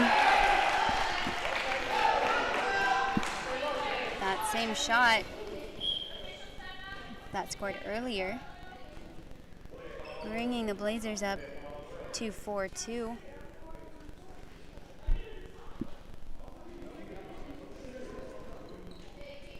Depending on what your ready position is, it will impact your timing of when you actually need to get down to block the ball. If you are set up closer to the ground, then you can wait a fraction of a second longer. Aaliyah is positioned kind of midway to the ground. Is just waiting a little bit too long before reacting and fully extending out into her blocking position. Ferguson from the left gap shoots straight down the line. Blocked by Hernandez. Hernandez passes off to Miller. Oh, and shoots it into that gap. It gets kicked back in by Ferguson. Atlanta pulling ahead 5-2. Capitalizing on the shakiness that can come after you let in a goal. Going back for that player once again. And Ferguson with the block.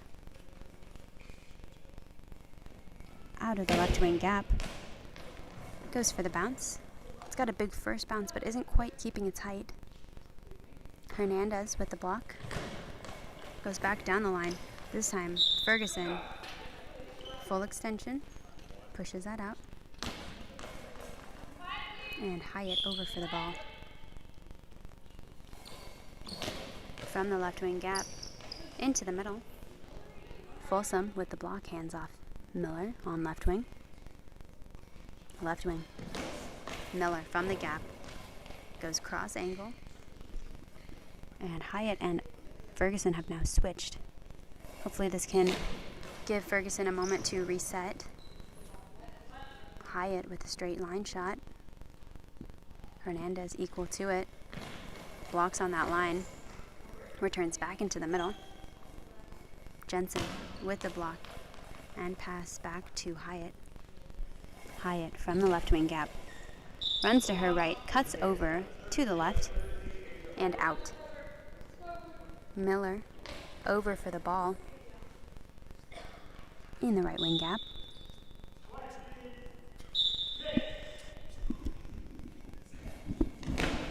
Shoots straight down. Great coverage now from Hyatt over on left wing.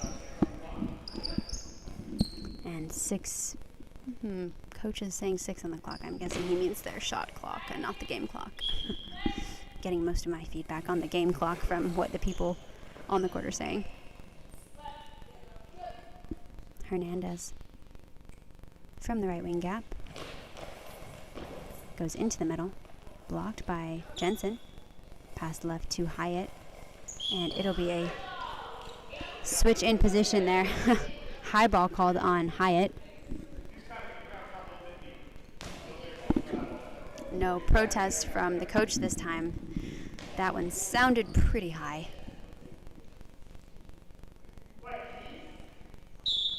Ball is coming out of the center. From Miller. Over to the right this time. Oh, and it's in the right wing gap. Good effort by Hyatt there. Just not quite fast enough.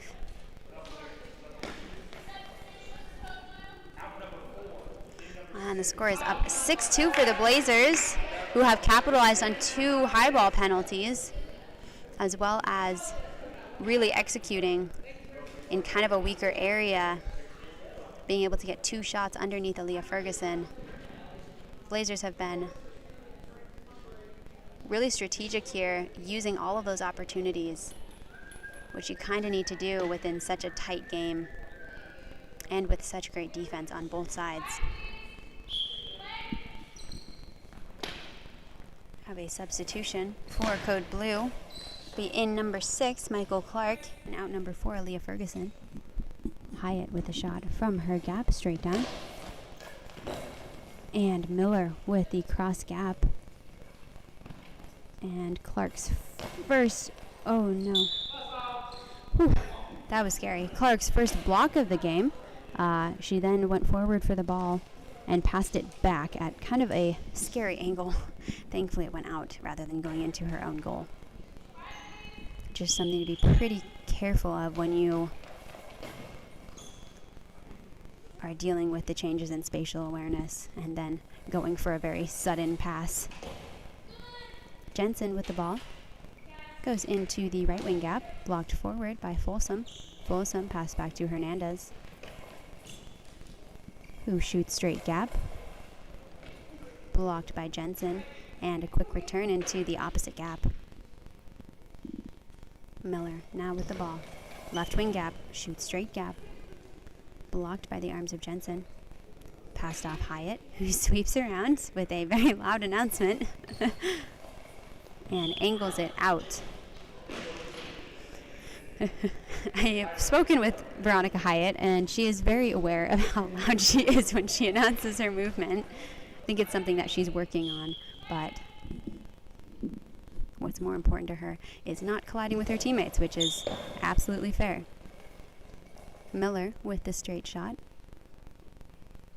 Hyatt defends and spins out of the right wing gap, back into the middle.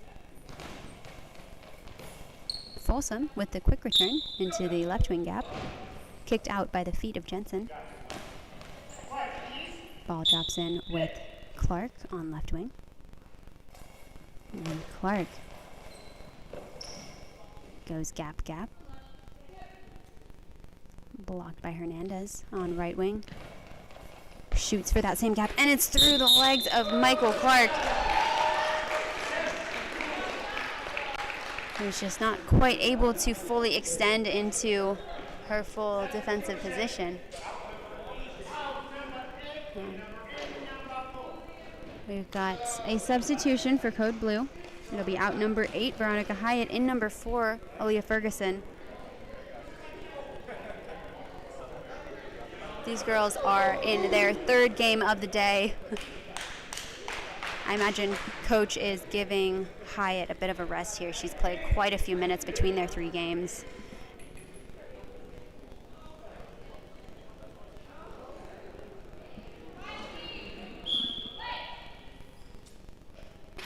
Ferguson looks to be moving into the center. I actually don't know where she's going. I don't know if she knows where she's going. She is a bit lost. Oh, refines her spot just in time. Oh no, and the ball is thrown by Miller. Down her line, a choppy shot, and through the hands of Megan Jensen. Score moves up to 8-2 for the Blazers as they pull ahead here.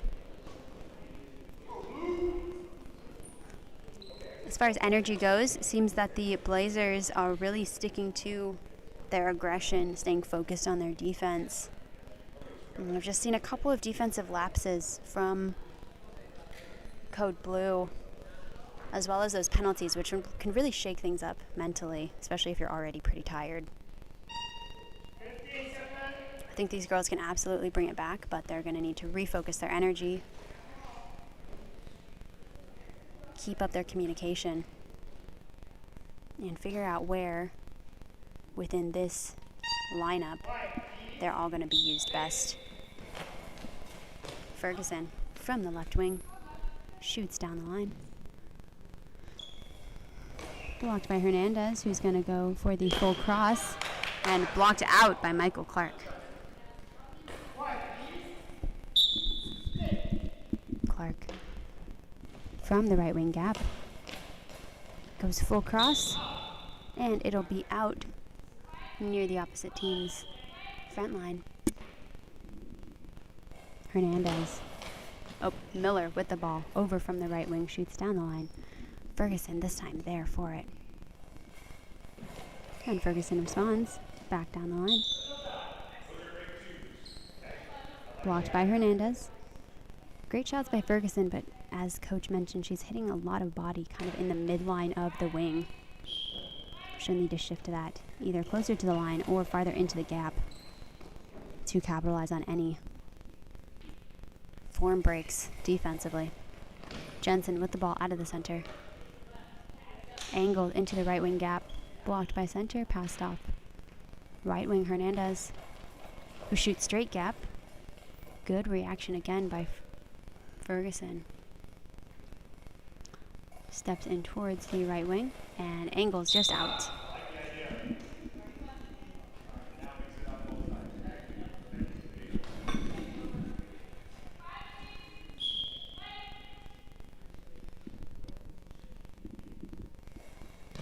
Miller over for the ball, goes cross gap, and Jensen with a quick return back to where she knew that Miller was returning.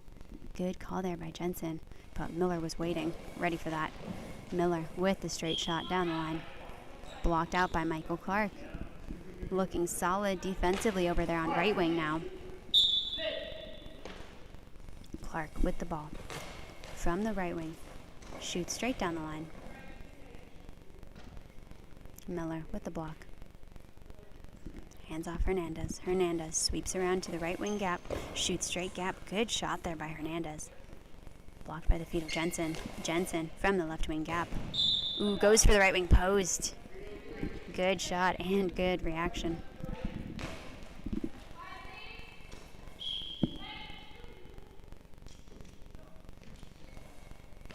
Hernandez with the ball from the right wing. Cuts it into the wing line. Ferguson with the block. Steps into the gap. Crosses the center. Blocked by the hands of Sarah Folsom and returned into the left wing gap.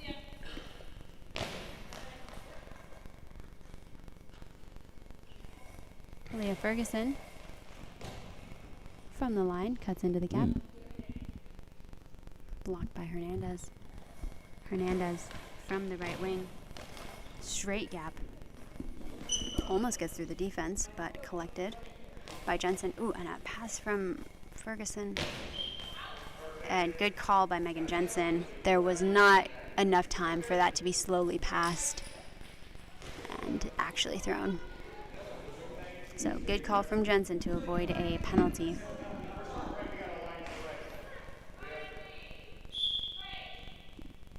Miller with the ball. From the left wing post. Cuts into the gap. Great shot. And Jensen with the block. Hands off to Clark. Clark from the right wing gap.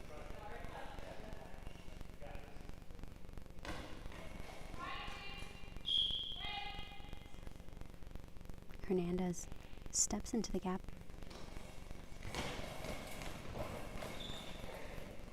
Goes for the left wing gap, blocked by Ferguson.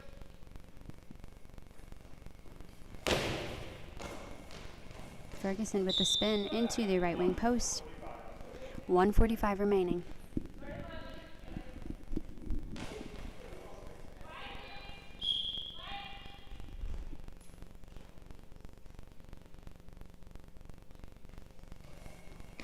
Hernandez with the ball from the right wing. Goes straight gap. And returned by Ferguson. Across the face of the center. Center with the handoff to Miller. Miller from the left wing gap. Goes straight down the line. And out.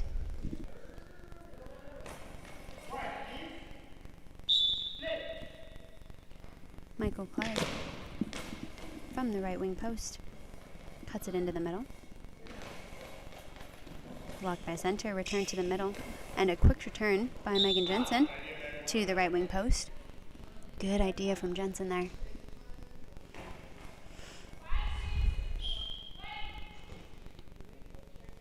Code Blue will definitely need to speed things up with not very much time remaining in this game. And Hernandez with the full cross. It'll start with Michael Clark on right wing. Clark will sweep from right to left. And at the left wing post. Oh. Goes for the spin and just releases the ball out.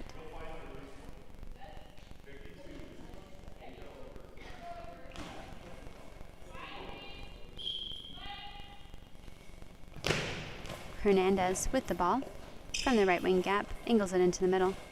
Jensen with a quick return. And Folsom returns back to the middle. Clark from the right wing. Cuts into the center. And out of the center. Hand off to right wing, Hernandez, who goes full cross back and out at the team's front line.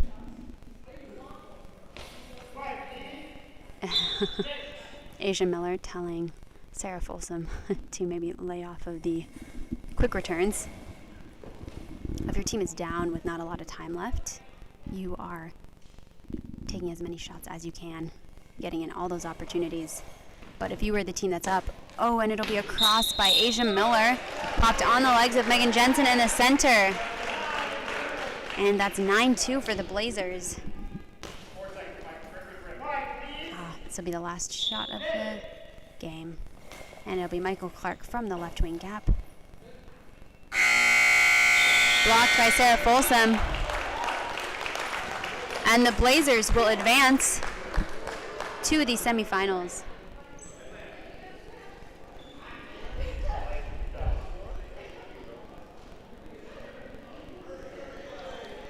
The semifinals for the women's teams will be taking place tomorrow morning. Looks to be 8 a.m.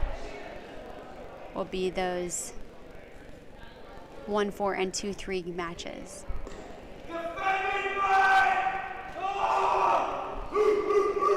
Next up, we're going to see the men's quarterfinal between seed 1 from the A pool and seed 4 from the B pool.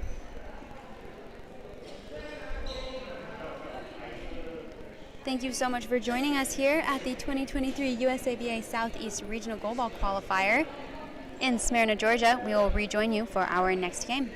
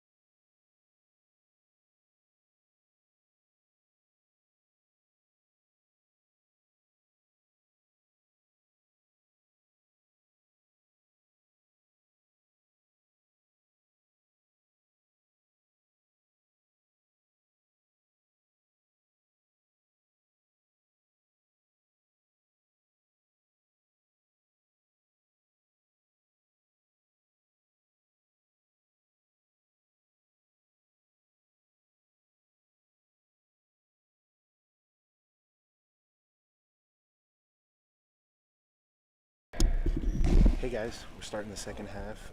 Coach Jake here. Manticores are starting with the ball and a 10-2 lead. John Kusku from his right post. Into the gap. Off the feet of Brandon. Collected by Brandon. From the post to the line, back to the 5, a double cut. Jordan quick shots into R1 as we're seeing it from behind table left's goal. So Georgia is closest to the screen, but Manticores are further away. Brandon throws a 1-3 cut gap, fades into the 4 actually. Jordan blocks, hands off to Josh Welbart from his left post. Short cross, off the feet of the center. Miguel. Right wing Rashad, short cross past Jordan, blocked by John Kusku, who sweeps, changes positions with Josh, now from his left post. Skipping bounce ball into the 8, blocked by Rashad. Collected again from the 7, or the gap. Straight gap, off the feet of John Kusku, blocked out of bounds. Again, for those just joining us, this is a quarterfinal match. The Manticores are currently leading the Atlanta Force 10-2. Josh Welborn takes the ball from left post, sweeps into the right gap, off the hands of the feet. The center off the hands of Brandon into the goal. We've got an 11-2 score. Number 4, Brandon. From the 1 into the 2, blocked by Josh Welborn. Backs it up. Short cross again, off the feet of Rashad, into the goal, and that's going to do it. My time on the mic is short and sweet. That will end the game with a Manticores victory, 12-2.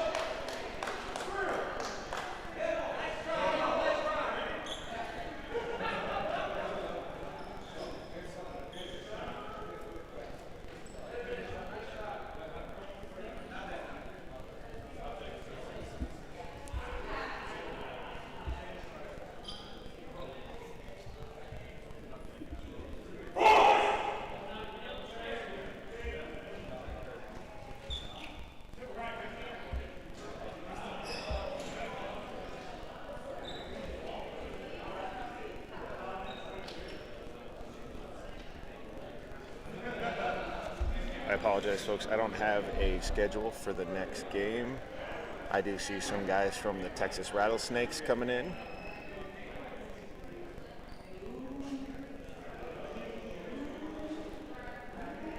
Currently in the other gym, the BSO Johns versus Florida United White. Following that match in Gym 2 will be the King Cobras, the Seattle King Cobras versus the New York Empire.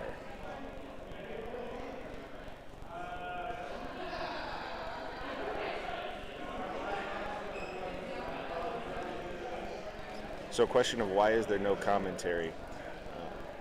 We're trying to get as many games announced and commentated as possible. However, with other staff obligations and volunteer obligations, there's times where commentators are going to have to step away from the microphone to attend to other matters. But I know we're trying our best to make sure that we're describing and commentating all of the live action.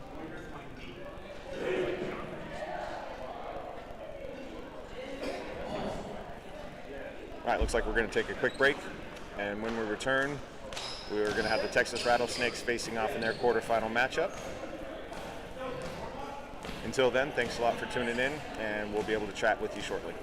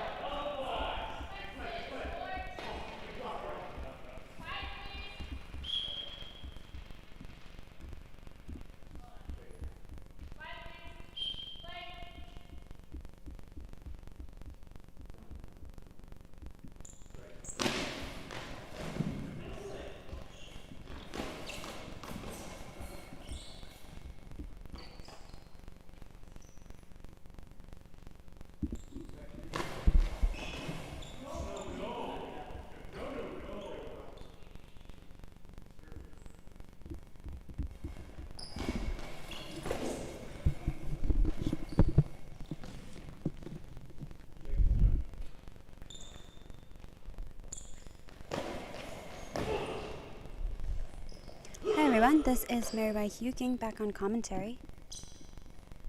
We have the DC Stars on the near side closest to the camera, and the Rattlesnakes on the far side. Rattlesnakes currently lead 4-2.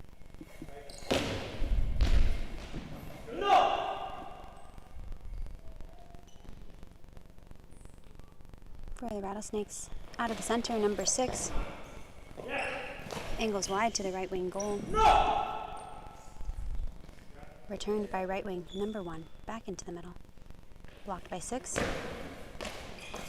Returns into the right wing gap with the skip shot. And quick return by number 1, back into the middle. Handoff from number 6 to number 3. Into the right wing gap, goes cross gap, blocked by the feet of number 5, forward. Number 5, out of the middle.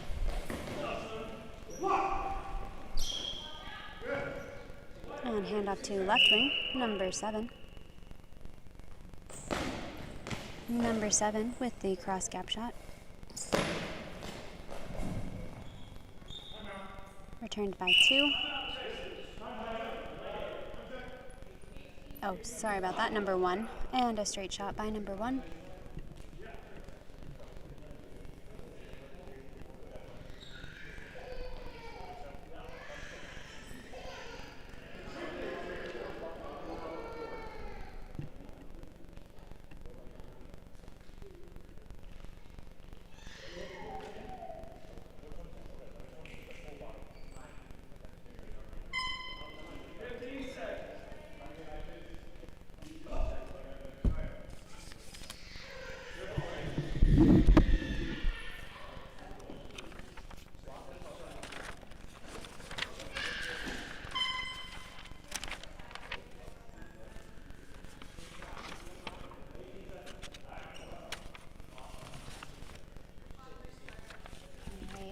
For the Texas Rattlesnakes,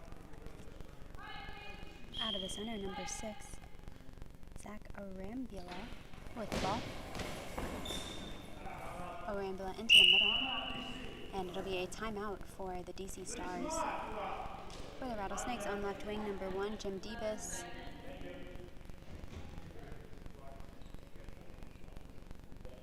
On the right wing,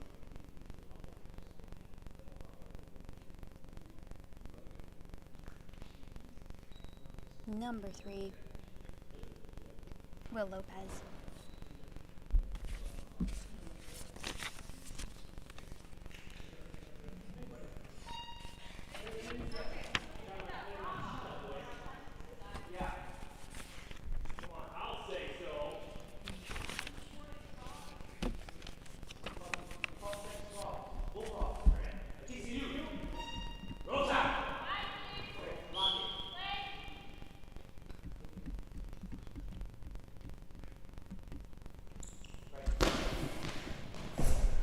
From the left wing, number 1.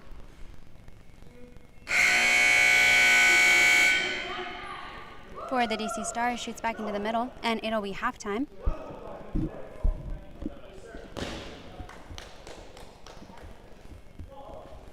Halftime for the game between the DC Stars and the Rattlesnakes. Rattlesnakes currently lead 4-2.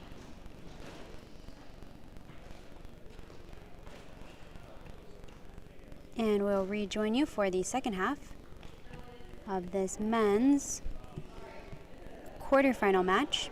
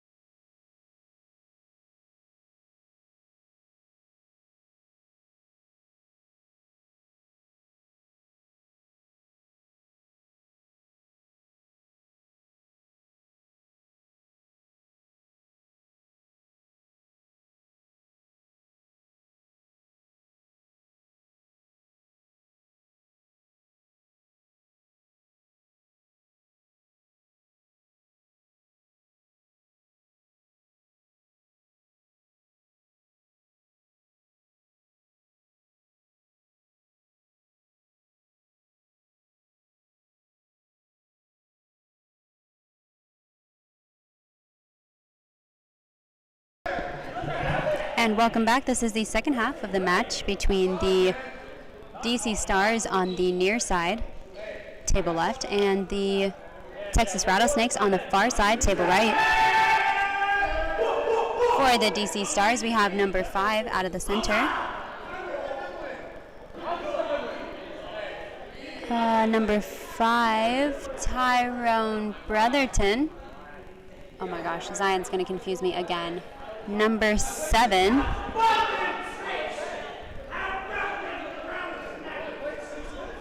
Number 7, Zion Walker.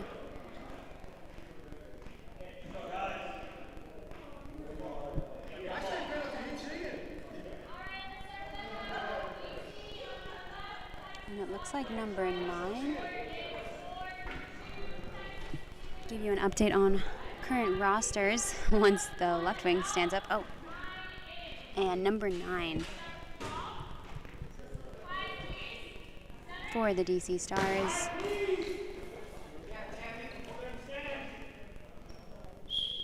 Which we have down as Tyrone Brotherton. And Walker with the ball. From the right wing gap. Skips down into the straight gap.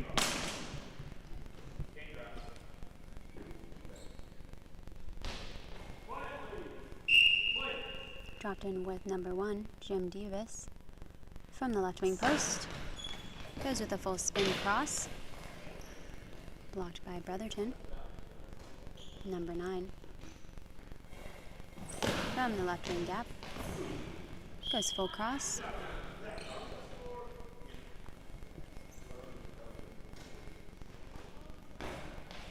And ball will drop with Davis on the left. Passed off to number 6 out of the middle. Goes wide to the right wing gap. Blocked by Walker on right wing. Walker from the right wing post. Shoots for the near post. And it'll be out at the team's front line.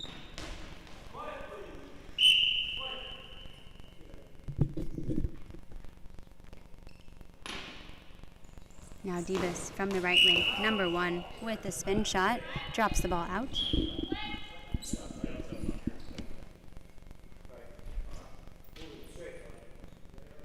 And Zion Walker with the ball from the right wing post, shoots for the line and misses.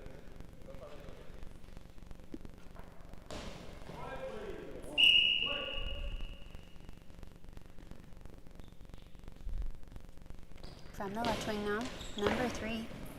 Out of the left wing gap, cuts it into the middle, blocked by center, and handoff to Walker from the right wing. Walker, number 7, from the right wing into the middle, blocked by center, shoots back into the middle, blocked by number 5, handoff to number 9. Goes cross gap.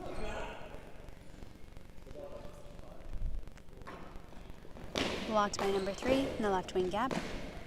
Shoots straight gap, pops up on the legs of Walker, number 7.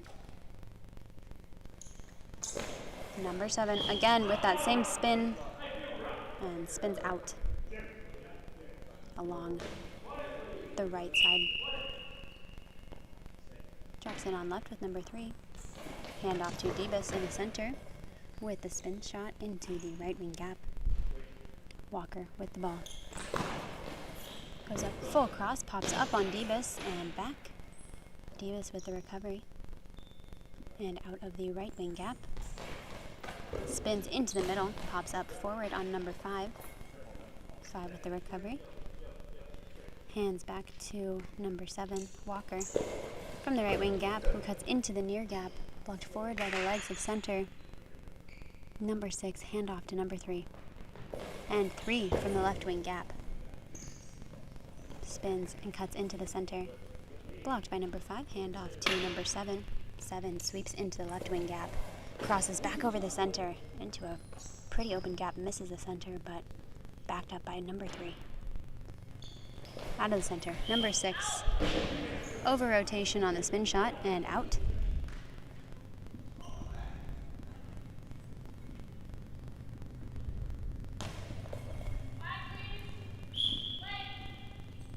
And right wing, Zion Walker. Spins out of the right wing gap, straight gap.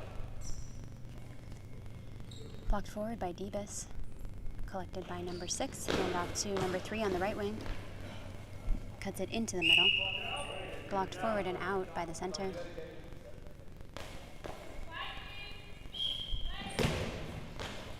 Left wing, number 9. Out of the left wing gap, back into the middle. And center, number 6. Returns it to the middle. Blocked by number 5, handoff 7. Walker, number 7, from the right wing gap, straight gap. Hard block by Davis. Forward, collected by 6. Hands off to number 3 in the right wing gap, who goes full cross into the opposite post. Returned by Zion Walker into the middle. Number 6 from the center, shoots back into the middle.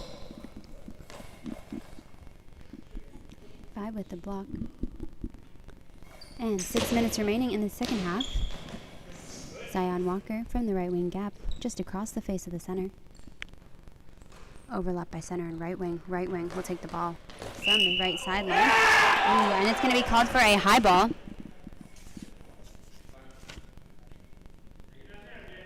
On number 3, Will Lopez.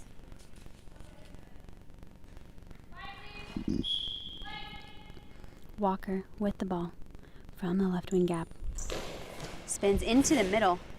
Kicked over and back by Lopez, who kicks it, continues to dive over to his right and pushes the ball out.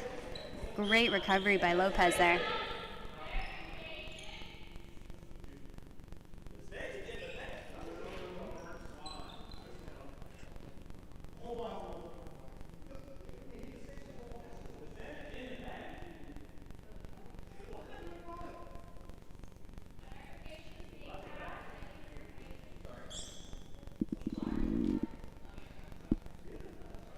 Just a clarification between the officials.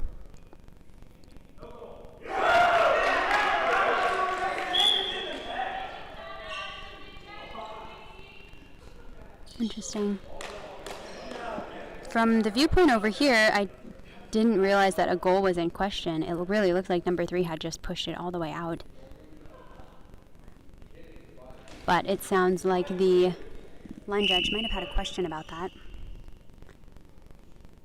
Coming out of the center, number 6, Zakarambula, back into the middle. Blocked by center, and Zion Walker, number 7, out of the right gap. Goes cross gap. Blocked by number 3, throws back into the middle. Pops over and barely saved at the 3-person pileup at the back center. Zion Walker from the right wing gap goes back into the middle. A little bit of banter back and forth. Blocked by center, handoff to Debus. Debus from the left wing post goes full cross, pops way up in the air, and it's up and over. 5:08 remaining on the clock in the second half of this men's quarterfinal match.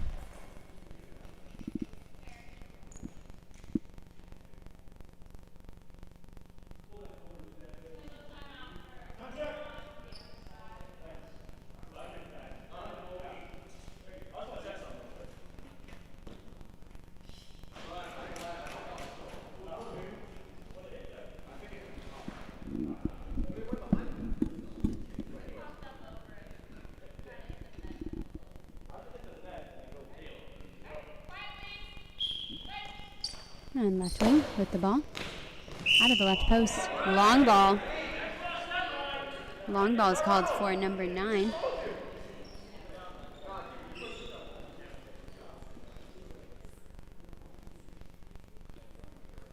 Number 6 for the Rattlesnakes to take the shot.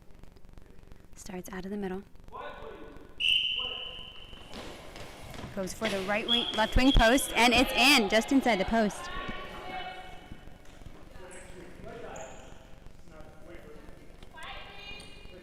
will bring the score up to 5-2 for the Rattlesnakes. And Walker with the ball in the left wing gap. Shoots straight gap, sweeps back to return to his right wing.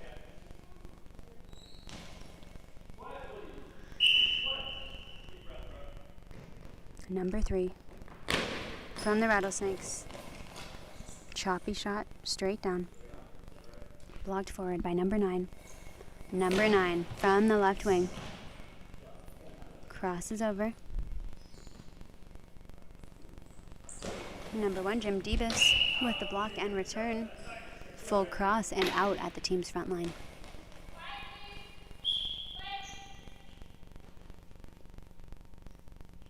Zion Walker with the ball, moving from left to right. And one extra step over to the right took him completely out of bounds.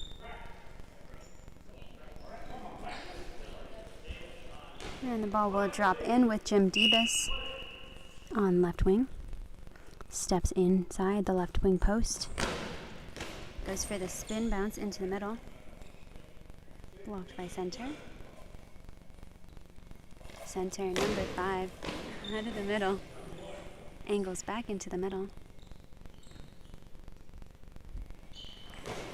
Collected by center, number 6. Cuts into the left wing gap, or right wing gap. Walker with the ball. Starts from the post, angles in towards the middle.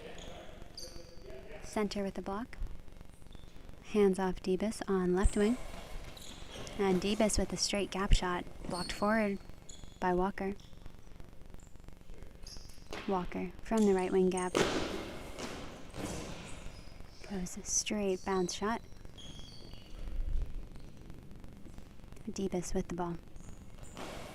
Spins, angles in across the face of the center. Blocked forward. And pass back to left wing, who goes with the full court cross. Bounce shot blocked by Debus. Debus hands off to center. And it'll be a timeout for the Texas Rattlesnakes, who currently lead 5-2 in this men's 2-3 quarterfinal. Our final game of the day.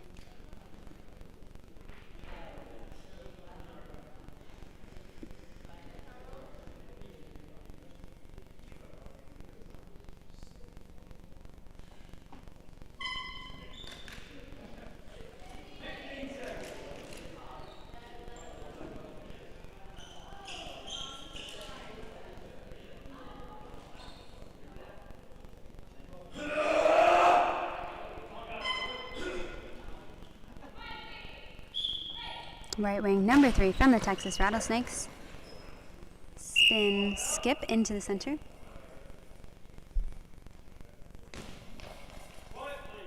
Dropped in on left wing. Walker over for the ball. Out of the left wing gap. Angles for the right wing post. And a great shot, just barely misses.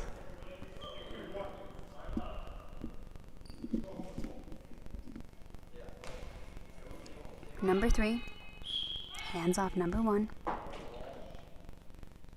Number 1 sweeping back. To the left wing post, curves, angles into the center. Blocked by the center. Hands off right wing, number 7. 7 from the end of the wing line. Short cross, misses the center. Kicks through the hands of right wing and collected by Debus on the back. Good team communication there. Debus from the left wing gap goes full cross.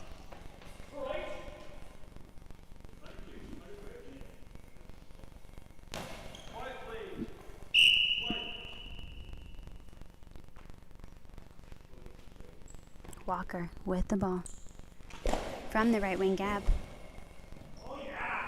Full cross into the opposite gap.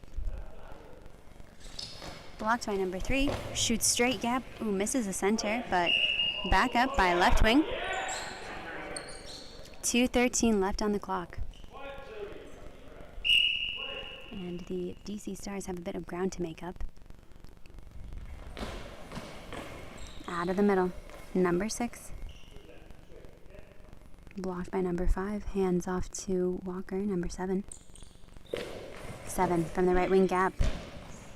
Pops up and off of the center. Scoots back, catches it in his lap. And returns with the skip shot back into the middle. Blocked by center, passed off to left wing. Goes full cross for the left wing post.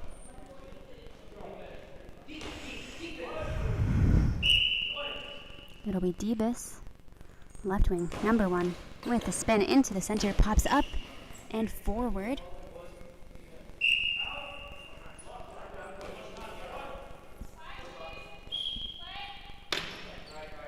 And left wing, number 9, with the shot into the middle, and it's a long ball for number 9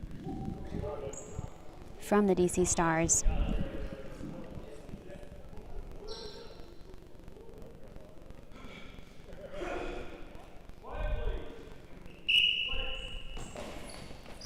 From the left wing, shoots it into a straight gap. Number 9 diving right in the center.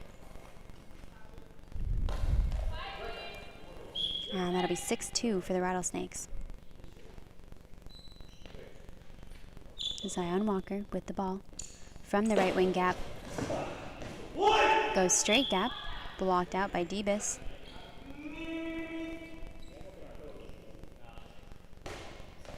Debus, number 1. From the left wing post, hands off. To number 3. Takes it from the right wing gap. Goes cross gap, pops up by the right wing. Quick return by Zion Walker. Straight down the line.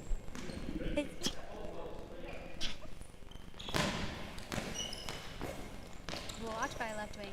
Handoff center. Passes into the left wing gap. And returned by left wing of the DC Stars towards the left wing post.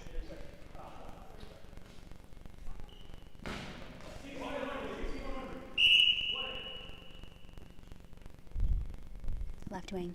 Jim Debus out of the left wing gap. Goes cross gap. Blocked by number 9. And we've got a timeout for the DC Stars. Currently trailing by 4 goals.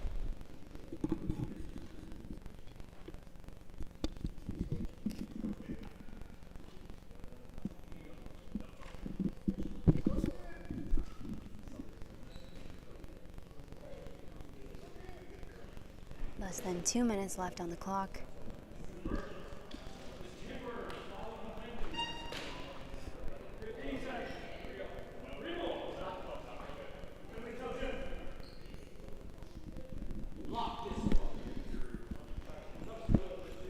Ball is currently in the hands of Zion Walker from the left wing post. Spins. And sinks it underneath number 3 of the Texas Rattlesnakes, bringing the score up to 3-6 for the DC Stars. Rattlesnakes, number 3, from the right wing gap. Goes just cross to the feet of the center, and a timeout for DC. Setting up each of their shots. 34 seconds remaining. 34.5 actually. And the DC Stars will have to use the last of their time very strategically.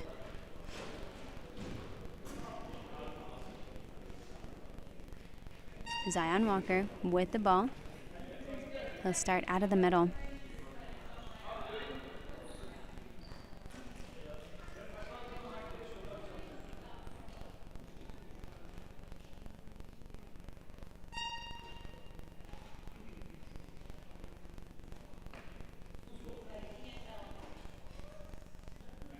Stepping into the right wing gap.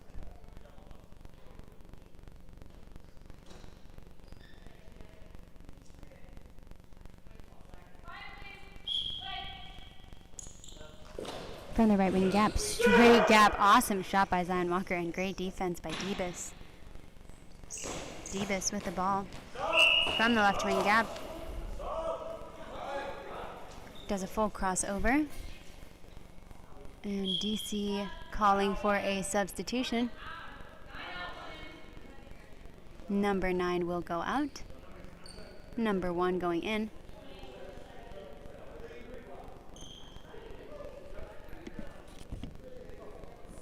It'll be number 1, who I believe is Tim Utzig. Although our rosters have been incorrect before. Zion Walker from the left wing gap. Goes straight gap. This time, full coverage by right wing, number 3. Seconds remaining. Number 3, counting down the time. Steps into the right wing gap. Shoots into the left wing gap. And quick return by Walker. And the Rattlesnakes, number 3, returning the ball back. Zion Walker almost missing it as he was sauntering back to his spot. And Walker with the ball, just outside the left wing. Hits mid-wing line, blocked by number 3. Again, taking their time, running down the clock. And the Rattlesnakes will take it with a 6-3 victory.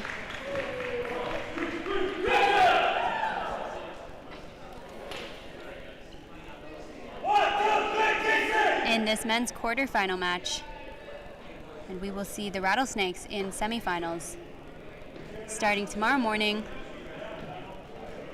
at 8:50 for the men, 8 a.m. for the women. Thank you all so much for joining us.